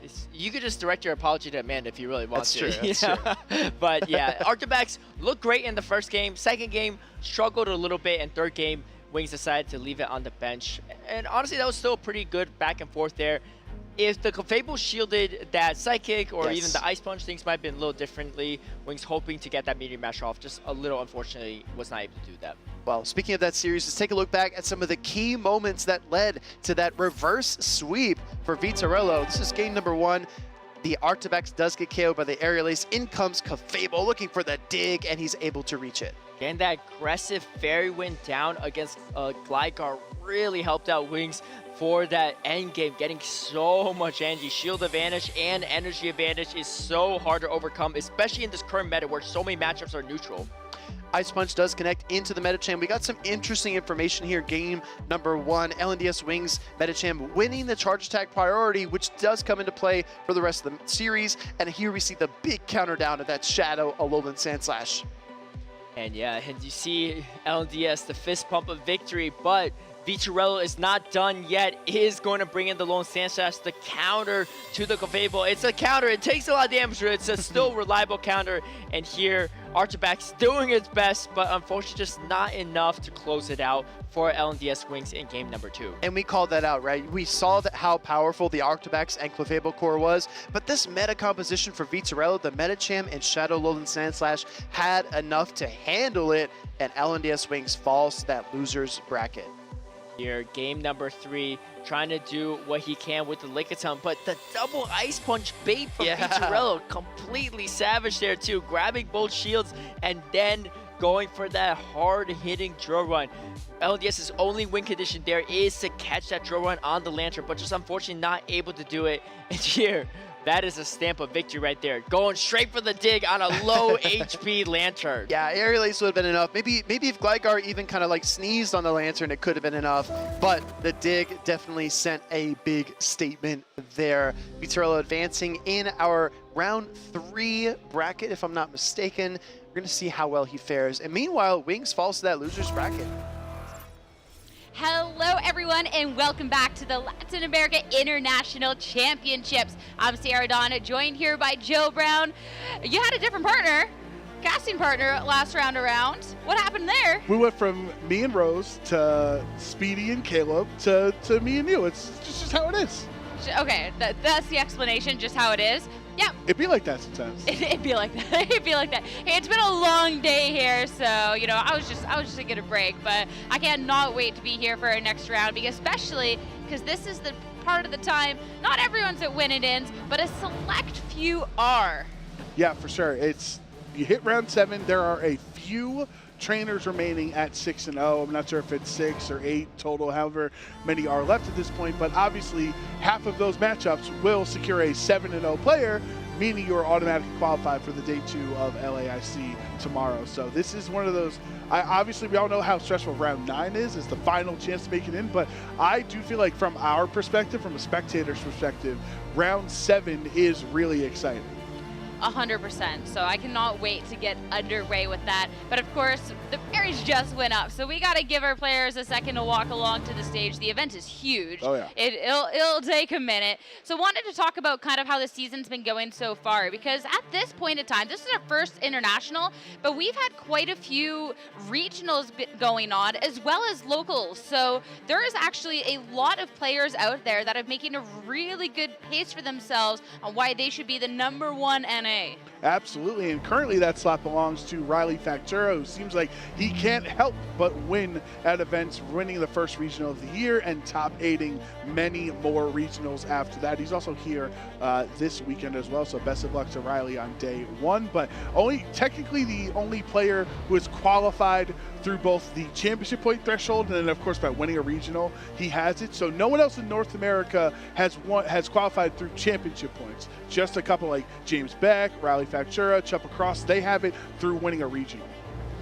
Yeah, but it's and still... Michael Zhang. True. We're still so early in the season though, so this is such a good amount of points, so I'm sure looking at even just the rest of 2023, let alone 2024, there is the opportunity for points, especially too since there is quite a few individuals on this list who are in attendance, and the point payout for international championships it's so high. There's so many championship points on the line.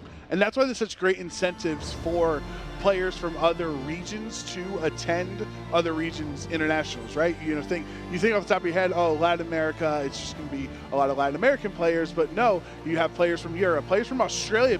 I had a friend come here from Australia. He said it was a 36-hour adventure to get from Australia to Sao Paulo this weekend, and that's for the love of the game. That's for getting experience playing other regions and seeing how their metas adapt and their styles. It's so great.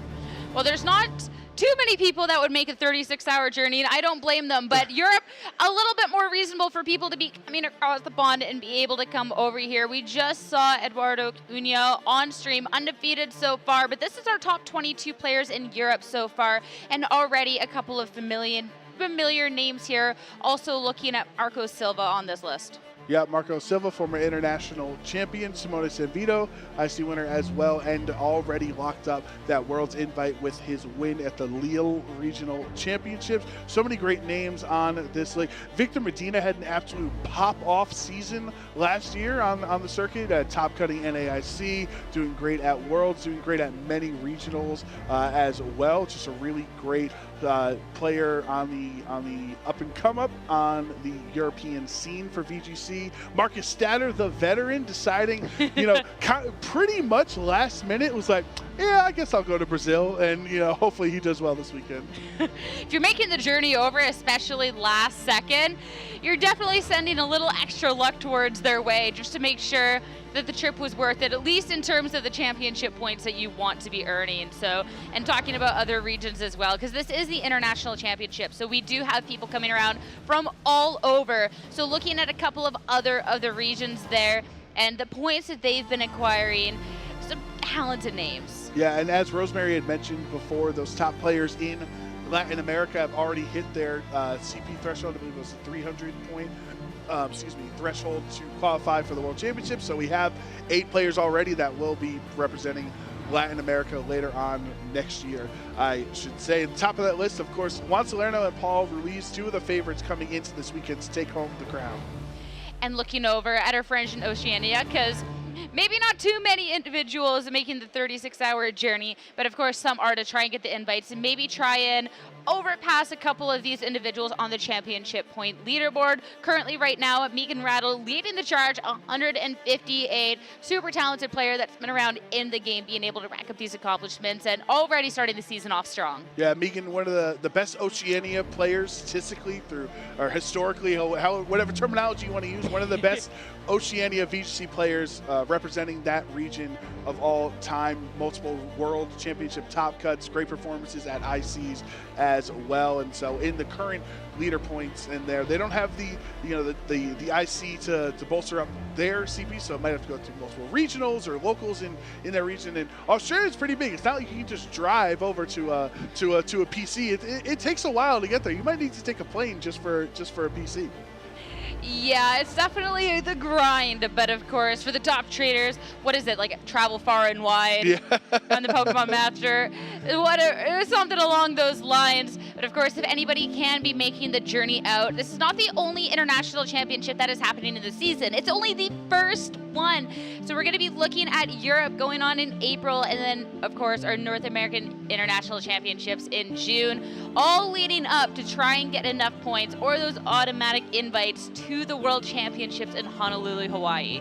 It seems so far away, yet so close. So when you look at Europe, oh, it's in April, it's so far, but you're like, man, who knows what the format's going to look like? Who knows what newly introduced Pokemon and mechanics in the rest of the DLC, how that's going to impact the metagame. It's going to be, what we see in Europe is, you could argue, or most likely going to be a completely different world than what we're representing and witnessing here this weekend. Oh, I would be surprised if it was the same world that we're seeing right now, considering that we have the Indigo Disc DLC that's going to be coming around and just how things change. Already I'm looking at Portland Regionals and I'm like, this is already going to be a different world probably than what we're looking at now. So I don't know. It's so exciting to see the future, and these events sneak up on you so fast as well. So it's really, really exciting time to just be involved in Pokemon. And since we're still on the first end, you want to make sure you start getting in now. Yeah, you need as many opportunities as you can for championship points. If you're on that grind, if you're, kind of say it's simple, oh, just win an IC and you're qualified. It's not that simple. At this point, only 3 people will be able to do that this year, right? With LASC, EUSC, and NASC. Everyone else is going to have to do it the hard way. They're going to have to hit that championship point threshold. Hey, a World's Invite is a World's Invite. Absolutely. All right, so whether it's winning an event, whether it's getting the points required, there is a skill in both. So, and ultimately, all the invites are actually almost all the same because the top players and like the championship point leaderboard will get that round 1 bye. But beyond that, all World's Invites are created equally. So all that counts is what you can show up and represent at that World Championship. Well, you could argue the real reward is the friends we made along the way. You could, but hey, we'll start talking about some players that are here for a couple of the other rewards that players are looking for, which is the championship points and the money and those World Invites. And we're looking at 2 trainers that have been traveling to get over to the event. So our next round, this is going to be a win-in, is going to be Marco Silva going up against Victor Medina. This is a heavy hitter Europe matchup with Marco and Victor. As we said, Marco is a former international champion of 2020 OCIC, one of the best players. He was actually in North America for the Toronto Regional Championships a couple of weeks ago, so he's definitely primed and ready for this metagame. He's been traveling as well, because going to Toronto back isn't the worst journey, but that is still a lot of flight time to then be coming out to this event. But you're right, he is practiced and obviously showing up at the tournament today, undefeated come round 7. Really, really good. And of course, looking at Victor Medina, someone else who has traveled far, also only arrived in Brazil just 2 hours before the tournament today. Really? Which is wow. That's efficient. Yeah. You just hop off the plane and start round 1 ready. I don't think it's the normal play. We see it at regional sometimes. People show up like 10 minutes before round 1 starts. I'm not familiar with people doing that for ICs, but credit to Victor. Victor is slowly rising, or I should say rapidly rising on the list of my favorite European players to watch, honestly, with how his performances were in the last season of the circuit that we had. And here he is at 6-0. A big win here brings him into day 2, and he can start to steamroll here in this new season. So we're going to start some drama and ask what that list of favorite players is from you on your end. Curious. No, I don't know if I can. I don't know if I would have to give like a whole top 5 list, or yeah. Might have to say that for some downtime later on this weekend. We got a lot of time ahead of us here. You can also just play favorites and just be like, well, they all are, But then how is he rising if they all equally are on my list? It's playing both sides, Oh, it's come out on top. Yeah, exactly.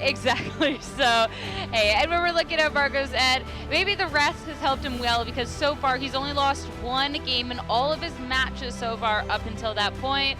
Knock on wood, hopefully there is no caster curse on that one bringing it up. But still, making to this point that you are 6-0 in matches, you are just 1 win away of securing your spot in day 2 here in LASC. And they're almost different worlds, kind of, if you look at day 1 and day 2. Like, there are players like Marco, there are players like Eric Rios, like players like Chuppa Cross and James Beck and Paul Ruiz, and all these different players that day 1 is not their goal, right? Day 1 is just the stepping stone to what they want to achieve, which is different than some of the rest of the player base, that their accomplishment is, I want to make it to day 2. So if you're a player like Marco or Victor in this matchup, this win is important for you, but it's nowhere near where your eyes are set on for this weekend. 100%. You're looking to try and make it to that top cut. You're looking to try and win the entire event. So getting into the teams, seeing if either person has a team that could be cracking the code to win the Latin American International Championships. First glance, yeah, these are pretty good teams. Yeah, for sure. You can understand why they're 6-0 currently between Marco and Victor's. And we'll take a look at Marco as he is the IC champion. He deserves the respect to look at his team first. There is an Amoonguss on the side, which has risen back onto that top 12 usage and has been kind of lackluster the last couple of events, at least in North America. But I think the European players are still on the Amoonguss train. You can understand why with the rest of this team, you're able to both help. If you're carried, your Pokemon that you really want to have your win conditions work through Golden Go and Urshifu Rapid Strike, Amoonguss really helps both of them with those Rage Powders, redirecting threatening attacks away. Goes back to the conversation that different regions have different Pokemon that are maybe a little bit more influential in the meta. And in NA, Amoonguss kind of been taking a little snooze itself, but we got to see in Idu's team earlier, there was definitely a lot of Amoonguss answers, and if Amoonguss is kind of kicking around, definitely makes sense as to why. Looking at over at Victor's team, no Amoonguss in sight. Definitely a couple of ways you can be dealing powerful damage into it. Notably though, I'm looking at it's a pretty standard team, but one thing that always catches my eye is the Tornadus and what item it has.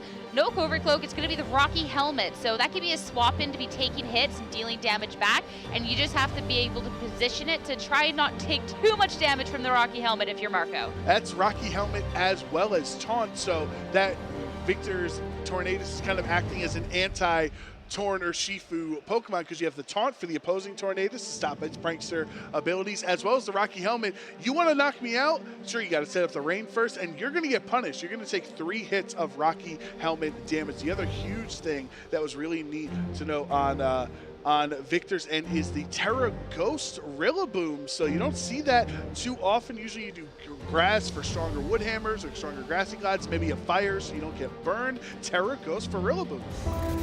But now it's time to get into Game 1 here, Round 7 at the Latin American International Championships, a winning in for these two players. It's going to be Hisuian Arcanine hitting the field, Intimidate down on the other end, start things out. And you have instant access to Fake Out on Marco's side with Iron Hands right now. So that's something Victor has to be concerned about. However, as we've seen these players that are playing at such elite levels, they will sometimes not opt for the simple play on turn 1, not go for the safe play, expecting their opponents to predict. Because Urshifu's currently in a rough spot right now. If the Iron Hands does not simply click Fake Out and tries to click Wild Charge into that water type, it can be really tough to pick. It's going to be the Tornadus be swapping out this first turn, bring the Rillaboom in. Since it is the Rocky Helmet, not the Covert Cloak, there is also the possibility to Fake Out into that slot, and you would be susceptible to a gigantic attack coming out from this Arcanine. Fake Out, though, targeting into the Urshifu, which wisely protected on this first turn. Now it's down to the Arcanine. That is going to be the Rock Slide coming out, and it is going to be locked into that is the Choice Band, dealing a significant amount of damage into the Rillaboom. It will get a little bit of health back, but I never see Rock Slide do the most. It always catches me off guard how much a Hisuian Arcanine Rock Slide can do. Right, that's the beauty of same type attack bonus. We've been watching Landers, who's not a rock type for a decade, click Rock Slide, and you're like, man, this doesn't do a lot. When you give it to a Choice Band Rock Slide, rock type in Hisuian Arcanine, it does a lot more damage. But quickly, as Rillaboom has switched in, the tables have turned because now Victor has access to Fake Out. If Arcanine doesn't get a flinch here, it's in a really precarious spot against the Surging Strikes. No Fake Out, but also no flinch. Just the U-turn into the Iron Hands and a reposition.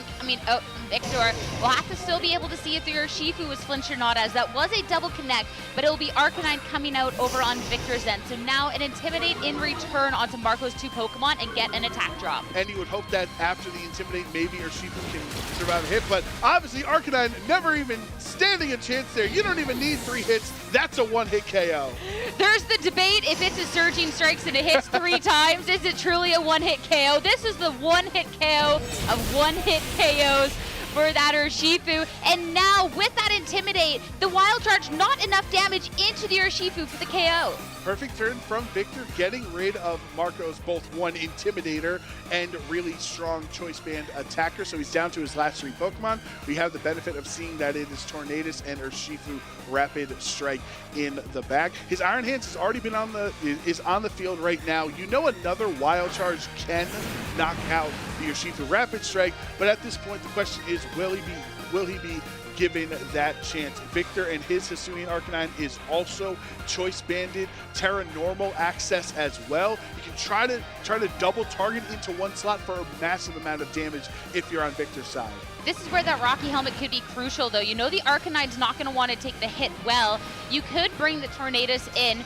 You might be getting KO'd, but at the same time, the amount of damage you're doing in return, if you think that you can return that instantly, get the KO, could be absolutely massive. Arcanine, that is going to be the swap out. It just depends on what to, and it will be the Tornadus rejoining the field. There's the Surging Strikes, though. This is resisted. Obviously, Urshifu's not that bulky, but oh, it looks like the third hit might get it. Instead of targeting into the Arcanine and into what could have been a very obvious swap, instead into the other slot, make sure that you can be dealing the damage and not get hit into return. And now a Volt Switch into the Tornadus. It's just a little bit of damage since it is a special attack, but you're not going to be taking that damage, and you get your swap. And you crucially avoid the Rocky Helmet, right, with the Volt Switch as a special attack on there. Interesting that Marco does have the Volt Switch, as many trainers have lost Volt Switch over the last couple of regulations because you want to have access to Heavy Slam and Drain Punch, and Volt Switch seems like the fifth move. It's the odd man out in a lot of scenarios, but we do have matching Tornadus on both sides right now. A Rillaboom with access to Fake Out is really low. Victor kind of understanding that his Rillaboom is not long for this match at this point since it has such low HP, so might as well have some Fake Out pressure on this turn. To beat the Fake Out, you could also just try and go for an attack into the Urshifu, but a Protect, and you could be taken out by the Bleakwind Storm, especially since this Rillaboom has already taken so much damage in on the turn. And Tornadus, sure, it's there to be setting up Tailwind, but this Bleakwind Storms is definitely not a move to be discredited. It is going to be a move that can definitely miss in a lot of key moments, though. So that's going to be something to be keeping an eye on. The Urshifu, not going to risk a hit from this Rillaboom. Instead, going to be swapping back into the Iron Hands. There's a lot of potential here. Obviously, Iron Hands can take this a lot better than Urshifu, so smart call by Marco, because Urshifu would have been knocked out from that. And the Bleakwind from Victor, gonna go first, double connect, but also a double connect back, and Rillaboom is down. So no more Grassy Glide pressure onto the Urshifu in the back for Marco. Speed drop would have also been crucial there, right? If you can make sure that Victor's Tornadus has a lower Prankster priority, but the Bleakwind Storm does not land in that spot. Arcanine switching out onto the field right now means the Intimidate is only affecting Iron Hands. This would have been better if you could get Arcanine in front of, let's say, the Urshifu, and then force that Intimidate, and then when you go for Aqua Jets, that's intimidated damage. As long as you're not clicking Surging Strikes, you'd be doing less damage there. So Victor's win condition is this full health Arcanine. You know there's an Urshifu in the back, so you are never going to want to stay into this 4 times weak to water typing you're currently at. And as long as you can get rid of the Tornadus at this point, that Urshifu in the back should be able to handedly deal with this Arcanine. So we're actually going to see the taunt to start things off. We got to see already how this is going to go down. So that's going to be a lack of Tailwind and nothing coming out. And now Rock Slide, that'll be enough to be picking up this KO. So this Tornadus not going to be able to act at all on this turn. There's no Fake Out here at this point either, but the Wild Charge will be able to go through, and that will KO the Tornadus in return. Huge play from Victor on that side. We talked in team preview. This is an anti-Torn Urshifu Tornadus on his end. You have Rocky Helmet and you have Taunt. And it worked that turn because Bleakwind Storm did not get the speed drop. He had the Prankster tiers were still even. So his Taunt went before Marco's Tailwind, negating that. Now the Arcanine is not too worried about a low health Iron Hands, but Urshifu is still a big threat. 100%. There is Terrestrialization that has been saved till this point of the battle, though, and that is the normal type onto the Arcanine. A last-ditch effort to try and get out of this horrendous fire rock typing and into something that could maybe try and take a hit somehow better. Rock Slide, that's going to be Iron Hands just surviving, and close combat. Super effective hit, no flinch, takes the Arcanine down for Marco Silva to take game 1. He would have needed about a bajillion Rock Slide flinches, conservatively speaking, to win that game, as the rock slide is resisted onto Urshifu. So perfectly played by Marco in that end to preserve his Urshifu rapid strike for the late game. Yes, Victor did a great job of waiting to terrestrialize, not committing too early, but by the end of the game, when it wasn't the Terra that did him in, it's the choice ban. It's being stuck clicking rock slide in front of two fighting types.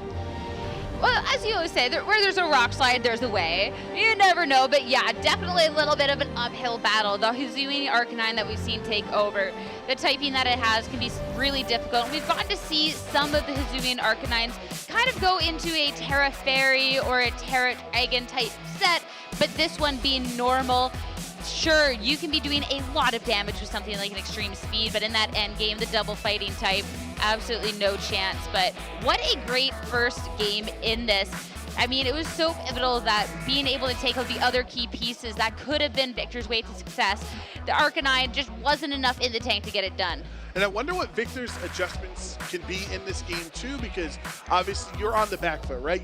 You're now 2 games left to try to qualify for day 2. Marco is feeling confident just one more victory in this set will get him there. What were some strategies that Victor might want to adjust? Like, did the Rillaboom really provide as much value as, say, maybe Chien Pao Ken, where it lowers those defenses for your choice band, Terra Normal, maybe extreme speed Arcanine can use next to Chien Pao? There definitely has to be a change going forward, and headed into game 2, right away seeing one as Fluttermane is going to be joining the fray. Double Arcanine as well, that's going to be traded Intimidates out on the field. Of course, not affecting the Fluttermane at all, but being able to hit that into all of the different Arcanines and to the Iron Hands will be nice. We get the booster energy, this will be special attack, we're going for damage. Yeah, absolutely, and this Iron Hands is certainly threatened by a special attack boosted Moonblast from the opposing Fluttermane, and we at least know that one of Victor's Pokemon from the first game has not come back here since Fluttermane was not brought in game 1. So it's going to be important for Marco to figure that out. Since they both have Arcanines on the field, you still have a lot of strong damage output. Like, sure, Iron Hands can't fake out the Fluttermane as long as it keeps its Ghost typing, but a Choice Banded Flare Blitz or Rock Slide is still going to do a lot of damage to Fluttermane. 100%. And you know what else does a lot of damage? A Terra Fairy Fluttermane. There we go. We got there. We can talk as long as the animation's still going. The Fluttermane looking for damage, and the fake out into the Arcanine over on Victor's end. Now a Dazzling Gleam going to be hitting into both of these, but both of these Pokemon actually take this really well. Assault Vest onto the Iron Hands, Arcanine, the natural. And now Head Smash in return. This will be a lot more damage. One-hit KO. Could you imagine if Marco fake outed the Fluttermane on that turn when he terrestrialized? It would have been so cool. Gets the knockout anyway. One-hit KO from the Head Smash, and we just show how much damage this Choice Band Arcanine has access to. But crucially on that turn, Victor's Hisuian Arcanine was moving first. It was stopped because of fake out, means it would not be able to get an attack there. That's something to note, that while these Arcanine are on the field together, let's see how it plays out if we can confirm that his is faster. Now you have Urshifu for Victor. You're down terrestrialization already, just for some solid neutral damage from Dazzling Gleam, even resisted onto the Arcanine. So your back is up against the wall. It's going to be a lot. If Chien Pao's the 4th Pokemon, it would help Arcanine and Urshifu because of Sword of Ruin. If it's not Chien Pao's, if it's, say, Rillaboom or something else, might be a tough spot for Victor. Rock Slide, though. Now this Arcanine over on Victor's end has gotten to move first twice. That is enough to be picking up the KO on the Arcanine onto the opposing end. And Urshifu, a lot naturally faster than the Iron Hands will be able to act first. So sure, on the first turn, the Fluttermane went down, but traded for a double KO on this turn, I think is more than a fair trade. Now Marco does get to reveal his last 2 Pokemon to Victor here, and of course it's Tornadus Urshifu, the patented pair that just have been dominating ever since Regulation D and now here into the Regulation E format. Marco looking like to take his time a little bit, just knowing, let's think about what the play can be. You can click Tailwind to make sure you outspeed the opposing Urshifu, or you can click Rain Dance. You know that Arcanine on Victor's end cannot terrestrialize out of its really it's typing that leaves a lot to be desired, let's just say, especially facing off against an Urshifu. That's exactly it. And since the Terra has been spent already, that Arcanine's definitely looking a little bit worse for wear than it was the first time around. And sure, Marco down to his final 2 Pokemon, but this Tornadus Urshifu combination is definitely a combo that could be to be so scared of at this point, but you have to be so careful with where you're targeting on this point out. Dude, saw Marco actually just locking in the Terra Steel on Tornadus, so that would be something that you now resist Rock Slide if that's what he wanted to go for. But no, Victor not falling for it. Instead, will switch out here. So does Marco get punished for that Terra? Have to see, but hey, could be good for later on. But the Tornadus coming back in, the Arcanine gonna be saved in the back. I believe it was the Surging Strikes targeted into the other side, so that is still gonna be a lot of damage done in return for those moves. Yeah, definitely. Of course, it always critically strikes as well, but you are gonna take Rocky Helmet damage. Yeah, Bleak Windstorm, double connect, bringing the Urshifu real low in his speed drop onto the Tornadus. Actually, both of them on the other side. Double connect and a double speed. Was actually targeted into the Urshifu though. Now the Urshifu is just gonna be picked off. Now just down to final 2 over on Victor's end as well. So Marco didn't go for that right slot, which was Arcanine turned into Tornadus. Doesn't take Rocky Helmet damage. Gets rid of Victor's best Pokemon remaining to try to deal damage in this situation. And as we see, there is no Chien-Pao. There's no way to lower Marco's defense here to make this Arcanine even stronger. You have a full health Urshifu against a Fire Rock type Arcanine that you know at any point you can click Tailwind, you can click Rain Dance, you can do whatever you want. The only caveat is remember Victor's Tornadus outsped in game 1 to click Taunt to stop the Tailwind. So do you just go for Bleak Windstorm plays if you're anticipating a taunt, or maybe you risk it because Marco's in such a strong spot? Well, if you were thinking about something else, yes, it outsped last game. We did get the speed drop on the Bleakwind that did connect this time around. So maybe you do have this priority move going first this time. And Tailwind will be able to set up freely. Now the taunt is going to be going off, so you won't be able to click something next turn, but now you already have the advantage of speed over onto your own end. And that is going to be enough to make sure that your Urshifu is going to be able to fire off these hits into the Tornadus on the other side. It will get it done in 2, so significantly less done in return from the Rocky Helmet. Yeah, you can see the frustration on Victor's face there. A little disappointing that because of the speed drop, you lost out on Tailwind, being able to set up his Tailwind for free. But this Flare Blitz into a Steel-type Tornadus, that's a one-hit KO. That is a one-hit KO, but it is a Arcanine at this point that is just sitting across the field from an Urshifu. That might be the worst position to be at, especially when it has the speed on the side and you're going to be taking so much recoil. So this point in the match, I feel like you just click the Surging Strikes button, sign the slip, and celebrate getting into day 2 here at the Latin America International Championship. Congratulations for Marco, taking out one of his fellow EU players, another top player in this game right now on Victor Medina. He's been on an absolute storm the last year of VGC, but Marco's an international champion. He's been all around the world. He's seen all of these Urshifu Tornadus mirrors. He knows how to play this spot, and he knows that he is confidently into day 2 tomorrow. You always need a little luck on your side if you're playing Pokemon, but luck isn't going to get you to a 7-0 record, and Marco Silva, definitely a very skilled player, and being able to prove it here so far in Sao Paulo, Brazil. Very deserved win, too, and really strong victory against such a strong player as well. When you're able to take such a commanding win, I feel that only just helps with your confidence going on forward. You got the 7-0, you won a really commanding match against a really talented player, you got your day 2, almost what more can you ask for? Yeah, and it's definitely the timing of it, right? For feeling the confidence. You beat Victor Medina 2-0 pretty decisively, another great player. It's not like it wasn't round 1 where you faced off against some Oinkoloin Meowscarada team, right? Or like someone like Joe Brown, you know? yeah, that would be rough. If I'd be sweating if I faced Marco round 1. Let me just sign the slip for you, but no, that Terra Steel was really cool. I want to see more trainers adapt because Tornadus has kind of been universally locked to that Terra Ghost for most of its its time in Regulation D and E. I want to see if people can adapt Terra Steel, Terra Poison, other options. Which is especially interesting too, considering that it is the Rocky Helmet. I'm sure definitely things are trying to hit into that Tornadus with the Rocky Helmet and you are Steel, it has great resisted types. So that could definitely make sure that opposing Pokemon are taking a lot more chip damage. But if you're not running the Covert Cloak, a lot of times we'll get to see the Ghost Terrestrialization on it as well to make sure that you can't get faked out on turns where you need that Tailwind or you need to get that Rain Dance up. So definitely a really interesting, but a really, really cool choice for this team.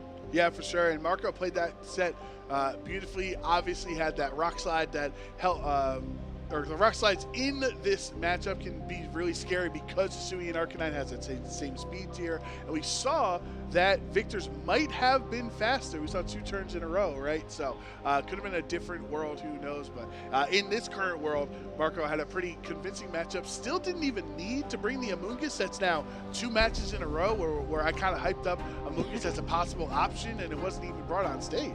Stop trying to make Amoonguss happen. It's not gonna happen.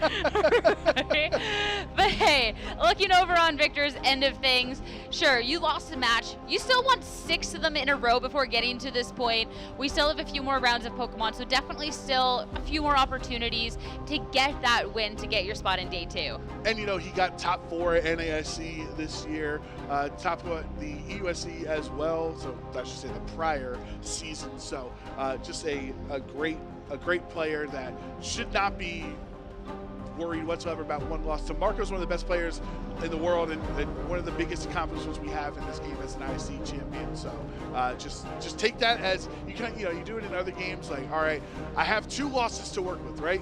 Don't get hung up on it. He played better than you. He's Marco. He's got that for you. Just win one of the next 2.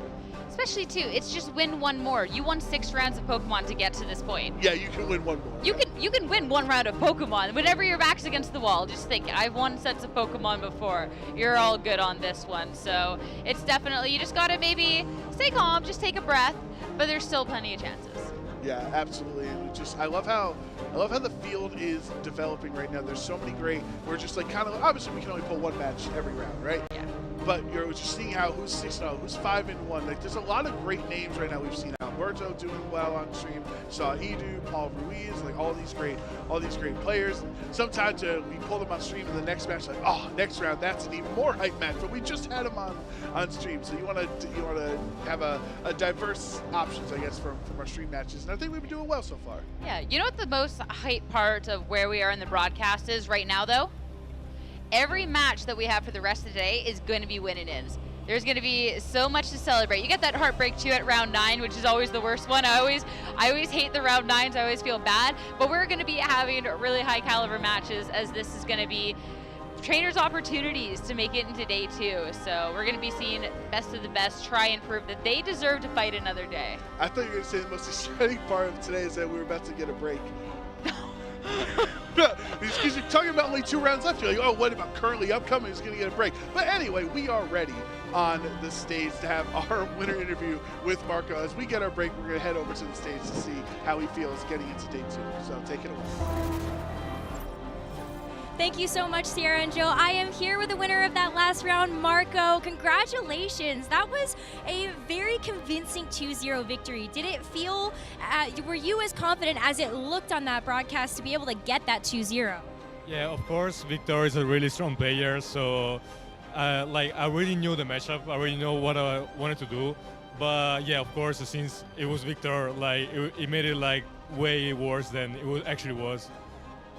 I feel like Victor, especially given just the number of top cuts that he's had over the past year and a half just at international championships, maybe that is a very tough opponent. So glad to hear that it was a very tough match for you as well. But one thing that I felt was really interesting about your team was the Terra Steel Tornadus.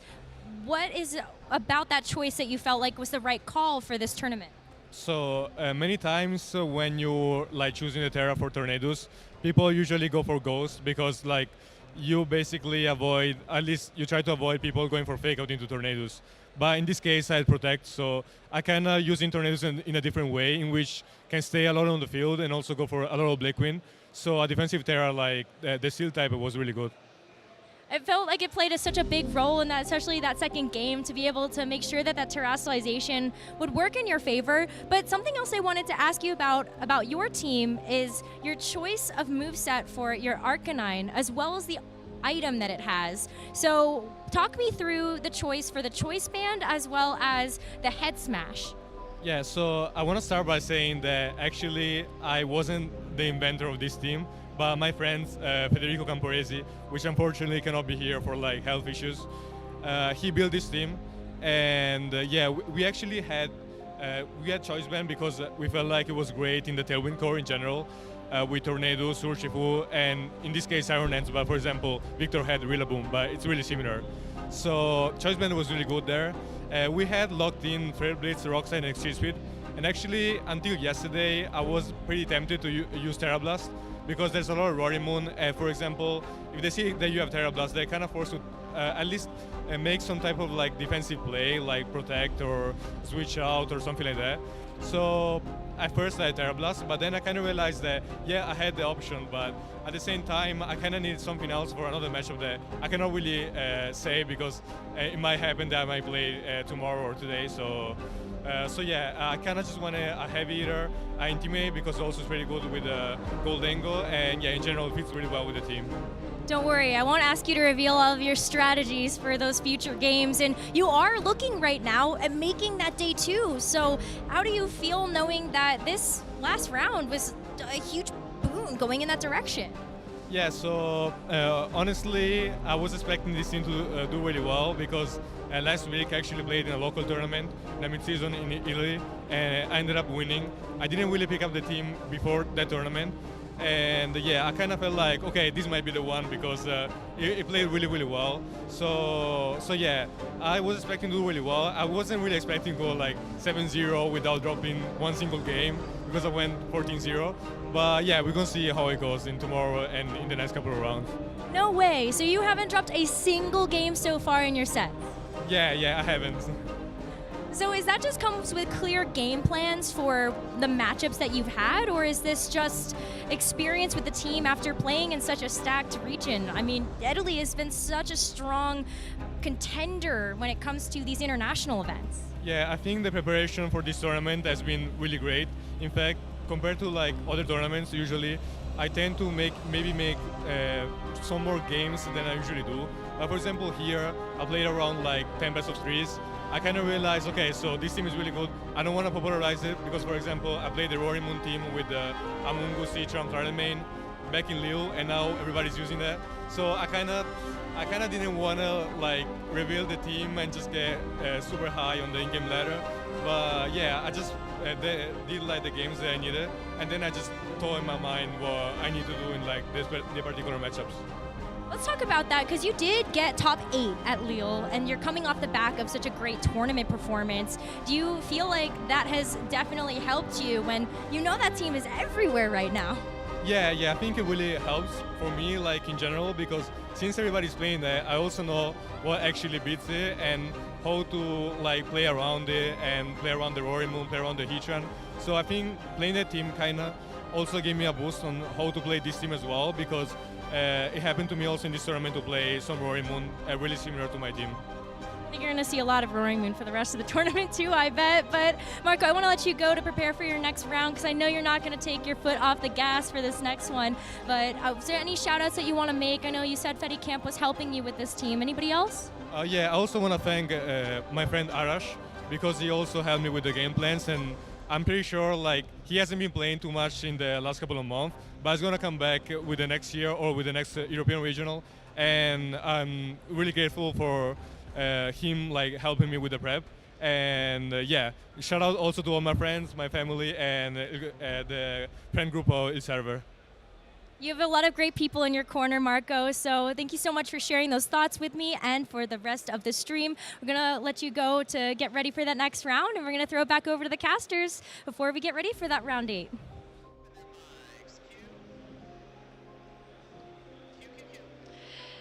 What a great interview, and such a deserving individual to be at our first day 2 spot here at the Latin American International Championships. I'm Sarah Dawn, joined yet again by Joe Brown. We took a little bit of break for our end, but it was worth it because we've been making some art over here.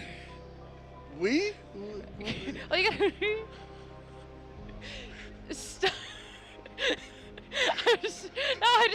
I don't want a T-shirt made. Okay, look at this. So Sierra's concocting a situation here. She's like, look at my Slitherwing. Oh, as if Sierra hasn't drawn Slitherwing 600 times before. And she gives me 15 seconds. She says, draw a Pokemon.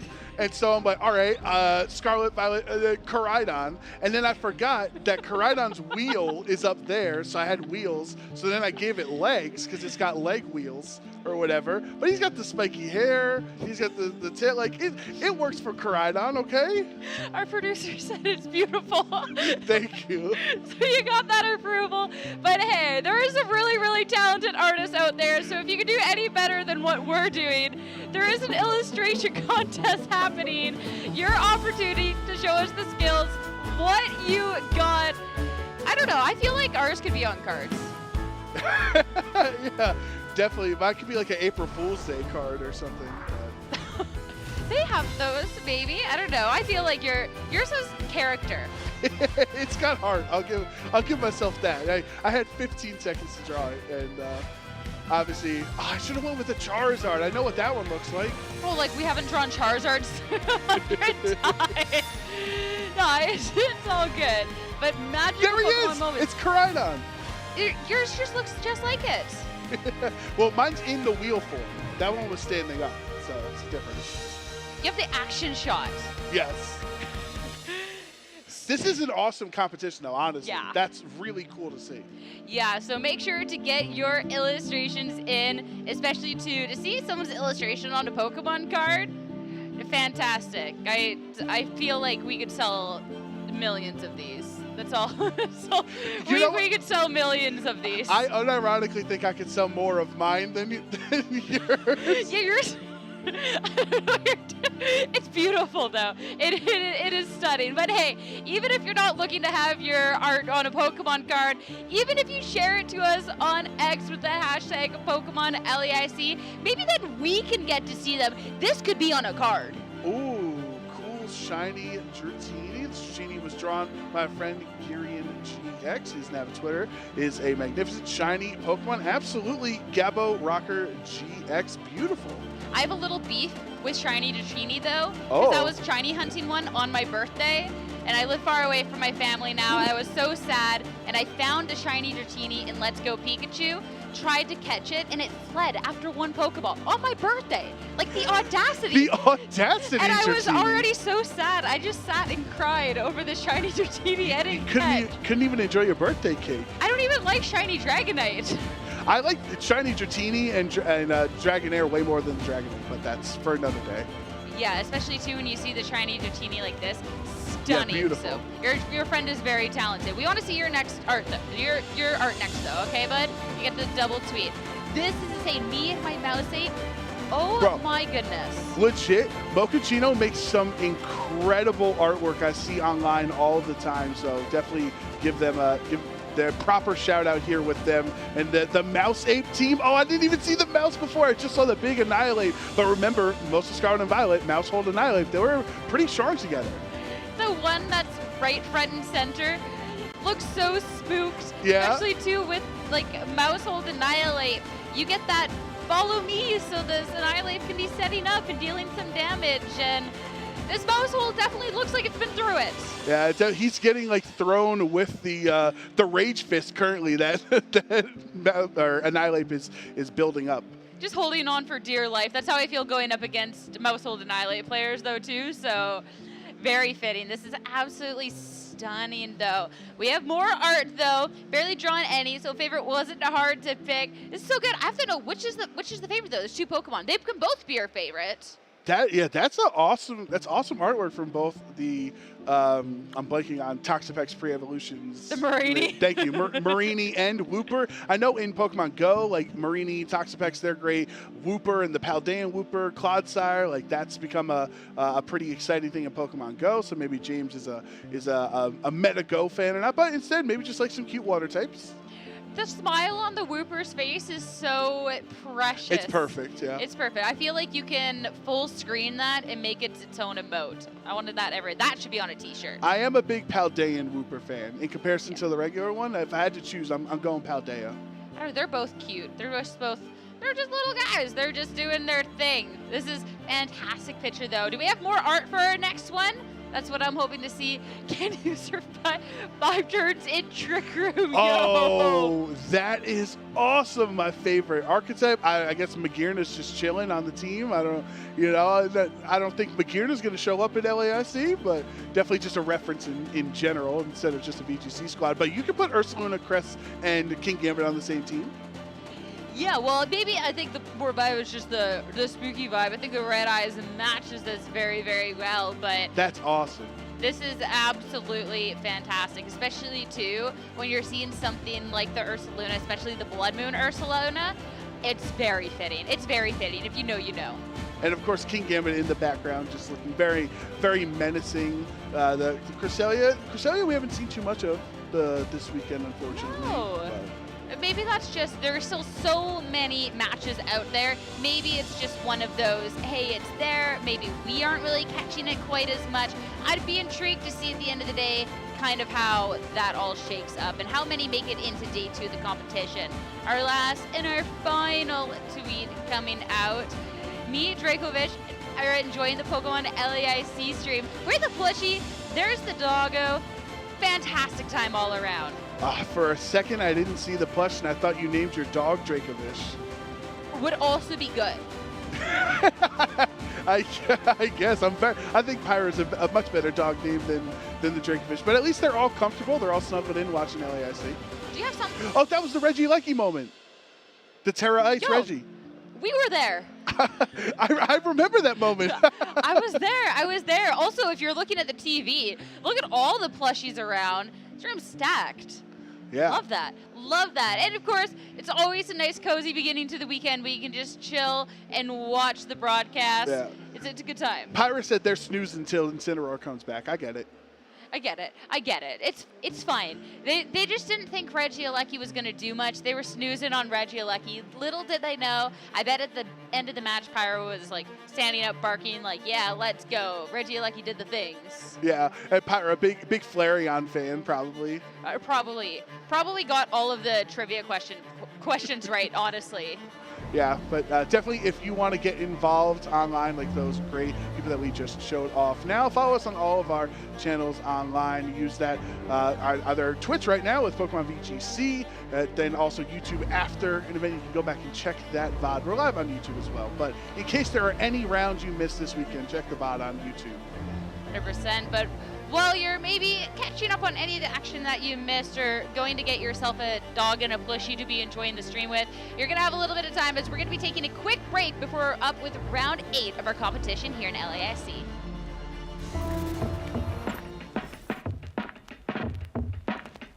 I'ma tell you about the come up, how I learned the game. Every challenge that I faced, how I earned the name. Nobody said that it was easy going for the gold. You gotta take risks, you gotta be bold. But I'm here to run the race, yeah, I'm here to go far. Here to take names, here to be a star.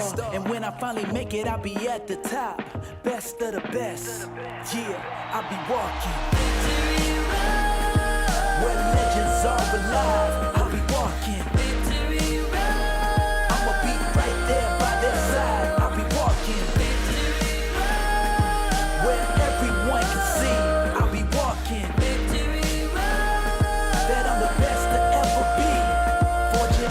Just a matter of time. You better get yours, cause you ain't getting mine. Learned every lesson in the hardest way, but that's the path that I chose, that's the hero's way. Yeah, they said I couldn't do it, but I proved them wrong. At the top of the mountain, right where I belong. And now I finally made it, yeah, I'm at the end.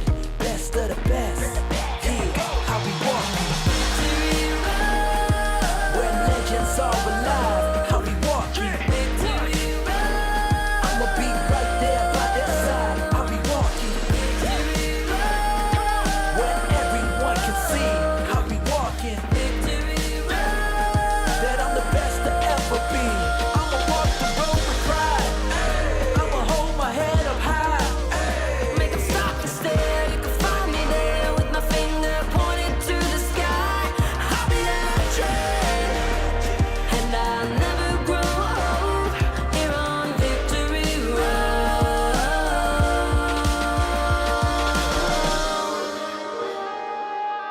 Legends are alive. I'ma Right there, right there. Just watch me. I'll be walking where everyone can see. I'll be walking, and I'm the best to ever be. I'ma walk the road with pride. I'ma hold my head up high. Make 'em stop and stare. You can find me there with my finger pointed to the sky. I'll be a legend. Now I'm finally home, here on Victory Road. Victory Road.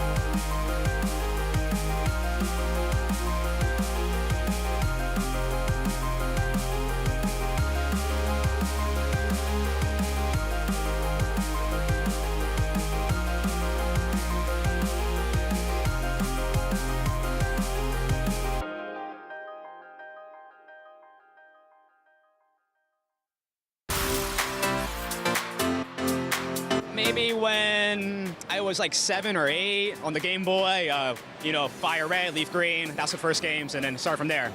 Mudkip was my favorite. It's just some guy back from Knoxville. In the competitive scene, I look a lot to Aaron Zhang. He's just a great content creator, and I think he's just a great face for the community, and he's one of the reasons why I got into VGC. Really, really great guy. Flying after today, the Salamence, so that'd be kind of cool with all the bird types.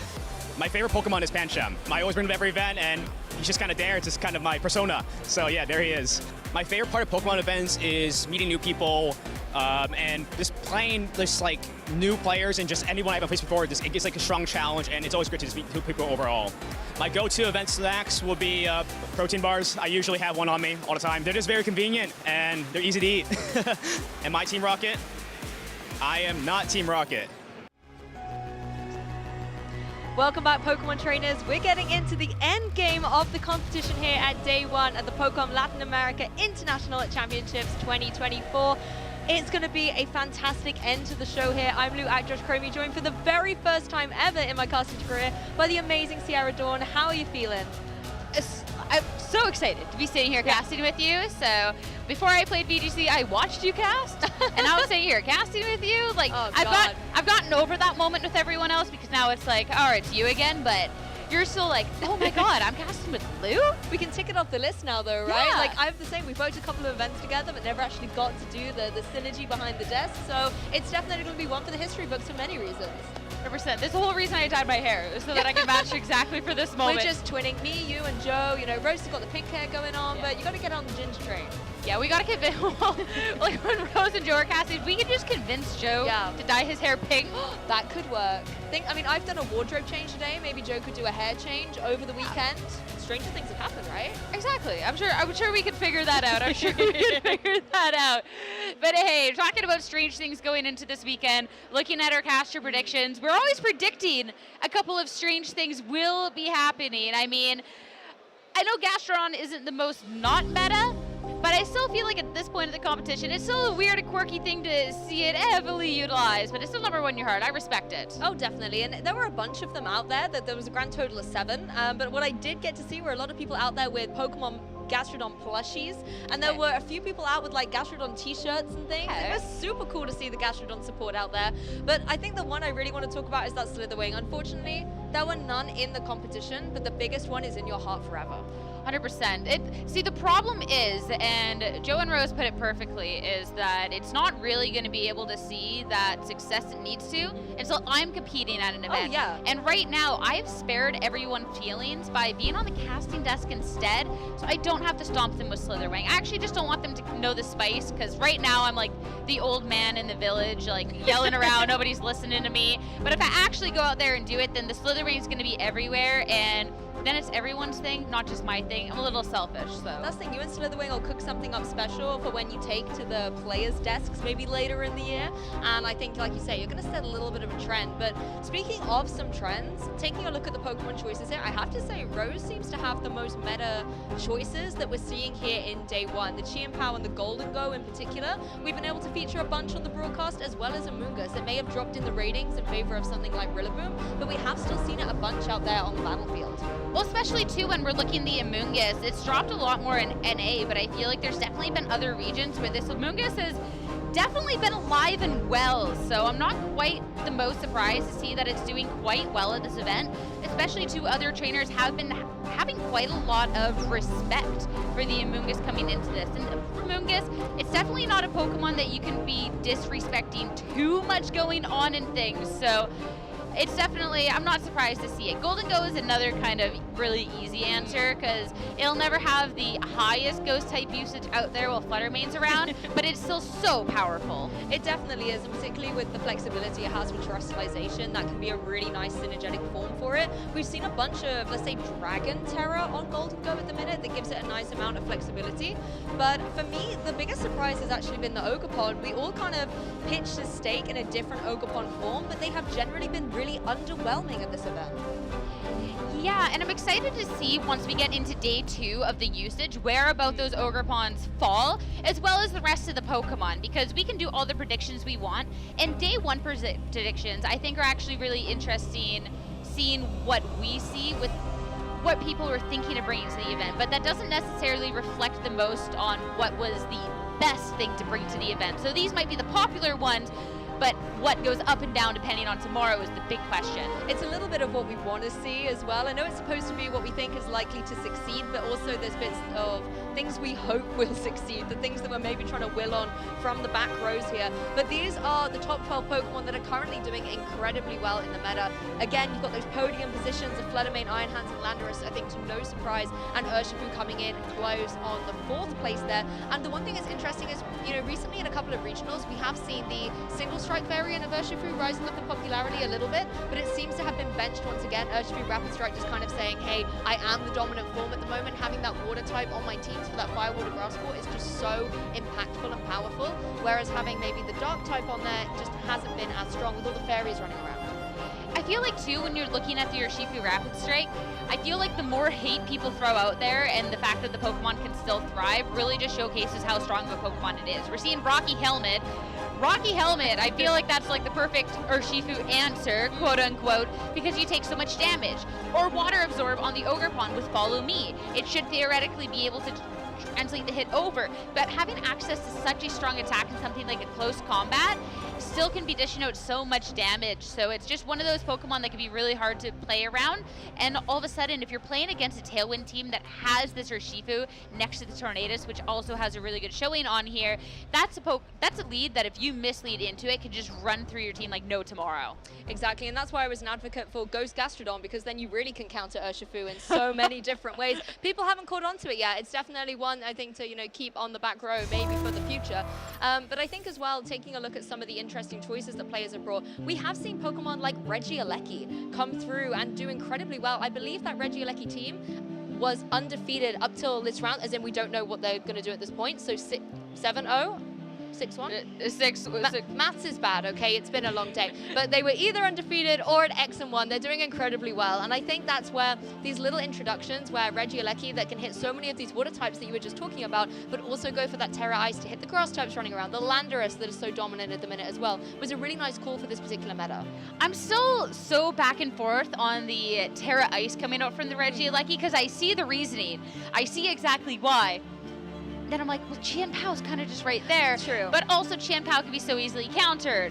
But Regieleki can be so easily countered, and you're throwing your Terra, and this Terra lasts with one Pokemon. But obviously, for Thiago, proved really, really useful in his match, though. The fact that it's been putting in work outside of that match as well, I'm just a hater at this point, and he's just gonna, I don't know, win the event with it, and I'll have to eat my words. Are you on the Reggie Drago train as opposed to Reggie Alecki? I hate that I am, but I am. Especially, too, it feels weird because Fluttermane is such a strong Pokemon, and Terra Fairy is actually still quite prevalent out in the meta, considering it is a really good typing to be changing into.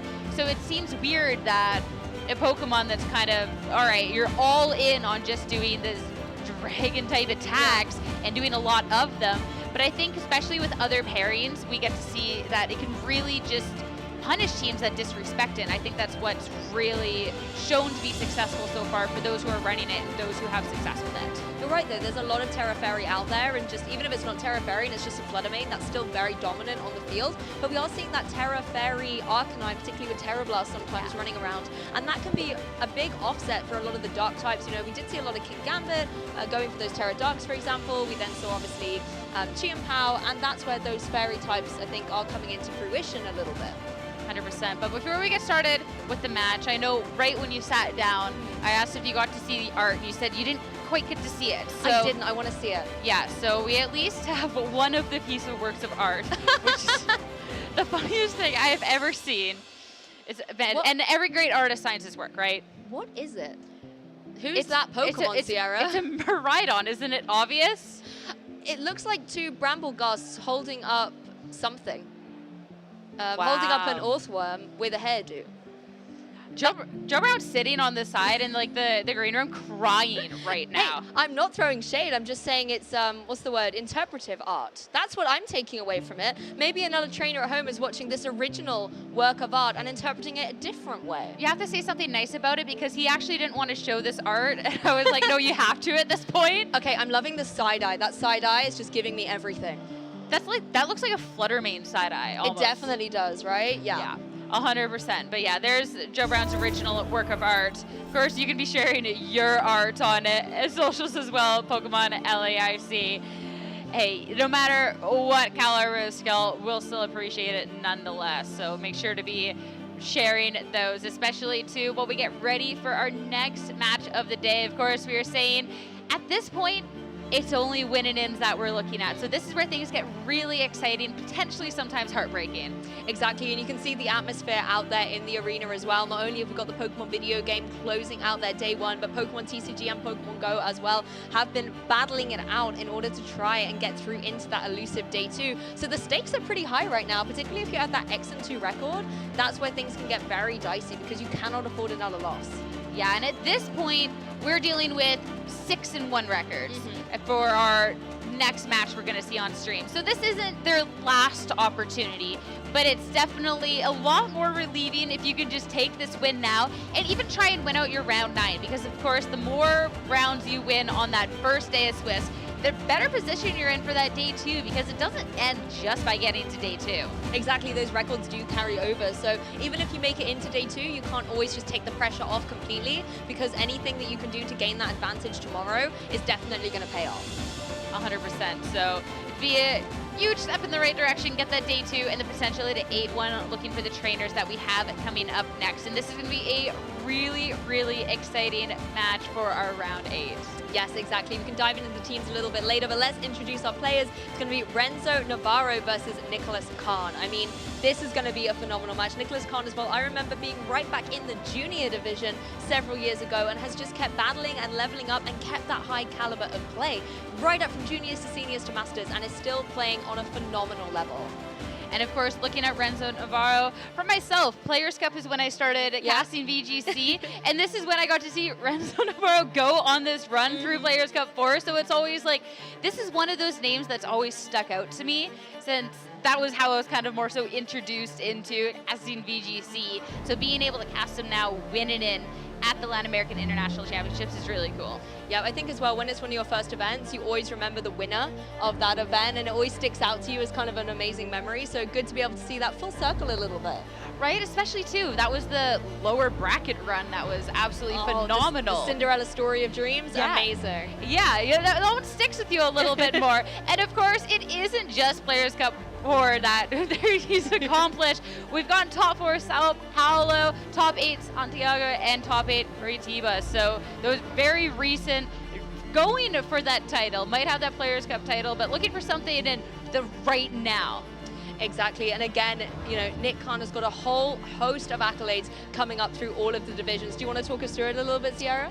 I got you. So first off, won 2017 Worlds as a junior. I remember that. The most adorable winners interview ever. Go back through the history annals there, and that was amazing seeing Anna Prosser do that interview. The junior interviews are always the top tier. They're so honest and authentic. I love it. And now we get to see the transition now in the junior interviews, and we're now actually broadcasting them as masters, going back, look at this juniors interview. No, it doesn't stop there. Top 8 OCIC 2019 as a senior, going from senior accomplishments, top 8 EUIC 2019, top 8 OCIC 2020, and in masters, top 8 Sydney Regionals 2023, and day 2 World. So great accomplishments, all age divisions. So I'm excited to see, because this is still a very fresh sheet of accomplishments here. Definitely, and it's no easy feat to be able to get into day 2 Worlds, particularly at the Stack Yokohama event we saw in the summer earlier this year. So what an incredible run through into Masters, because we often see sometimes when players level up that because the meta changes and the player pool develops, sometimes it takes a while to adjust to get back up to the level that you're maybe used to from juniors or seniors. But not Nick Khan, he's just been able to go through, no time to rest, has just been able to stay at that top level. But he's going to want an international win here. Especially too when you're looking at the amount of individuals that are competing at the different age divisions. Once you get into Masters, there's hundreds on hundreds of people competing at an event. Those are way longer days that you're going to be dealing with. All of a sudden you have that day 1 Swiss, day 2 Swiss before you get to the top 8. Of course, internationals, you're still going to be having to fight through to try and play on that championship Sunday. So I feel like too, a lot of people that are maybe watching from home don't quite realize that toll that competing through one of these long competitions has. And if you're maybe used to something that is just a quick one-day competition, it can be a lot to go into the Masters division and have that change of pace. You got to have a lot of endurance, right? Like, not only do you have to be resilient to the competition, and you know, if you take a couple of losses early, pick yourself back up and power through, but you need to make sure that you have the energy to get through this day. And if you are lucky enough to make it into day 2, well, you got to wake up and do it all over again. Yeah, you don't get to rest much. Oh no. You go back, you try and have dinner, you try and shower, you try and rest, and you're still amped up from the competition. Yep. Then you look at your clock, you're like, oh, I have to be up this early tomorrow. It could be a lot. I think it gets even worse if you get into something like the Top Cut or like Championship Sunday, because you spend the night really prepping your matchup, right? It's like, I don't really have time to rest. I need to really figure out what my game plan is going to be. And that's, again, it's almost like doing a full work day and then going and doing more work afterwards. Your brain doesn't get a switch off. So these players have got to be able to find that work-life balance a little bit at the competition. First, we got to see who's going to be making their way into day 2. We're going. I cannot wait to start getting into this match, considering how excited these could be. And looking over at the teams now that they have the headsets on, I feel like these are just all around strong, good teams. But I'm excited particularly about Renzo's team, because we've gotten to see quite a few different Ogre Pond forms today. We have not gotten to see that teal mask form. I commented earlier that maybe we wouldn't get to see it because we don't have Jamie Boyd here, but hey, Renzo is piloting it so well right now. It could be the Renzo Navarro special if he can take this event down, I'm just saying. Yeah, to be fair, the only person I can recall really using it was Jamie Boyd at the Toronto Regionals to get, it was top 4, wasn't it, he got to in the end. Fantastic achievement, but it just didn't get picked up too much in fruition, so it's good to see Renzo actually piloting it here. I think that Defiant ability, particularly when you've got so many Intimidate users running around, whether it is the Arcanine or the Landorus, then having that Pokemon that doesn't make it such a safe switch with your opponent, I think can really swing the momentum in your favor. Yeah, and being able to actually have your item slot free and available, it will be the Razor Claw on that. So all of a sudden, this Ivy Cudgels that already have an increased critical hit chance, we're just going to buff that just a little bit, and that could be so powerful. So definitely a cheeky little Ogre Pond going up against something that is a little bit more traditional in our Ogre Pond forms, which is our best represented best representative of Ogerpon on day one, which is the Wellspring form. Yes, exactly. And, you know, running classic moves on there like the Obi Cudgel, Wood Hammer, Spiky Shield, and Follow Me. Very, very standard sets on there. You've got the supportive roles with the Follow Me, as well as being able to deal big damage with a potential Wood Hammer or Ivy Cudgel, as well as the Spiky Shield, which I've really liked coming into this meta, where we just see a lot of Protect and Detect. Actually having one that can potentially give a little bit of chip damage, I think can sometimes be really critical, particularly if it's a Poker Sash that you're breaking. Yeah, and I'm even thinking too, Iron Hands could be such a difficult Pokemon to take down at some point, but that little bit of chip, and all of a sudden if they don't fake out into that slot, well, then that could be a really powerful Ivy Cudgel coming their way if all of a sudden they don't think that you're going to be faking out there. So it's one of those situations where it might not always be the most relevant. It could also be the most relevant in what a match really depends on. Yeah, every little helps at the end of the day, and we've seen it time and time again where the HP bars really stack up towards the end game of a set, and both of these players are well versed with Pokemon generally, that they're going to be able to really start mapping out the end game. So we'll be playing for every point of damage they can. You get a closer look here at the teams. Nicholas Khan's team with the Flutter Mane, the Heatran, Landorus, Iron Hands, the Ogerpon Wellspring form, and the Amoonguss. Really tried and tested Firewater Grass Calls here again with the Amoonguss, the Heatran, and the Ogerpon. And I really like the supportive role as well that Iron Hands can play in this match with that fake out support.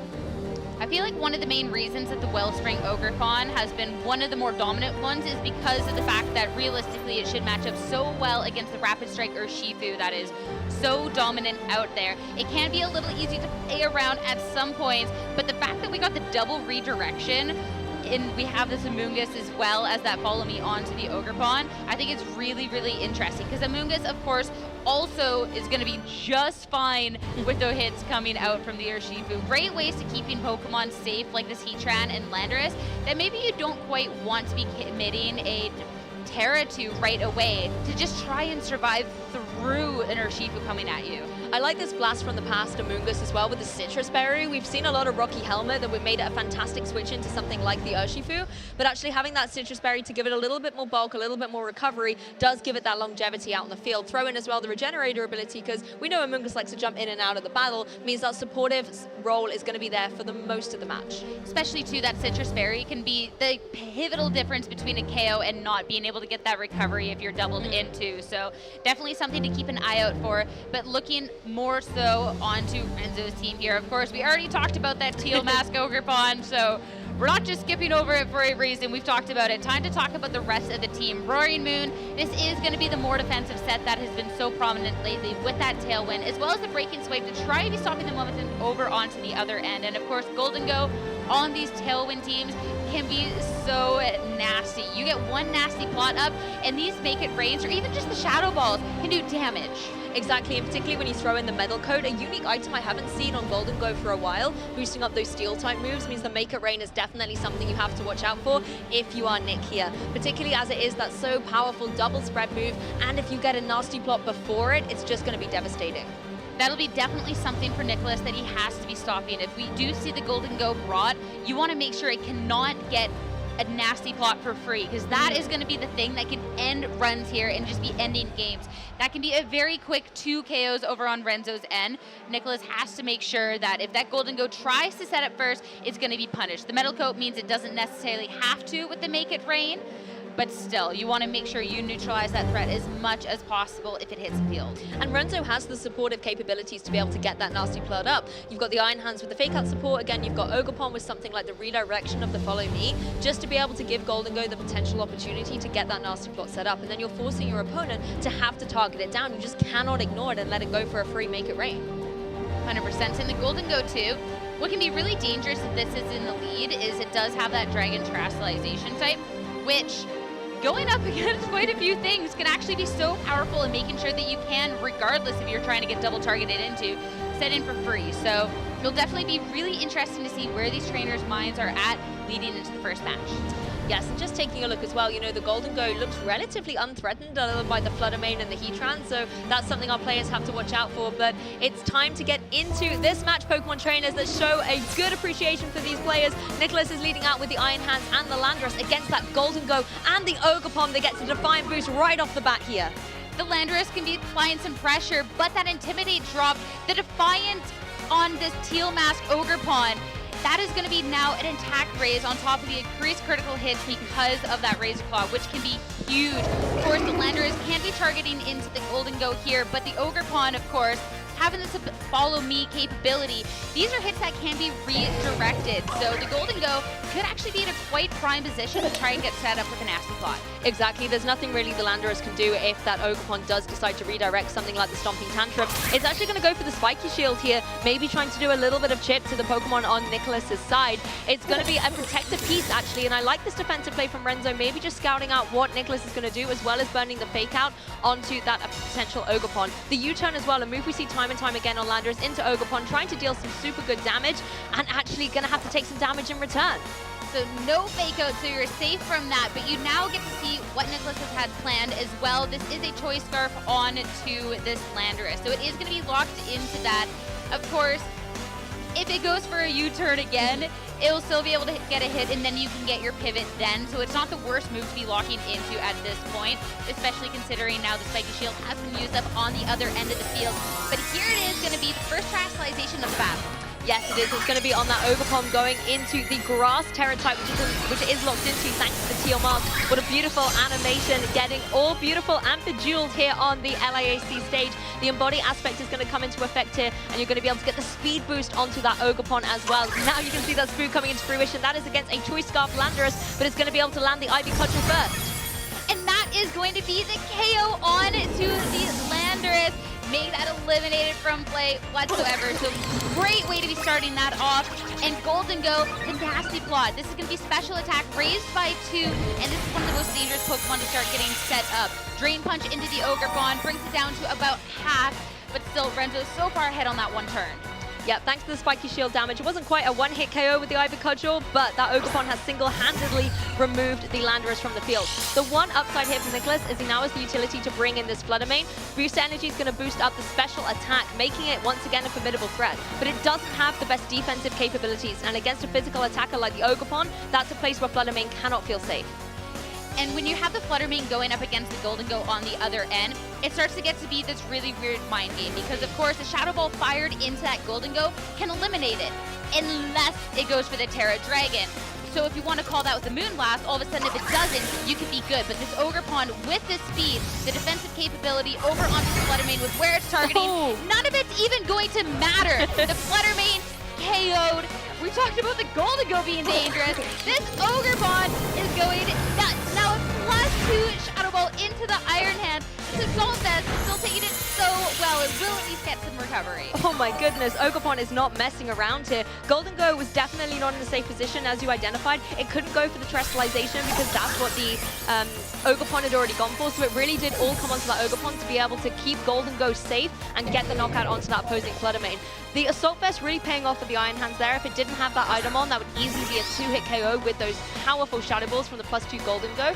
Now our trainers do get to make a couple of adjustments though. Amoonguss comes in, it can potentially go for some redirection or maybe try and deal some damage into that opposing Roaring Moon. It is running that Pollen Puff, that can deal some good damage, but Roaring Moon I think is definitely in the dominant position. It's a Pokemon that the Amoonguss, generally speaking, doesn't want to face down, but we don't see any flying type moves on the Roaring Moon on Renzo's side, so Amoonguss can breathe a little easier.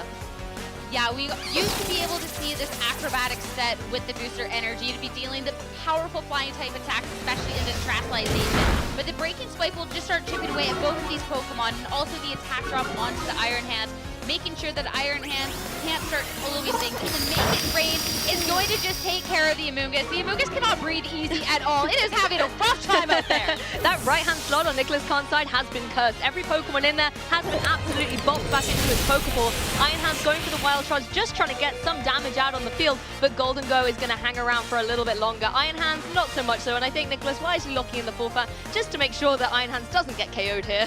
What a match. What a first game in that set. And talking all about this, the Golden Go can be threatened by the Flutter Mane. Totally just disrespected the fact that this Teal Mask Ogerpon, especially with that Embody aspect increasing its speed, can just start running through things. The Ivy Cudgel still are going to be dealing so much damage, and when you're facing off things like this Flutter Mane that doesn't have the best defensive capabilities, when you're looking at this Landorus and you have this boosted Ivy Cudgel, nothing is really safe, which makes just the Golden Go in the other slot still dangerous, but that Ogre Pawn, that actually needs to be the first answer you're trying to find something to. It was honestly the superstar in that match, and you got to remember as well, it got the Defiant boost from the Intimidate right out in turn 0, so it was already going to hit hard, and then with the Embody aspect being able to be speedy as well, Nicholas just didn't really have a way to counter it. You can see it here going for its Terrestrialization, and that's really where it was able to get the ball rolling. 1 KO on the Landorus, and then we know it gets the second KO here down onto that Flutter Mane as well.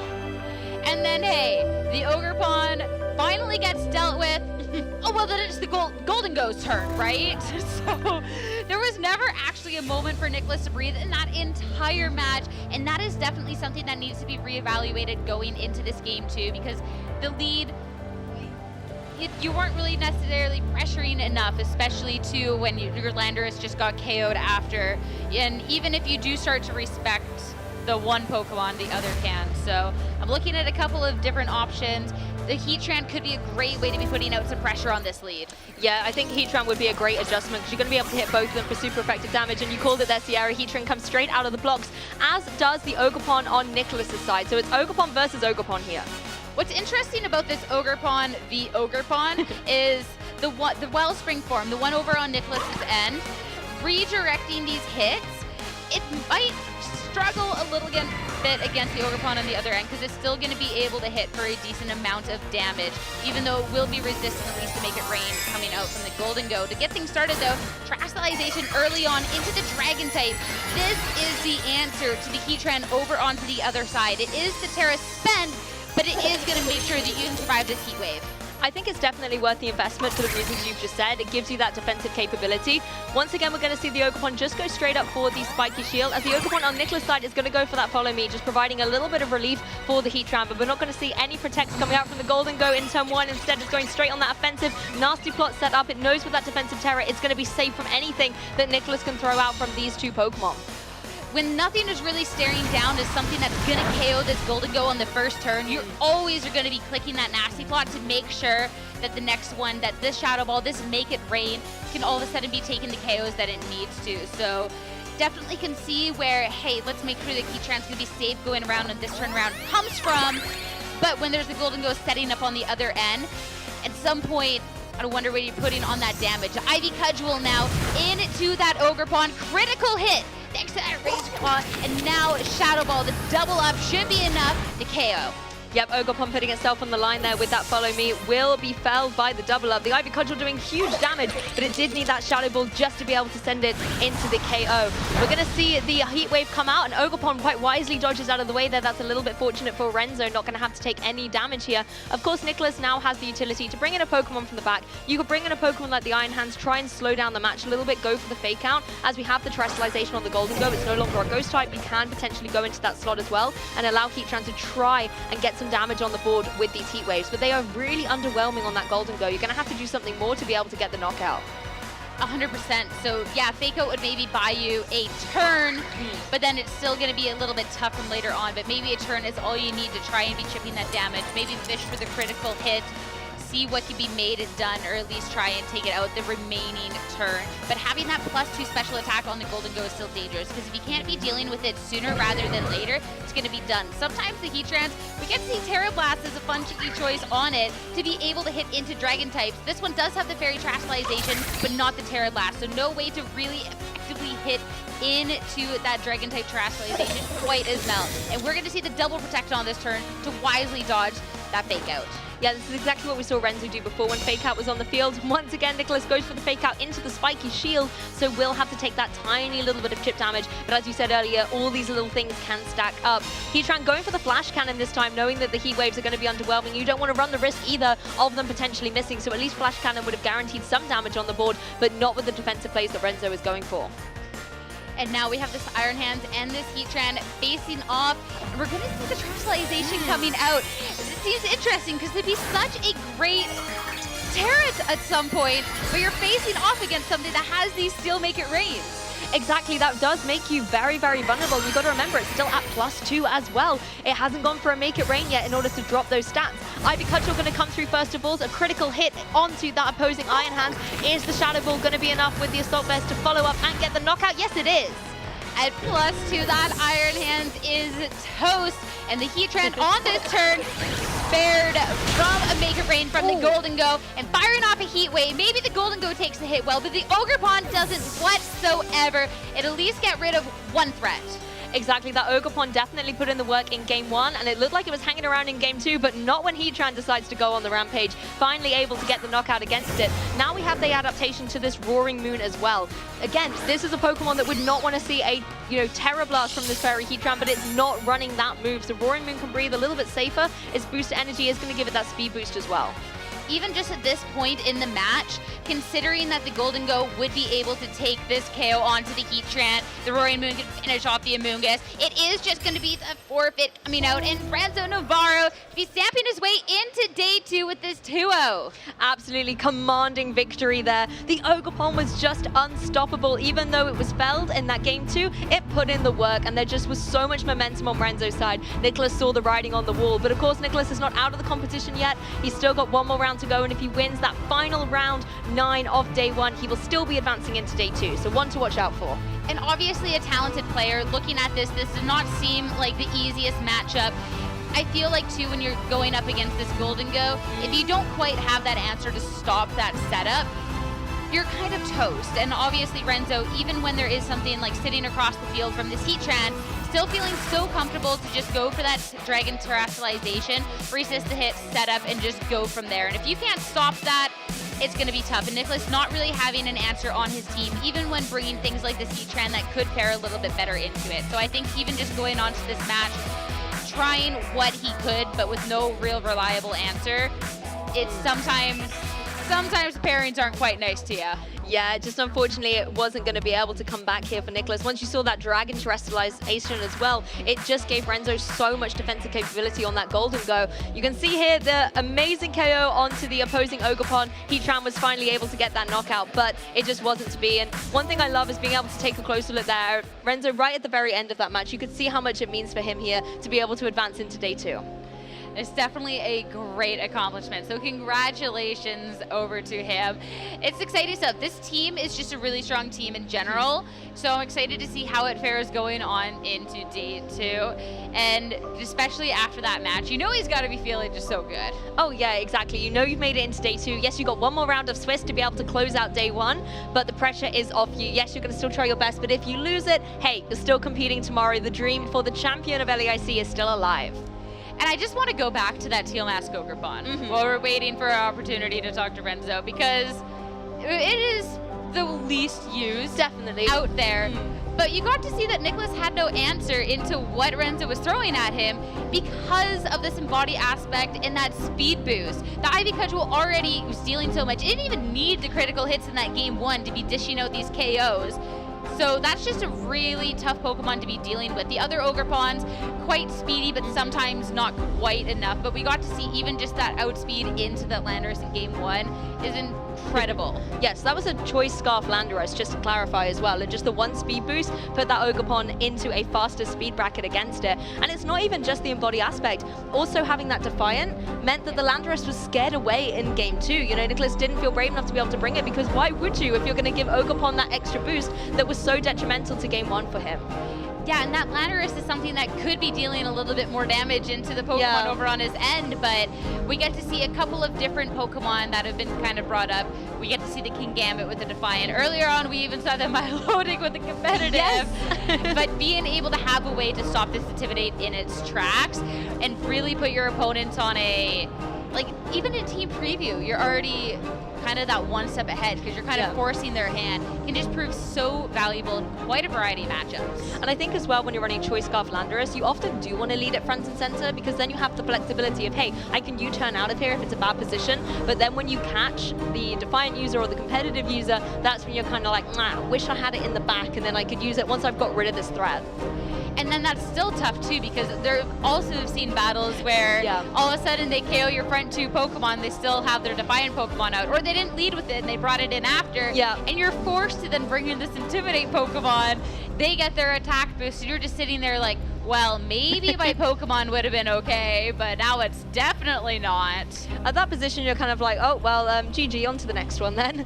It's just where you have been pinned into a position that is unfavorable. And I think that's one of the things I've really seen today. The players that are winning are the ones who, Rose and I were kind of saying, are playing chess the best.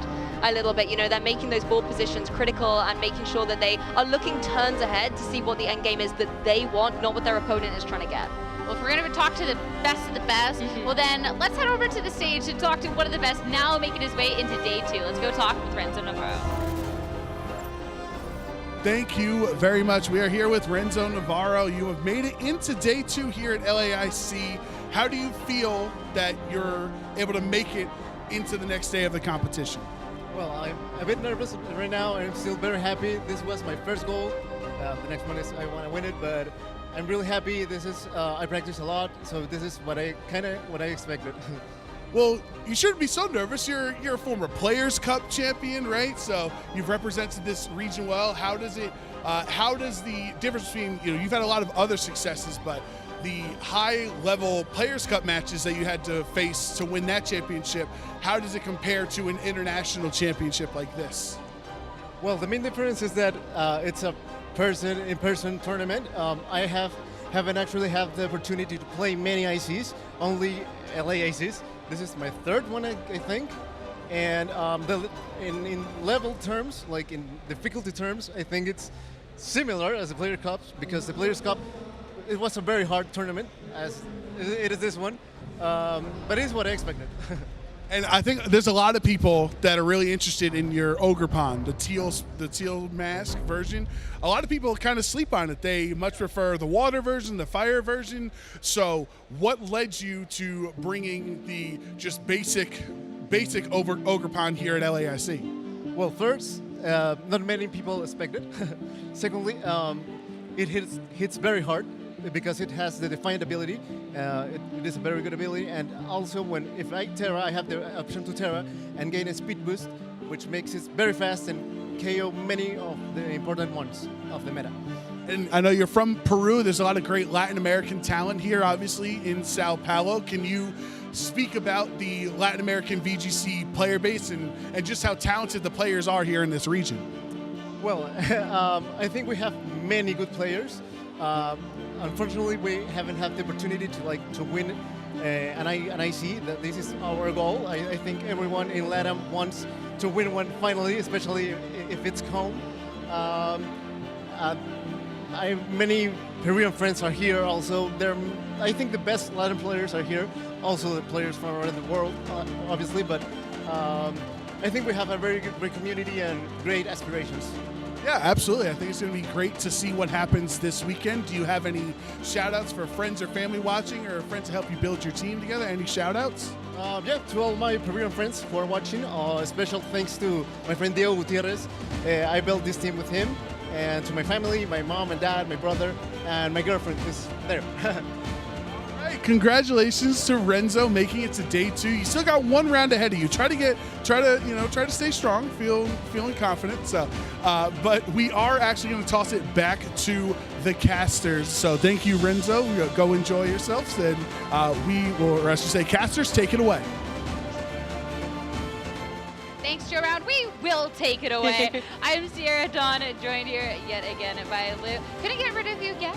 No, you're stuck with me for a little bit longer at least. Yeah, it was a pretty fast match. Renzo was very eager to just get into day 2 of the competition here. So we just had to make sure we could spend a little bit more time on the casting stuff together. You know, it was my only 2-0 of the day so far. All the games that cast with Rose went to game 3, so it was kind of nice to have a little bit of a fast action pace. Mine have not been going to game 3s too often. Okay. So maybe I'm the problem. It's you. You're the problem. It's me. Yep. It definitely is. But hey, it's been a lot of fun. Even 2-0 sets. Oh yeah. They could be a lot of fun. So everyone has their thing, whether it's like the 3-match, all the intents were going down to time, or whether we just see the tailwind or just fast running through things. But Hey, it's been fun. It has been a super, super good time. And of course, if you are tuning in and you've been enjoying the battles, there also is the opportunity to get some really cool stuff in your own games. Exactly, we've got these Twitch drops for the Pokemon trading card game and Pokemon Go as well, so you at home can get in on the action and get yourself some goodies that are being released here at the Pokemon Latin America International Championships. And of course, if maybe Pokemon TCG, Pokemon Go isn't your thing, first off, it's free stuff. Go get your free stuff. Get it. But of course, over on the VGC end as well, we do have the Dragapult. This was Alex Gomez's Dragapult that he used to win NAIC with. So if this is a little bit more your speed, make sure to be picking it up while you can. Exactly, you can only redeem once per account via Mystery Gift in Pokemon Scarlet and Pokemon Violet, and you need to use the passcode by the 20th of November at 1 minute before midnight UTC, using the code LAIC Phantom Force with a couple of numbers thrown in there. It's a good play on words, right? I think it was Phantom Ace. Phantom Ace? I read Phantom Force. Oh, no, no, that's like the definitely move, it. right? That is definitely it. I just forgot the 4 could make any sense. I just kind of thought it was like the A, and they're just like, I don't know what else to do. I mean, that also works, right? It's how you interpret it. As long as you put those digits into your Mystery Gift, you'll still get the Dragapult. That's true. That is true. I definitely think that you're cooking with the scores, though. Wow, whoever made that code is really smart. I can't relate. But make sure to be picking this up while you can, because once it's gone, it is gone. And this Dragapult, maybe it's not the most common, but can definitely do some work when it can. If you're a bit more of a fan of the TCG, though, or if you just like really, really pretty virtual cardboard, you can be picking up this Iron Valiant EX. It's fantastic. It certainly is. And the more and more I look at this art, the more I love it. You've got the Iron Valiant front and center because you know it's the name on the card, but then you've got the Iron Thorns, the Iron Bundle, you've even got the Iron Moth hanging out in the graphic there as well. So even if Iron Valiant is not your favorite, you want some of those futuristic Pokemon, you've got a bunch of them on this TCG card. I just need a close-up of that Iron Bundle up front, the one that its eyes are just barely peering over. I feel like Iron Bundle is such a goofy-looking Pokemon, too. Yeah. It can do so much damage if it hits its moves, but it's kind of just vibes out on the field. Doesn't really have a look in its eye. No, its head there. just pops off from time to time, you know? That's the most emotion that we get to see happen from it. It'd be kind of cute if it was giving us the side eye like Fluttermane right now, but instead it's just focusing on something. Maybe it's seen a tasty snack ahead of it. Maybe. It's looking, it's kind of eyeing up. What snack would these future Paradox Pokemon eat, though? That's the real question. That's a good question. I think Iron Bundle would probably go for like a little fishy. I can imagine it, you know, like you see like an ice pool and there's like a little hole and you're with your little fishing rod trying to catch one little fish. That's what I imagine Iron Bundle does. I imagine it does it with its tail. You know, just dips its little tail in the water, feels around for a fish. Yeah, you're kind of cooking, especially too, since it's based off of Delaware. That has the presence. But for Iron Bundle, it's like, what does it do? You know, evolution. It now catches fish in there. Maybe it's almost like a little vacuum too. You can just like stick the tail in the water, vacuum the fish up, and it's all good. Like a little lucky dip. So then it's almost like a present. That kind of works. Yeah. What about Slitherwing? I know it's one of the prehistoric Pokemon, but what would it eat for breakfast? Whatever it wants, honestly. Like, oh, genuinely. People look at the Slitherwing and you're like, oh man, it's so cute. Let me go buy you a cupcake. It deserves the world. It deserves the world out there. I would assume, like, probably, they're kind of prehistoric Pokemon. I would assume leaves and smaller, less, like, strong bugs. I wish we were doing a segment of like what's the breakfast choice for the Pokemon, but I think we should go to a more traditional route and look at, you know, who's that Pokedex, because those are the tried and tested facts. Although I think the breakfast food, again, you know, use that hashtag Pokemon LAIC and let us know what snacks you think your favorite Pokemon will eat. But I've got one here for you, and I mean, we've been talking about cooking. This is a cooking one here. The yeast in its breath is useful for cooking. So this Pokemon has been protected by people since long ago. Man, I know, but I forgot. Yeast is like what you use in bread, right? Yeah, to make it rise. Is it the dough puppy? It could be used for cooking, because like it is like the bun Pokemon. Yeah. I'm not sure. I feel like I've seen this Pokedex entry before. Fido or Dash Bun? So this but why would you protect it? I don't know. I'm a cat person, not a dog person. So Have you ever had sourdough bread? Yeah. People are insane about That's like true. the sourdough stuff. They Like, protect it, right? And then Yeah. they put a little bit in to make their next batch. Even though the jars will actually look really nasty, but you're eating that, you're putting that in your fridge. It's fine. I feel like it has to be dash bun or Yeah, I'm going for dash bun or Fido. All right, we're gonna lock it. Yeah, lock in one of the bread puppy Pokemon. Bread puppy, let's go. Let's go. Big money, bread puppy. Oh, there we go. Let's go. Yeah, it's the little baby one. He doesn't look very happy that people are using its breath yeast. No, it definitely doesn't look happy. It's putting in some work. Yeah, you need to give it more treats, honestly. Definitely. More treats, more stuff for breakfast, and then maybe it will be able to produce more yeast and make even more buns and then evolve into dash bun. There you go. What would a Pokemon that's made out of food eat for breakfast, though? Because, like, isn't that our food, but then you're eating food? As long as I suppose you're not eating the same food that you are, that would make sense. Okay. I don't know. Okay. Maybe. Okay. Okay. We'll accept this answer. We'll accept this answer. All right, next Pokedex entry. We got that one right. It was dope, puppy. It emits psychic power from the gaps between its multicolored frills and sprints at speeds greater than 120 miles per hour. First off, this should be kilometers per hour. We can both agree on this one. Yeah, since moving to Germany, kilometers per hour is what I'm used to. It emits psychic power, so I'm assuming it's a psychic type, just throwing that out there, from the gaps between its multicolored frills. My mind first went to Sigalith, but then I can't imagine it sprinting at speed. Like, it kind of just bops along, right? Yeah, it doesn't even walk. Yeah. Let alone sprinting. I thought I was totally thrown off. Multicolored frills. I guess there are only one colored frills, but I was thinking frillish, but it doesn't really work for anything that's going on here. Multicolored frills. I mean, Como is not really frills. I also feel like it'd be really heavy and also can't sprint. I'm trying to think of really fast Pokemon. Oh, is it Esparthra? Oh, yes, that's a really good shout because it runs fast. It's got very long legs. Yeah, and it's got Espathra. frills. Yes, Espathra, locking it in. Locking it in. Brainwave moment from Sierra. Let's there go. we go. I'm so good. Look at it giving you the eye. It's like, you got me. That looks shocked. It's Yeah. like, I didn't think you were getting this one. Yeah, and it's got the frills on the back. I see that now, yeah. Yeah, he fast. He fast. Very, very fast. That was a very good call. I was blanking big time on that one.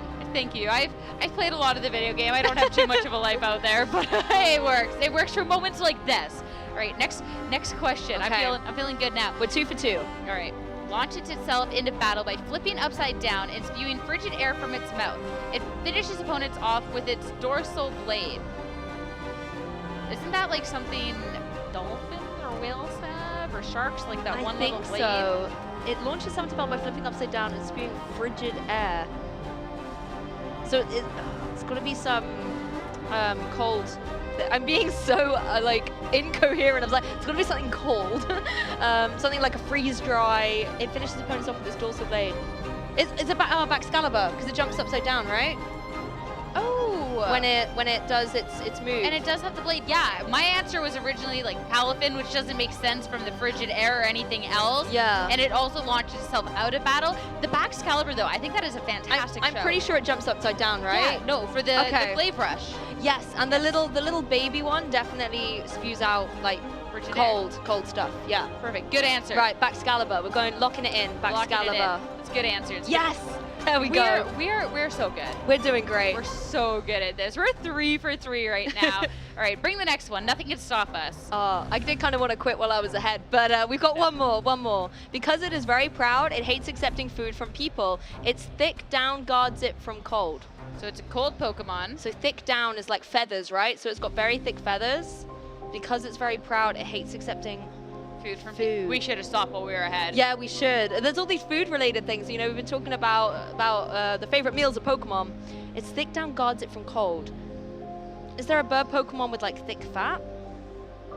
It could also, isn't down also, it could be like more of a fur thing? I'm not. Yeah, maybe it could be. I just know it's goose down feathers you have in like pillows, right? Yeah. Because it is very proud, it hates accepting food from people. Right. What is a proud Pokemon that would not be eating other Pokemon, but actually be eating things more like apples or like cake and cupcakes and mac and that's cheese. still cake. Mac and cheese. Yeah. Yeah. Because it's very proud, it hates accepting food from people. I really hope you guys in chat are throwing some good guesses in here. We can't see it, unfortunately, but telepathically, we're going to try and sort this one out. Insect got it from cold. Proud Pokemon. I almost want to be like, can we get a clue? Can we get like a picture of the Can foot? I call a friend? Yeah. Call the other casters. Rose, help us out. Help us out. We need some sort of hint on this one. All right, I'm not. Oh, we did get a hint. Prediction. It's blue. It's blue. It's blue. Sierra, you will kick yourself for not guessing this. Is my other hint. Oh, is it Slitherwing? No. It can't be. No, Slitherwing's not blue. Oh, it's not blue. The shiny? I'm just kidding. I was just like, what Pokemon would I be upset? Oh, is it like Empoleon or something? Oh, it could be. Because it is a proud Pokemon. It's like an Emperor Penguin, right? Yeah. It's got to be because you're a Piplup fan. Yeah. Yeah. It's got to be. It's got to be the final evolution, right? Empoleon. Yeah. Or is it any of the others? We're just gonna say it's the Penguin family. The Penguin family. We're going Empoleon, locking it in. Yeah. We gotta choose one production says. Oh, okay. Empoleon? We can split our answers. What's the middle one? It's not matter. They didn't pick the middle one. Okay. Because I'm very proud of Hayes people. I'll say Empoleon to pick up Piplup. We're sharing the answer. No, I'm gonna go Empoleon too because I feel like you would know if it's Piplup. Okay. In your soul, you would know it. Okay. Well, it kind of is But like proud. Have you not seen the anime? It do be kind of proud. Okay. I'll say Piplup and you say Empoleon. No, I want us to go in on together. We're in this together, Sierra. We're in this one together. All right. Okay, let's go Piplup. Okay. Piplup, locking it in. Piplup, Final locking answer. it in. Yes, let's go.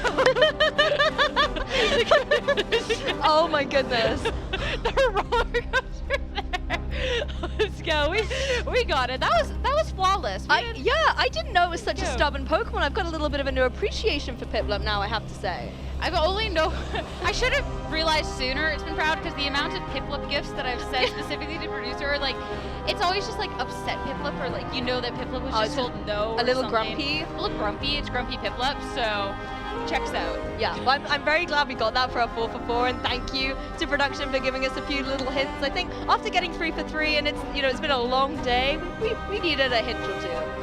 Yeah, 100%. I still can't believe this is Slitherwing.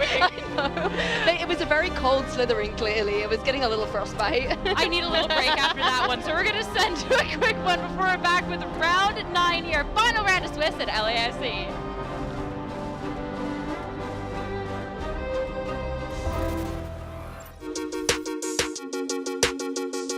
Comecei a jogar Pokémon GO em 2019, antes de começar o PVP. O primeiro jogo de Pokémon que eu joguei foi o Pokémon Yellow, por volta de 2002.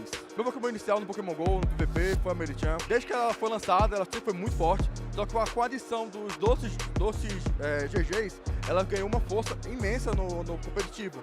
Ela consegue atualmente lutar, brigar com os seus counters, além de ter matchups neutras completamente dominantes. Então por isso que, ao meu ver, ela é o melhor Pokémon da Grande Liga. Eu acho que no competitivo de Pokémon, você tem que ser sempre muito solidário. Porque quando o cenário cresce, todo mundo cresce, não é só você cresce, o jogador fulano cresce. O cenário todo cresce, assim ganha mais visibilidade, mais torneios, e assim a gente pode atingir outros patamares. Eu não me inspiro necessariamente em uma pessoa em competições. Eu admiro diversos jogadores. Eu acho jogadores de excelente nível, tanto nível nacional, tanto internacional.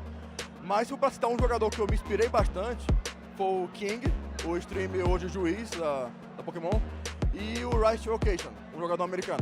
Se eu fosse líder de uma tipagem de Pokémon, eu iria escolher a tipagem de água, porque a tipagem de água ela é a mais completa pela subtipagem. Então você vai ter muitos Pokémons de água com uma subtipagem extremamente forte, que pode se cobrir. Então acho que o melhor ginásio para defender seria o ginásio tipo água. Meu Pokémon favorito no Pokémon GO é o Lickitung, porque assim como a Marichan, ele é extremamente forte, então ele pode ser muito versátil em diversos times. E meu Pokémon favorito da franquia Pokémon é o Lucario, porque o Lucario ele é muito estiloso, ele é muito forte, é bem bacana. Minha sobremesa favorita, eu não sei se é brasileira ou mundial, mas é a banoffee. É basicamente uma torta com banana, doce de leite e chantilly. A minha parte favorita nos eventos Pokémons é sempre estar com os amigos, as pessoas, prestigiar o evento com companhia. Não necessariamente apenas jogar, mas você curtir esse momento com amigos, com familiares, é muito legal, é bem importante também. Eu não sou da equipe Rocket, eu não entendi muito o contexto, mas se eu for pra escolher entre o bem e o mal, eu sou do lado bem.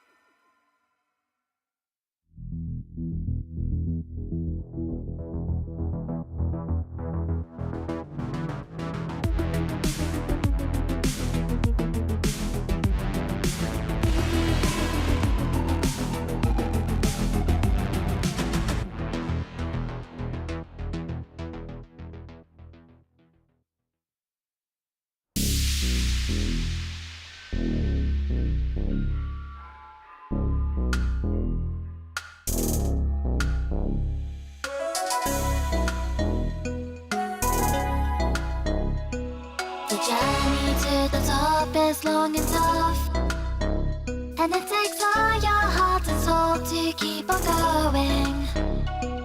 夢にたどり着くまで諦められない。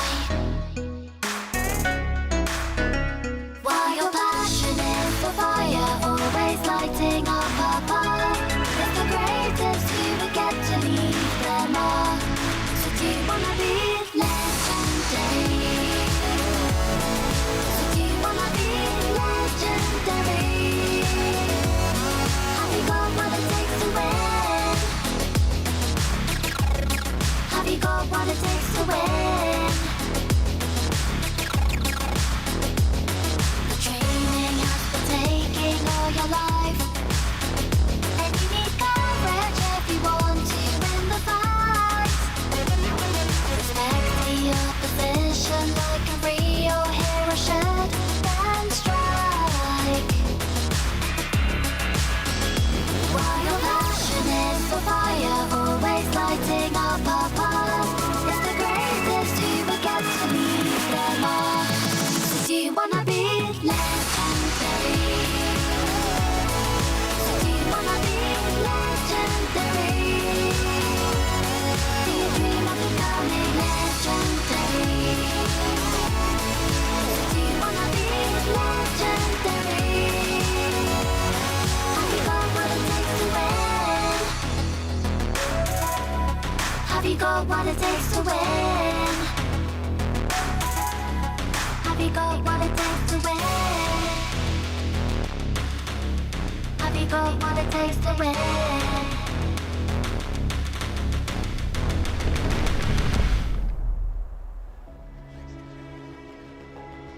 Hello Pokemon trainers, it's time for the final Swiss round of day 1 here on the video game side of things at the 2024 Pokemon LAIC Championship. Rosemary Kelly is joining myself, Lou, actress Promi behind the desk to close things out.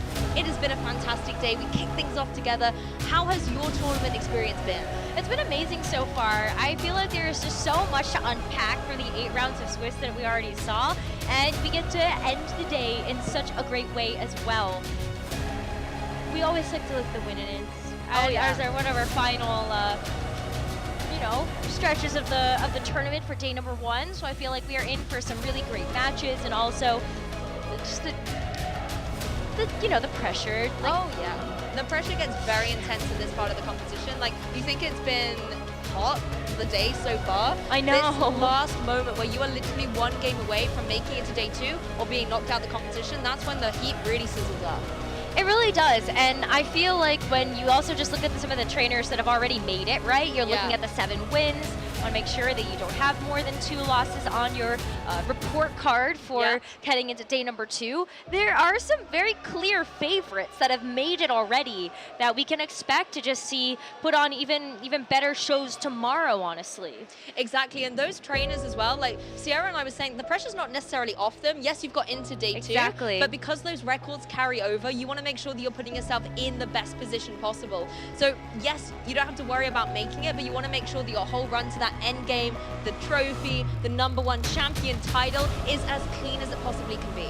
Yeah, if you're undefeated, that's great. It's a great head start into tomorrow as well when we're looking at just the top 8 trainers that can make it to that top cut. But one of those that has already made it into day number 2 is Paul Ruiz. Got a chance to see him featured on stream and talk to him after his win, and he ended up going up against Thiago Latanzi in this last round of Swiss. I sadly believe that he ended up losing that match, but I'm not 100% sure on it. Paul Ruiz, though, he's such a great player. I mean, the fact that he's the 2018 world champion, he's always shown up for these international events, and he just came off the back of a top 8 at Curitiba. Like, he's on a roll right now, and he's really come back into top form, I feel like, in these last 8 months in particular.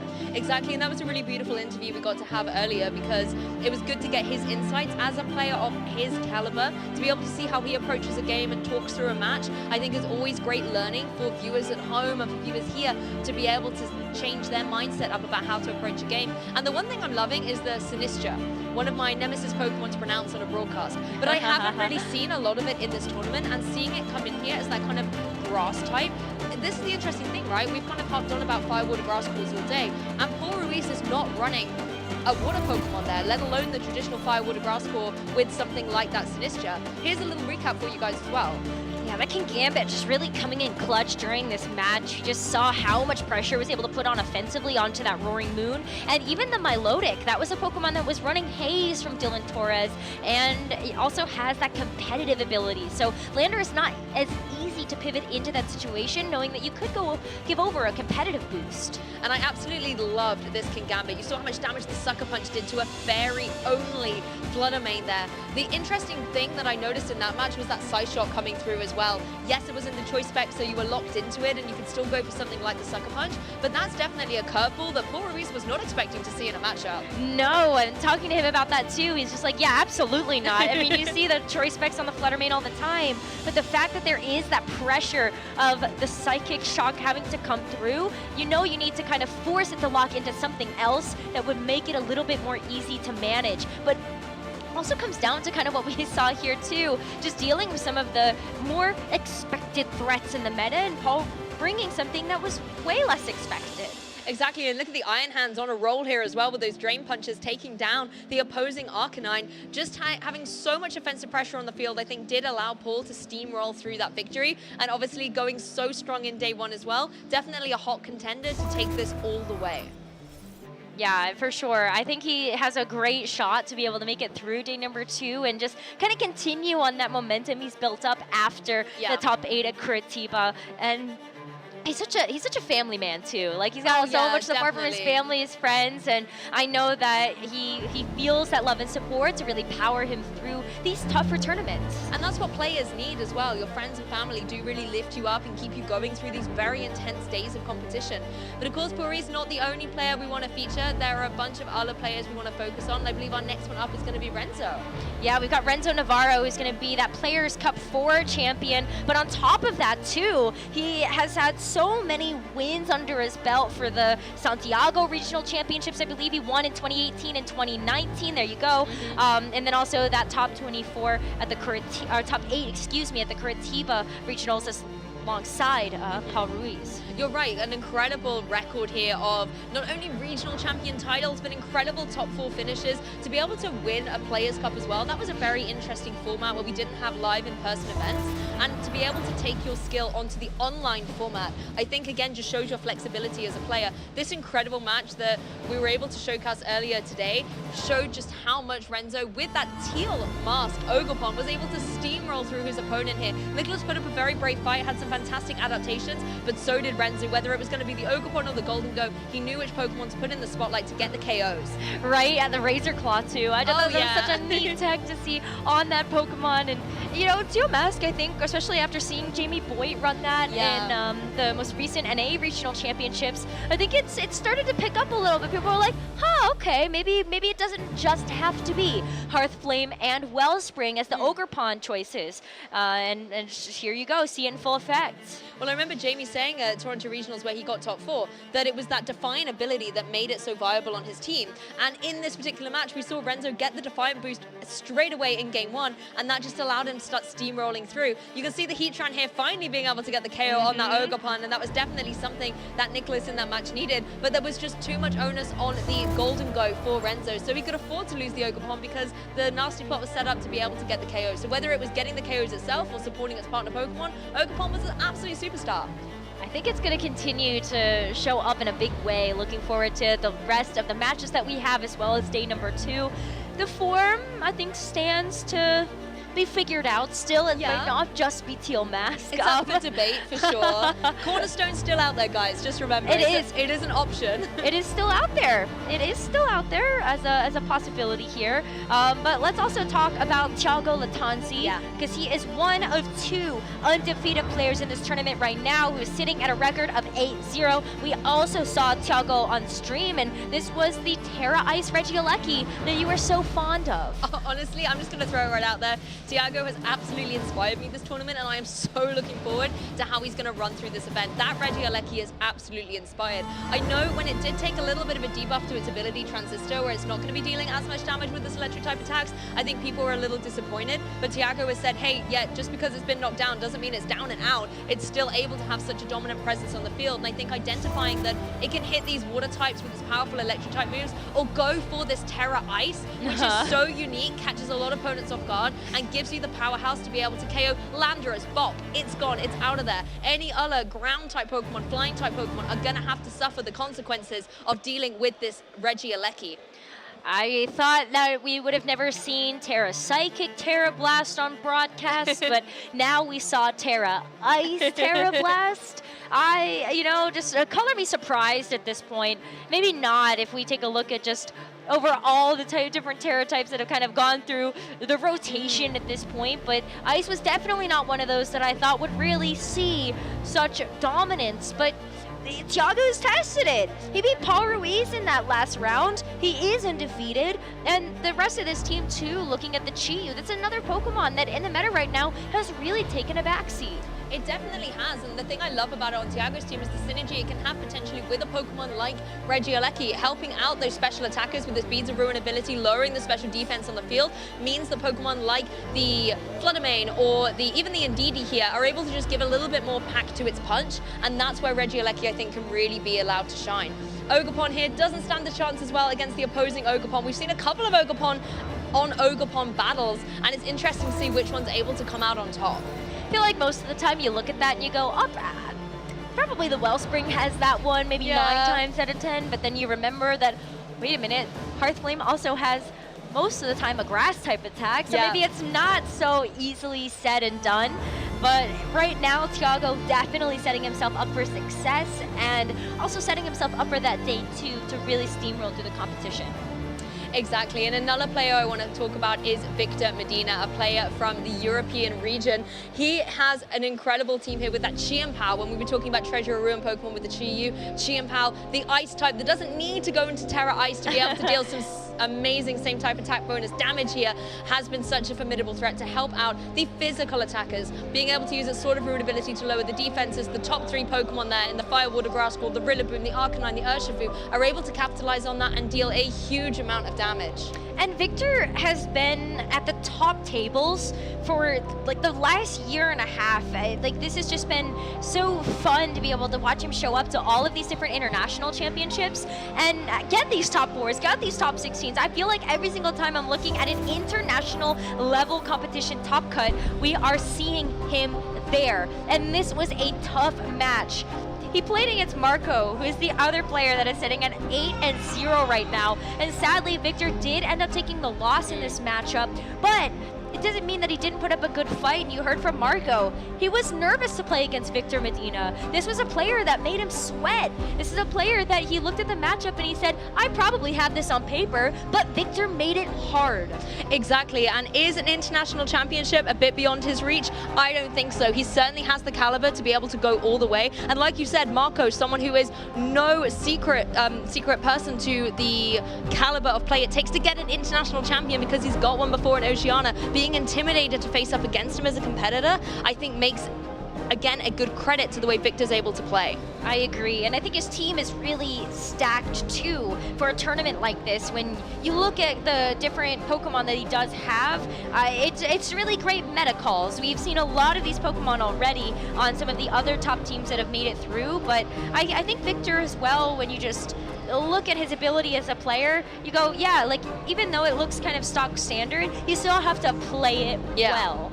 Exactly. It's not only about having the pieces on the field, but knowing how to play them. And one of the things we've talked about a lot today is that chess element of Pokemon, right? And where we're seeing the victories are the players that are able to make the correct board positions and adjustments. And I always think Pokemon is a game of moves and counter moves. And it's the ones that are really able to capitalize on that have been the ones who are victorious and will be the most consistent in this tournament. I agree. And Victor Medina right now is sitting at a 6-2 record, so he does need to win this last round of Swiss in order to make it through to day number 2. But let's check in on another European player. This is, of course, Alex Gomez Berna, who is the reigning North America International Champion from 2023. And what else? This list of accomplishments is too short to discuss the legacy that Alex Gomez has had as a player. He's been around for a long, long time and has always been at the top of his game. You know, 2019 being world's top 8 as well, that is an incredible feat. But I know the one that really got to him was that NIAC victory last year. Someone who, coming out of Worlds 2022, I think doubted his capabilities, maybe thought he was going to take a step back from Pokemon, and then actually came through, getting the last event of the season before Worlds as the #1 spot, just put him right back on top. Diving into his team a little bit, obviously we haven't been able to feature him on the broadcast so far, so we don't have a highlight reel of action to show you, but my eyes are drawn to that Dondozo because it was on my caster predictions, and I said that I think it has a lot of capability to be without Tatsugiri, and that is a lone fish right there. Yeah, well, it's a different dragon type in its partner, and that's going to be the Salamence, which I think... So the Tatsugiri grew wings and also grew a lot larger. I don't think it's going to give over the commander boost in this turn, but it's still an Intimidate user that has seen a bit more merit over the past few events, and on this team too, kind of operates in a similar way to be able to fill that role that the Tatsugiri would provide as a dragon type attacker or just a dragon type Pokemon, but still has that utility as well as just running Tailwind too. Yep, and I love the way as well that Salamence has the ability to obviously go for Intimidate. When we are fresh out of Intimidate users, we've got the Landorus, we have got the Arcanine, but then you can throw a different Pokemon in the mix with that Salamence, giving you a little bit of flexibility, particularly as a flying type as well. You can possibly switch it into some of those ground type attacks that we've seen rolling around as well. I feel like that's definitely a good shout. Roaring Moon can't do that. Yeah, Roaring Moon definitely cannot do that. Even though it has the wings, it is technically grounded, unless it wants to go for that Terra flying, and that's when it gets to take off in the air with a little help from the balloons.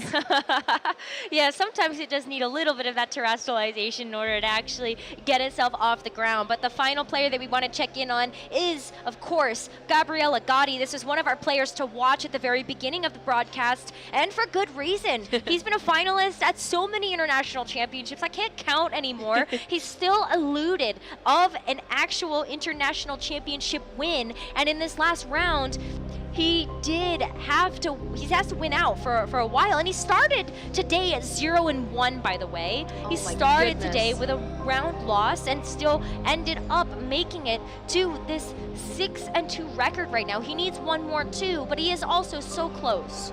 That's intense, to lose your first round and then have to claw back up, knowing that you don't have as big a safety blanket for the rest of day 1 is an incredible feat. As you mentioned though, currently at an X2 record, so is definitely not safe going into this next round. Everything really weighs on that, and I know coming into this tournament, particularly as the last time we really got to see him was in that finalist position at EUIC, he really wants to be able to take it all the way, and the only way to keep that dream alive is to advance into day 2. So one more win is going to guarantee him that. Exactly. And he was also so close to his invite as well. Yeah. He's at 293 CP, even just getting top 32 at this event, which he is so close to as well. Even if he loses this next round, that would secure the invite, but I know he wants more. I know he's that level and caliber of player as well, that he can absolutely get that.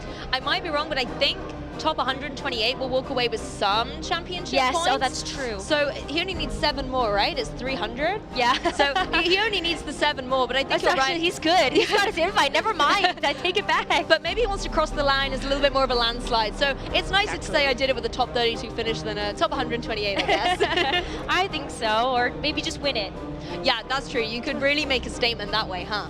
I think so, but we are so excited to see how these players are going to do in this final round. Of course, moving forward to the players that are already going to be moving into day number 2. But we've got Swiss round number 9 coming up very shortly. We're just going to be getting all of those tables together, but also check out the Twitch extension, because you guys are going to be voting on who we get a chance to see in this next matchup. So make sure you get involved. Check out the poll when it goes live. It's not going to be live for too long, but you do get an ability to help us choose this next and final match that we're going to be featuring today for the broadcast.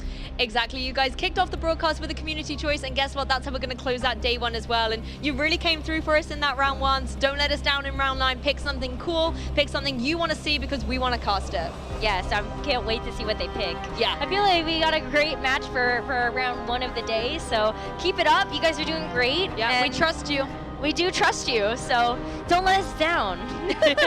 I'm sure they won't. It's been a fantastic day. The players have been giving us phenomenal matches. No matter who we've been able to feature on the broadcast, it has been a spectacular show. And I think particularly, as you were saying earlier, this comes down to the winning in situations. Yep. So no matter who we bring in, you're going to be able to feel that intensity, that adrenaline, whether you're here in the venue, rooting for the players out front and center stage, or back home, enjoying all this experience. Yeah, this is going to be one for the ages as well. I think everybody at this point is, when you're in this position, like, you know how close you are. Yeah. You're like, I'm just one step away, I'm one game away. And maybe you win that game, you're like, wait a minute, no, now I really got this. I got this in the bag, like, I can feel myself moving forward. There's so many ranges of emotions, and that's also why I love we have player cams, because you can kind of see that. Whether it's a good reaction or maybe it's a negative reaction to what's happening, you get to still feel what they're feeling with them. Exactly, you get to kind of see their story mapped out as the game goes through. But then again, there are some players who just have the absolute best unreadable face. I know, for example, Marcus Stata, whenever I've played against him or seen him playing, you can never see how he's thinking. A turn might have gone horribly wrong, and he's just like, okay, yeah, I'm gonna keep thinking how the rest of the game's gonna play or the rest of the set. And it's just one of these amazing things where you're able to kind of compartmentalize the situation and stay so focused on the match. I definitely have zero chill when I am playing a game. You can read my face all over. I'm probably that player kind of muttering to myself about what do I do, what do I do, what do I do. So everyone's a little different, I suppose. Yeah, your eyes just start kind of going all over the screen. Like, I have so much to keep track of, but what's going to be the best way out of this situation? And then I time out. I think the worst is whenever I play someone and sometimes you can see them already taking out their headphones. They're like, GG, you've won. And I'm looking going, how have I won? Please tell me, I don't understand. And that's when I realized that I am not suited for out there. I'm much better back here where I don't let the stress get to me. Hey, listen, to each their own, I think, and that's why we all love being able to kind of do a little bit of both, right? Sometimes we like to compete, sometimes it's just very comfy back here. But take a look at all the players that are competing here at the Latin American International Championships. You can see everybody kind of walking the floor. Love that we get a chance to have a view of this too, because I believe we have the TCG players in this area right now. We also have a few Switch players. The Go area has been really fun to kind of walk by. The audience has been amazing. They are so hyped. Some of the chants that I have heard from Pokemon Go where they're really getting behind players from their communities have been phenomenal. So all of the energy has just been overflowing, whether it's from video game, trading card game, or Pokemon Go as well. Everybody has come together for this event. It's been amazing.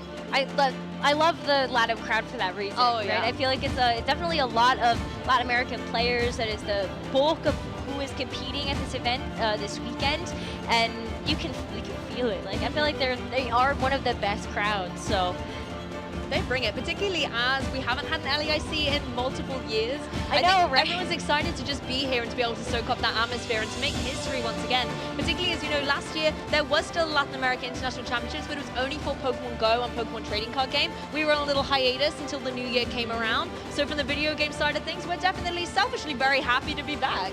We are happy to be back, and we are also happy to have you guys get a chance to vote for this next match. The poll is live right now, so check out that Twitch extension. Make sure that you are voting for which match you want to see for this round number 9, because it's also the last match of the day. These players are all fighting for their chance to make it into day number 2, so you know all the hype, the pressure, it's all there. So give us your thoughts. Go vote.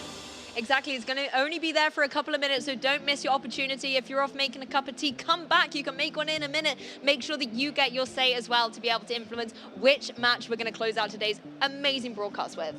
Yeah, I see there's some choices in there. Oh, Should I tell you? Go on, read it out for me. Let me hear. All right, so table 15, we have Riley Factura versus Sebastian Escalante.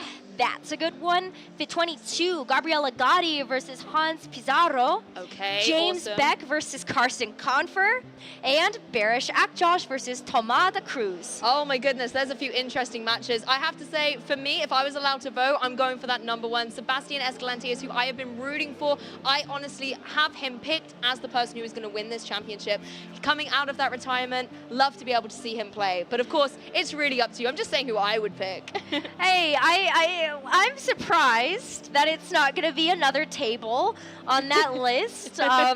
I won't tell you why, but I know that you've been praising Sebastian Escalante not only for the legacy that he's left as a player, but also because he is coming back from a bit of a break. But I gotta call out James Beck versus Carson Confer. That's two international champions, and I think LAIC champions at that are also sitting at a winning in. And just to also celebrate the other players that are there, you've got international competition. I believe Gabrielle and Hans is gonna be a Latin American region winning in, so that's a really great shout. And of course, Barish Akjosh versus Tomás de Cruz. That's going to be two phenomenal players as well. One maybe for a different reason. They're all pretty hype matches, let's be honest. But I'm really glad you called out the LAIC Champion Showcase, because Carson Confer won it in the senior division. And I remember he won it with Scissor. Was it Mega Scissor at the time? I think it was, and Bishop. I just remember because I did some art of them with their silver and red colors fused together, but it was a phenomenal win in seniors division. To see him doing so well here on the international, he has won previously in the masters division against the reigning champion. That's also a fantastic pick. So I think that would be your vote and my vote for that first table. So maybe someone could go vote for us. That would be cool. Right, I think so. I think you guys only have a few seconds left to be able to get your votes into that Twitch chat poll so that we can pull that next match for the stream. So give us a good one. There's all good ones, honestly, in that whole vote. So I'm going to be happy with anything that you guys have picked for this next one. Exactly. Definitely some incredible matches to be shown. And I'm sure they're not the only ones. We can only just put 4 on the Twitch poll. Otherwise, we'll be here all day with all the options. We might have decision overload at that point, particularly this late in the day. But these are 4 incredible matches. So I'm looking forward to seeing who you have selected for our final Swiss round of the day. Well, I just got word, actually. Who is it? It is going to be James Beck versus Carson Confer as our round 9 match on stream. So thank you so much for those of you that participated in the Twitch chat poll. And we are going to be looking forward to getting that match ready for you to close out day number 1 of the Latin America International Championships. Wow. There's so much to celebrate about both of those players. We talked about not only the accolade of being a Latin America International Champion, but both of them are also top players in their own right when it comes to how much they've dominated the North American scene. Exactly. Like, honestly, the fact that we've got 2 players of such high caliber being able to not only be matched up, but to be able to be on this broadcast, I think is an absolute treat. And at the end of the day, these internationals, there are only a couple of them each year. There are only a couple of winners in that elusive pool of international champions, let alone for one specific event. And to be able to have these high caliber players battling out to, as we were saying earlier, try and do the double and be able to win this championship for the second time, like Ashton Cox has done previously, this is just one way to be able to see who's going to be able to do it, because they're both at X and 2, right? They are both at X and 2, so one of them's going to make it and one of them is not. Yeah, and that's definitely very intense, because both of these players, the same kind of things on the line for them. It's the same reputation they've got in this particular event. One of them's not even going to make it into day 2. It's tough going out there. When you look at all of the players that are sitting at X2, sitting at X3, like it's just kind of upsets everywhere when you think about it. Yes, exactly, and that's another reason why I'm kind of glad that that was the match we got as opposed to one of the other ones. I don't think I'd have any chill watching that particular match. But I honestly think when you look at these kind of players, yes, you have that heartbreak where one of them will be knocked out, but to be able to capture the moment where a player goes, I did it, I made it all the way to that day 2, I think is always a beautiful moment. And seeing both of these players, I don't know what their teams are yet. I'm looking forward to seeing if they're bringing anything a little bit interesting. It's going to be very, very good to get into. I know. I'm very excited to be able to jump into that match as soon as we are able to get it ready. But I think what's really interesting to discuss at like an international competition level is like how different are the regions that we've seen so far. We've seen a lot of course, our amazing Latin American players we get a chance to showcase here at the Latin American International Championship, but we've also had a ton of regionals for Europe and North America where we've started to see this meta development, and we're seeing a clash here. So what's kind of been a standout moment for you looking across all of our players that have competed this weekend?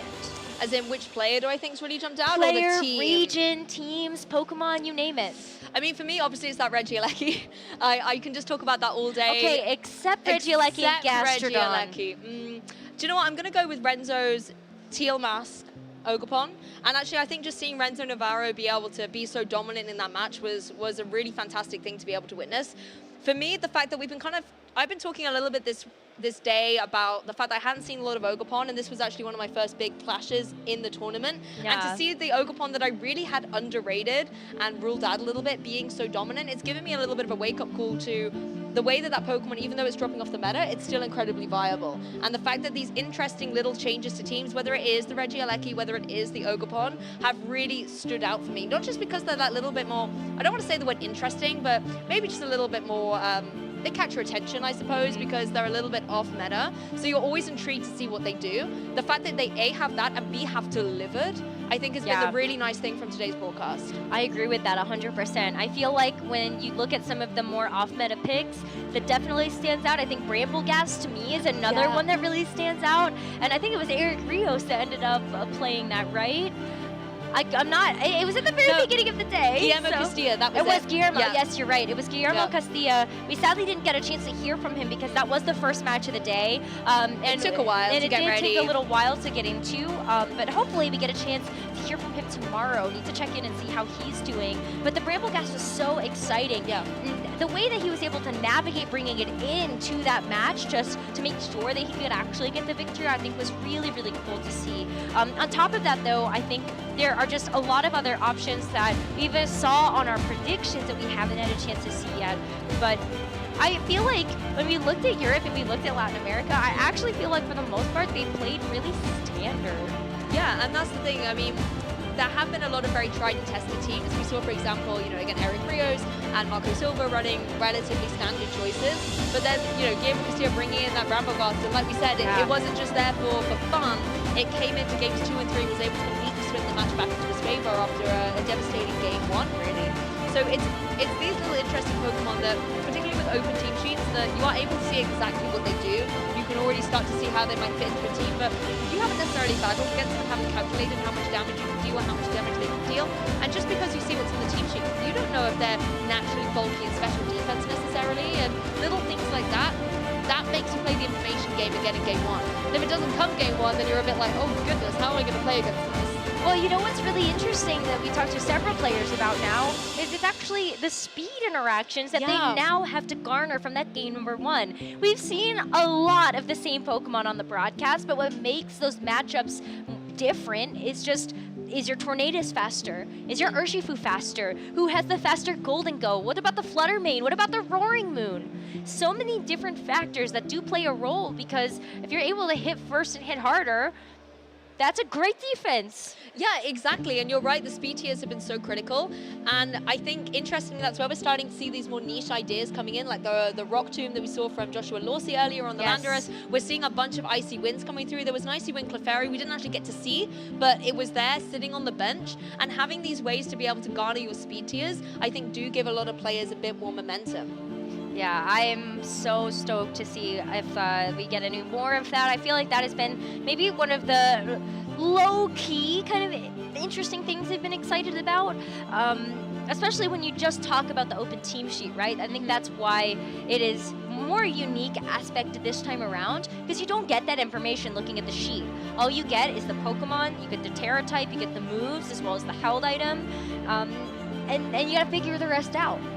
Yep, exactly. That information game is still very viable in Game 1. It's obviously not as intense as it was when we were in a closed team sheet format, and you often used to play, I remember you used to see a team preview and you would have to play Hunt the Focus Sash. It could be on about 5 of the 6 Pokemon, and that's where you had to really reveal that information, whereas you are a lot more open to the items and the moves and the abilities and the terrestrialization types and things like that, but still those ways that the trainers have specifically trained their Pokemon still are elusive to you.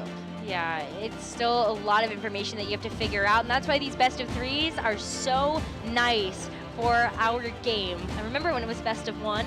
Oh, yeah. It is not anymore, but the best of 3 really just helps you to figure out what's going on in game number 1. Maybe you need to make some adjustments for the rest of the series, but you eventually are able to figure it out. And we have talked to several of our players now that say, yeah, that's why that game 1 is so important. Even if I lose it, I still get the information of how all of these speeds do interact with each other when you are seeing a lot of the same Pokemon on a lot of these different teams. Exactly, we have seen the trainers that, I think particularly coming into this as a medical, that have maybe gone for the speed creeping and have kind of really invested in speed as opposed to defenses, have been gleaning the advantage. Trainers like Alberto Lara, we saw how much his Pokemon were able to outspeed against his opponent, against Elvis. And having those maybe just a little bit more investment into your speed has been able to glean you the victory. So really coming down to maybe in this meta where we do have a lot of variety, things are starting to balance out a little bit. We've been in Regulation E a little while, but the fact that hyper-offensive teams are still so dominant, I think is very interesting. Yeah, I think hyper offense is definitely here to stay. I would have expected towards the latter part of a series or a rule set that things would start to bulk down a little bit more, and we have in some cases seen more investment into the defense, the HP, and just the general bulkiness of some of these Pokemon, but it still is very fast-paced and very offensively oriented. You definitely still see your bulk on Pokemon like Iron Hands, for example, particularly when it's rocking the Assault Vest, and you see it on Pokemon like the Rillaboom as well, just really trying to invest in their bulk on the field. And of course, you can never rule out a Moongus. It's an absolute machine of a Pokemon. When it wants to throw in that Regenerator ability as well, then it's very, very troublesome to get rid of, and that's where we have seen a rise in flying type Pokemon, or at least flying Terra, to be able to go for a powerful Terra Blast, or again, even Terra-Ized Regieleki. There are actually 3 Regieleki in this tournament, so I don't know if they were also running Terra Ice, but just seeing these adaptations to a lot of the grass types that are running around, I think has been pretty interesting. There have been quite a few. I think for the most part it's been Rillaboom. I think like, I don't know, do you want to count Ogerpon as like a grass type? It's a grass type. Is it good? It's okay. I mean, it's pretty good. We can't say it's bad. That would be untrue. But is it the most reliable? I don't think so. That's definitely Rillaboom. Yeah. And I don't know about a Moongus right now. I do see it. I don't think it has been as impactful as maybe we have seen it be in several other metas. I'm thinking back to the Palafin days where you just Pollen Puff forever and then the Palafin just doesn't get knocked out. But now I don't think we're going to end up seeing an Amoonguss on either side. Do you know what it reminds me of a question earlier? Where are the Trick Room teams? They're still not here. That's true, actually. You know, we're not looking at one here, but that's where Amoonguss really thrives. But speaking of Amoonguss, it's not here. Move over, Amoonguss. We've got some interesting Pokemon choices for you. We can dive a little bit deeper into the teams. James Beck running the Urshifu, Fluttermane, Brambleghast. It's back again. That's how we started our day. It's how we're going to close out our day as well. Paired up with the Golden Goat, Tornadus, and the Chi-Yu. Oh, the Chi-Yu is just so fun. We talked about that duo of the Chi-Yu and the Fluttermane just to be able to help get that excess special attack damage in the form of course, lowering the special defenses around the board. But if you're looking at something like an Assault Vest on several of these teams, Fluttermane, Golden Go love to be able to see that special defense drop just so they're able to do more damage. Exactly, they've got great synergy with that Treasure of Ruin Pokemon, and I wouldn't be surprised to see them coming out as a great combination. If we dive a little bit deeper into them, one move I know you were very excited to see was that Poltergeist on the Brambleghast in our opening match. It's going to be here again. Whether it will come to the actual match, we will have to see. It is again, of course, rocking that Focus Sash. There's a lot of things that can be vulnerable to when there's a lot of Ghost and Fire type moves running around, so I'm going to be interested to see if it's going to come to this match. I think the one thing about the Brambleghast that's different than the one that we saw before is its Strength Sap. Now, this is one of the moves that I feel like has really made Brambleghast relevant in the previous rule sets that we have had where Brambleghast has seen high levels of competition, and Strength Sap is going to help lower the attack stat of an opposing Pokemon that is targeting down. It also gains HP recovery based on how high that attack stat is. So there's a lot of worlds where like you got the Focus Sash, but you still are able to get yourself another life. But don't worry, that Focus Sash does get used up if it gets brought down to it. So something else to keep in mind. But let's talk about Carson Confer's team. There's a Regidrago here. I mean, I'm sure you're delighted to see that. You had Golden Go and Regidrago, I believe, in your caster choices. Am I right? I did not, but Joe Brown sure did. He had the Regidrago. I think I remember you having Regidrago once Oh, upon a Sierra time. did have a Regidrago as well. Ah, there we go. But it is here in the action with that powerful Dragon Energy. If it's able to deal that based off its HP stat, it can deal a phenomenal amount of damage to both the opposing Pokemon.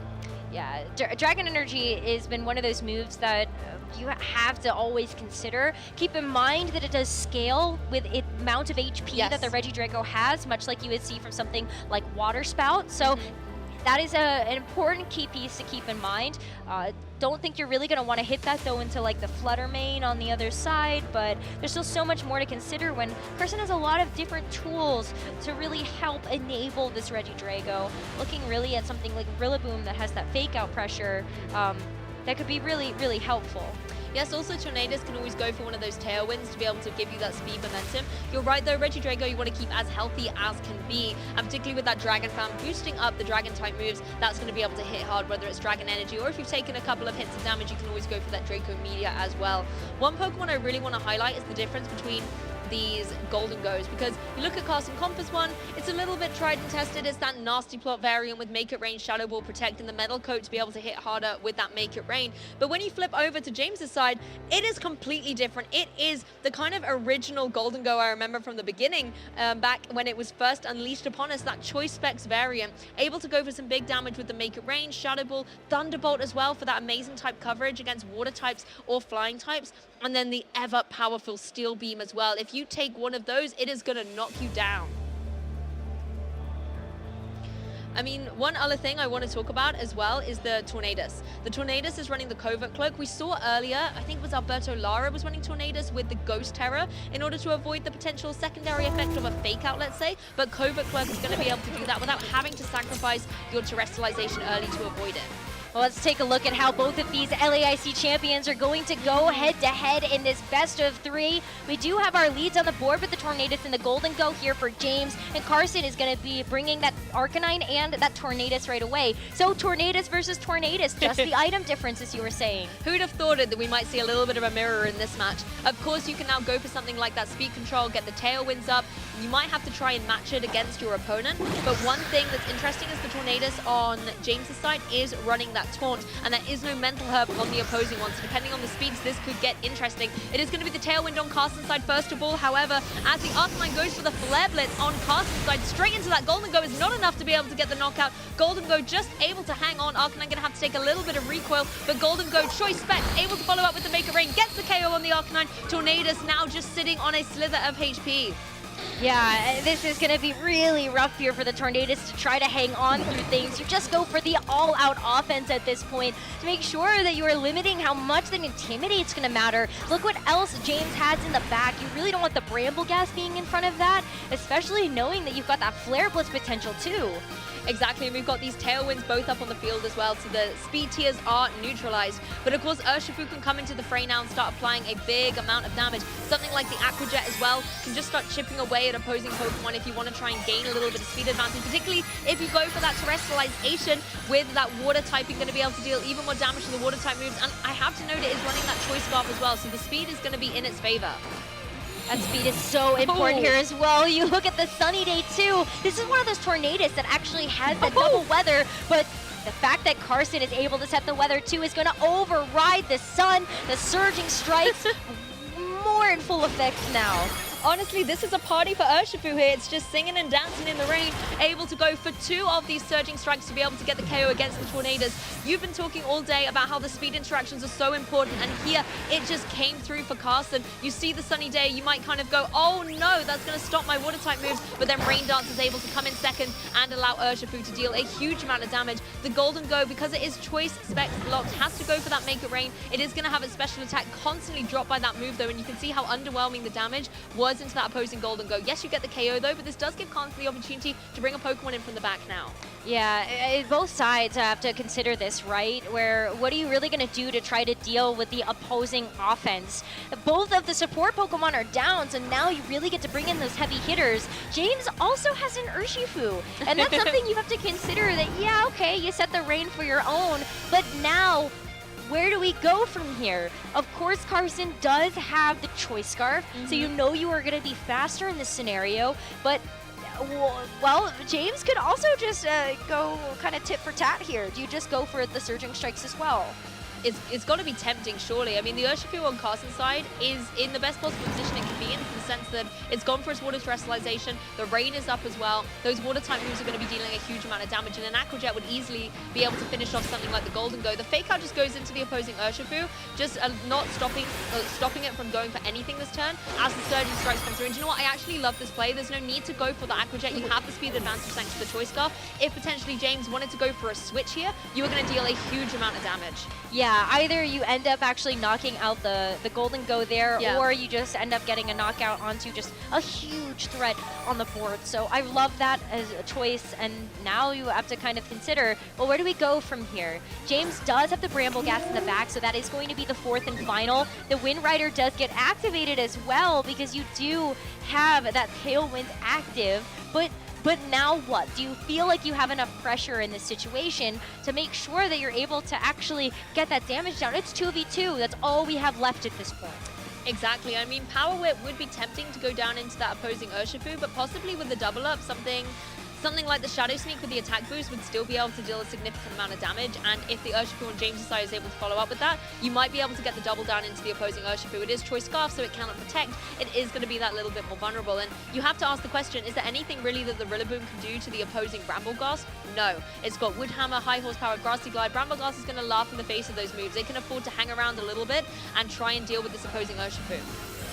We see a terrestrialization, though. That is not something that we've seen committed from James' side, so let's see you, Brambleghast, do your thing. Terra Ghost is still the terrestrialization of choice for a lot of the Brambleghast, but in this particular instance, it's not to be able to boost up something like the Terra Blast. It's just for this extra damage from the Shadow Sneak, and it's just not enough. Urshifu is going to be split about half health, but even in the rain, then Aqua Jet can't pick up the knockout there. Yep, just not enough to be able to get the KO, nor is the Grassy Glide actually having that priority, of course, as grassy terrain is on the field.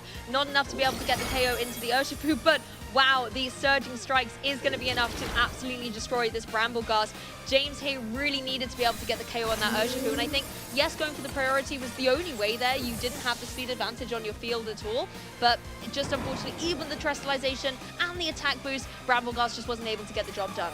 It's so disappointing in that situation because you are hoping that maybe that little bit of a boost to that move is going to be enough, but maybe that is going to be the information you need too, that might just be a little bit bulkier than you thought. So sadly, this Urshifu does not feel like it's going to be enough. You've got the Grassy Glide on the other side, but the grassy terrain active that would move first. That Urshifu would get knocked out. So Carson, quick victory here in this game number 1 after an impressive display going through from those very first few turns. I mean, look at the intensity on this trainer's face here. He knows he is one game away from advancing into day 2, having the chance alive to try and get the LAC champion title, not only having won it in the senior division, but to add Masters division to that as well. James Beck on the other side as well knows that he now needs to be able to win the next 2 games in this set in order to keep the dream alive. And a player like James, who has so much experience, is going to be able to shake off this game and try and come back through into the set. If we take a couple of look at the highlights, the terrestrialization on that opposing Urshifu for Carson, particularly as the Tornadus, thanks to being slower,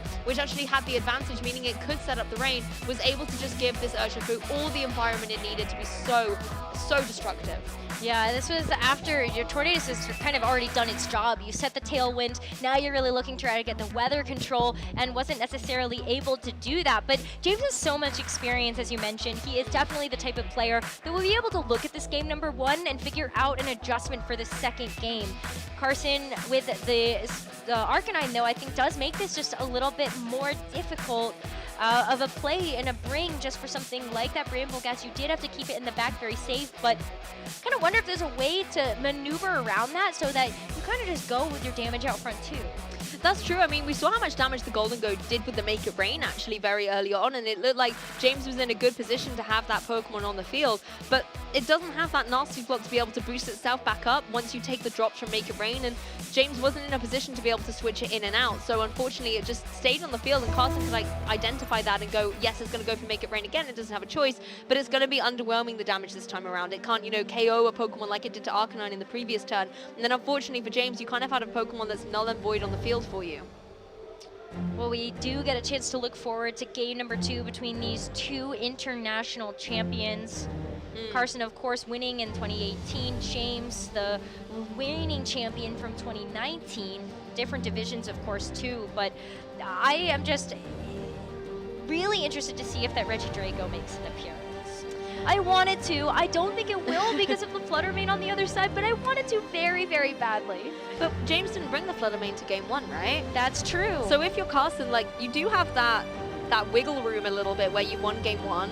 Do you try and make a call and go, hey, I'm going to bring Regidrago and just kind of destroy everything with a really powerful Dragon Energy? You have the utility to do it, and yes, of course, if then there is a Flutter Mane, you do have to maybe pivot Pokemon in and around, but then you have the Golden Go as well, so possibly, like you were just saying, you could lead all your offense out front and center. Golden Go with something like the Make It Rain could cover, particularly as it's got the Metal Coat, that's still going to hit even harder. It can give Regidrago a little bit of wiggle room, and the Flutter Mane, if it even wants to Terrestrialize, it's only going to Terrestrialize into Fairy type anyway. Golden Go doesn't mind that. It's a great coverage lead, for sure. Yeah. I think there is merit to being able to bring that Regidrago, but I honestly just want to know if there is still room to bring that Bramblegast. It was a little underwhelming. I think if it had been able to get the KO with that Shadow Sneak double up combination, James would have been right back in that game. And it just, unfortunately, it came in and just wasn't able to deal as much damage as it could. I would have liked to have seen it capitalize on something like the Power Whip in the grassy terrain, but the speed advantage just was not in James's favor. So I think going into this next game, you need to make sure that you have a way to maneuver that. Having Tornadus go for the Tailwind at the beginning of the game isn't enough, particularly if it's going to be dropped so early on. You need to find another way, and when I take a look at through all of the rest of the moves, there is not another way to actually control the speed. It all comes down to that Tailwind. Whereas on Carson's side, he's just going to be able to match that. See if maybe I almost wonder if maybe you go like Torn Flutter if you're James. You could do. You could go for that Tailwind, again, match Carson's, and just allow Flutter Mane to do what it does best. I mean, it is a very speedy Pokemon naturally. You can always have something like the Shadow Ball to go down into the Golden Go. If you see the Arcanine come through as well, it's not going to appreciate taking some of these moves. And again, obviously, if you see the Regidrago, then Flutter Mane just has a little bit of a party. As well with the Urshifu, you're kind of then forcing it to go for the Terrestrialization to drop its fighting type. Otherwise, Moonblast is just going to be able to get the knockout. Yeah, there's a lot of different ways that you can kind of look to try to get the checkmate in this match, but one way is going to be through this game number 2. So let's go ahead and head right into it, where you've got the Arcanine and the Tornadus once again for Carson, and it's the Tornadus and the Golden Go. Yep, don't forget Pokemon trainers, this is the final game of Swiss here in day 1. These previous LIAC champions are battling out to try and get into day 2. James, once again, bringing that Golden Go out front and center, as rocking the choice specs, so something like a Make It Rain is going to be able to hurt. We know that it's able to survive a Flare Blitz from that opposing Arcanine as well. But both the Tornaduses on the field have a decision to make. Are they going to go for these Tailwinds? Taunt on the Tornadus on James's side, and I think it was the faster of the two. I might be wrong in my memory here, but it could potentially go for the Taunt into the opposing Tornadus and stop it going not only for the Tailwind, but for that Rain Dance in the following turn. It is faster when we look at that speed interaction for those weathers from that game number 1. But it's just going to be the Terrestrialization of the Arcanine. So a little bit of a departure what we saw from Carson's strategy in that first game, opting to cool Terra Water on this Arcanine instead of that Urshifu. But James is also going to be putting on the pressure, maybe putting the pedal to the metal as we look at this Golden Go that's going to be getting the Terra Steel. Well, we said earlier that the Golden Go does get the debilitation with the Make It Rain, not quite being able to get the KO all the time, so it needs that extra oomph from the Steel Terra. We are going to see the Tailwind come out from the Tornadus on James's side as Golden Go makes it rain all day long, but the Arcanine has changed its Terra type into water now. This could mean it's going to be able to take this much, much better than it did previously. It is Fire and Rock type. Look at that, it's able to hang on, even with a crit. Wow, that is not going to be nearly enough there. And so that Arcanine able to stay on the field, it gets that recovery as well coming through from its Citrus Berry, and it also gets a chance to strike back. It's going to be the Flare Blitz into the Golden Go. Golden Go is also able to take that hit, but it gets burned. So it is going to start to take that chip damage at the end of every turn.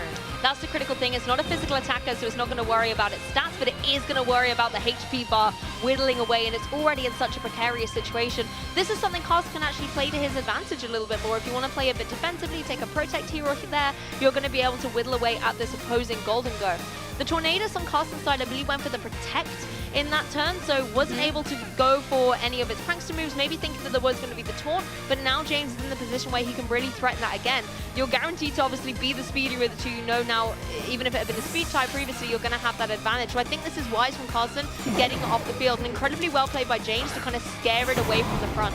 Yeah, at the very least, though, you're able to actually land that taunt into the Rillaboom instead, which is also kind of a nice target when you look at what it has available. I'm looking at kind of the fake out in particular that you might want to try to mitigate here just to make that next turn a little bit easier. So you do see the taunt land there, and Rillaboom is also going to have to take some damage from this Make It Rain. The Arcanine, though, on Carson's side did protect itself, so that is going to end up being able to also just continue to stick around as this Golden Go has to take chip. Rillaboom actually took a lot from that. Yeah. To Make It Rain, especially at -1.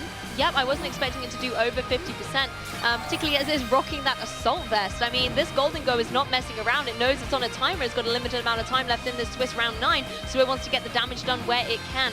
Obviously, the Make It Rain is going to be dropping its special attack, so in that next turn, you're going to maybe need some help from that Tornadus, something like the Bleak Wind Storm to be able to follow up. That's something, of course, the Rillaboom is not going to be able to appreciate. It's even running the Covert Cloak on Tornadus, so you don't have to worry about the potential fake out either, stopping you in your tracks. And Golden Go, it does drop its Ghost type though, however, so it possibly will fall victim to a fake out.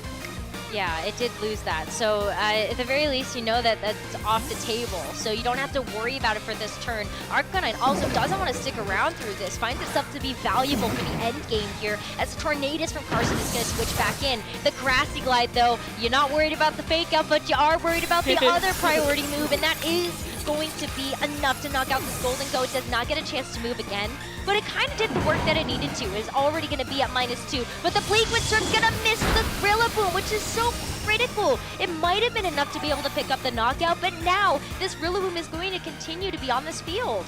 Yeah, that's definitely unfortunate for James. You always want to try and connect those flying type moves onto the opposing grass type Pokemon. Brambleghast is able to join the fray though, Wind Rider being able to be activated thanks to the Tailwind, and it will get that cheeky attack boost. But I wonder in game 2 if it's going to be able to do better than it did in game 1. It can obviously apply some pressure with something like the Poltergeist, for example. We've seen how much damage a +1 Poltergeist can do to an opposing Rillaboom, using its Assault Vest to kind of hit it around and deal out some big damage. So that's something that the Rillaboom has to watch out for. Yeah, for sure. And Tornadus doesn't want to kind of catch any of that smoke either, to be fair. So it's going to protect itself. James wanted to go for the taunt in the situation. That was going to be the target of the taunt earlier on in the game, but it's not going to be able to land it. Grassy Glide, though, is going to break the Focus Sash on this Brambleghast. So it won't be active if it gets attacked again, but the Assault Vest does come through to try to attack the Rillaboom on the upswing, and there it is. That is the knockout. We did see this come through before. I love how we've actually seen that twice today, the Assault Vest being hit with the Poltergeist into a Rillaboom. That's probably gonna hurt. Yeah, it must be a trend here at LIOC, I've got to say. But you're right, that Focus Sash has been broken. I think that really was the critical thing from that Grassy Glide. Arcanine now able to come back in. It potentially is in a position to try and get the knockout against that Brambleghast with something like the Flare Blitz. I think it's interesting in this game too, James has kind of taken a leaf out of Carson's playbook and said, hey, I need to get the speed advantage on my side, and constantly having the taunt pressure on that opposing Tornadus has allowed James to capitalize on the fact that he's been able to get the Tailwind up and stopping Carson from being able to get it up on his side.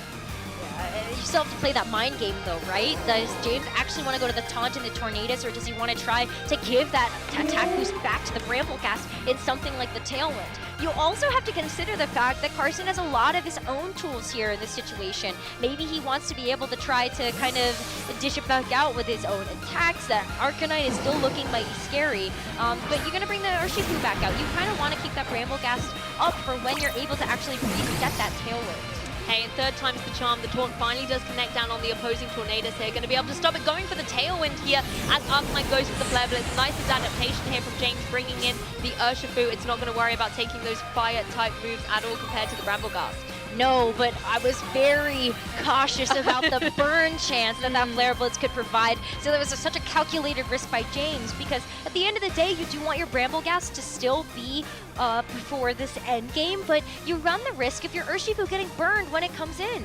Exactly, and it is sometimes the risk that you have to play, and these dice rolls can make or break a game. But I think it was worth the reward there, having the Bramble Ghast in the back just to be able to apply a bit of pressure later on. I think is a really nice position for it to be in. Urshifu as well can hang out on the field, but not for long. Bramble Ghast is back. It's like, hey, did you miss me?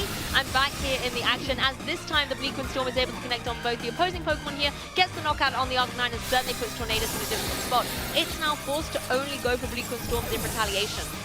And it also just got its speed dropped. Yeah. So how does that come into play? Ooh. It is going to be that Bleak Wind Storm that is a wind-based attack. So Bramble Gas gets a nice boost to its attack from that Wind Rider ability. Do you know what? That was an interaction I hadn't quite foreseen, and again just shows the caliber of James being like, I can switch this Pokemon in. I know the opposing Pokemon is taunted. There's really nothing it can do, and my Grass type isn't going to worry about this Flying type move because of its ability, negating any damage there, but actually benefiting from it with the attack boost. Urshifu now coming in. There is no Grassy Train on the field for that additional recovery, but we've got to remember this Urshifu is running the Choice Scarf. It is going to be relatively speedy. Yeah, oh, this is also a big turn here for James. He's going to use the Tailwind to get not only the speed boost, but also a second Wind Rider boost. So that Bramble Gas is coming in now with +2 to land this Power Whip into the Urshifu. Oh. It's just a one-hit knockout. There's nothing else to really say about that. And Carson is down to just this Tornadus that can only go for the Bleak Wind Storm. That's checkmate here for this second game. Bramble Ghast is back, baby. It's here, rocking it out in Swiss round 9. Being able to get the solid KO after game 1, not being able to get the KOs, it's a fantastic situation for it to be in. Yeah, you just taunted again. James knows the playbook to be able to finish this out. And that's going to be another tied game. Lou, we are blessed. We have gotten 3 game matches every single time that we have been together, and James is going to bring this to that 3rd game. Exactly, and I love seeing the adaptations these players are making. Being able to make the small adjustments to their team is putting them in a better position to be able to shine, just like we saw the Bramble Ghast do here. I think, again, just shows amazing quality from these players. This was your community choice. It certainly has not disappointed, and I really like the chess phrases we're putting in here a little bit with that checkmate, forcing down that opposing Tornadus to just not be able to do anything. The Bramble Ghast is in complete control, as is James in this game too. You can actually see that Carson is trying to think through these next few turns. He's taking his time here because he knows what's ahead is going to be a very, very difficult game number 3. How do you deal with this Bramble Ghast here? That is the big question on everybody's minds, and so Carson gonna take his time. You have to. This is a win and in. It is your day 2 on the line here between both of these players. I think you have to keep your Arcanine a little safer, to be honest. I mean, going for the Terra Water on it's really nice defensively, but not when there's a Bramble Ghast with the Power Whips coming into play as well. We saw it absolutely take down the opposing Urshifu. Yes, it had got a couple of attack boosts, but that seems to be pretty easy for James to set up with the Tailwind already being dominant on the field and Bleak Wind Storms being thrown around by Carson. It doesn't always give Carson the safety to be able to go for those because James could have the easy switch in for Bramble Ghast.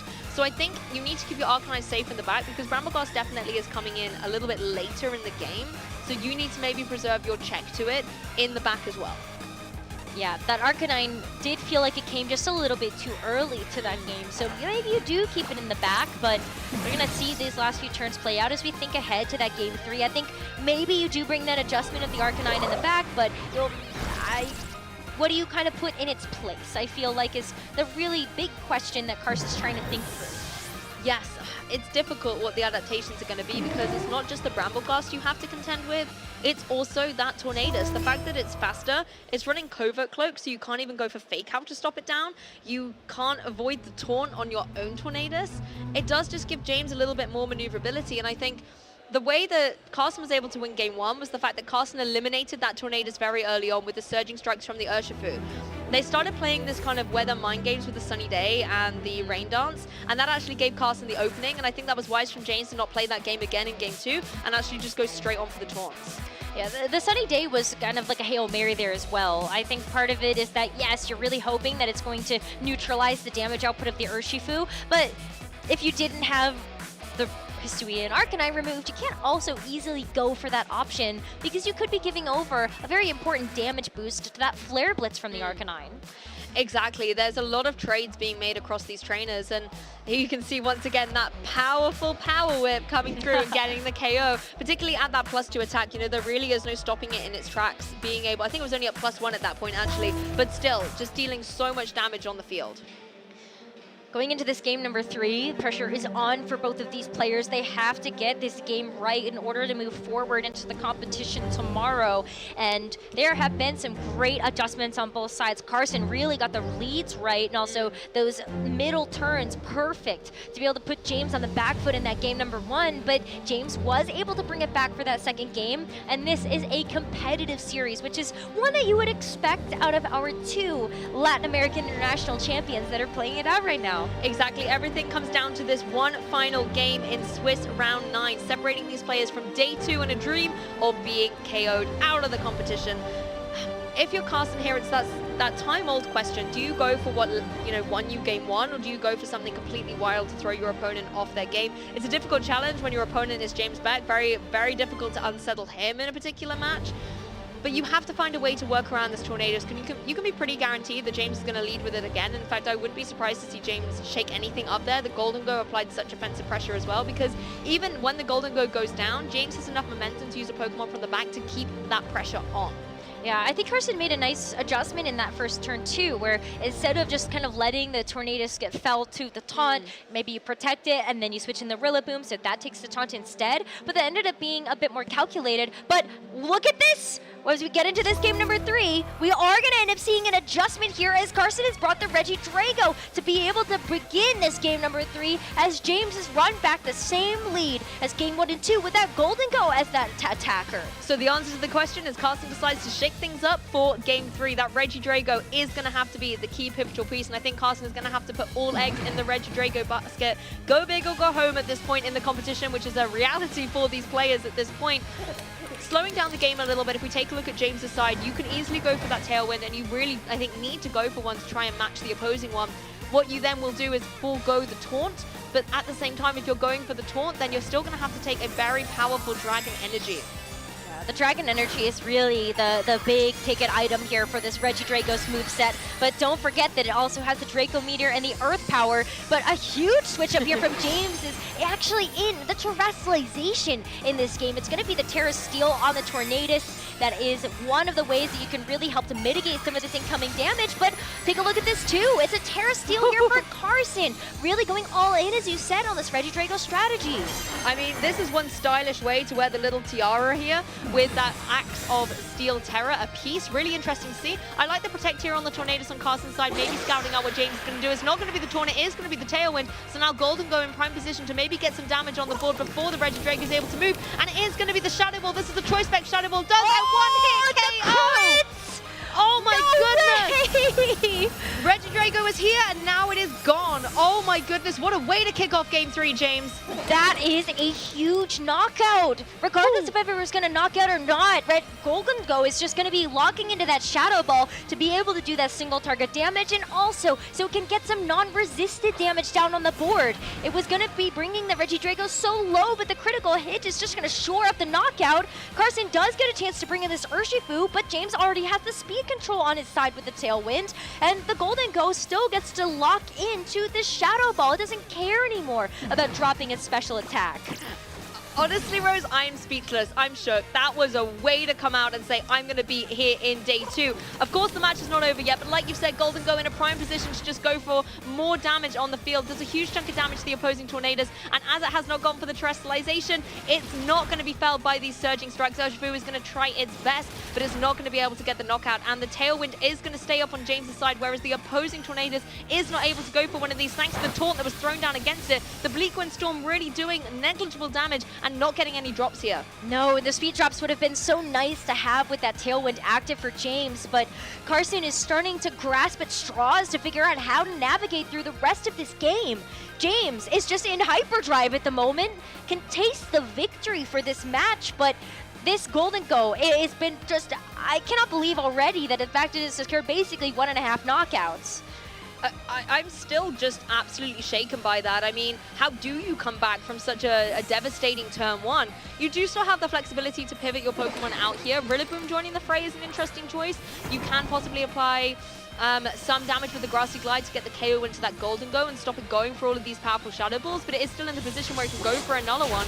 The Bleak Wind Storm going to be taking Urshifu right down to the wire here, as it does still have that fighting type. The flying type damage is going to be hitting hard, and here comes the Shadow Ball just to clean up and get the knockout. That is such a tough turn number one there for Carson. That critical hit onto the Regidrago removes such a huge amount of offensive pressure for him, and it has just been a snowball effect. James, with this Golden Go, one of the key Pokemon on his regional winning team that he has found so much comfort with, is going to be the star, just the golden child of this match right now. You're right, James Beck, one of the top players in the US, really saying, welcome to New York, this is how we play Pokemon, and is just doing so strong here at LAIC.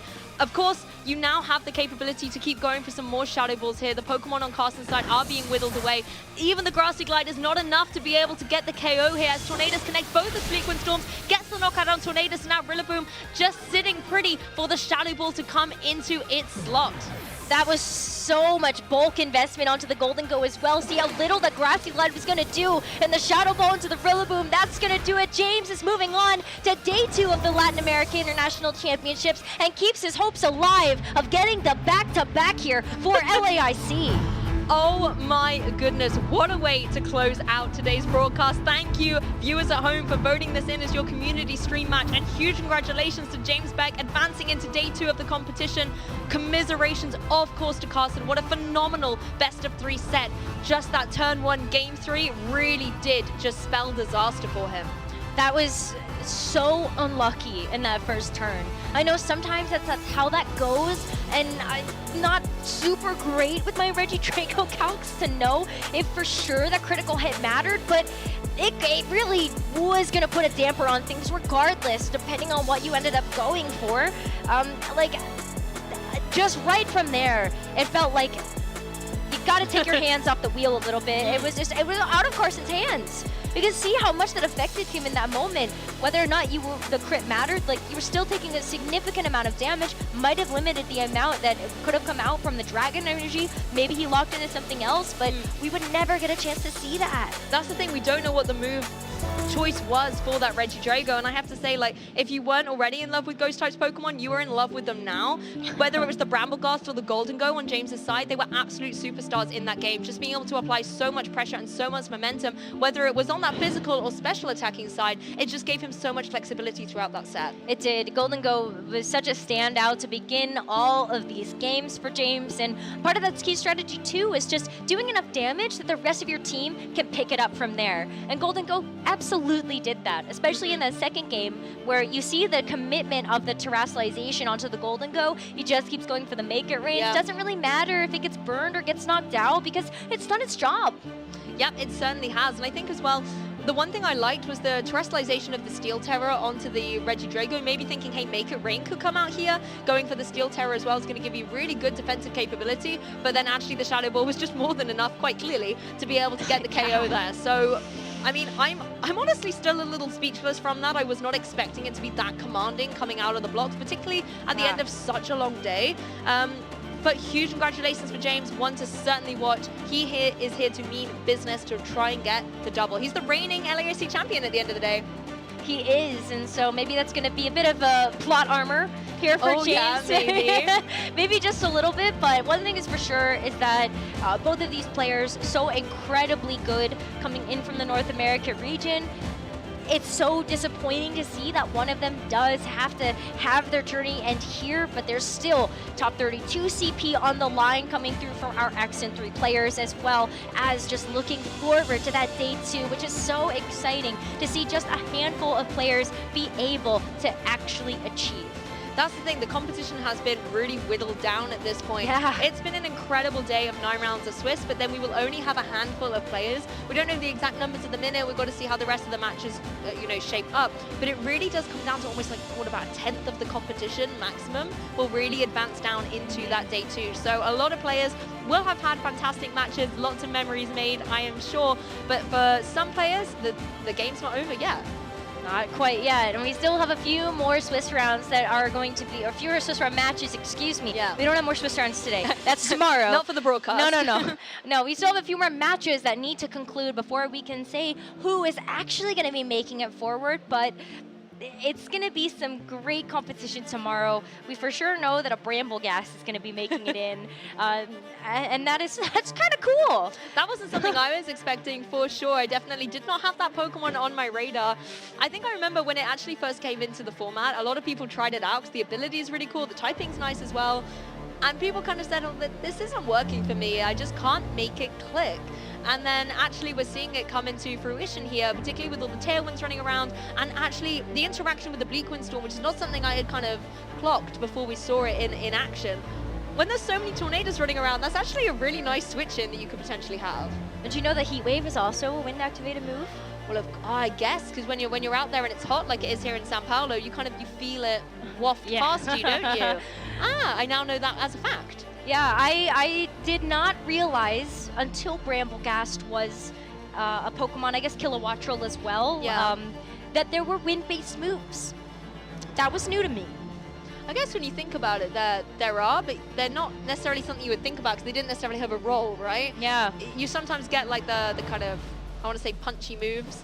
There was an item, is it the Lucky Glove or something, which will boost up your punching moves. That might not be the right word, but sometimes they do come into fruition a little bit, and sometimes you see like, the physical contact moves will deal damage or take damage from certain things, but wind-based moves, they're also a thing. And also, Ability Shield. That was a new one that we ended up seeing come through from Weezing. Thank you, Weezing, for neutralizing gas and making Ability Shield a super relevant for a short period of time. Until we found out maybe Weezing is not as easy to make work in a meta like this, but it was kind of fun while it lasted. Yeah, just unfortunately wasn't able to be as piloted as well. And hey, I didn't think Brambleghast was easy to pilot, but one trainer who certainly showed it can be done was James Beck. So let's throw it over to the stage with Sierra for a winner's interview.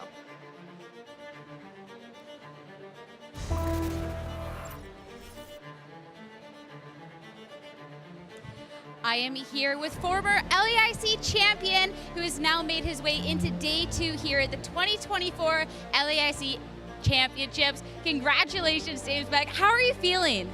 Oh, it's been a long day, and I mean a very long day. Let's just say a little bit of a lost streak early on, and fighting back every round has been very stressful, especially with the team I'm running, but thankfully I was able to claw it back. A little bit lucky, but that is the game sometimes, and I did have my fair share of unluck this tournament, so very happy with it.